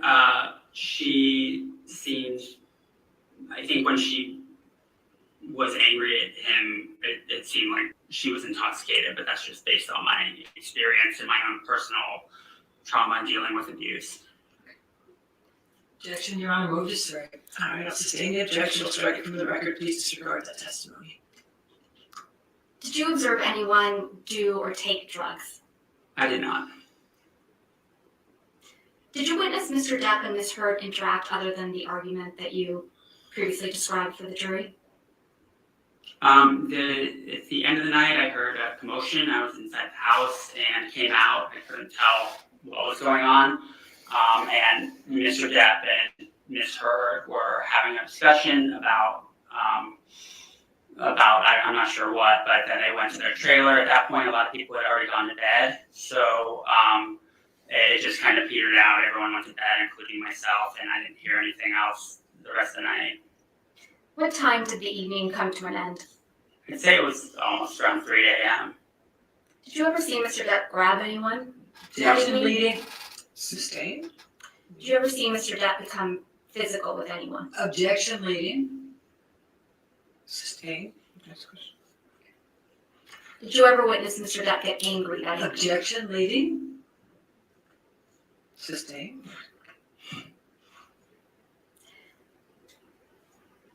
What, if anything, happened the next morning? The next morning, we have checkout at noon at the time, before COVID. And so around 11 o'clock, one of my innkeepers let me know that there was some damage. Objection, hearsay. Oh my God. Did something happen that caused you to go to Mr. Depp and Ms. Heard's trailer? Yes, I was informed that. Objection, hearsay. It's not being offered for the truth, Your Honor. I mean, may we approach on this Okay, topic? sure. Thank you. I don't know. I'm kind of, I don't know. I don't know if this was good for them. I'd love to hear what Emily's saying about this. I don't know if this was a bad move. I'm not sure. I mean, obviously, he witnessed something that was physical, but he's just not experienced. They're throwing him up there I feel like kind of blind. So I don't know if he's hurting. I don't know. I just don't know. Obviously, there's a witness that says, this, that, or the other, but Elaine's going to attack her the way she attacked Elaine. What, if anything, happened the next morning, Mr. Knight? The innkeepers let me know that there was some damage in one of the trailers, and it happened to be Mr. Depp and Miss Heard's trailer. So I wanted to inspect the I have questions. Trailer because I was extremely worried. All those trailers that Steve and I worked on were like my babies, and the one they were staying in was the only one that was mostly original and restored 1950s style, and so I was very concerned. So what did you observe when you went to the trailer? I observed that there was a light sconce by the bathroom in the bedroom that had been broken off the wall, and a couple pieces were on the floor, and they were, and yeah, it was basically just broken. The light fixture was hanging on the wall still, and except for the pieces that were on the floor. Did you come to understand how that happened? Objection, foundation, and All right, light. foundation, I'll sustain as to foundation, how you knew. Did you ask how the sconce was broken? Objection, hearsay. Sustained. How often do light fixtures in the trailers break? They break pretty often. I mean, it's not like a usual thing, but things in the trailers generally get broken because it's all vintage trailers, and I would say as much as every couple weeks there's some incident of damage in one of the trailers. In this case, Mr. Depp had told me that. Objection, hearsay. So anyway, yes. Beyond the light fixture, was anything else in the trailer damaged? No, everything else looks fine. In fact, we have something we call a piggy fee that we address to guests, that if there's anything what we call inconsiderate or unusually large messes, we charge them extra for it for a $25 an hour cleaning fee, but they did not receive one of those because everything outside of the light fixture looks fine. And what was your reaction to seeing the damaged light fixture? To be honest, I was relieved because it was not a big deal. I just thought there was already another light in the room, so I just tucked the wires in the wall until I had a few months later time to it was matching sconce with another one in the room. So I had to, on eBay, find a matching pair that would fit there, and when I finally got around to it, I was able to get that and charge it to Nathan, whose credit card I had. And what was your understanding of who Nathan was? Mr. Depp's assistant. Okay. And what did you charge Nathan or Mr. Depp for replacing that pair of light fixtures? The pair came out to $62. That was minimal. So I'm a little, gosh, I'm trying to find it on. While you were on site, I'm trying to Mr. Depp, understand. Did you ever wear a mesh shirt? No, I would absolutely never wear that. At any time during Mr. Depp and Ms. Heard's stay on the property, did you see Mr. Depp become physical with anyone? Objection, leading. Overruled. I'm sorry, that answer was. I never saw Mr. Depp get physical with anyone when I saw him. Thank you, Your Honor. Explanation? See, she's ruling her team. She's playing attorney. She's not letting them do their job. Knight, Like she's you saying. are a pretty big fan of Johnny Depp, aren't you? I am not. To be honest,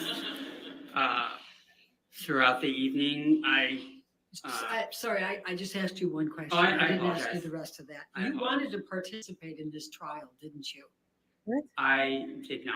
I You was knew- asked by the attorney, and I wanted to. They asked me, and I said I'll be happy to come and tell the truth. You knew this was on camera, that it was being broadcast to a lot of people, and you saw testimony, did you not, in this case? And you seized the moment and responded to the umbrella guy, the lead person for Mr. Depp's Twitters. Did you not? Objection, Your Honor. Argumentative compound. Overruled. Mr. Umbrella Guy is the lead.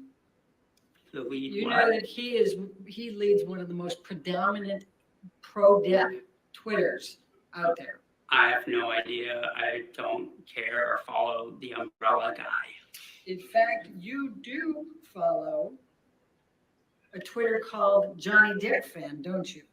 Absolutely not. You don't? That's your testimony under oath? It is my testimony under oath. All right. And on April 21st, Mr. Depp testified in this case about Hicksville, didn't he? I wasn't here. And in fact, you tweeted in response to the umbrella guy on April 21, 22, quote, "That never happened. I was with them all night. Amber was the one acting all jealous and crazy." Do you Yes, recall writing that? I do recall writing that. Michelle, can What? you bring that up, please? We're going to call it defendants 1903. 1903.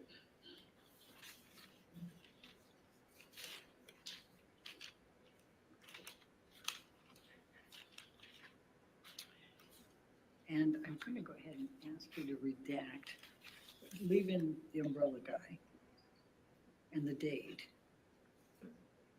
and the bringing in the Hicksville. Yeah, I'm sorry. I'm just,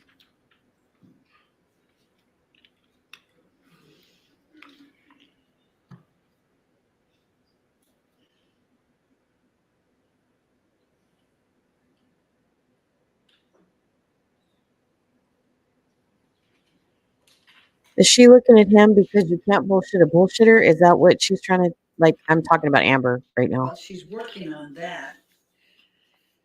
Did you write and direct a piece called Matters of Consequence back in 1999? I did. And didn't Mr. Depp's first wife, Lorianne Allison, work as a makeup artist on that? She absolutely did. And while we're looking at that, 4 days after you tweeted to Umbrella Man, I'm hoping, I think probably Ben Chew. the Umbrella Guy. Probably Ben Chew. Okay. Well, all right, we have this up. I'm going to ask you to take a look. What is Defendant's Exhibit 1903? Do you see that? I do. Okay, and that's from that Umbrella Guy on 4/21/22, correct? Correct. And it says bringing in the Hicksville incident accusations. Do you see that? I do. And there's clearly Mr. Depp testifying there, likely a video, right? Okay. And you respond, "That never happened. I was with them all night. Amber was the one acting all jealous and crazy." Do you see that? I do. Your Honor, I'm going to move the admission of Defendants 1903. Any objection? Yeah, Your Honor, we believe the first part of the that umbrella guy's tweet should be unredacted for context. Oh, I have no idea what I was replying to. It's hearsay. It's rank hearsay, and context Your Honor. is not necessary. Your approach.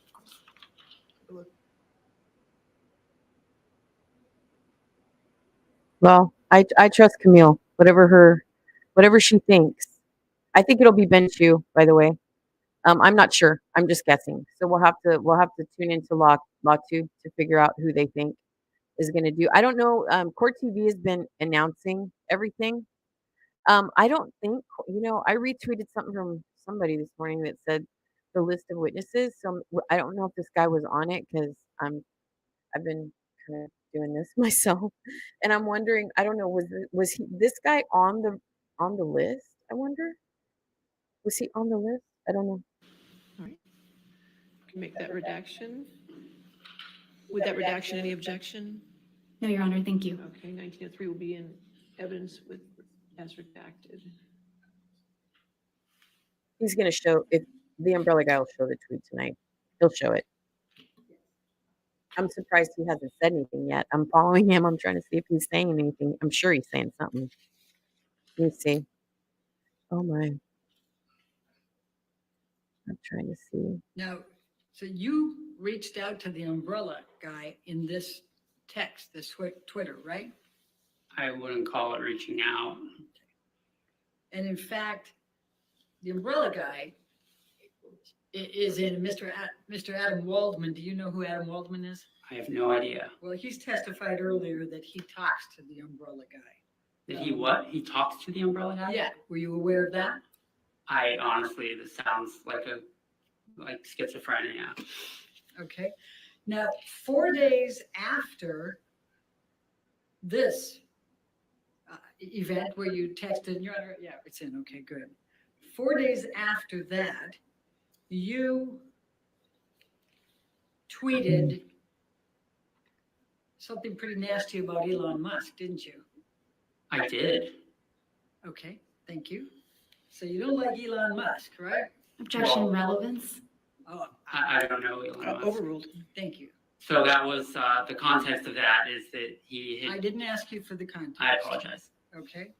But you texted something that had swear words in it. Would you agree about Elon Musk? Yes. Okay. Now, let's talk about your recollections here. 45 minutes to an hour. Your recollection is that Mr. Depp actually drove there? Yes. What type of car was he driving? An old one that was a convertible.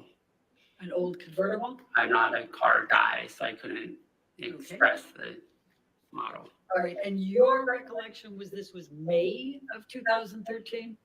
Yes. Okay, do you recall when in May? Late May. Okay. Now, you said that you spent a total of 45 minutes to an hour with Mr. Depp and Ms. Heard. Is that correct? After that, mostly Mr. Depp, but that's after the tour and after they were checked in throughout the course of the night. Okay. And you don't recall any of the people that were there other than Ms. Heard's sister and the security guard, correct? I don't recall any of their names. Do you remember how many of them were female? I believe it was predominantly female. Do you remember how many males were there? I don't, outside of the security guard. Do you remember what any of the other people looked like? They honestly just seemed like youngish hipsters, like, for lack of a better term. I know that previously a couple of them had stayed at Hicksville Trailer Palace. That's how they knew about the place. Okay. So you don't recall seeing how much anybody had to drink that night, correct? I did not witness that. And do you recall the use of drugs at all? I did not witness that. Okay. Were you sitting at any point with these people at the campfire? I was not. And when you said that that you saw Ms. Heard and Mr. Depp, and Ms. Heard was yelling at Mr. Depp, where were they? She pulled him for a chat, and it was off towards their trailer, like a little bit off towards the dirt. How many feet were there between the campfire and their trailer? The campfire and their trailer? Yes. Approximately 75.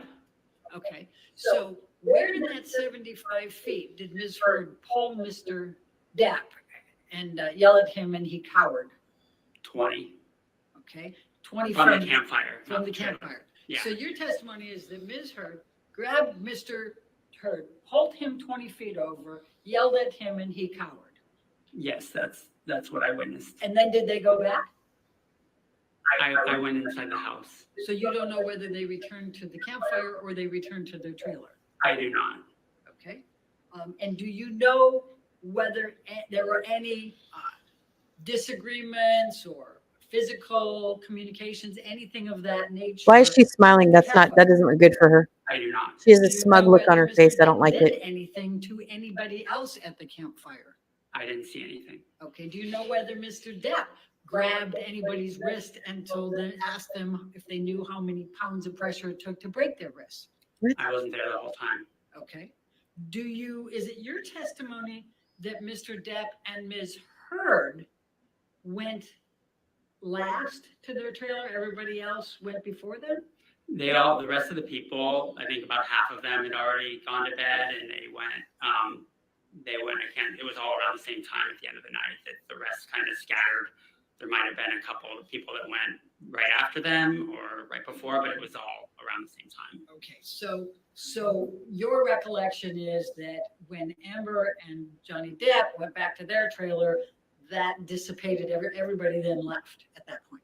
Yes. Okay, now, how far away was your house that you were staying in from the trailer that Amber and Johnny Depp were staying in? I'd say it was about 75 feet away. Okay. And the next time that you saw or heard anything was when you went there in the morning and saw the broken sconce. Is that Yes, correct? I didn't hear anything after went to bed. Okay. And that's the extent of your knowledge. Yes. Okay. I have no further questions. All right, redirect. Mr. Knight, how did you get involved in this trial? I got a text from one of our old employees who I didn't talk to for Objection, years. hearsay. Don't tell us what the text said, just how did you Okay, get involved? I got a text from, I got a, That's still hearsay. You're under objection. Overruled. Thank you. Go on, Mr. Knight. I was asked No. if it was. No. Objection, hearsay. Apologize.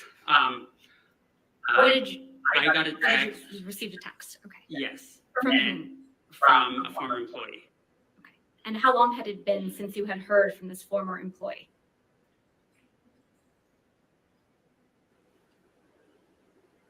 Approximately 5 years. And did you contact Mr. Depp or any of his attorneys? Objection, leading. Overruled. I did not. How did you get in touch with Mr. Depp's attorneys? They got in touch with me. Objection, hearsay. Overruled. Go on, Mr. Knight. They reached out to me. Okay. Sorry. That's okay. I don't have an objection. Thank you. So leave you back some more. Next question. And how do you feel about participating in this trial? Objection, relevance. It's extremely relevant considering that they have accused him of being. Overruled. Thank you. How do I feel about it? Yeah. I'm happy to tell what I saw, and that's the extent of it. I really don't care outside of that. Thank you very much, Mr. Knight. Nothing All further. right. I assume this witness is not subject to recall. Is that correct? All right. So you're free to go. Thank you. Thank you. All right. Your next witness. Or is it going to be a deposition, or is it going to Apologies, Your Honor. Thank you. Dr. Shaw. Okay, Plaintiff Dr. calls Shaw. Dr. Shaw. Okay, Dr. Shaw. Who's Dr. Shaw? I'm kind of taking this all in because it's wrapping up now, and I'm just wondering about their moves. Like I just don't know if that helped them. That's all. So I'm gonna have to hear about what Emily thinks. I don't know. I'm a little worried about that one. I just don't think I don't know. I just don't think that was a good move. I don't know. In my opinion, anyway. Good afternoon, Dr. Shaw. Can you please state your name for the record? My name is Richard John Shaw. Dr. Shaw, can you please describe your educational background? I'm a psychiatrist. I went to medical school at the University of London in England. I went straight after high school. That's actually the system in the British medical system. I did 2 years of preclinical training and then 3 years of clinical work with patients. Following that, I moved to New Zealand to do an internship. It was an internship in neurology, medicine, surgery, and psychiatry. I don't know. spent 3 years in New Zealand. I'm a little worried about that one. Did a year of psychiatry residency I training. don't know. Twitter's not panicking, so that comforts me a little bit. And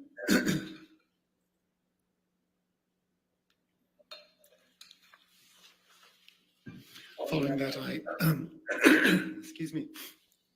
Following that, I moved here to the United States for the first time and did a residency in adult psychiatry at the Albert Einstein College of Medicine, which is in New York. That was 4 years of training in the Bronx. And I also did some subspecialty training in Carolyn, you're right. family therapy, couples and family therapy in my 4th year. I've always got my serious hat on. And So after that, I moved to California. deep thinker, this one, and I've worked sitting at here Stanford. in this hat. I studied at Stanford. I did a Too fellowship in analytical. child and adolescent psychiatry. And I've been at Stanford pretty much since then. I'll be right back, y'all. Dr. Shaw, what is your current position? I'm a professor of psychiatry in the Department of Psychiatry at Stanford. I also run what's called the Psychiatry Consult Service at the Children's Hospital at Stanford. What, if any, professional certifications have you received? I have what's called board certification in adult and general psychiatry. I obtained that from the American Board of Psychiatry and Neurology in 1991. And then I obtained subspecialty board certification in child and adolescent psychiatry in 1993. Are you a member of any professional organizations in the field of psychiatry?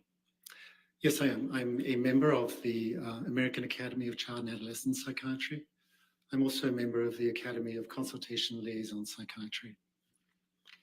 How long have you been practicing psychiatry?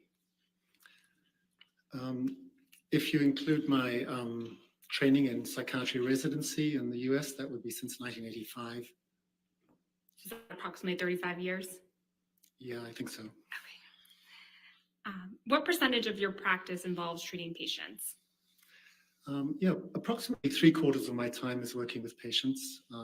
I work in the pediatric hospital, treating a combination of mainly children and adolescents with severe medical conditions, but also working with parents of children who have severe medical conditions.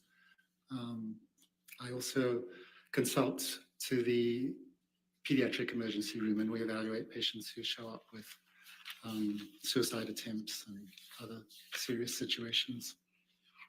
What does the remaining quarter of your practice entail? Well, as a professor, I have to do a number of academic activities. So I do research, I do a lot of teaching, I give lectures, I supervise residents, medical students, and fellows in psychiatry. I do some administrative work. Yeah, so it's a pretty diverse, varied day and week. Can you tell the jury a little bit about your research and academic work? Yeah, a lot of my research has involved looking at the issue of trauma and PTSD in parents who have medically fragile children.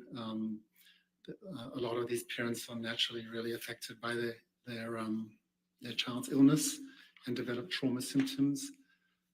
So I've developed some interventions to try to help parents, provide support and treatment to reduce their symptoms of trauma. Have you published articles or books in your area of expertise? Yes, I have. I've published approximately 70 or probably closer to 80 peer-reviewed manuscripts in different scientific journals. I've also published a number of book chapters on various topics, approximately 30. And I have published 3 textbooks, one of which has gone into a second edition on topics that are related to my area of expertise. And one of them actually is about the treatment of PTSD in parents of premature infants. Have you published a book through the APA? Actually, all of those books were published through the APA, the American Psychiatric Association. They have He's going to get well received like the butler. Remember the butler that was super soft-spoken also? What is the APA? I love those guys. The APA, the American Psychiatric Association, not to be confused with the American Psychological Association, is a professional organization that represents psychiatrists in the US. The last time I looked at this, I think there's about 37 or 38,000 members. And the APA has many different roles. One of it is advocacy in psychiatry in the US, but it also has an important role in terms of education. So they host an annual scientific meeting every year in which psychiatrists will present their research. It publishes a number of journals in the field. Don't forget, y'all, Dr. Curry's coming back. So keep that in mind. She may be appearing today, I don't know. Guidelines for professional practice or about ethical guidelines that they hope that members will follow as part of their practice. What ways are you involved with the APA? Well, I mentioned my publishing. I also present at the scientific meetings. I last presented in 2021 during COVID was virtually, but on the topic of group therapy for parents with trauma symptoms. I follow the APA and their various guidelines. I think it's a really influential and important institution. Going back to your credentials, what Eric, any agreed. professional awards have you received? I've been given several teaching awards at Stanford University, and the American Academy of Child and Adolescent Psychiatry that I mentioned honored me with an award for service to my specialty several years ago. I don't remember exactly when. Have you given any public presentations in the field of psychiatry? Yes, that's part of our work as an academic psychiatrist, is to lecture, to give presentations. So I present fairly frequently at annual scientific meetings, as I mentioned. I've been invited to give grand round presentations at different medical centers, including University of Pennsylvania and Harvard. So that's just part of I think our role is to try to educate our colleagues about our work. Have you testified as an expert in the field of psychiatry before? Yes, I have. On how many occasions? I would estimate, in terms of deposition and trial testimony, approximately 50 times in the past 15, 20 years. What type of cases did you testify as an expert in? They're pretty varied. So some of them have been medical malpractice. I've also done a number of cases evaluating victims who've been subject to physical or sexual assault or trauma. What work were you asked to do in this case? My role in this case was to give my opinions about the testimony and opinions of Dr. Spiegel, whom you heard from yesterday morning. And what work have you done to form your opinion? I was present yesterday in court listening to his testimony. I have viewed his depositions. He had 2 depositions earlier this year, and I watched those depositions. I've also read a lot of deposition testimony. For example, testimony by Mr. DEPP psychiatrist, Dr. Blaustein, by his physician, Dr. Kipper, and nurse Debbie Lloyd. I've reviewed depositions by many of the therapists involved in this case, including Dr. Banks, the relationship consultant, Dr. Cohen, who was Ms. Hurd's therapist, and I think Dr. Anderson, who I think provided some couples therapy. I've also reviewed the medical records of Dr. Kipper and Dr. Blaustein, and some various email communications. I think a lot of the information that has been talked about here. Thank you. Your Honor, at this time, we'd like to offer Dr. Shaw as an expert in the field of psychiatry. Any objection? We approach. Okay.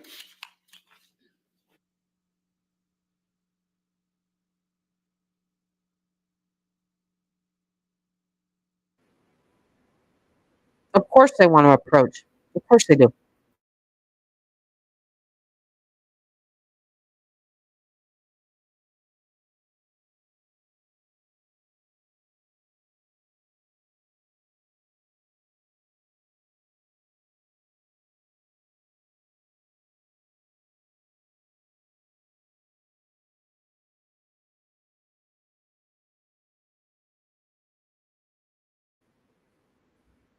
$100, Eric.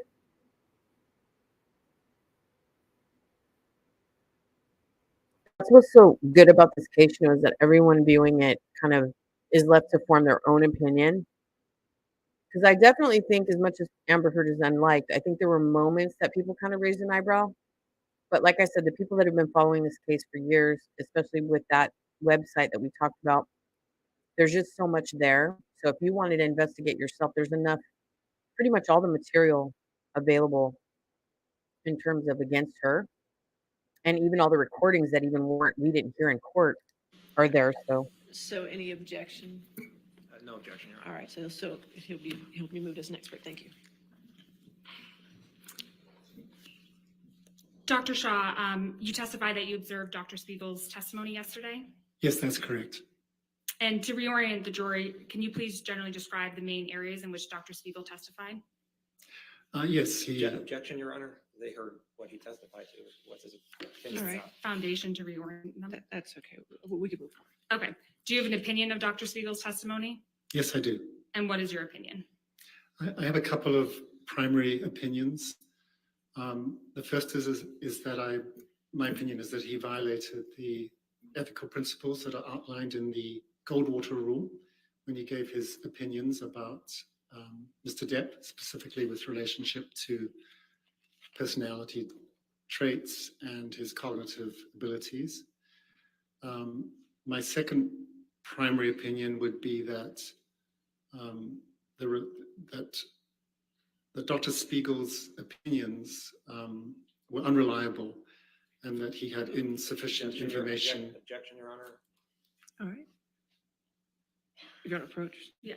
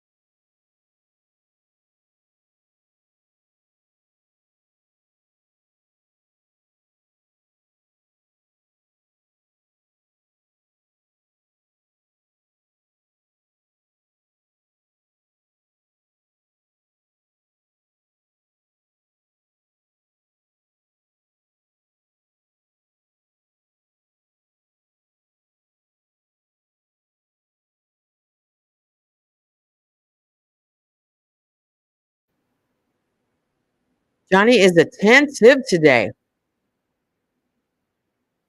Johnny is glaring at that podium. He's like, "You're going to discredit this person?"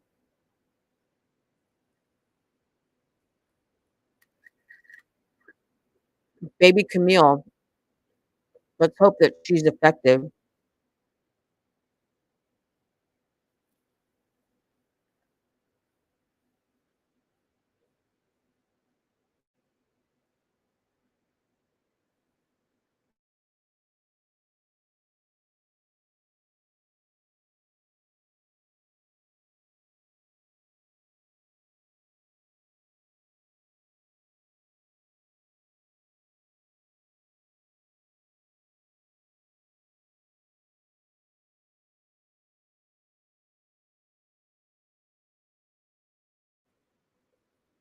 Honestly, though, if she's taking lessons from Camille, I feel pretty. I think she might know what she's doing. They don't just off the cuff do this. You know what I mean? They prepare for all this stuff.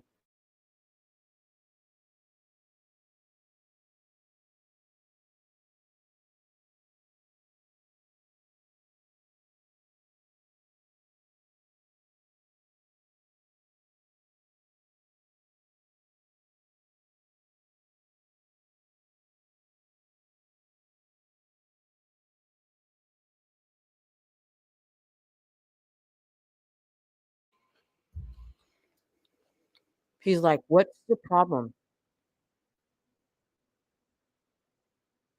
Baby Rottenborn being a pain in the rear as usual.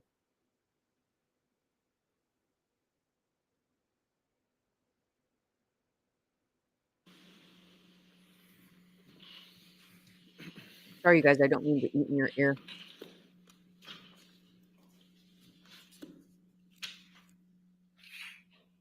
I'm just gonna call her Baby Camille.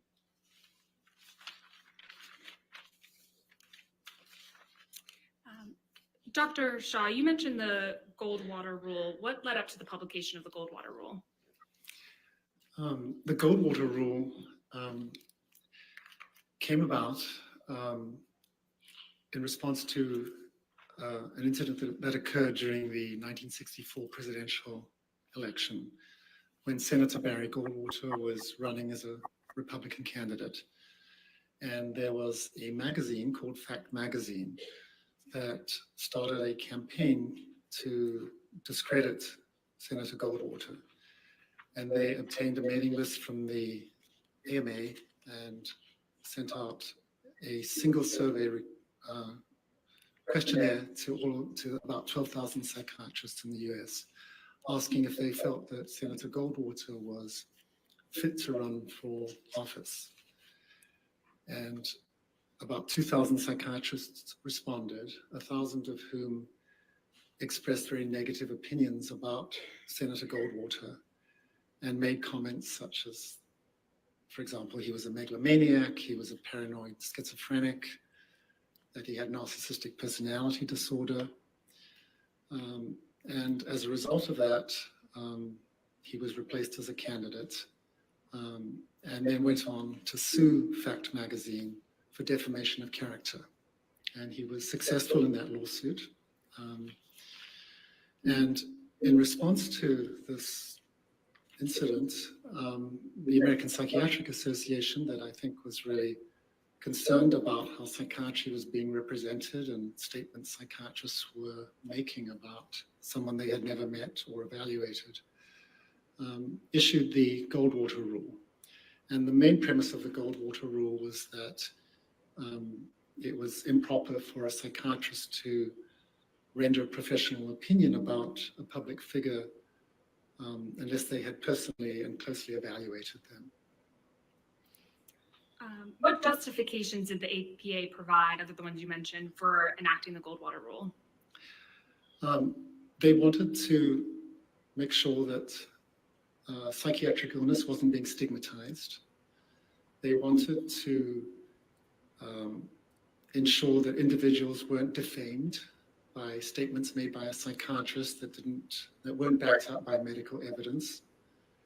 And they also wanted to preserve the integrity of the psychiatric profession, since I think the public in general, when a psychiatrist speaks out publicly and expresses an opinion, a psychiatric opinion, people generally like to take that seriously, and the APA wanted to make sure that those opinions were credible and could be relied upon. Have there been any updates to the Goldwater Rule? Yes, since 1973, which is when the Goldwater Rule first came out, there have been a number of revisions and publications by the APA. They're called Annotations in Psychiatry, in which the Goldwater Rule has been better defined and expanded to some degree.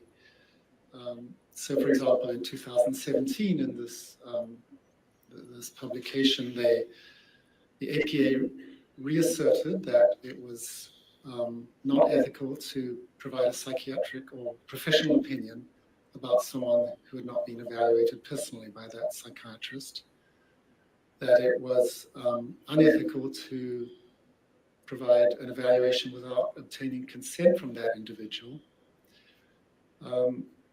They also sort of really kind of defined what a professional opinion is, and that and how they defined it is that an opinion that a psychiatrist expresses about someone's speech, behavior, or any characteristic about that person, if that opinion is made using the expertise, experience, and knowledge inherent in the practice of psychiatry, that is considered a professional opinion. So it might include making a diagnosis or not making a diagnosis. And the other, I think, a couple of important things about that 2017 document were that the APA specified that if a psychiatrist is to give an opinion about someone, about the diagnosis or personality characteristics, whatever, that they have to follow an appropriate methodology. They have to do an evaluation that follows the standard practice of a psychiatrist here in the US. And if they don't do that, they are considered to be, affecting the integrity of both the psychiatrist and the psychiatric profession. And this revision of the Goldwater rule definitely received a lot of support. The president of the APA at the time stated that breaking the Goldwater rule was irresponsible, stigmatizing, and definitely unethical. So that was a very strong statement from the president of the APA. What other medical organizations have weighed in on this issue? Yeah, the number of organizations have their own sort of version of the Goldwater rule. The American Medical Association, that represents physicians in the US, has an annual meeting, and they have what's called a Council of Ethical and Judicial Affairs, and they had a meeting in 2017 in Honolulu, and they came up with their own statements about the issue of whether physicians can provide opinions without directly evaluating somebody. And their opinion was that physicians should refrain from giving a psychiatric diagnosis about any public figure, including celebrities and people in the media. Are there exceptions to the Goldwater rule? There are exceptions, yeah. And I think Dr. Spiegel had a lot to say about this yesterday when he was saying that if you couldn't express an opinion without evaluating someone, it sort of made the whole specialty or role of experts in the court sort of null and void. But there are exceptions and situations in which an expert can give testimony in court. So one good example would be if there was a medical malpractice case, or if there was a case that involved a patient who'd committed suicide and the courts wanted to find out whether the psychiatrist had followed appropriate practice. The expert can review medical records and can give an opinion based on those records, provided those records have sufficient information, for example, about the diagnoses, about the treatment, about how the patient was responding or not responding to treatment. Did you form an opinion about whether Dr. Spiegel complied with the Goldwater rule? Well, my opinion is that he did not. He expressed a number of professional opinions about Mr. Depp that we heard about yesterday. And again, he did so without an evaluation, without consent. He did not follow the guidelines of the APA in the 2017 revision, where it was considered important that there be sufficient information obtained by that expert to give an opinion. So I would definitely felt that his conduct, unfortunately, did violate the Goldwater rule. And specifically, what opinions of that Dr. Spiegel gave yesterday do you feel violated the Goldwater rule? Yeah, I think that, well, there were sort of two primary ones. The first that you heard about was that Dr. Spiegel had professional opinions about Mr. Depp's personality. And he talked a lot about how he believed that Mr. Depp had narcissistic personality traits. So, and he also, talked a lot about narcissistic personality disorder. So, narcissistic personality disorder is a diagnosis in the Diagnostic and Statistical Manual. It's called the DSM-5 for short. It's a diagnostic manual published by the APA. Objection, Your Honor. Okay.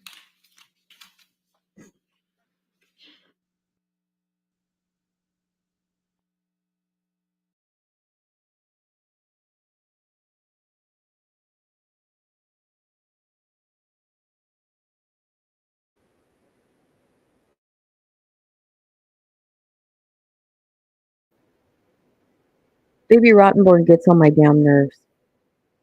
He's just so irritating. His voice is irritating. His demeanor is irritating. Oh, and they're laughing over there?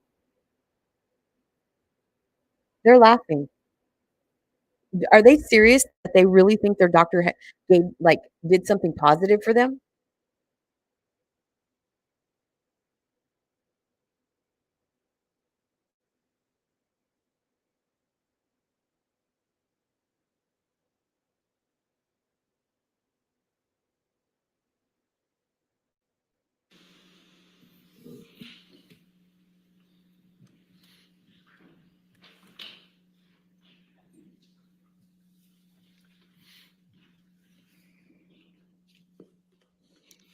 Go ahead, Dr. Shaw, please continue. Sure. So I was just talking about narcissistic Baby personality Camille has some disorder pretty and the legs. DSM-5. Is that okay So for me the to say that? diagnostic criteria for that are, I'm not going to remember every word about this, but essentially it's a pattern of grandiosity, a need for admiration, a lack of empathy that's demonstrated by that person since young adulthood. And the DSM-5 has 9 specific criteria. And for someone to meet the diagnosis, you have to meet 5 of those criteria. And so when, as a psychiatrist, we're trying to make a diagnosis of any personality disorder or any diagnosis in general, the normal professional guidelines would dictate that we would do a very careful diagnostic interview. And there are actually interviews specifically written to assess personality disorders. It's also possible to have the individual fill out questionnaires. There's something called the Narcissistic Personality Inventory. This is a 40-item checklist that taps into various components of narcissistic personality disorder. And it's also possible to get psychological testing, like the MMPI that I think you heard about in reference to one of the other experts here. So with all of this information, including collateral information from family members, work colleagues, information of that sort, it is possible to come up with a diagnosis of narcissistic personality disorder. So in the case of Dr. Spiegel, he had none of this information, even though he came out and stated with what he described as a degree of medical certainty that Mr. Depp had narcissistic personality traits. And if you remember somewhat towards the end of his testimony yesterday, he was asked to, since he couldn't provide any documentation from the medical record about narcissistic personality disorder or narcissistic personality traits, he was asked about what is referred to a lot in his testimony as record evidence. So information that he obtained from depositions, from text messages, from emails, whatever. And so he was asked to give, I think, 5 examples of record evidence that would make it seem like Mr. Depp met criteria for narcissistic personality traits. And I'll just mention a couple of them, just to illustrate my opinion, is that testimony did not really hold together. So he stated, for example, that one of the criteria for narcissism is narcissistic personality disorder is a sense of entitlement. And the example Dr. Spiegel gave is that he believed that Ms. Heard married him for his money. So clearly, sense of entitlement is from a psychiatry perspective, that's very different from a belief that someone wanted you for your money. A second example that was given was that he was asked to give an example of how Mr. Depp had shown that he was envious of others, which is another criterion for narcissistic personality disorder. And the example that Dr. Spiegel gave is that Mr. Depp was jealous of Ms. Heard because he believed she was having an affair with Mr. Franco. Now, if we look at these two terms as a psychiatrist, there's a big difference between being envious and being jealous.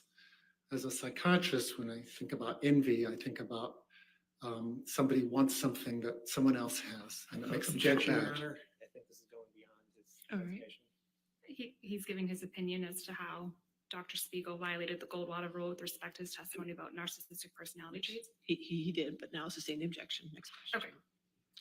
Okay. Okay, and you mentioned two major examples. What was the second one? The second one was confusing being envious with being jealous. Oh, sorry, Dr. Shaw. I mean, you mentioned two major examples of ways Dr. Spiegel violated the Goldwater rule. What is the second? Oh, sure. So the other big category had to do with Dr. Spiegel's evaluation of Mr. Depp's cognitive abilities. And his general opinion was that Mr. Depp had deficits in his memory, in his attention, in his processing speed, that he had word finding difficulties. Again, Dr. Spiegel did not evaluate Mr. Depp, and the information that he relied upon, there were two pieces of information. The first was that he watched a very long deposition that Mr. Depp gave the day after I think he had flown back from London to the East Coast. And he made observations about Mr. Depp's behavior in that deposition, and felt that he could opine or give an opinion about processing speed and other cognitive aspects. He also made reference to something you heard about yesterday, this thing called the mini mental status examination. This is a brief screen for memory and cognitive functioning that is often done. And he testified that Dr. Blaustein had administered the mini mental status examination. And although, from the records, all we know is that— Objection, Your Honor. Sustain the objection. Dr. Shaw, without going into Dr. Blaustein's record, what information does a mini mental exam provide? Objection, Your Honor. It's beyond the scope of his testimony. Overruled as to that limited question. Yeah, so the mini mental status is, it's a series of about 10 or 11 questions and tasks that someone completes, and you get a score out of 30. What Dr. Spiegel testified was that Mr. Depp could not recall 3 words after 5 minutes. And he used that as an example of Mr. Depp having cognitive deficits that he specifically attributed to Mr. Depp's alcohol and substance abuse. And he really did not have sufficient information. I liken a mini mental status exam it's like taking someone's temperature. If it's elevated— Objection, Your Honor. That was going beyond. Sustain the objection. Okay. Now it's probably a good time for a break. Okay, sure. All right, ladies and gentlemen, I know you had a break, but we didn't. So we're going to go ahead and take our afternoon break for 15 minutes. Do not discuss the case and do not be outside research, okay? You can stay right there, Doctor.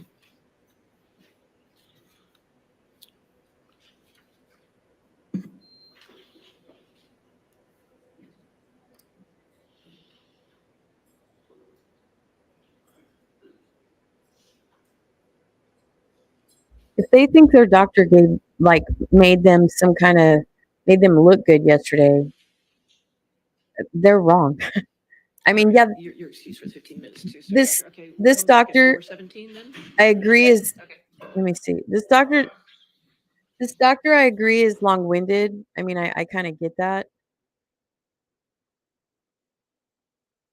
This doctor I feel like is kind of long-winded. But I don't know. I mean, psychiatry is a complicated thing. You know it is. Like when you're trying to explain it to people, I feel like did I check Maryland? What? What do you mean? What? I missed it. Sorry. Um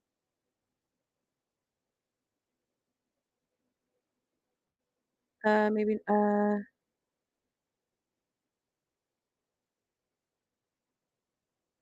oh, I don't know, honey. I don't know. I don't know. Um anyway, I think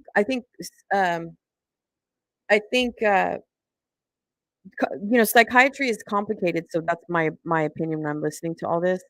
So I feel like it's really hard to just minimize like what he's trying to say, I guess. So the only thing is I feel like when you get these junior attorneys up there, like Baby Rottenborn just feels stronger because I think he's had more appearance in this court and the blonde girl has not. And I apologize for calling her a blonde girl. I just don't know her name. But I feel like, in my opinion, I feel like he wants to intimidate her. That's what I think. And I don't think that it's working. But at the same time, I think she should take a lesson. I mean, I think any attorney should take a lesson from Camille, just to where they have to, even though they have the time, I feel like they still need to curve. Hi, Marilyn. You're here. You're probably working or something. That's why I don't really worry when the chat goes low because I know people are doing other things. Like you can't be tuned into a court proceeding all day long. You know what I mean? Like, I mean, it's kind of impossible for people to do that. And some people are just listening in their ears. They can't watch. You know what I mean? But anyway, I feel like there's this thing that you have to learn in my observation of these attorneys of being able to control a witness. So it's not in a bad way, but like keeping things like descriptive, but as short and brief as possible is what it sounds like, because you're on the clock, obviously. So I feel like part of why, that's part of why they object, because what they're saying is this guy's going out on a tangent. He didn't answer some other question, but he starts going over here, and then that's going to take another 5 or 10 minutes. And I don't know in general. I have to go back and watch some of the panel live streams on LawTube to find out when your witness is answering a question and they elaborate how much of that, like how much of that assessment with their answer is enough, rather than going on and on and on and on. Because after a while, you lose the jury, you lose it. If you're not gonna stay kind of focused, and I understand, like I said, I feel like, especially these guys, because if this guy has written textbooks and things like that, I feel like the way they articulate is a little bit, if you can get lost in the words, I mean, and I'm not saying that he's not making a point. And I understand that they're trying to slow down and break this stuff up for the jury so that, sort of like in layman's terms, to like, so that when they're, uh, yeah, I mean, I think that as soft spoken as he is, and as intellectual as he is, I still feel like the attorney has to not interrupt, but I think that has to do with prep though too. Also, like keep your answers, ex, ex what's that called? Keep your answers expressive, but or whatever, like with a good explanation, but don't go on a tangent, about this because otherwise you lose the jury. You just lose them completely. They're like, okay, you lost me at blah blah blah blah blah. So, but I mean, I think he's pretty precise. I think he's pretty like direct in the way that he's answering, but still when you get into it goes long-winded, then it's like, you know.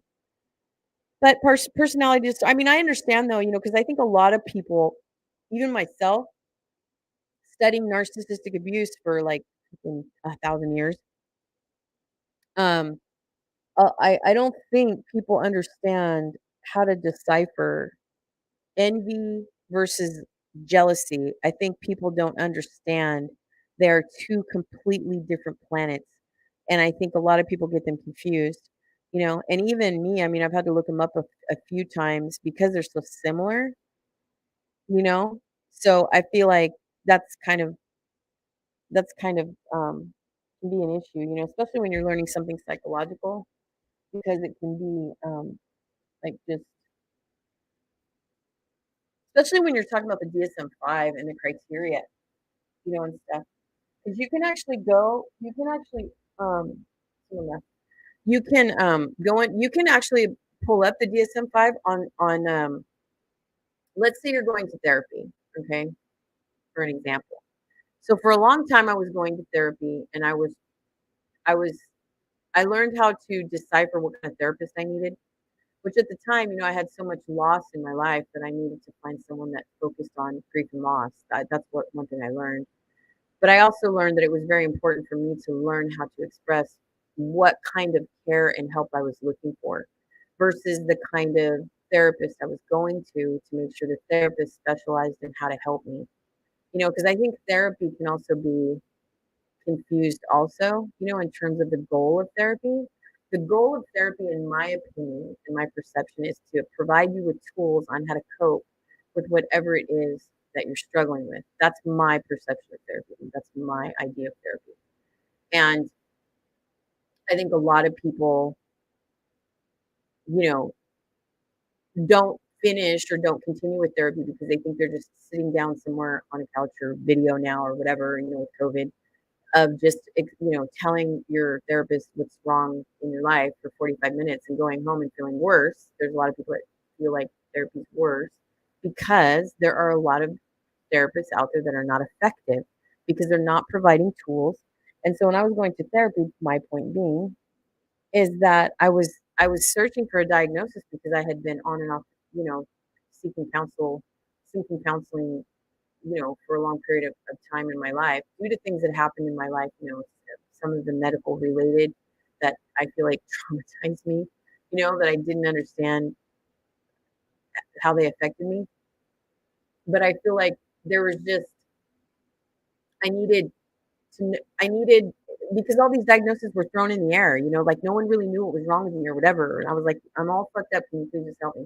And like, they kept telling me, you know, like, why are you so focused on a diagnosis? Well, you focus on a diagnosis because I can't learn about how to help myself or how to provide, you know, use cognitive therapy tools without knowing what it is that you think I have, you know? Because if you're gonna pull me somewhere, you're gonna give me a test, which I did take some tests. But there's tests and stuff, right, that you can take. Some therapists give them, some don't. Some just listen to you talk and then, you know, diagnose you or whatever. And then there's the formality tests they're talking about in this case, which I've had a few tests, not what they're talking about. I don't know, but I have had tests in my life.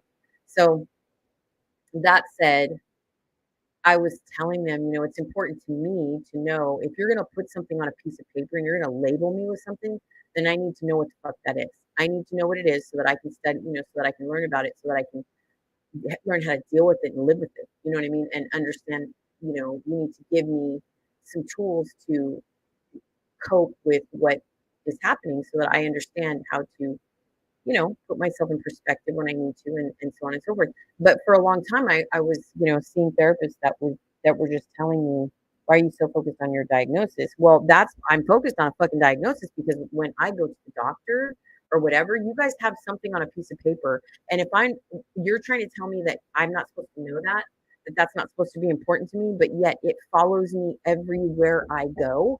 So that when I have something medically happen, whether it be medical or psychological, they're going to look at that piece of paper, look at my medical record, and look at that diagnosis and say, oh, okay, well, this is how we should deal with this person because this is what they have. but yet you don't want me to know what I have because you have to diagnose me in order to, for billing purposes and whatever, and medication purposes. So it didn't make sense to me. So, but I had a lot of therapists tell me that, why are you so focused on a diagnosis? Well, duh. I mean, wouldn't you be? Like, put yourself in my shoes. Like, and that's when I just learned. Yeah. Yeah. I mean, that was the thing, is that I had to learn how to curve.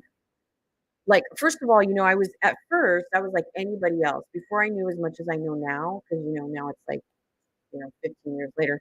But when I first sought out getting counseling, just in general, for whatever was going on in my life, I didn't understand that I was just going to whoever referred me to whomever, if that makes sense. So if I went to my doctor and I said, listen, doc, I'm anxious or I'm depressed or whatever, should I go talk to somebody? And she says, yeah, here, I'll do your referral, go see this person. And I'm not smart enough, which a lot of people, I'm not saying that anyone is not, into researching. It hasn't been to do with being smart. So that's just, I apologize. I'm just saying for me, I felt like I didn't have the education to look into who was she referring me to and what did they specialize in, if that makes sense. And I had to learn the difference between a psychologist and a psychiatrist. I have never had a psychiatrist ever because I am very anti-medication. I don't like it. I don't agree with what it does. I know some people absolutely need it, but I never needed it because each psychologist I would go to in my life with whatever challenges I had in my life never indicated to me that I needed medication. And I knew people in my life that were taking medication and no one liked the way that it made them feel. No one liked the way that it made them, put weight on them or whatever, and no one liked the way that the side effects of it and stuff. And then when I started reading about, how they were classed, the medications themselves, and then I also had my dad who was suffering from dementia, and they are given a lot of psychiatric mood stabilizers and things like that because their brain is going haywire. I just was very, I mean, I think what was happening was I was saying, well, you keep telling me I don't need medication, but yet I'm not getting better. So either I'm not practicing the tools and exercising the tools cognitively, because cognitive behavioral therapy is one of the main tools they teach you to cope with whatever it is that you have. So I was like, well, you're not really putting into practice or teaching me the tools I need to exercise in order to do better with whatever I'm struggling with, you know? And it was just kind of weird. It's kind of weird that they were telling me, well, why are you so focused on diagnosis? And my argument with that, or my hostility with that, if you will, I was never mean because I'm very professional when I deal with anybody. But I was just like, because if you're going to put something on my chart that's going to follow me everywhere I go, then I want to know what the fuck that is. You're not just going to write something in your little chart and not tell me what it is. You know what I mean? You're not going to do that. So can you please just let me know what you're writing there? And then I started researching the DSM-5 and looking up the DSM-5 and the criteria because I was like, do I really fit this criteria? Am I expressing myself properly to my psychologist, who is the talk therapy, the talking head therapy? Am I expressing to her, which it was usually a female for me, am I expressing to her how I feel, and am I being articulate in my feelings? Because a lot of people feel a lot and don't know how to articulate that. I feel like, so that's why therapy is just something that I've learned very freely, that if you can be sent to a therapist and if you don't like them or you don't feel like they're helping you, you can very easily just say, I want a different one. You know what I mean? Like, a lot of people feel like as soon as their doctor refers them to a psychologist or whatever for 45-minute sessions or whatever, that they are stuck with that one doctor and they're just going to make it work. Well, you don't have to do that. You can switch anytime you want. You can elect a female versus a male. You can look for a psychologist that specializes in whatever it is that you need them for. Like, and I think a lot of people just don't take the time to do that. I think it's very, very important to be your own advocate when you're seeking any kind of medical or psychiatric attention. See, I'm like the doctor. Okay. Anyway, we'll talk when it's over.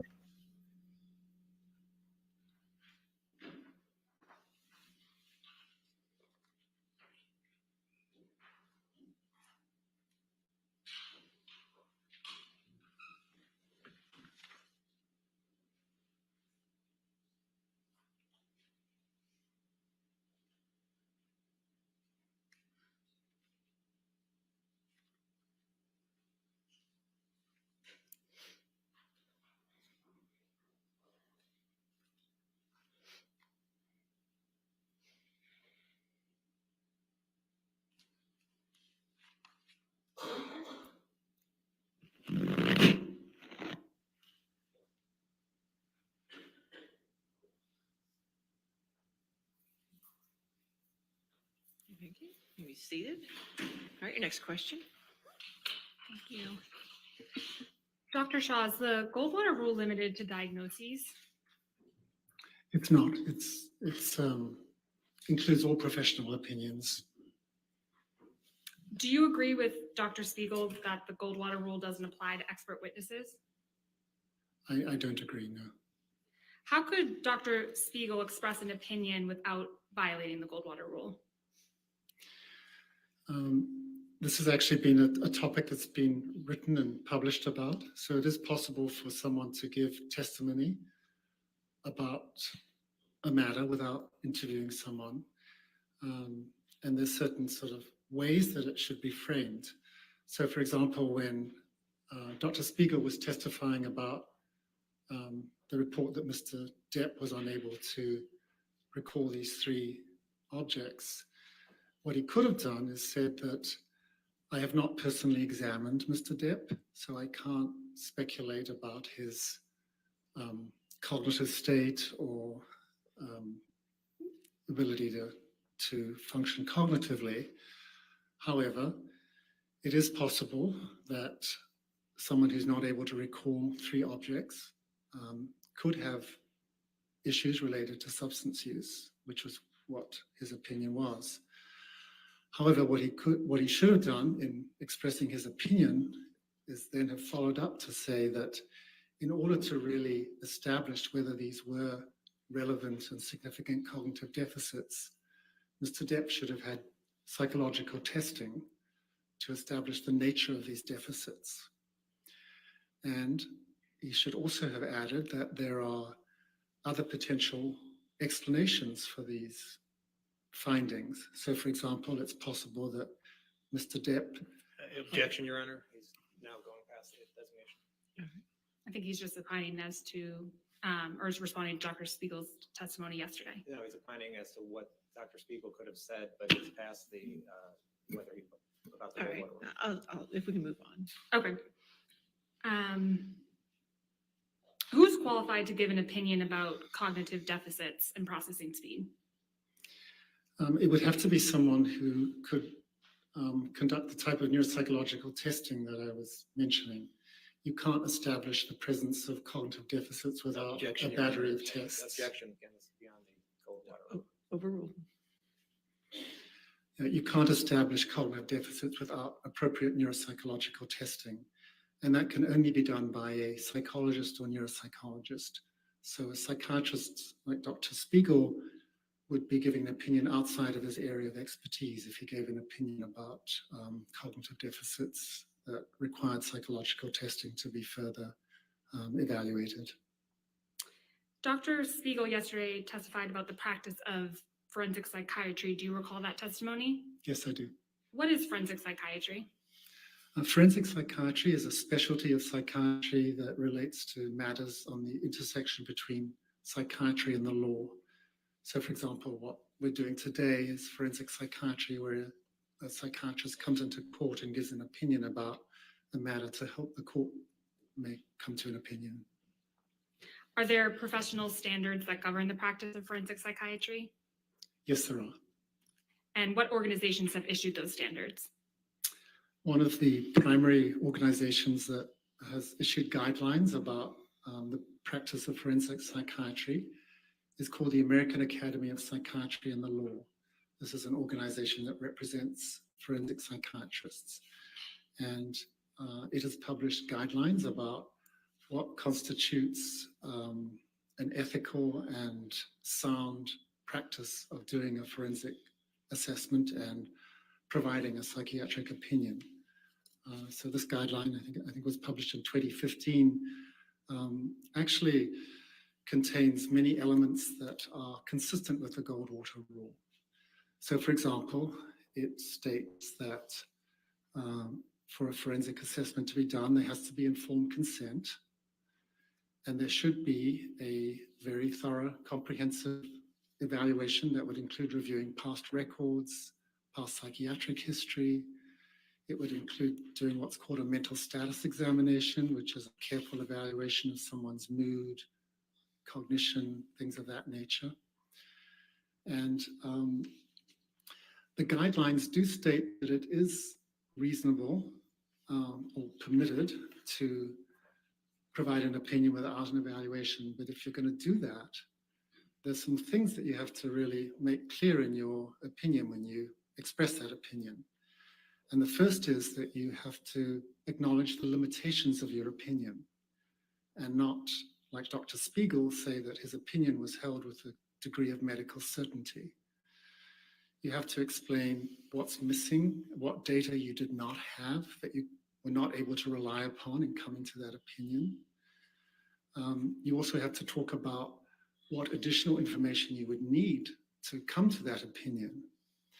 And even though these guidelines say it's permissible to do this, the text is still, I think, not fully in support of psychiatrists doing this. So their statements are that opinions rendered without a proper database, which is what we as psychiatrists rely upon to make diagnoses and give opinions, professional opinions, is questionable and not generally recommended. Did you form an opinion about Dr. Spiegel's testimony with respect to these practice guidelines? Yes, I did. And what is your opinion? Well, my opinion is that he did not follow those guidelines. So, for example, he did not have consent. He did not do even a basic evaluation of Mr. DEPP.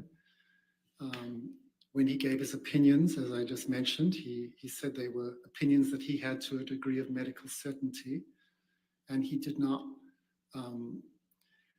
make any statements about what other additional information he would have wanted to make that opinion. So, for example, when asked about should neuropsychological testing be performed, he said most patients don't have access to that, which is actually not at all true. I mean, every medical school has neuropsychologists that can do testing. So I think that was an unfortunate statement.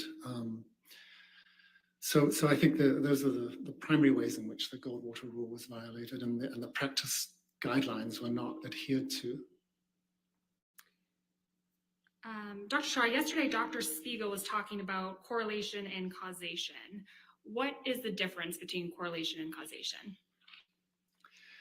Objections, it's not in this designation. It is, we can approach and I can show you. All right.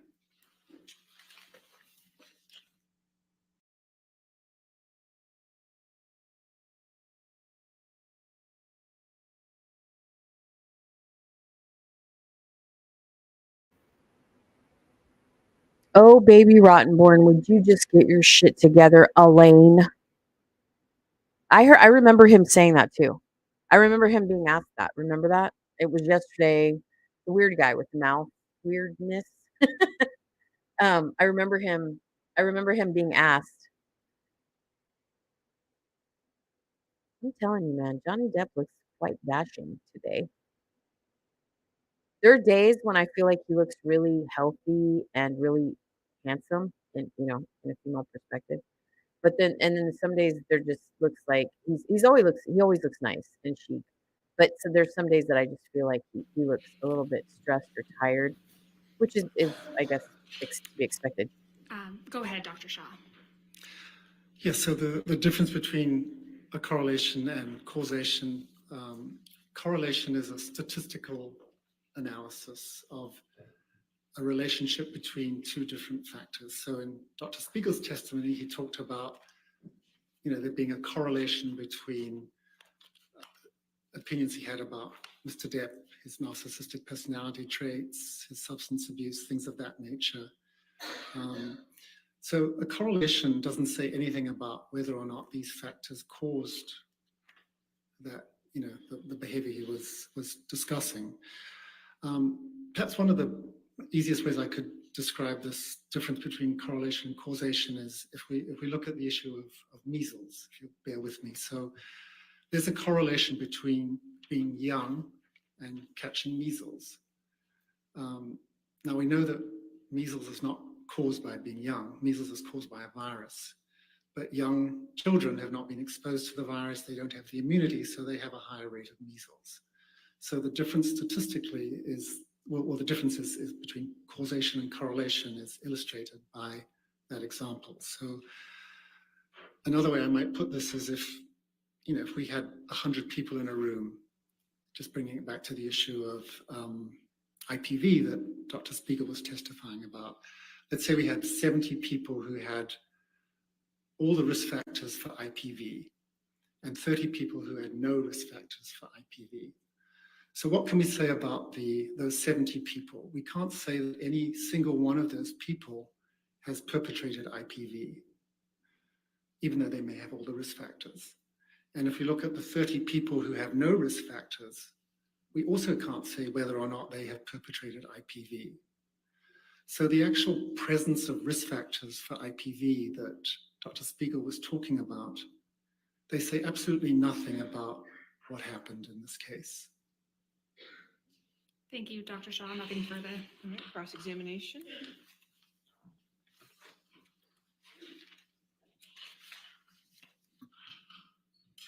Good afternoon, Dr. Shaw. Good afternoon. You're not offering any opinion as to Mr. Depp's psychology, correct? That's correct. And you testified a lot about the Goldwater rule. Look at baby Camille being all proud. No case where Go, girl. excluded from testifying based on the Goldwater rule, correct? Oh, God. And then we have baby Rottenborn. I don't know about the whole idiot. universe of cases. It's possible, but I don't know personally about one.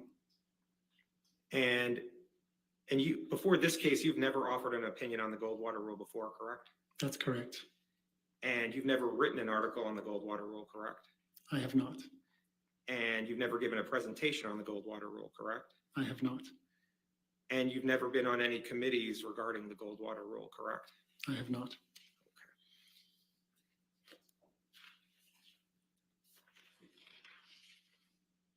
And you agree that you've testified that there are exceptions to the Goldwater rule about having to interview the subject, right? Yes. And you understand that Dr. Spiegel requested to meet with Mr. Depp twice, but Mr. Depp declined, correct? I'm aware of that. And Dr. Spiegel stated in his designation and at trial yesterday that he did not meet with Mr. Depp, right? Yes. Okay. Can we put up Defendant's Exhibit 1904?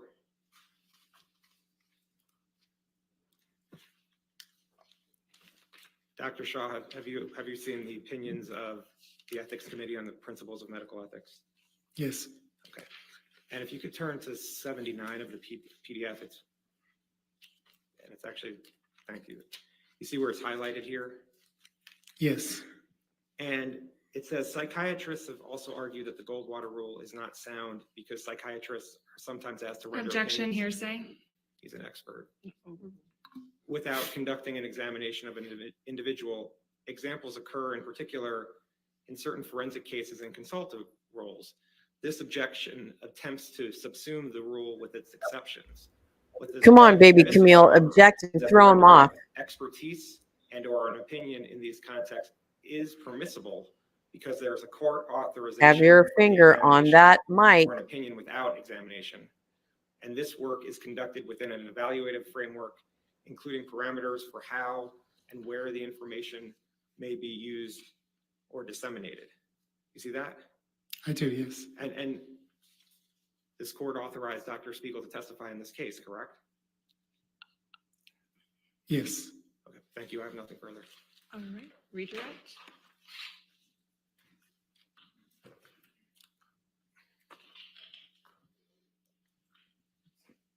Dr. Shaw, Mr. Nadelhoff just asked you about the court authorization of Mr. Depp's evaluation. Are you aware that the court has twice denied Ms. Heard's request for an evaluation of Mr. Depp? I heard that yesterday in testimony, yes. Okay, thank you. Nothing further. All right, thank you, sir. You can either have a seat or you can leave. Thank you. Your next witness.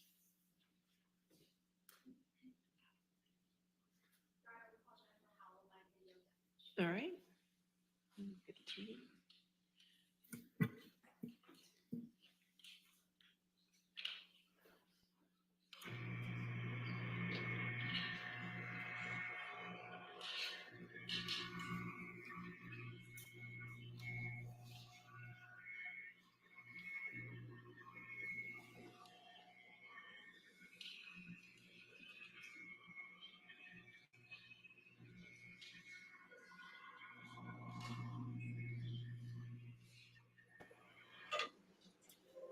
Fuji water sure is popular on this court. It must be like a thing in Virginia. You didn't miss very much. You didn't miss very much. Basically, Baby Rottenborn came up and was basically just Baby Rottenborn, and Baby Camille went, pretty much. She's very proud of herself, and she should be. She's Baby Camille.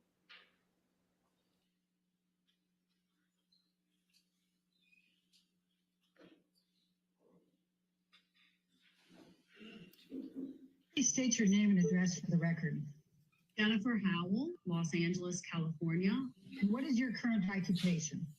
I run the Art of Elysium, CEO of the Art of Elysium. Let me just go back. What? It's Jennifer Howe. What? January 2015. No. I'm sorry, May 2015 to April 2016. Are you absolutely certain about those dates? I'm certain.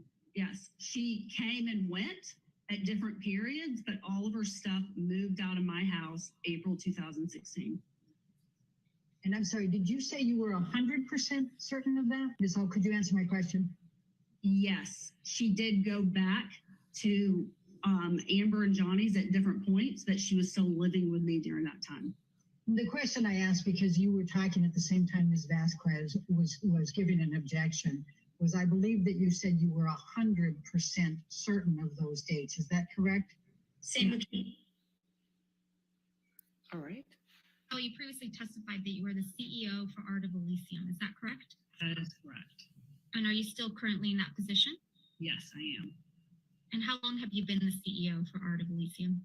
I am the founder of the organization. So we did our first workshop in August of 1997, filed the legal paperwork in February of 98 to set up a 501c3. So I guess since the beginning of the charity. Ms. Howell, when did you first meet Amber Heard? At the Pineapple Express premiere is where I met she and her sister Whitney. Do you remember approximately what year that was? I believe it was around 2008. I'm sure that could be pulled. It was the LA premiere. I think there was probably multiple premieres, but it was the Los Angeles premiere of Pineapple Express.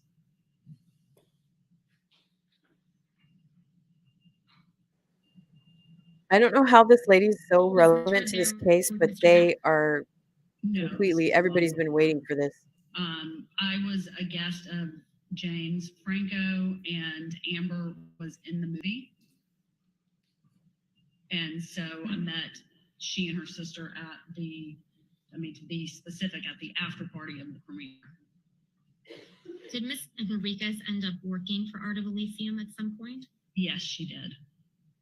What year did Ms. Enriquez begin working with Art of Elysium? I believe it was in 2014. I don't have those documents right in front of me. I believe it was leading into the year Amber was receiving the award. And what was Ms. Enriquez's position at Art of Elysium? Art salon manager, director. Does Ms. Enriquez still work for Art of Elysium? No. When did that end? Oh, 2015, I believe. Each time you saw Mr. Depp, did you ever see him doing any illicit, illegal drugs? Never.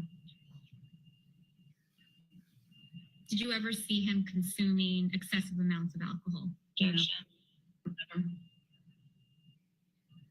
Did you ever see Mr. Depp appear intoxicated? No. Did Ms. Heard ever show you photographs of depicting injuries on her face or body? No. Did Ms. Heard ever tell you that Mr. Depp was abusive towards her? No. Mr. Depp paying your legal fees, Ms. Howell, for this deposition and the testimony you've provided in the UK action? He is not. Who is? Myself.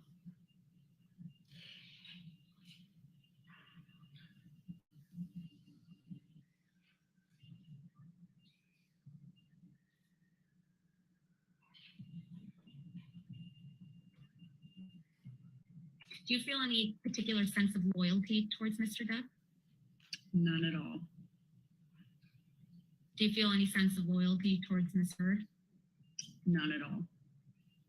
Ms. Howell, do you recognize this check as the check that the Art of Elysium received on behalf of Ms. Heard?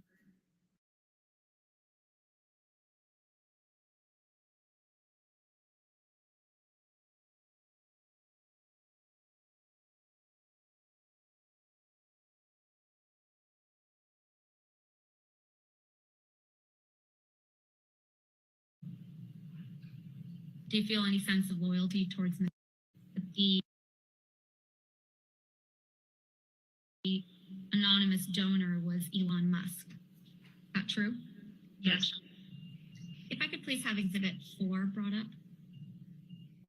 And for the record, it's based on JH 22 through 29.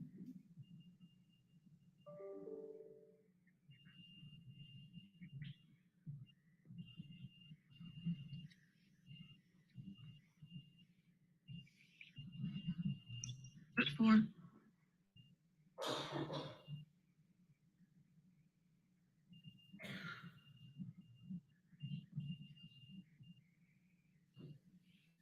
Do you recognize this document, Ms. Howell? And if you need to scroll through the 8 pages, feel free.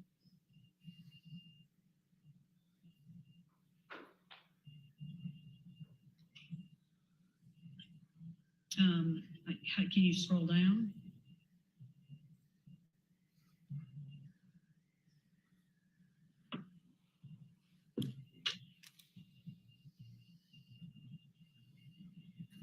Yeah, I recognize that. And what is this? That is an email, I believe I sent to Whitney. Scrolling up to the first page of this attachment, who is Marcel Parasol? Sure, Parasol. He is one of my oldest friends in Los Angeles who has served as a board member of the Art of Elysium and is one of my biggest confidants here in LA, kind of for the course of my career.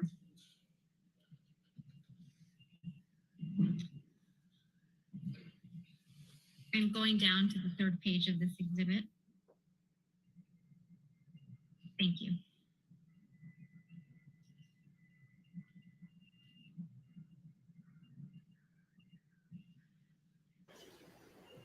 This is an email, Ms. Howell, that you sent to Whitney Henriquez on or about Tuesday, July 28th, 2020 at 11:02 a.m. She's there to discredit Whitney. Whitney lied. This is a true and accurate copy of an email exchange that you sent to Ms. Henriquez.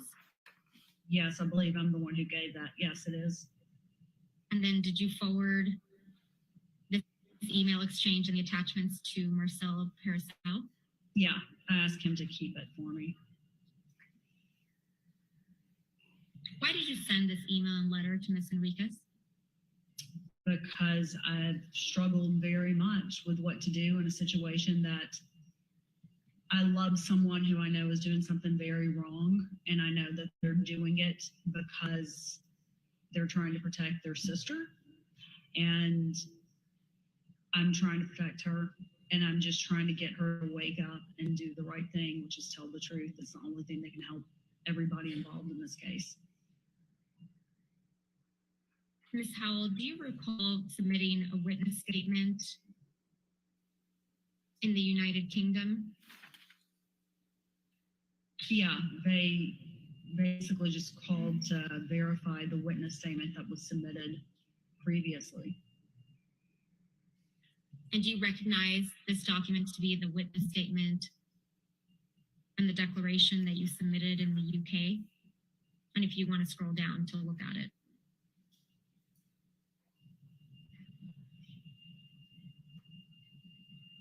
Yes, I recognize it. And at the first page, do you see a date on this document? January 13th, 2021. And is this document a true and accurate copy of the declaration that you submitted in the UK proceeding on or about January 13th, 2021? Yes. And are all the statements in your UK declaration accurate and true? I mean, yes, I signed it. Yes. All right, let's pull up what I believe was DEPP Exhibit 9. It's been marked as DEPP Exhibit 9.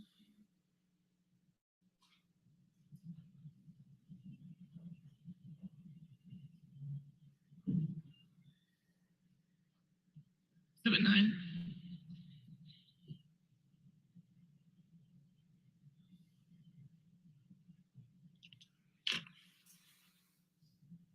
So, Ms. Howell, earlier you were shown this document. Scrolling to the end of it. Can you go? Okay.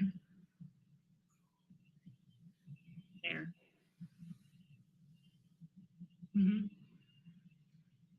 Did Mr. Waldman assist you in drafting this email? Absolutely not. Did you speak with Mr. Waldman at all about drafting this email?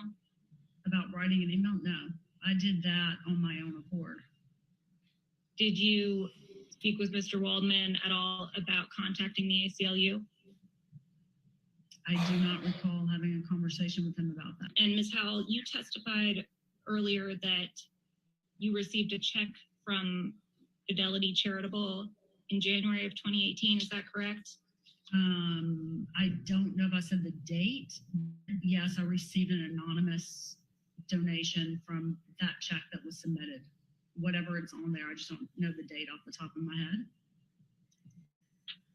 And you testified that there was a letter sent along with that that said that it was in honor of Amber Heard? Yes. Richard, I was guaranteed 20 minutes with him after being attacked for 3.5 hours by your side the last time. So I am going to stick by what I was told before entering this and what your side agreed to. All right, next witness. Your Honor, Mr. Depp calls Candy Davidson Goldbraun, who is the corporate designee of the Children's Hospital of Los Angeles. All right, and that's by deposition, is that correct? Yes, Your Honor. Goldbraun, is it your understanding that you're here to testify today on behalf of the Children's Hospital? Correct. Yes. Okay. So as of June 2018, had any payments been made by Ms. Heard to the Children's Hospital in connection with the $3.5 million pledge, aside from the original $100,000 check from Mr. White in August of 2016? Yes, there was a payment, a gift on January 9th of 2018. And what amount is that gift that you're referring to? $250,000. Okay, and was that gift made by Ms. Heard or on Ms. Heard's behalf? By Ms. Heard. Okay, and what are you basing that statement on? By the check that we received from Fidelity. Fidelity charity that came to Children's Hospital. What is this document? The letter to Mr. White from myself inquiring about further installments on the pledge that had not been fulfilled. And why did you write this to Mr. White on June 14th, 2019? I was trying to figure out if there were any other payments coming from Mr. White to fulfill the pledge, because Children's Hospital Los Angeles had not received any other correspondence from him. And what is this document? It is the letter to Ms. Gottlieb from myself on behalf behalf of Children's Hospital Los Angeles, inquiring about additional gifts, pledge payment installment. This letter appears to be directed to Miss Amber Heard, care of Jody Gottlieb. Is that correct? Correct. Who's Jody Gottlieb? In the Children's Hospital Los Angeles record, Jody Gottlieb was our contact for Miss Amber Heard. Ms. Goldbraun, why did you send this letter to Ms. Heard and Ms. Gottlieb? I was trying to see if the pledge was going to be fulfilled or not. In your experience, is it common practice for anonymous donors when making donations to, in one paragraph, state that they wish to remain anonymous, and in the very next paragraph, identify themselves? Yes, That is common? it is common for donors to want to remain anonymous publicly, but allow the charity to know who they are. Between June 2018 and the dates on which you sent the letters to Ms. Heard and Mr. White in June of 2019, were any additional funds received from Ms. Heard? No. Okay, so as of June 2018, a total of $250,000 had been received as far as the Children's Hospital is concerned from Ms. Heard. And that was the same amount that had been donated a year later in June of 2019. Is that accurate? Correct.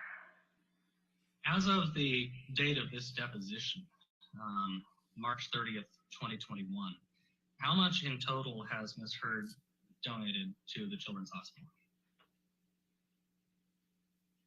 For this particular gift, in her lifetime, From 2016 to present. $250,000. Ms. Goldburn, you recall we were speaking about this letter a few minutes ago? Correct.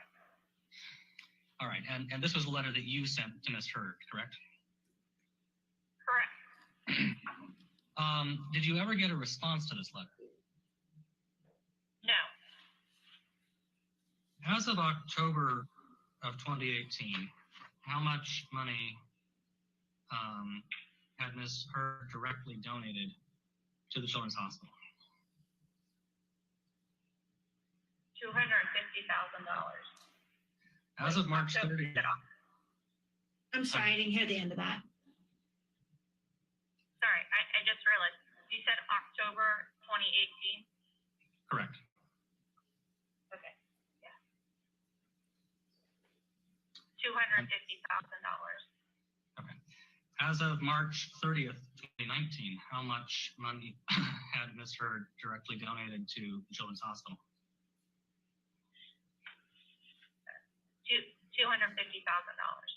What is your understanding of the length of time over which Ms. Heard pledged the gift of $3.5 million to Children's Hospital?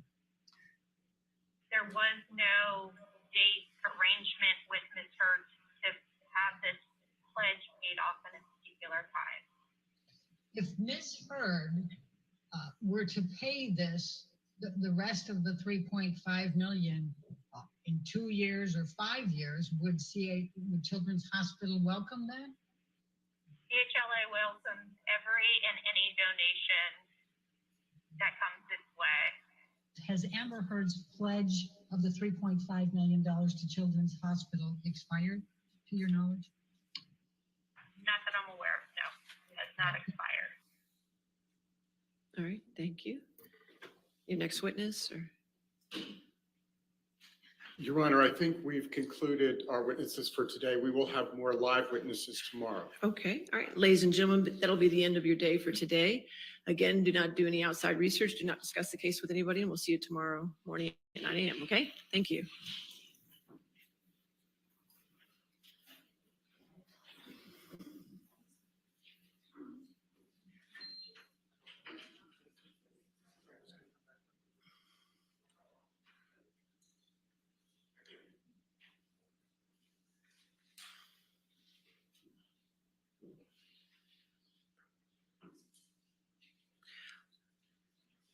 All right. You want to have a seat for just a moment because we do have a few proffers going to be done. Just for the record, we talked about it earlier. I will charge the 30 minutes extra time for today to the plaintiff's team so we can stay on time. Understood, Your Honor. Okay. All right. And I believe, Mr. Rodenborn, you had some proffers you wanted to do for testimony. We did, for Your the, Honor, for the record. testimony in a few exhibits. Mr. Nadelhoff is actually. Okay, Mr. Nadelhoff, if you want to proffer testimony for the record as to testimony that the court has sustained objections.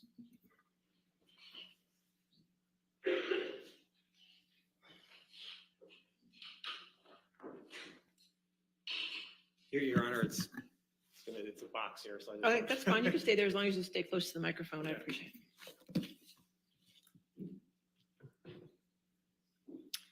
And Your Honor, what I will do is I'll explain what we're proffering the evidence for, and then we have copies. Good. Which I'll provide to you. We'll provide them to you electronically, or I don't have another copy for you right now, but we'll provide. That's fine. Go ahead. Yes, sir. Okay.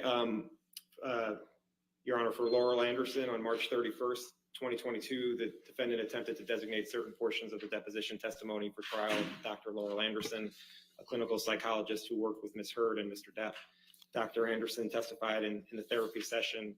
Ms. Hurd reported to her that she was slapped by Mr. Depp, that he hit her in the head, had her hair pulled by Mr. Depp, kicked her in the leg, and that Mr. Depp gave Ms. Hurd bruises. Ms. Hurd also reported that Mr. Depp was the first to initiate any violence. Ms. Hurd also reported that she hid in a bathroom to protect herself from Mr. Depp. Ms. Hurd also reported to Dr. Anderson that Mr. Depp threw a phone at her on May 21st, 2016, hit her and held her hair. Ms. Hurd also reported to Dr. Anderson that she was a victim to Mr. Depp's abuse. The testimony is contained in Dr. Anderson's deposition transcript, which is Exhibit A. The court also excluded records of Dr. Anderson from Ms. Hurd's and Mr. Depp's therapy sessions and a treatment summary, which are Exhibits B and C. Mr. Depp objected to Dr. Anderson's testimony as described in medical records, stating that they were hearsay and that they did not fall into any exceptions, including statements for purposes of medical treatment. The court sustained the objection on the ground that the testimony and exhibits were hearsay. For Dr. Kipper, on March 31st, 2022, the defendant attempted to designate certain portions of the deposition testimony for trial of Dr. David Kipper, Mr. Depp's physician. Dr. Kipper testified Ms. Hurd voiced concerns of Mr. Depp's behavior while on drugs and alcohol, that Mr. Depp tried to fight and push Ms. Hurd while he was attempting detox on his island, and that she found lots of cocaine in February 2016. Dr. Kipper also testified he told Mr. Depp to, quote, bury the dragon, which referred to the bad feelings that Mr. Depp has inside him. This testimony is contained in Dr. Kipper's deposition transcript, which is Exhibit D. Dr. Kipper also testified about an email he wrote explaining Mr. Depp's detox treatment. In the email, Dr. Kipper wrote to Mr. Depp's sister that Mr. Depp had fundamental issues with anger, romanticized the drug culture, and had no patience if his needs were not met. This email is Exhibit C. Exhibit E. Mr. Depp objected to Dr. Kipper's testimony and the email stating it was hearsay, that it did not fall into any exceptions, including statements for purposes of medical treatment. The court sustained the objection on the ground that the testimony and exhibits were hearsay.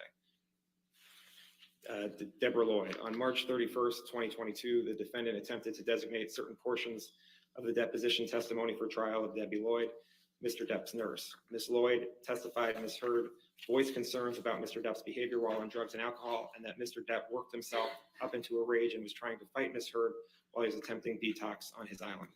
This testimony is contained in Ms. Lloyd's deposition transcript, which is Exhibit F. Also, Ms. Lloyd kept nursing notes on these issues that she testified to, which is Exhibit G. Mr. Depp objected to Ms. Lloyd's testimony and portions of the nursing notes stating it was hearsay that did not fall into any exceptions, including statements for purposes of medical treatment. The court sustained the objection on the ground that the testimony and portions of the nursing notes were hearsay. Aaron Borum-Filati. On March 31st and April 1st, 2022, the defendant attempted to designate certain portions of the deposition testimony for trial of Ms. Filati, Ms. Hurd's, and Mr. Depp's nurse. Ms. Filati testified that Ms. Hurd reported to her on December 16th, 2015, that Mr. Depp headbutted Ms. Hurd in the forehead. This also was contained in Ms. Filati's nursing notes, which is Exhibit H.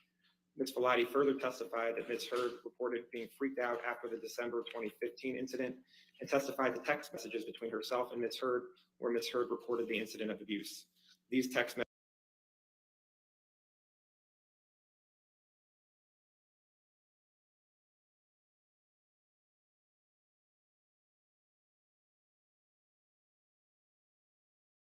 Filati's nursing notes, which is Exhibit H.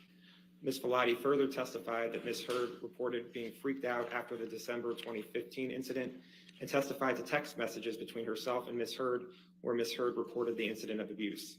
These text messages are Exhibits I, J, K, L, and M. Ms. Filati also testified that on May 21st, 2016, Ms. Heard reported that Mr. Depp became completely delusional and crazed and hit Ms. Heard in the face while she was on the phone with I.O. Tillett Wright.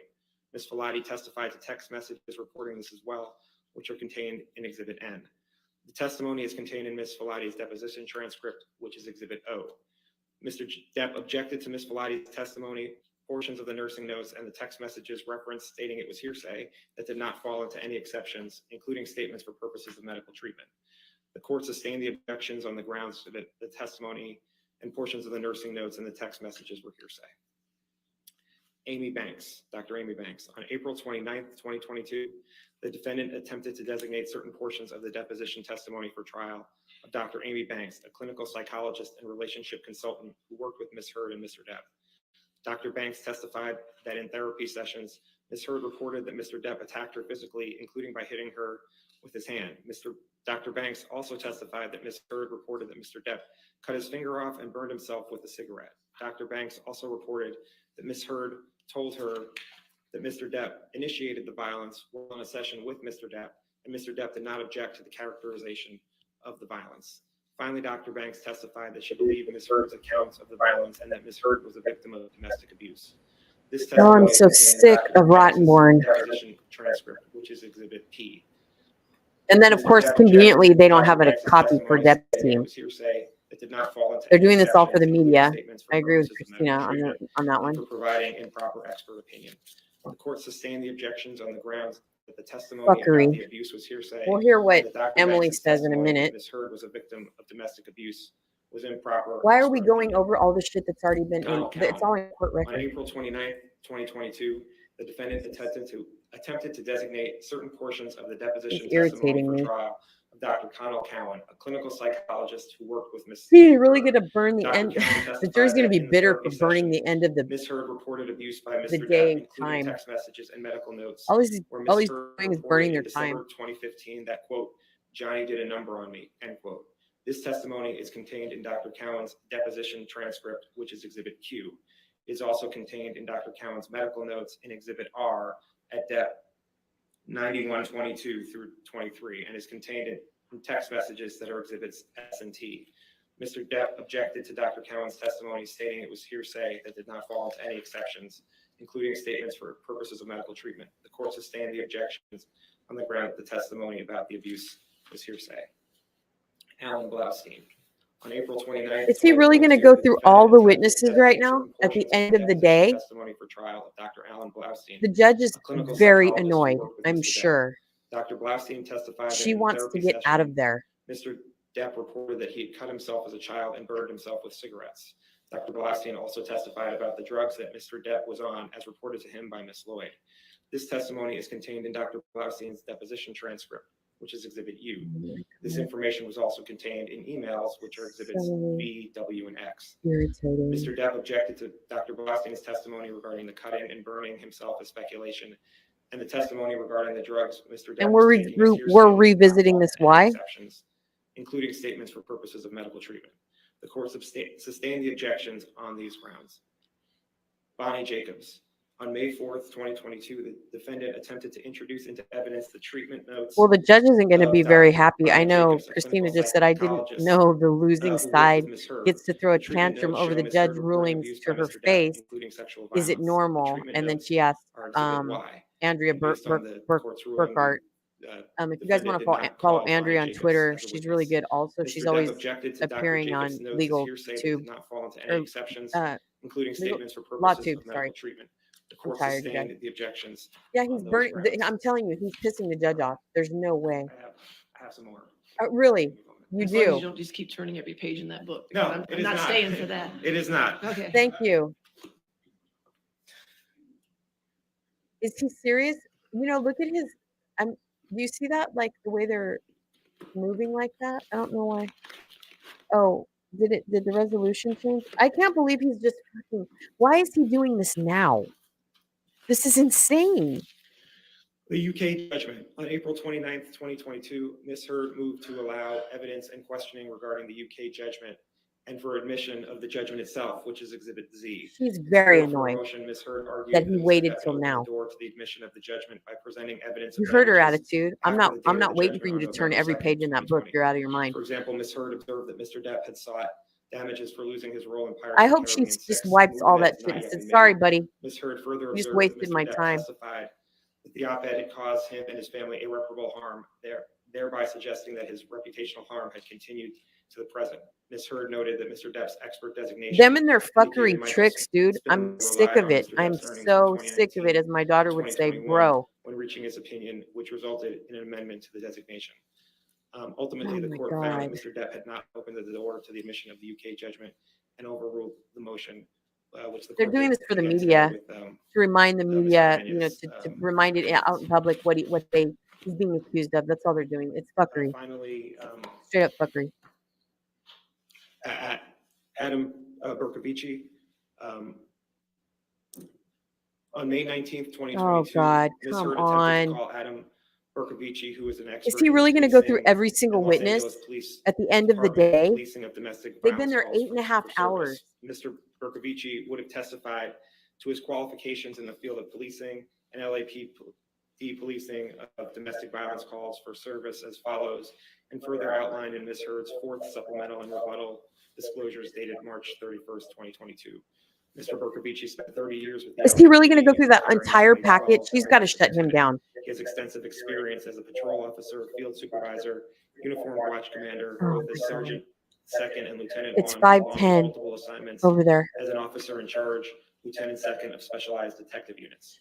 During his tenure with the LAPD, Mr. Bercovici held numerous positions directly responding to and overseeing subordinate officers' responses to the domestic violence calls for service, including as a patrol officer, supervisor, watch commander, and assistant watch commander. And actually, this, Your Honor, is a person who prepared a longer brief of what he's going to say. Is it okay to just submit it rather than hearing me read it all? Any objection to that? No objection. Okay, Okay. that's fine. And with that, that's. Okay. You just scared me with the size of that. No, I just wanted to- understand. Okay. All right, that's fine. If you can get Jamie our copy of it, we'll make sure it becomes part of the record as well. Okay? All right. Do you have any proffers, Mr. Shu, that you need to at this point? Not at this time, Your Honor. Thank you. All right. Then I think there's just a couple of things I need from you. Like tomorrow, let me, by the end of the day tomorrow, if I could get clean jury instructions without the cites on them for the ones that have been admitted, and also the verdict forms as well, if that's worked out. Okay. Your Honor, we sent revised jury instructions to them yesterday morning and a revised verdict form today, so just waiting to get back to coordinate. All right. Thank you. And you're working with Jamie about some exhibits. There's some that were, both sides noted that were in evidence that are not. So I want to make sure everybody gets everything cleared up. You're caught up? Okay, good. All right, just keep that going so we can get that, make sure that's taken care of. As far as time left, Sammy, today, I can give you a rough estimate for two reasons. One, you had some depositions, so make sure you give the breakdowns to Sammy about those. And two, Sammy wasn't here today. He had a mandatory CLE that he had to do. So I just did a rough estimate, and I want to qualify that as a rough estimate. But it looks like the plaintiff has used about 5 hours today, and the defendant used about an hour and 15 minutes. That's what I have. Okay. And again, that's a rough estimate, so don't expect them to be the same. But Sammy's going to get to it this evening and send you an email this evening with the actual accurate times. Okay. Anything else? No, thank you, Your Honor. Thank you. All right. No, Your Honor. Okay. Thank you. Have a good evening. We'll see you tomorrow. You too. Thank you. Oh God. Hold on. We got to see what Emily's saying. I got to see what Emily's saying. Come on, mouse. I was literally falling asleep today. All right, let me see what Emily is saying real quick. Or wait, is Emily's stream is right here, right? Where's Emily's stream at? That umbrella guy. He's starting to put all the clips from the trial in his intro now. It's hilarious. Where's Emily's stream, man? Christina Pickles is on too. Let's see. I just want to hear Emily's stream. There she is right here. Let me see. Give me 1 second, you guys. I gotta hear. I always look for what Emily says at the end of the day. All right. Let's see. I don't think I mean, I know she's gonna do super chats, but I want to just hear her thoughts, at least. To hear where the heck we are with everything. I keep forgetting to turn back on my camera. Welcome back, Candy. We'll talk about it in just a second, but let's catch up with Emily. We're at. I remembered to mute the audio today, so we're going to take a look. I want to see what's happening. What's happening where? Try to put myself on the side of her. Okay. Oh, you guys, I'm over this buffering. It's just it In court, because infuriates me. that's where the real tea is. So we're going to talk about what just happened with the proffers. We're going to talk about Jennifer Howell, and then we are going to talk about the TMZ motion. So with that, I'm just looking at what this conversation is because I'm fascinated. I am also surprised, and this is the thing. I don't look into a lot of what's going on outside of court because I want to see what the jury's seeing. So while I love that the court... Don't do that. Don't do that. Sorry, that the photographer's here getting this conversation happening because there's some body language happening there that's interesting. And with that, I don't review what's going on outside of the court with regard to evidence like Jennifer Howell's. And damn it! All right, let's go see if we can find another feed that's still in court real quick. She likes to leave it. She likes to watch everybody leave the courtroom so she can see what's happening. In court. I really wanted to see us still being in court. Let's see.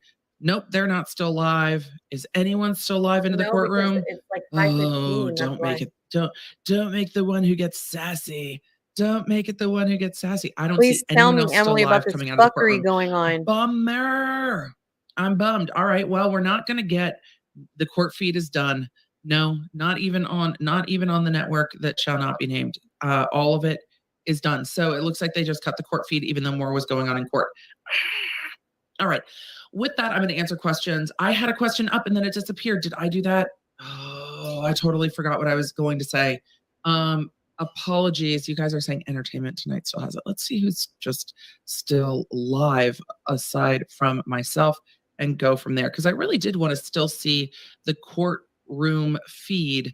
Okay, hold on. Let me see. She's on 480, by the way. You want me to turn her down lower than that? Let's see. You guys have said Entertainment Tonight. Ooh, and you were correct. Thank you, chat. Oh, chat. So wise. I can change her pretty. to so wise. Did they just like 480 maybe you said? Is that what you said? 480? I'll try. Did they just like sit Amber down and have a chat with her? She's freaking out. She's fucking I totally lied, forgot what I man. was saying. They're calming her down. Thank That's you. what it We is. found. She's freaking the Thank fuck you, out. chat. I love that we still get to see. Keep trying to run all that right. show. So Jennifer Howell is what we were talking about. With that, I know that there has been a deposition, not a deposition, like a sworn statement from the She's UK freaking that's out out there. in court And on the camera. sworn statement from the UK that's out great. there is not everything that was in that deposition. The rules of evidence are not simple, but they are finite. And the court might have ruled to keep everything else out. So they only got to, I sent this email to Whitney because I didn't want her to do what was wrong at sum and substance. So we will have to see. I mean, that's what they said, or that's what she said. And that was all of her testimony. And that means her testimony is done. There isn't going to be any more testimony from Jennifer Howell. So anything else that is known to you is not known to the jury. The jury cannot do outside research. The jury cannot watch the full depositions. They only get the they only get the edited versions. And in only getting the edited versions, they only see what was presented. And it really went to, is Whitney Heard trying to protect her sister? That's what Yes, I got she from is. that. So with that, I'm surprised they weren't allowed to introduce more of what Whitney told her as a prior inconsistent statement, but the court might have ruled it out. And this happens. There is stuff that we might think is legally like, well, you open the door, it should come in, but that's not what's happening. We don't see that. So I'm surprised they're still chatting in open court and haven't gone Exactly. to a Go to a conference fucking room or private wherever room. they're They're doing working that shit on. as an She's doing office that for the cameras. outside of this court while they're She's packing being up for the day. difficult. You I'm can just tell by her surprised body language. that She is. they're still there having this conversation about the end of the court day. Just surprised. That's all. She was freaking out. You So could with tell by her that, shoulders and later stuff. today, I will go look at the split screen between Howell's testimony and seeing Whitney Enriquez's face in court. Oh yeah, I I will didn't go see. look for that. We're going to just leave the court feed up while I answer questions because it's interesting to watch what's going on in court. She's mad. Look at her. You could It's tell. interesting to watch what's going on in court. She's not I'm happy. She's running fascinated. that show, dude. Do I She's wish running the that show. audio was on? Yes. That's the true. Everybody's That's the packing true up to Amber leave. right there. But this is getting towards the end of trial. This is crunch time, and it's hard for everyone involved. Question: Can DEPP's team now read the Howell letter out loud? No, they I had have no the Howell proffers. letter. They said they didn't have any proffers. Okay, I'm These were gonna the take this proffers off, you from guys. Heard's team putting on the record. This was I the don't thing really we want to wanted play to put her in. They're stream preserving too their long. record essentially for appeal. This is the stuff we wanted to put in. If I can You get told us my we couldn't mouse put to it work, hold on. in, and we're putting it on the record. So Me- you know, Oh my God. that's what's happening. Sorry. My lips look My mouse. My lips looked a little pale Hold on my on. monitor. What I'm trying to not do is look There pale we go. with a red nose. Is Amber and Hold on. if Amber and Whitney are found My mouse won't move. So hold on. stand, can they get into real legal trouble? You guys, I am so irritated. That guy, Rottenborn. I mean, baby Rottenborn gets on my nerves. Like gets under my skin. That's how irritated he makes me. But yeah, they didn't bring in the entire. They couldn't bring in the entire how thing. So I'm sure that's floating around Twitter right now. Everybody's probably freaking out over that. TMZ is panicking and submitted some kind of motion or something like that for the video. They're freaking out.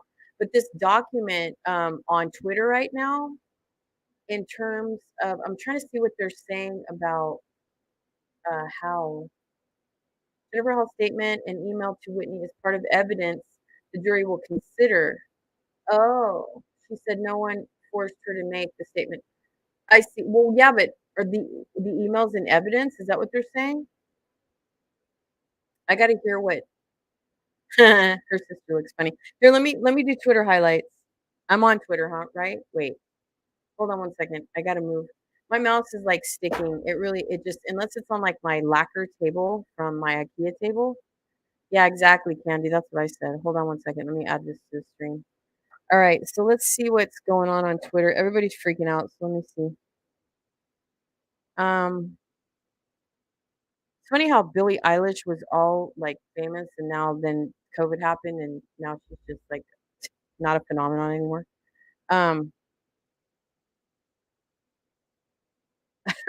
Johnny Depp representing the whole world's mental state is sending me. That's funny.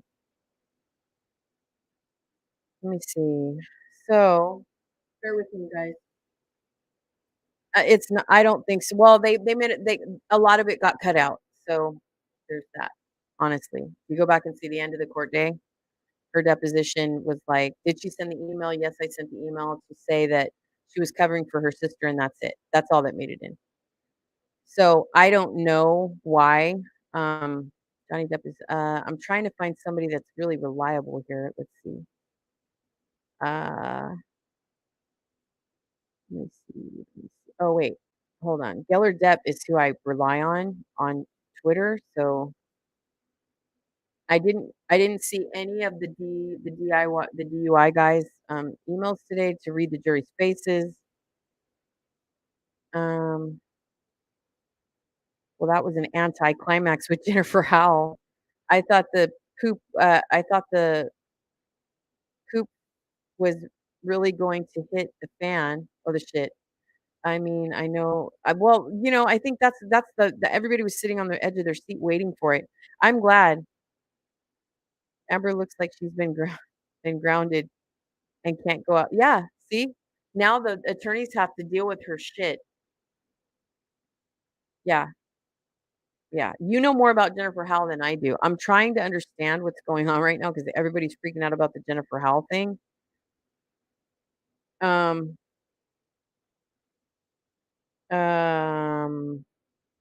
hold on. I'm sure the letters and evidence. Who is that? Oh, podcast. I don't know, you guys. Hold on one second. I'm trying to see. I'm trying to find out. They're coming. They're coming. Give me one second. Um, oh my God, Twitter makes me laugh so bad. Okay. TMZ is panicking, like I said, so they are filing an emergency motion to protect the person who sold the kitchen video. So I wonder who that person is. So here is the motion that they filed. Let me see. Let me see if I can blow it up.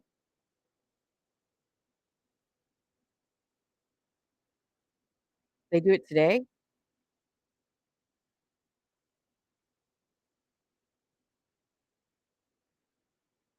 Um, yeah, May 24th, they filed a motion.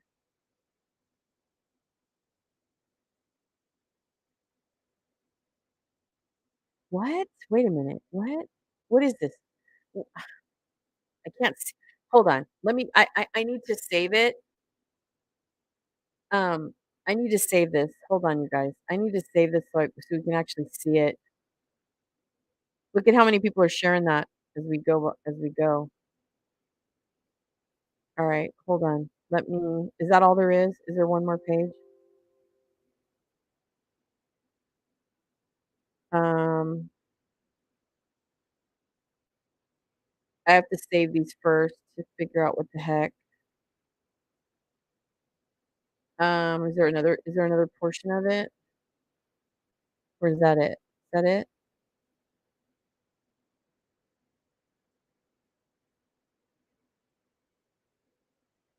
I think that's it. Hold on, let me.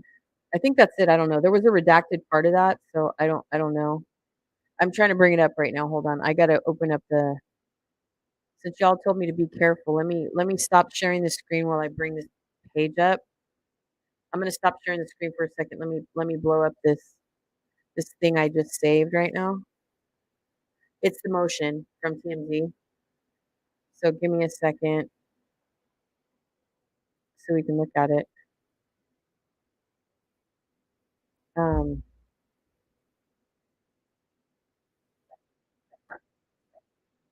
my mouse is getting on my nerves. Okay.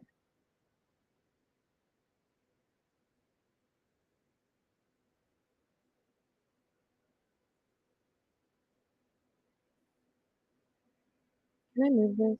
Amber, can I move this over here? Let me see. Sorry, guys. I just gotta move this over here. I really got at that too. Like, I don't really think it's sharing stuff. I need to. Okay. So here's the motion. Here's the motion. Let me, oops. Here's the motion. Let me, I don't think we need the sound for it, but I'll do it anyway. All right. So here's the motion. Pull it up. Yep. Who's Jason Beckerman? Anybody know who Jason Beckerman is from TMZ?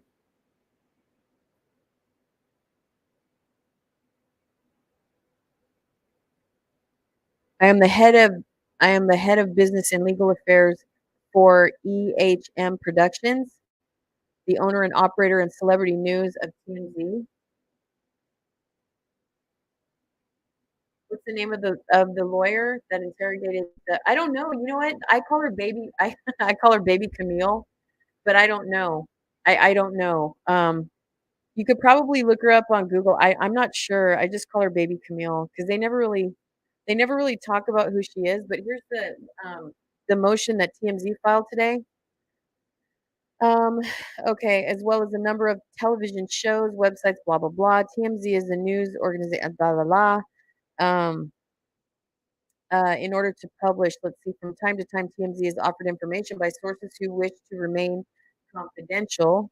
TMZ often accepts that information with the express understanding that TMZ will treat the source identity strictly confidential in order to, on August 12th, wait, I gotta stop sharing my screen so I can, is that it? Oh, well, here's the first part of it. Hold on, I gotta open the other part of it. On August 12th, 2016, TMZ published an article. Johnny Depp goes off on Amber Heard, smashes wine glass bottle. A video of Miss Heard. Hold on, I gotta bring up this other piece of it. Hold on one second. Let me open this. What's the second page on that? This is the second page. This is the second page on that. Hold on. Okay. Um, so the first page is the wine glass bottle number 5. Oh, there it is. Duh. All right. Wine glass. On August 12th, I need to learn how to multitask. My mouse isn't working when I want it to, of course. So let me minimize this. Okay. Oh, you've been looking it up for the last 10 minutes on Google for him the last, I don't know. I'll find it for you in just a second. Let me finish my TMZ thing and I'll find it for you. I will. On August 12th, 2016, TMZ published an article titled "Johnny Depp Goes Off on Amber Heard." Da da da da. Video of Miss Heard and Mr. Depp accompanied the article. The video was provided. The video was provided to journalists at TMZ by a confidential source. This source has not, at any time since then, provided a video, waived their right to confidentiality, or indicated to TMZ that it was released from its promise of confidentiality. Morgan Tremaine was a field assignment manager with TMZ. Ms. Tremaine had nothing to do with TMZ receipt of the video. So, can anybody explain to me what this really means? Because I have no idea. I just know that someone said on Twitter that obviously somebody's panicking. So, this is emotion. Anyway, oops, I keep doing that, you guys. I'm sorry. Hold on. Let me remove that because Eric told me to stop doing that. I forget. Um, where's my Twitter at? Okay. So let me go back and add the Twitters, the Tweesters. So there's the Twitter. Hold on. Is it Radu? Am I saying that Radu? Okay, wait. Um, let's see.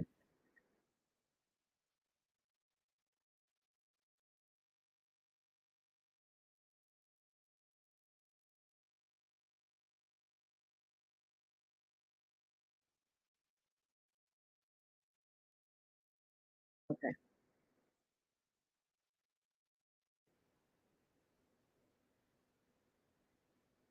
Wait, I know. Hold on.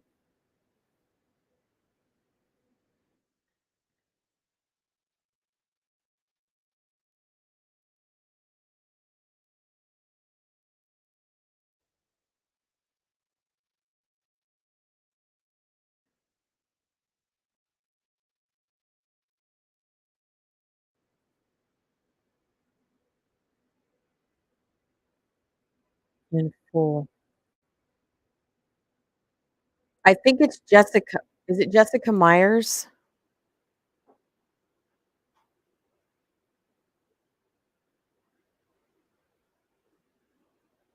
Um,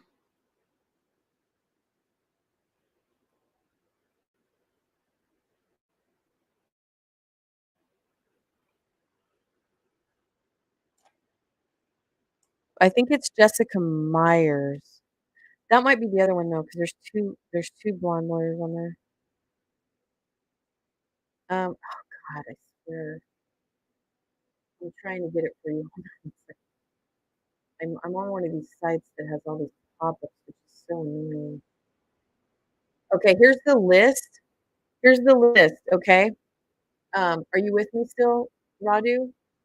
Radu? Okay, so here's the list of attorneys, you guys. I'm gonna copy and paste it, and then he can look it up, okay? So here's the list. I found her name. It's either Stephanie Kalman or it's Jessica Myers, which might be the girl with the curly hair. I'm not sure, but you can look each one of these up, you guys. Here. So I think those are the list of, that's Johnny Depp's team. That's Johnny Depp's team right there. So one of those, Radu is, I'm sorry if I'm pronouncing your name incorrectly, but these are all the lawyers that are serving for Johnny Depp. So if you want to look up these names individually and look for their pictures, and you should be able to find the attorney you're looking for. I call her Baby Camille. But there's all the attorneys that are serving for Johnny. So it's either Rebecca McDowell, Stephanie Kalman, or it's Jessica Myers, maybe. That Lakaraz Yarlin. I bet you it's her though, because she does look. She kind of looks like she has some kind of To me, in my opinion, she looks like Russian, maybe. Anyway, Radu, I guess. Anyway, there's the team of lawyers, you guys. So TMZ filed the motion, as you guys can see. What today brought, I don't know. The Jennifer Howell thing, obviously, that was a bust, I guess. So a lot of people are talking about that. There are a lot of documents being submitted on YouTube. Legal Bites, Jennifer Howell's testimony was submitted to impeach Whitney's, but obviously, I don't know. I mean, obviously there wasn't that much. So Emily was saying, apparently everything we know about Jennifer Howell doesn't matter. So just because if it's not being entered in, then it's not going to be something the jury considers. So, let me see what else. That is funny, huh? But they do kind of look similar. Gosh, man, Twitter is blowing up. Look at this. It's like 30, 50. I can't even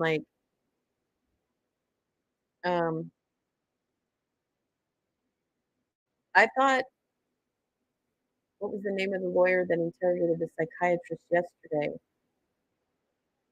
Psychiatrist, the name of the lawyer. Oh, I'm sorry. I thought he meant today. I thought he was talking about the young blonde attorney that was crossing the forensic psychologist today. But it was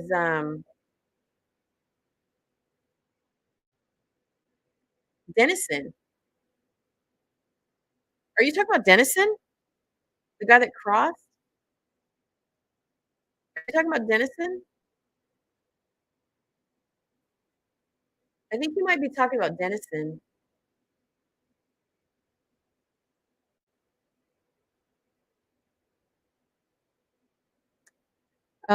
See TMZ, see Christopher Melcher just posted something right here. Christopher Melcher said TMZ seeks an emergency order blocking disclosure of who leaked the video of Johnny Depp's 2016 wine thing. Producer Morgan Tremaine on his witness list in his trial against Amber Heard. So, the confidentiality. What is Chris saying? Confidentiality sources is vital to the collection of information by journalists. There are strong First Amendment protections against compelled disclosure of media sources. The court may have to grant the motion to block the testimony. Anything Team Deck can do, because the video was clearly an illegal recording and only he and Amber could legally sell it. Could legally sell it. Okay, well. Jennifer Hall's statement that will be provided to the jury. Oh, okay, okay. So everybody needs to stop panicking. Candy, if you're still here, her letter, obviously, I think is still going to be permitted. Just her deposition was cut off, but her letter will be in presented to the jury. Apparently, her deposition. So at least that's what they're saying. So that's good, right? And then if you guys are wondering, because I know Eric was talking about show the document, and that is actually, I retweeted the document, so I'll show you the document, Eric, if anybody else is interested in the actual email that transpired between um, Jennifer Howell. So here is Jennifer Howell's letter to Whitney. Jennifer Howell's letter to Whitney Heard explaining why she's telling the truth about her and Amber in a sworn declaration and asking her why she's still covering the abuse for her, the abuse she and Johnny endured at the hands of Amber in the past years. So I don't know, you guys. I'm a little. I just wish. I don't honestly. I feel like the witness that they presented today from the trailer thing. I just don't think that was a good idea. But that's just me. I know nothing about lawyering, so I'll have to watch Legal Bites to see if that was a bad idea. You know, I like to get all of their takes on the panel. But this is the letter that was entered. If I can find the beginning of it. All right, from Jennifer Howell to Whitney Heard. I'm going to read it if you guys are here and listening. So this is Dear Whitney. This was submitted on July 25th, 2020, 2 days before my birthday. Dear Whitney, this is one of the most important letters that I have ever written in my life. I asked to write you I asked to write a letter to you in my own words after receiving 2 subpoenas yesterday to give testimony of my knowledge of what happened to lead you to stay with me after leaving the Eastern Columbia building in the penthouses of Amber and Johnny. The reason this letter is so important to me is that you, my chosen sister, are so important to me, and I am hoping that the truth will set you free from a lifetime of abuse and being forced to live someone else's life instead of given the freedom to live your own. I feel that I am writing this on behalf of everyone who loves you and who wants to help save you from, yet again, fighting a battle that is not yours to fight. Outside of Google alerts for the charity and what is the media circus going on right now. I have been unaware of this of the insurance and the ins and outs of what is happening between Amber and Johnny. It was brought to my attention that you made reference to Amber kicking you out of the penthouse and went to live on your boss's floor. I don't think it took them too long to connect the dots and figure out who your boss was at the time. I've been trying to catch myself up to speed on everything and am afraid that there are different storylines between what I shared and what you shared. I spoke with Anna Waldman this morning and was asked some questions and answered honestly with my account to the situations. You Just so you know, Adam was respectfully kind and understood my allegiance in all of this is to you and you alone. I have never been more upset during any of this drama than I am right now, and our thought and right now at the thought of Amber asking you to leave Gavin and Hunter to go to London and entangle you in all of this. If you feel you have been asked or compromised in any way to do anything that might perjure yourself, I beg you to recant and for once in your life, think of yourself first. You have found an incredible man and have this beautiful and amazing child, and if anyone would ever put you in a position to risk that, they do not love you. I have shared the names of the other stuff and the art of the asylum, right? Is As- Elysium? Am I saying that right? Does anybody know? Um, who were on board while you were there and heard your accounts of these situations. I am not sure if they will be subpoenaed, but their names have been submitted to the record. I hope you know that the little family created during your time at the Art of Elysium all the love you very all love you very, very much. It crushes my soul knowing that you may hate me for the rest of your life and never speak to me again. Losing your friendship is something that I am willing to risk if it frees you, Hunter and Gavin, from all of this and allow you to build your family and your life for you and you alone. You have been my every prayer, every thought, and every consideration. Next page. Um, let's see. I stated while being questioned that I do not have dates nor timeline because when you showed up to stay with me, I never thought twice about giving you a home and was happy to provide you with my guest room and and have you in the safety of my place. I never wrote down when you moved in nor when you left because my home was and will always be your home. I have entered to record that I am happy to share any text messages, emails, and or anything that they need from that time to help appropriately piece together specific dates and accurate timeline. I have offered anything that I have to help shed light on the absolute truth and put an end to all of this to move on with this next chapter of your life. I promise you that the next chapter will be your best yet. The things that come up during the deposition with Adam are as follows. The incident on the stairs that was one the incident on the stairs that was one of the inciting incident oh god. Wait, the incident on the stairs that was one of the inciting events that lead you to ask to move in with me. You told me and others on staff that you tried to stop Amber from attacking Johnny and nearly got thrown down the stairs. At no point in time was it ever said to me that Johnny had hit Amber nor abused her in any way.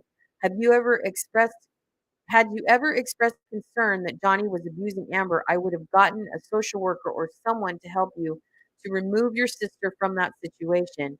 I have done I would have done anything to help you in any way. A my something. So they whited that out. I don't know. Um, oh no, my father reminded me this morning that I told him that Whitney had moved in. What? Father reminded me this morning that I told him that Whitney had moved in with me because she was terrified of her sister.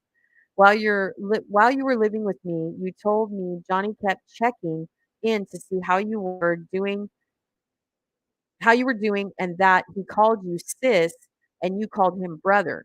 You said to me on multiple occasions that you did not know why he was staying in it, nor why he was putting up with Amber's abuse.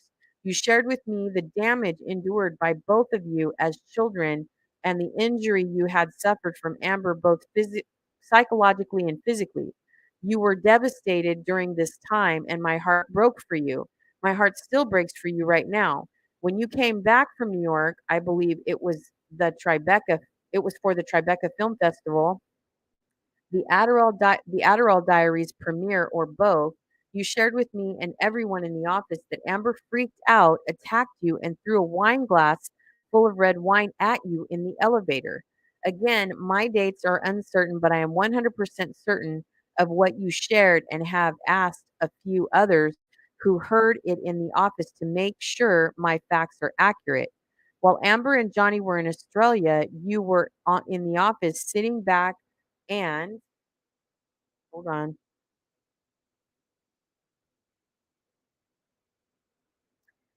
While Amber and Johnny were in Australia, you were in the office sitting in the black and white chairs near the kitchen and loudly proclaimed, "Oh my God, she has done it now. She has cut off his finger." And I am not sure if this was before or after Boo and Pistol were back in the US and coming into the office. Other staff was in the office at the time and might have had a better grasp of the date. In regards to the extramarital affairs, I only have information you and others shared with me. It is my understanding all of that is completely irrelevant other than James giving a sworn testimony to what he did or did not see on Amber's face that day in the elevator. I told Adam that if James were asked anything at all, that I know without a shadow of a doubt that he would speak the truth because I know his heart and his conscience, um, and his conscience, I don't know, and the spiritual journey that he is on to be accountable for anything he has ever done that might have him inadvertently hurt anyone and to go to great lengths to make amends and do what is right truly. I encourage him to speak to James directly. When Elon came up in the deposition, I shared only what I know from you and Paige. February 9th, 2019, when I came to see you and meet Hunter is when this conversation with you and your mom took place. I told them I had been told that Elon had gifted Teslas, but Amber found out they were bugged. I was told that Amber said he was controlling, abusive, and that she was in a legal battle with him over the rights of embryos that they had created together. He wanted to destroy them, and Amber tried to keep them to have a baby. Is everybody listening? To keep them to have a baby. Hence, she has a baby right now. Hence, she's doing the same shit to Elon that she's doing to Johnny. She's just not doing it in public because Elon is a tycoon and will crush her like a bug. All right, enough said on that one. Okay, so let's see, where was I now? Controlling that he was abusive, da da da. He wanted to destroy them, and Amber tried to keep them to have a baby. That is the day that your mother told me that Johnny was either an angel or a saint compared to Elon, and she wished that Amber and Johnny would reconcile. I was indeed taken back because this was after the divorce and when Hunter was under a year old and I was at your house. She told me that Amber and Johnny were still in touch and that they were each other's true loves or something to that exact sentiment, right? You were still going through the emotions of having had a child or a baby, whatever, and all of those ups and downs. So basically, she was in postpartum. And I could not believe that Amber and Johnny's relationship was being discussed while you were the one who needed to be the focal point and needed our support. I think I called Tosh when I left your house, but need to look at my phone records to be sure whom I called. It was someone who knew everything from you, and I confided in them how concerned I was after visiting you. The other things that were discussed were the character reference letters that I wrote on behalf of Amber for her volunteering with the charity, the 250,000 donation that came as an anonymous donation on behalf of Amber. I shared that I had believed that that contribution was from Elon, but have absolutely no recollection of you telling me that. But for some reason, that was put in my head by something, either you or someone else on staff. Your thoughts on Rocky freeloading off of Amber and then freeloading off of Johnny, and your overall thoughts on Rocky. I let them know I did not think that would ever be a work in which you would conspire with Rocky to do a cover up for Amber, given your feelings about her, and after the art of the of Elysium or whatever it is had been used in press during the divorce, and I had been. Hold on, I gotta let me get to the end of this and we'll talk about it. Last page. Let's see. Let's go from these are highlighted. Let's go from here. Your thoughts on Rocky freeloading off of Amber and then freeloading off of Johnny on your overall thoughts and your overall thoughts of Rocky, which we already know. Rocky was a freeloader, so was Josh. We already know all this. Okay, the art of the Elysium had been used in press during the divorce, and I had been asked on multiple occasions to write letters regarding Amber's volunteering with the charity, and no donation came into the art of the Elysium or whatever the hell but went to the Children's Hospital Los Angeles and the ACLU. That Amber's publicist told me that they were more prominent charities with a more significant press reach and got international press. You were aware of all of that already, but just want to share everything that was discussed. I asked if you were okay to write to you in my own words because I know how easily things can get distorted or twisted. You know me and know that if if subpoenaed or brought into this or anything else, that I would always be honest. I love Amber and have compassion for her because she is your sister, and I know what you guys have went through as kids. The two of you have literally been through hell together, and I know you would do nothing in the world and I know you would do anything in the world for her. She is your older sister.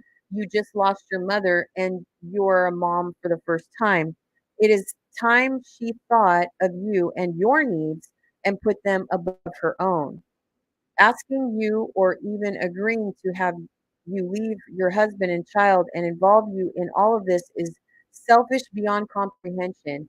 You, Whitney, are worthy of love, worthy of being seen for all of your light and beauty, and worthy of not having to clean up after your sister's mess clean up another mess that is not yours.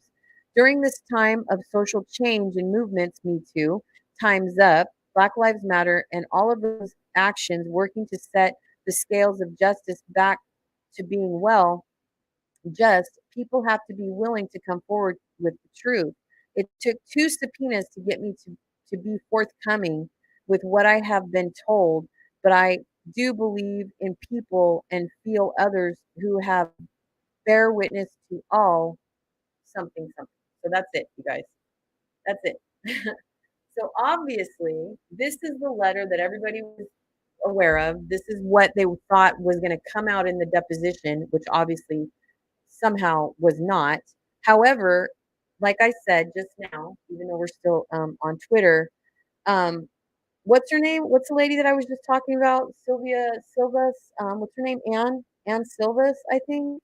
Just said that it was because she tagged Christopher Melcher, who's on Andy Signor's show. Um, she, where is it? Because I just I retweeted it while we were listening. Hold on one second, I gotta find it. Because remember, this too. I don't. Okay, anyway, we'll get to Ann Silvis right now because she's a abuse expert or whatever. She's written books and everything. But Candy, I think, sent me this, but this came from Jackson. Jackson, if you guys want to follow her on Twitter, she's she's kind of like she and the real Laura B are very close. So this right here is, what's this? The document from the LAPD concerning perjury of the incident. So this is, remember how they were saying that Adam Waldman filed a complaint or whatever? Well, this is the investigative report. Remember how he said he didn't remember if he had a report or if there was a report? Well, here's the report. So that's more evidence. So this is, I honestly, I believe Adam Waldman. I don't believe that it says my understanding. Here's a reply anyway. It says my understanding is Waldman had a binder of evidence. The TRO incident. Okay, that's the day she filed for the TRO. Yet this was reported in 2021, so the statute of limitations ran out in California, so it's 3 years. Does the SOL run from the time of occurrence or time of evidence discovery? I have questions. Either way, it doesn't. I don't even know if that matters. But the thing is that Adam said he couldn't remember if there was a report and whether or not the statute runs out. I mean, obviously, maybe they can't submit it. Maybe that's what she's talking about. But to me, it's there. You know what I mean? But although she's saying that that's really weird though, because why would it wait a minute? Because see how this says 5/27/16 and then this says 4/29/21? So I don't understand. Are they saying this is the time of the incident and this is the time of the report? I don't know. So, like I said, there's tons of shit out there. There's all kinds of stuff happening, you guys. This is nothing new. I mean, this shit comes out on Twitter like every single day. There is mountains and mountains and mountains of evidence on top of that website we were talking about that everybody's pulling from, I guess. I don't think a lot of people know about it. I mean, I think it has been floating around for a while because obviously, the more of the public that knows that website exists, the more people will verifiably support Johnny Depp, justice for Johnny. I mean, you know what I mean? And because you have all the evidence at your disclosure. And I think it's all available because it's public record. That's funny right there. But I was gonna show you Ann Silva's. Oh, this too, by the way, Miss Heard Star is Born. Here's her awards. She so calls that says that she's like some kind of miraculous star. That right there just kills me because we all know nobody knew of Amber Heard. What's this? Proof of perjury charges? Oh, it's the same. So as you can see, this document is going around everywhere. This document is everywhere. So Twitter's the place to be, y'all, if you want plain okay, wait, 19 hours ago. Let me see if we didn't really talk much about Larry today, and I know he was in the in the audience, I guess. Is that what I want to say? Guys, I'm really tired today. All this stuff is exhausting me. This is my new pup. Oh, 7 hours ago. So he didn't really. I guess he didn't tweet today. The judge looked pretty unimpressed with Rottenborn when he quoted that Johnny Depp has been called a wife beater, and he said it 2 times. So the judge has been annoyed with her team so many times. Like they're really pushing it, because they're trying to just. But the bottom line, you guys, when they get in the deliberation room, is that she has no evidence. She has no real evidence. Like, it doesn't I mean, I guess maybe there will be some people in the jury that actually think she was hit. I don't think she was hit. I mean, there's plenty of examples. If anybody's ever seen a movie or anything like with someone that's been hurt as much as she claims she was, I just don't buy it. I mean, if I was a jury member, I'd be like, why isn't her face like 3 times the size? You know what I mean? If she was really hit with the rings and the drug and this and that and the other, she never went to the doctor. I'm not buying it. I'm not buying it. I'm just not buying it. But then again, I'm a hypochondriac. I go to the hospital for everything. So I would never be that person that wouldn't go to the doctor to have. I believe in paper trails, y'all. I believe in protecting yourself. I believe in, you know, I guess that's part of like me having a sheriff or a stepmom. But still, it's like I believe in protecting yourself no matter what. Watch true crime, man. Crazy shit happens all the time. Um, especially when you're on the internet, it's crazy. But anyways, so there's a lot of documents surfacing on Twitter. I highly recommend that you guys, start following some people and seeing what's out there if you guys are curious. The depth, fuck TMZ. She's so funny. I love her.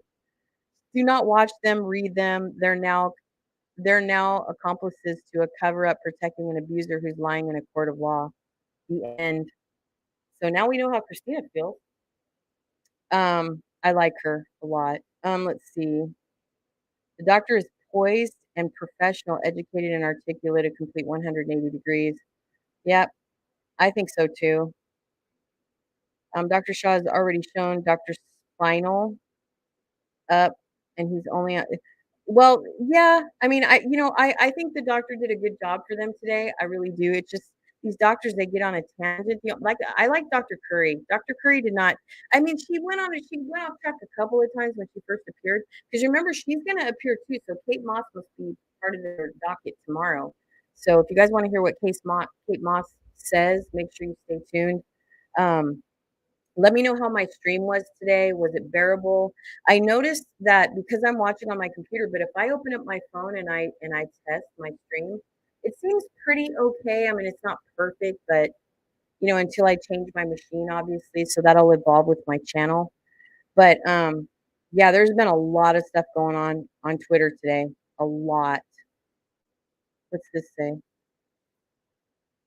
To quote the man himself, who is Allison Basha? And who does she know?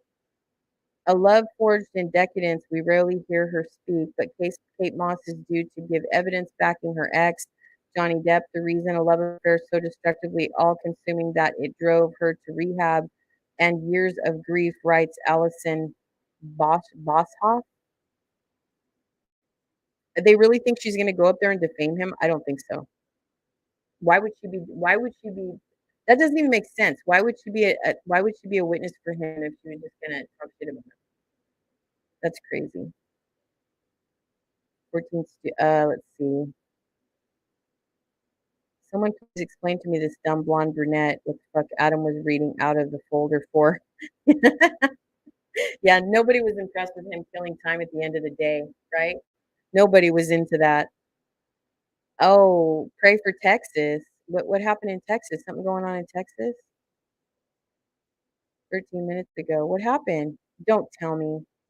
Did something bad happen in Texas, Candy?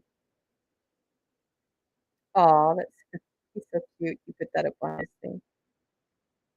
What's this? Oh, the alpacas.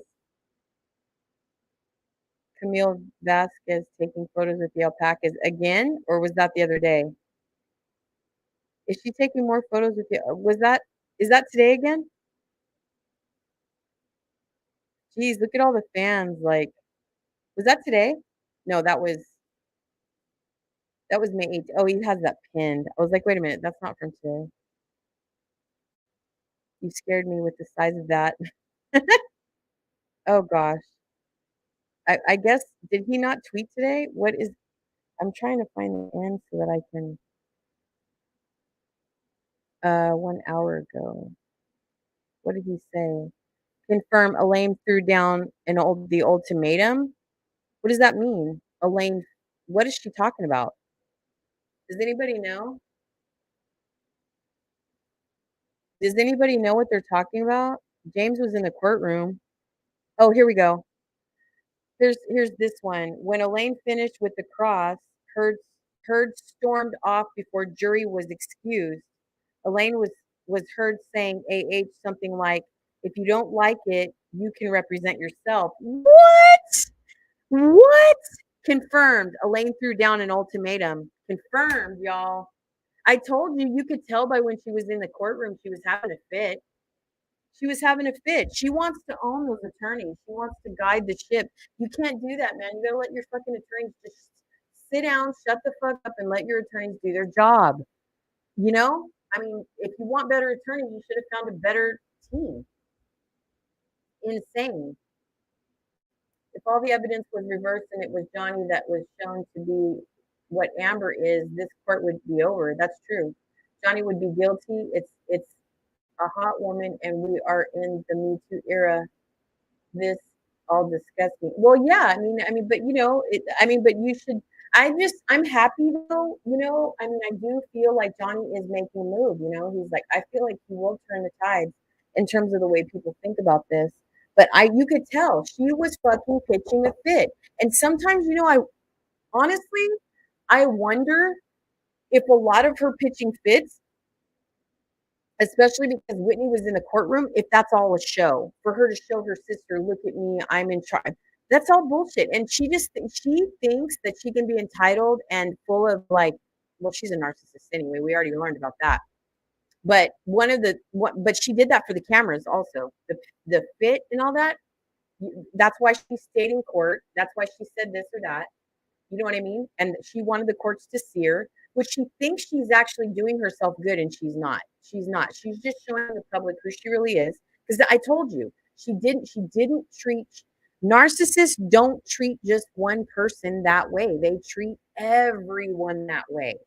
And I know that's because at first I thought when I was first studying about that, I was like, I thought they just maybe had one vendetta for one person. Usually it's like a partner or something, but that's not true. They treat everyone the same way. You know what I mean? So when you get educated on it, but you could tell by her behavior, and I'm sure when the body language experts, they're going to read that, or they're going to read into that. That's going to be brought to people's attention. But I think a lot of that was for her sister. I think she wants her sister to think she's in charge because she has connection to Elon Musk. and she's holding that baby over Elon Musk's head or whatever. But I wonder if he's a tycoon. I doubt very much she's going to be able to puppet him. I don't think she's going to be able to puppeteer him at all. I do not think that's happening. I just, I think he'll put her in check, and that'll be that.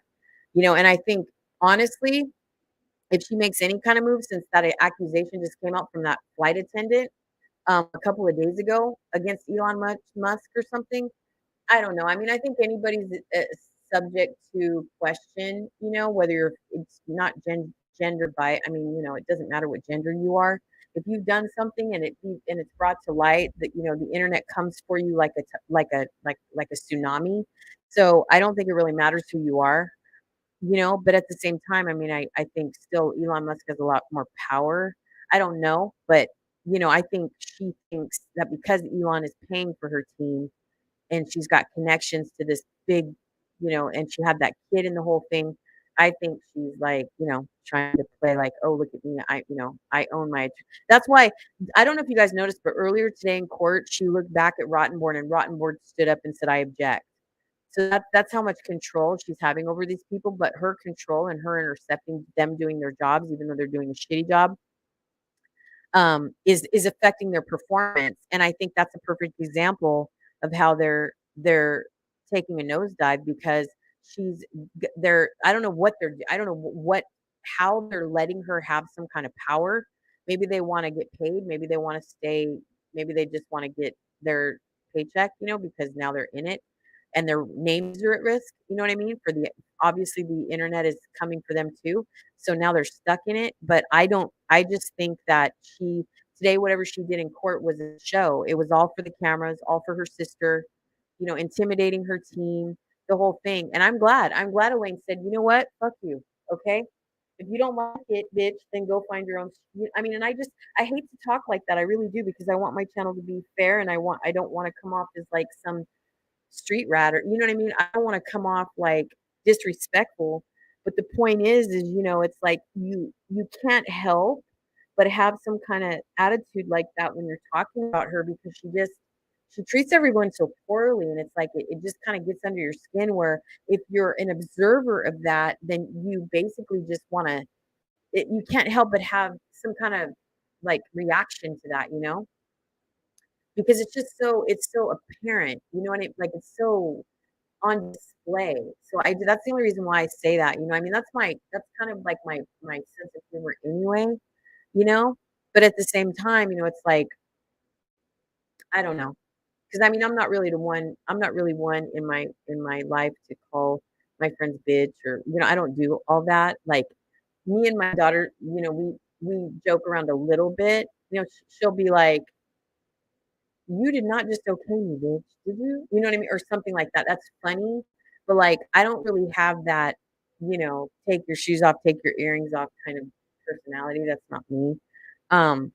But you will hear my humor come out, obviously when I'm talking about Rottenborn and this and that. And I have, I am a fan of the F word. But at the same time, it's just like people are judging her on her behavior. It's not like something that we're just like calling her out and saying this or saying that. Now is the internet going a little bit too far on the abuse thing and on the, Amber Heard's a psychopath, and I mean, and I'm guilty of using those hashtags too, but after I think about it, I mean, I had a conversation with someone that I know and they just were like, it's just not okay to do that. So I kind of have pulled back a little bit on that whole Amber Heard's an abuser, Amber Heard's a psychopath kind of thing. But that's one of the reasons why I did a live stream talking about what a psychopath really is. Like I had to sit down and do Sam's interview, because I'm like, if people are going to call her this, are they just doing that because it's on trend, or are they doing that because they really know what it is? You know what I mean? What is really truly a psychopath? And look at that. Our umbrella guy is trending right now. What do you know? He'll end up having 1 million followers. Our umbrella guy. That umbrella guy is trending right now. So, anyway, when Elaine finished Cross, so that was confirmed. There was a little spat going on before they left. So when Elaine finished with Cross, here it says right here in black and white, y'all. Right here. Make sure you're following James. It's James from Court. If you want to look him up on Twitter, James from Court. He's in the courtroom every day along with Larry. But and make sure you're watching Legal Bites and Joe and Good Logic, and then there's Nate the lawyer. there's Uncivil Law, Hogue Law. All those channels are really good. They really are. I'm a big fan of Emily. I just like her. I like her the way she presents her channel.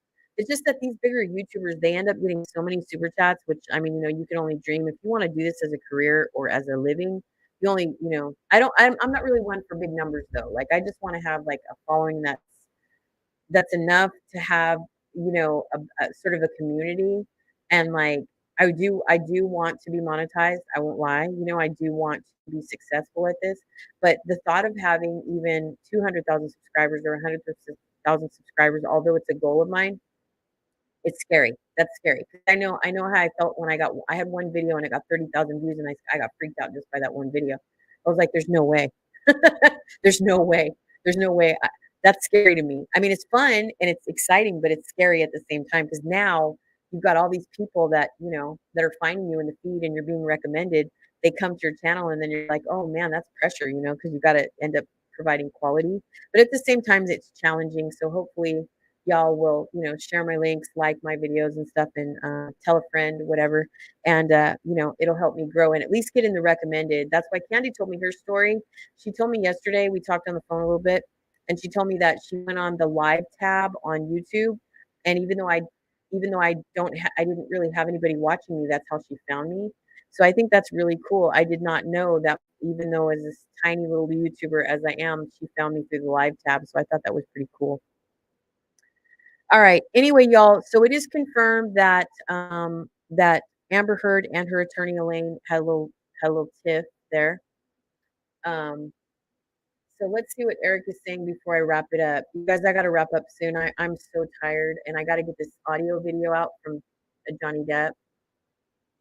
Let's see, because it's telling me that it's a 3-hour download, and I have the other hour-long audio to do now, and I have a couple audios I want to get out on my channel, so I can make that available for my subscribers if they want to listen to me and support my channel. You guys, I did make a Patreon and a PayPal. I'm going to add the PayPal tonight to the front page of my channel.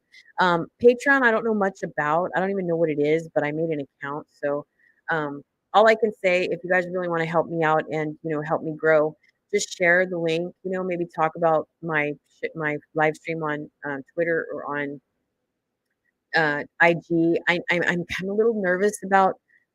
I don't want anybody to be disappointed that comes over to hang out with me because my stream is kind of like lags a little bit, but hopefully they'll come because they like my conversation and hanging out with me. Because the trial won't be forever, obviously, right? But I do have every intention of getting a better system, and I think once I do that, I think we'll be in good shape. As far as consistency, you guys, I'll always be around as long as I can be, as long as life allows me to be. I just and if ever I do try to at least pre-schedule my lives or any lives I have. I premiere my pre-recorded videos also. And I always kind of try to let you guys know what's coming next if I can. And then we'll talk about what's next, for like after the trial, because I'm still kind of trying to figure that out in my own head, like what I want to do next. But like I said, the Manson thing is kind of becoming a little bit popular as well, so I'll have to see how I feel about that. Yep, that letter just adds to the mountain of evidence. If all the evidence was reversed, okay, I already read that. Yeah, Amber was telling them how to do their job. That's the way people are. Like Amber are, they can't just ever sit back and go with something. I'm telling you, Jason Momoa can't stand her. I believe it. The world, what is it? The world better look out because if Amber loses this case, she will be on a warpath. Hope that people know that whom are close to her in the RL. Well, I mean, I don't know. It depends because now, I mean, it's like she said before, people already forewarned. When she was new in someone's life, people had already forewarned that person when she came in their life, or they were warned once they got introduced to her. So I don't think that her behavior was ever a secret. I think that's why people did that. But at the same time, I don't know how effective she's going to be after this because of all the evidence surrounding her. Her career's over. There's no doubt about it. And Warner Brothers being pulled into this, you bet your bottom dollar. I'm sure they're not going to use her again. I don't think she said it was. She already said when she was on the stand it was she's in the movie, but she was narrowed down to 10 minutes or something. So maybe she does get, nixed. I don't know. But I doubt very much she's going to be able to resurrect from this. Honestly, I think Johnny Depp will be um, resurrected. I think his career will end up, I think if not, I mean, I think it'll take some time, like it did Robert Downey Jr. or anyone. I think anyone that goes through a big media frenzy like this, like think of Charlie Sheen. I mean, there's been a lot of big stars that have gone through stuff, but again, this isn't Johnny's first rodeo. When, like I said, I mentioned the Viper Room and the big incident that happened to River Phoenix. Although he wasn't directly involved in that incident, I still feel like it's not his first rodeo being the center of the public. And look at people forget, people didn't hold him responsible for that. I'm sure he took some heat for that at the time. But he's gone on to be a very successful actor. He's very well respected in the art community. He's very well respected in the acting industry. And now he's building a music, somewhat of a music career with some of the legends or whatever. I don't think he's out to be specifically a musician. I think he's just sharing his talent of music with all these people that have been around for a while, all these seasoned musicians. But I think he'll eventually find a partner that he's happy with. He's entering a new stage in his life. As you age, it just, as you all know, I mean, every year, every time you reach a milestone, whether you're in the like 30 to 35, 40 to 45, 50, you know what I mean? Every so many years, you reach a milestone and you start to mature and you get older and things just change for you. Your whole perception, your view of the world just change and things just aren't they're just not the same. You don't see life the same way as you age. You actually value the things around you a lot more. And so, I think the fact that, I mean, you heard him in the audio say, if you don't get what you want, like that one day when she comes up to the penthouse, that's the one I think that's the hour and 10-minute one, I think. That's next. I'm trying, just like I said, the 4-hour one is done. I just need to upload it. And then the next one after that is the 1 hour and 9 minutes. It's already on the internet, but I'm going to try to get it on my channel. But that's the one where she's coming in and out of the penthouse and she's drinking or whatever. And they have some kind of exchange and he's pretty calm the whole time. And he's trying to reason with her, and she's in the dining. It sounds like she's in the dining room because I wasn't there, but she's walking somewhere. Excuse me, and it sounds like she's in the dining room, and she doesn't get her way right in that moment, and she throws something. Like, I don't know what it was, but you could hear it shatter on the ground. And he was like, Amber. And you could tell it wasn't him because he's sitting next to the phone and she's in a faraway distance and she throws something that's glass and it shatters all over the floor. So that's why I just don't believe, I don't believe that he was the abuser. I don't think I'll ever believe that ever. I just don't think it's true. I think it's 100% false. Did he get upset? Did she drive him to raise his voice? Did he, maybe like I said, maybe did he assault some cabinets? Yes, but I don't think he ever put his hands on her. And if he did, and at any point, like they were talking about the headbutting thing, I think it was because she was becoming so she was becoming so uncontrollable that he was trying to calm her down. I don't know. She's very taunting though. I mean, when you hear the audios, it's almost like they're almost unbearable to listen to because of the mind terrorism she puts on him. It's just terrible. And how I mean, I'm sure he's changed he's changed. It's sad that he had to go through something like that at that age, but I know it scarred him. I mean, for sure, his walls are down now. I mean, he's not just open to, I'm sure whatever it is that they did together, it questioned his ability to have faith and trust in any future partner.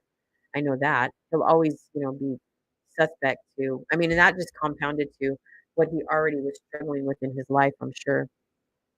Anyway, you guys, that's pretty much it for Twitter highlights. I think I'm gonna go ahead and wrap for today because I want to get done early enough. It's only 3:20 here where I live, and I want to get this video up. I need to schedule our session tomorrow. Our rest in peace. Did someone pass away? I always see these trending hashtags, and I'm like, okay, what happened now? Oh, Texas. Oh my goodness. At least 14 children dead and multiple injuries reported after shooting at Texas elementary. Please don't tell me that, man. I hate to hear about children. I tell my daughter all the time, please homeschool your kids. I don't want to worry about my baby girl. I don't want to worry about her. Oh, hey, before I close out the stream though, really quick, I wanted to show you guys my little picture. I took a picture of my daughter-in-law, my very first um my very first, what's it called? What I said? Photography photo shoot. I haven't posted. I posted some pictures on Instagram, but I want to show you a picture that I did of her. Where is it? Is the question. I'm going to show you right now before we close out. I watch my grandkids every Thursday and Friday, and I don't know what's happening for this week. I know my daughter's biological mother is in town this week from Missouri visiting, but I think my daughter went to some music festival in Vegas. There, I forget what kind of music they listen to, but there was some festival they went to this week. For this week, I think. I don't know if it was for the whole week or if they just were going for a couple days. Hold on, I'm gonna show you a picture of that I took of my daughter. This is it. I think this is it. Let's see.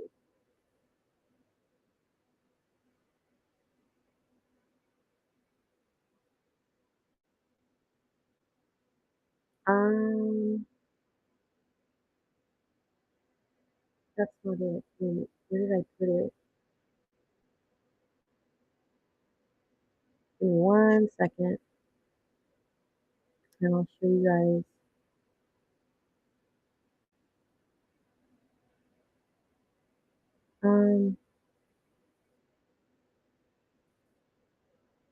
Oh, is it this one right here?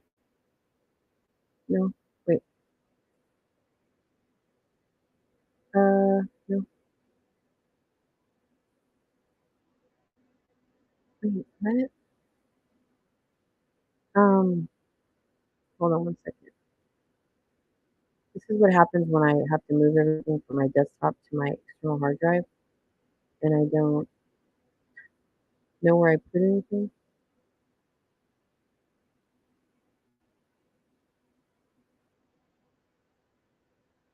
Mm. Oh my lord. Where did I put it? Give me 1 second. Oh God, you guys have to know, man, that Amber Heard fit was like the best thing we could.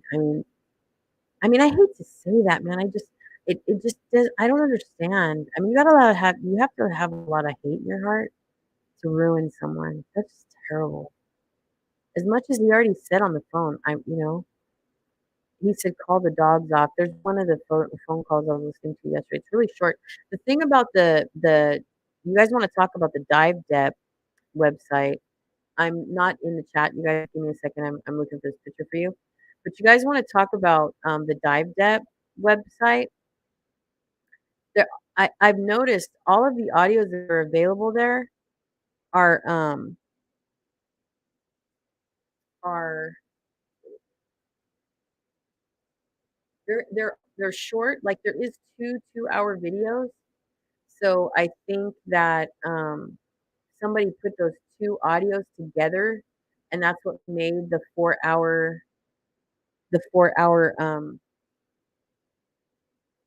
audio of her. Let's see. Keep it in here? No, I didn't keep it. I don't need to waste y'all's time. I know you got other things to do than hang out with me. Um, shoot, I don't know what I labeled it.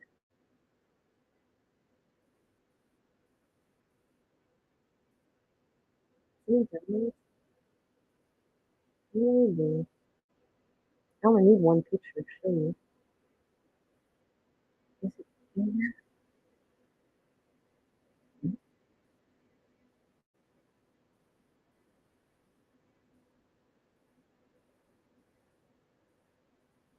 Oh man, I would have loved to be a fly on the wall for that.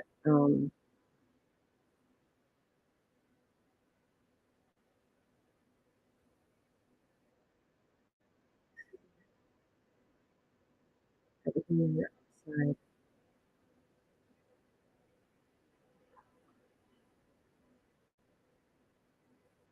Oh wait, no, I did have it. Okay, I have it. I found it. Let me just get to that.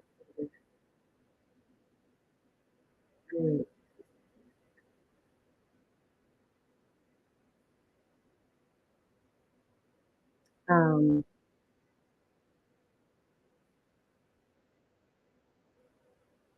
Give me 1 second. I keep saying that while my 1 second's turning into 10 minutes.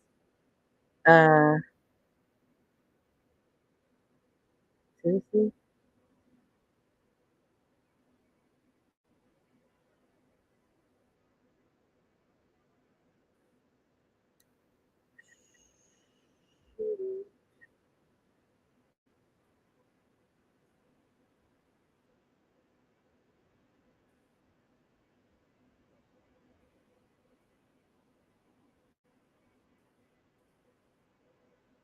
Maybe this is it.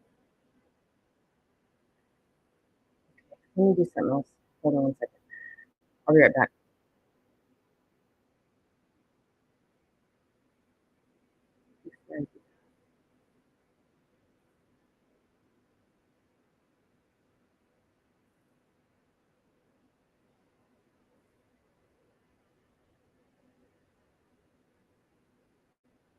Candy does.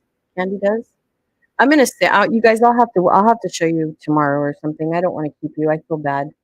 I was gonna show you this picture. I really want to know your opinion on it, but I can't find it is the problem. I mean, I know where it is, but it's like I guess I could remove this stop screen sharing. Let me stop screen sharing. Hold on 1 second.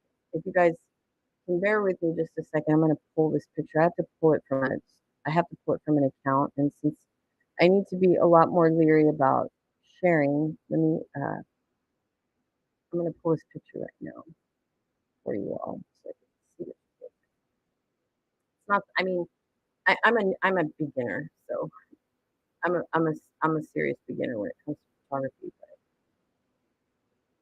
But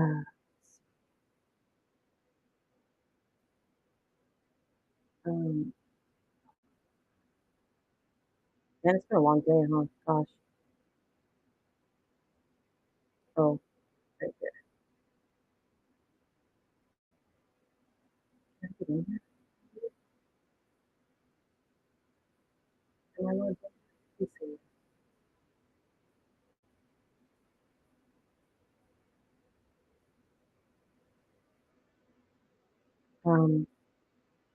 Oh, this is Drive. Okay. I took everything off. You guys, it's I don't know what it's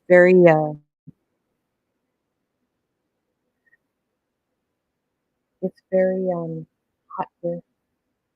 It's 100 degrees here. Okay, I found it.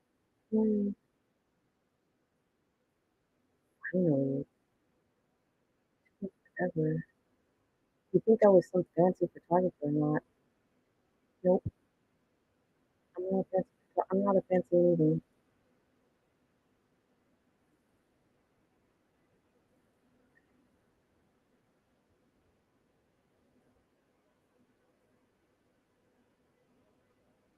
I am building a Instagram with my photography, but I gotta get my daughter. We're supposed to go out and do a fitness shoot. Where's that one picture that I went? We only went out once so far. Is it this one?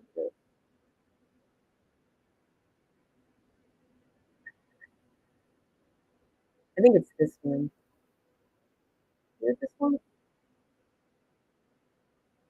I'll show it to you. No, it's not that one. No, it's not that one. Where's the one that's super easy? Where the shaders are the first thing right now that I want to show something. Things I should already have ready.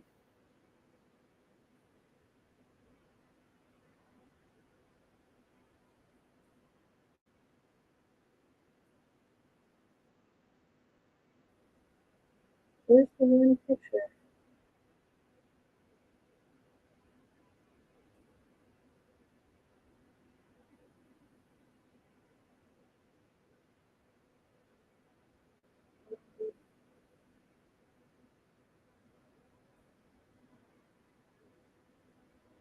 Oh, it's this. Is it this one? No, it's not this one. I'm just gonna put one for you. Oh, it's this one. Okay, gotcha. All right, so I'm going to show you my photography, and you guys can tell me if you like it. If you're still here, I have to go back to the other stuff. All right, let me put this on this side.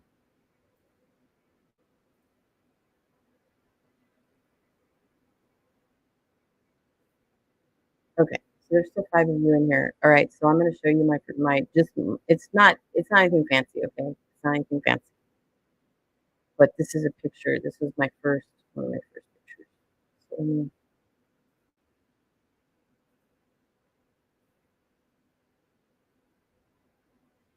okay.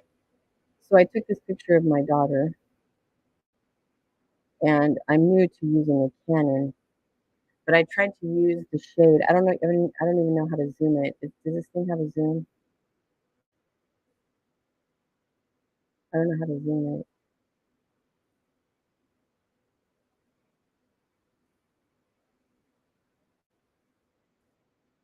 How do you zoom this? Oops. Anyway, I was using a Canon, and I was trying to use the shade to my advantage. Oh, here we go. Here we go. Right? Or no? Yeah. So this was my first attempt at taking some pictures. I think I did okay. We were at a rock garden, so all these rocks and more are embedded in that depth dive dock. What do you mean? Oops. Let me take that off. Hold on one second. Oh, girl. I don't know. Oh, really? That's so funny. Well, she's my daughter-in-law. My daughter is yeah. I my daughter's gorgeous. My daughter's like 5'10", and she's like my granddaughter though. I have a lot of fun watching my granddaughter. She's my next subject, so I'm really excited. I watch them on Thursday and Friday, her and Kai. So I'll show you guys a picture. Can I be the proud grandma for a second? Well, I mean, she's so funny too because I mean, she's not my biological granddaughter, and you think she'd call me grandma, but she doesn't. She calls my mom grandma, which is so funny. It's so hilarious. Like kids are so funny, man. They crack me up. Um, I just downloaded my iCloud photo. I don't even know. Oh, is it? These are no, that's wait. I think I have one in my background. Don't I have one just around? Um, I just downloaded some iCloud photos like just the other day.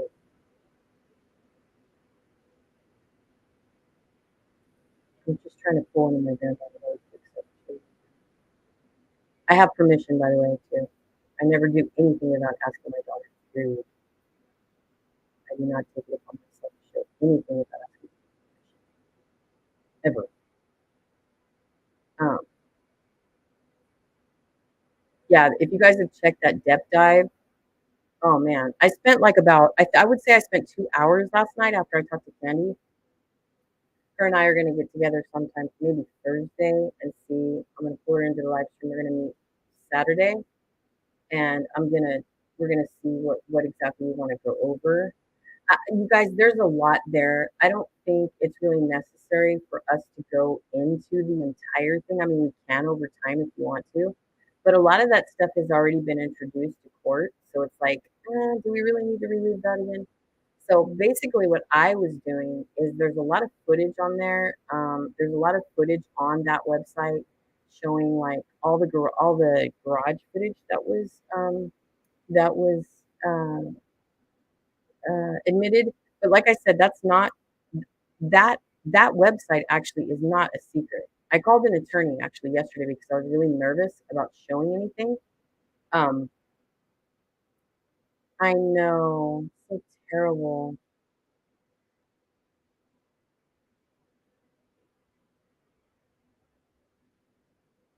Yeah.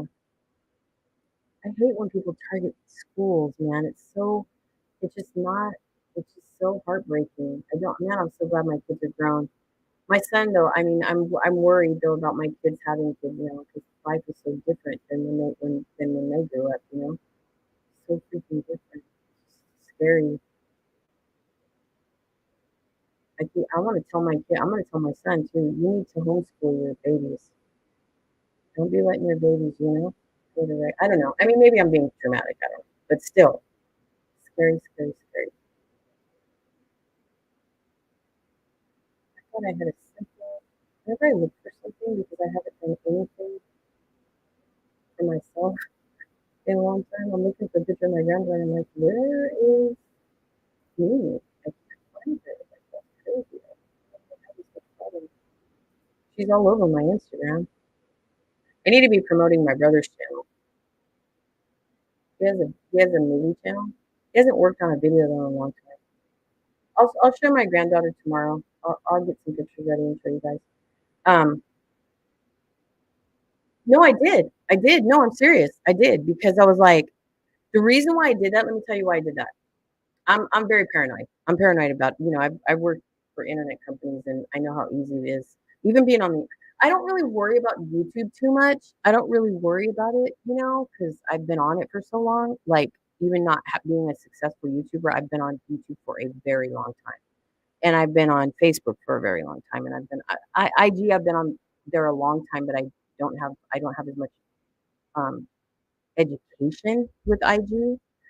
So for me, IG is not, it's not as big. I mean, I should be thinking about it more because and TikTok is new. TikTok is brand new. So it's like, I mean, I like it and everything, but to me, it's like made for kids. It's like Twitch.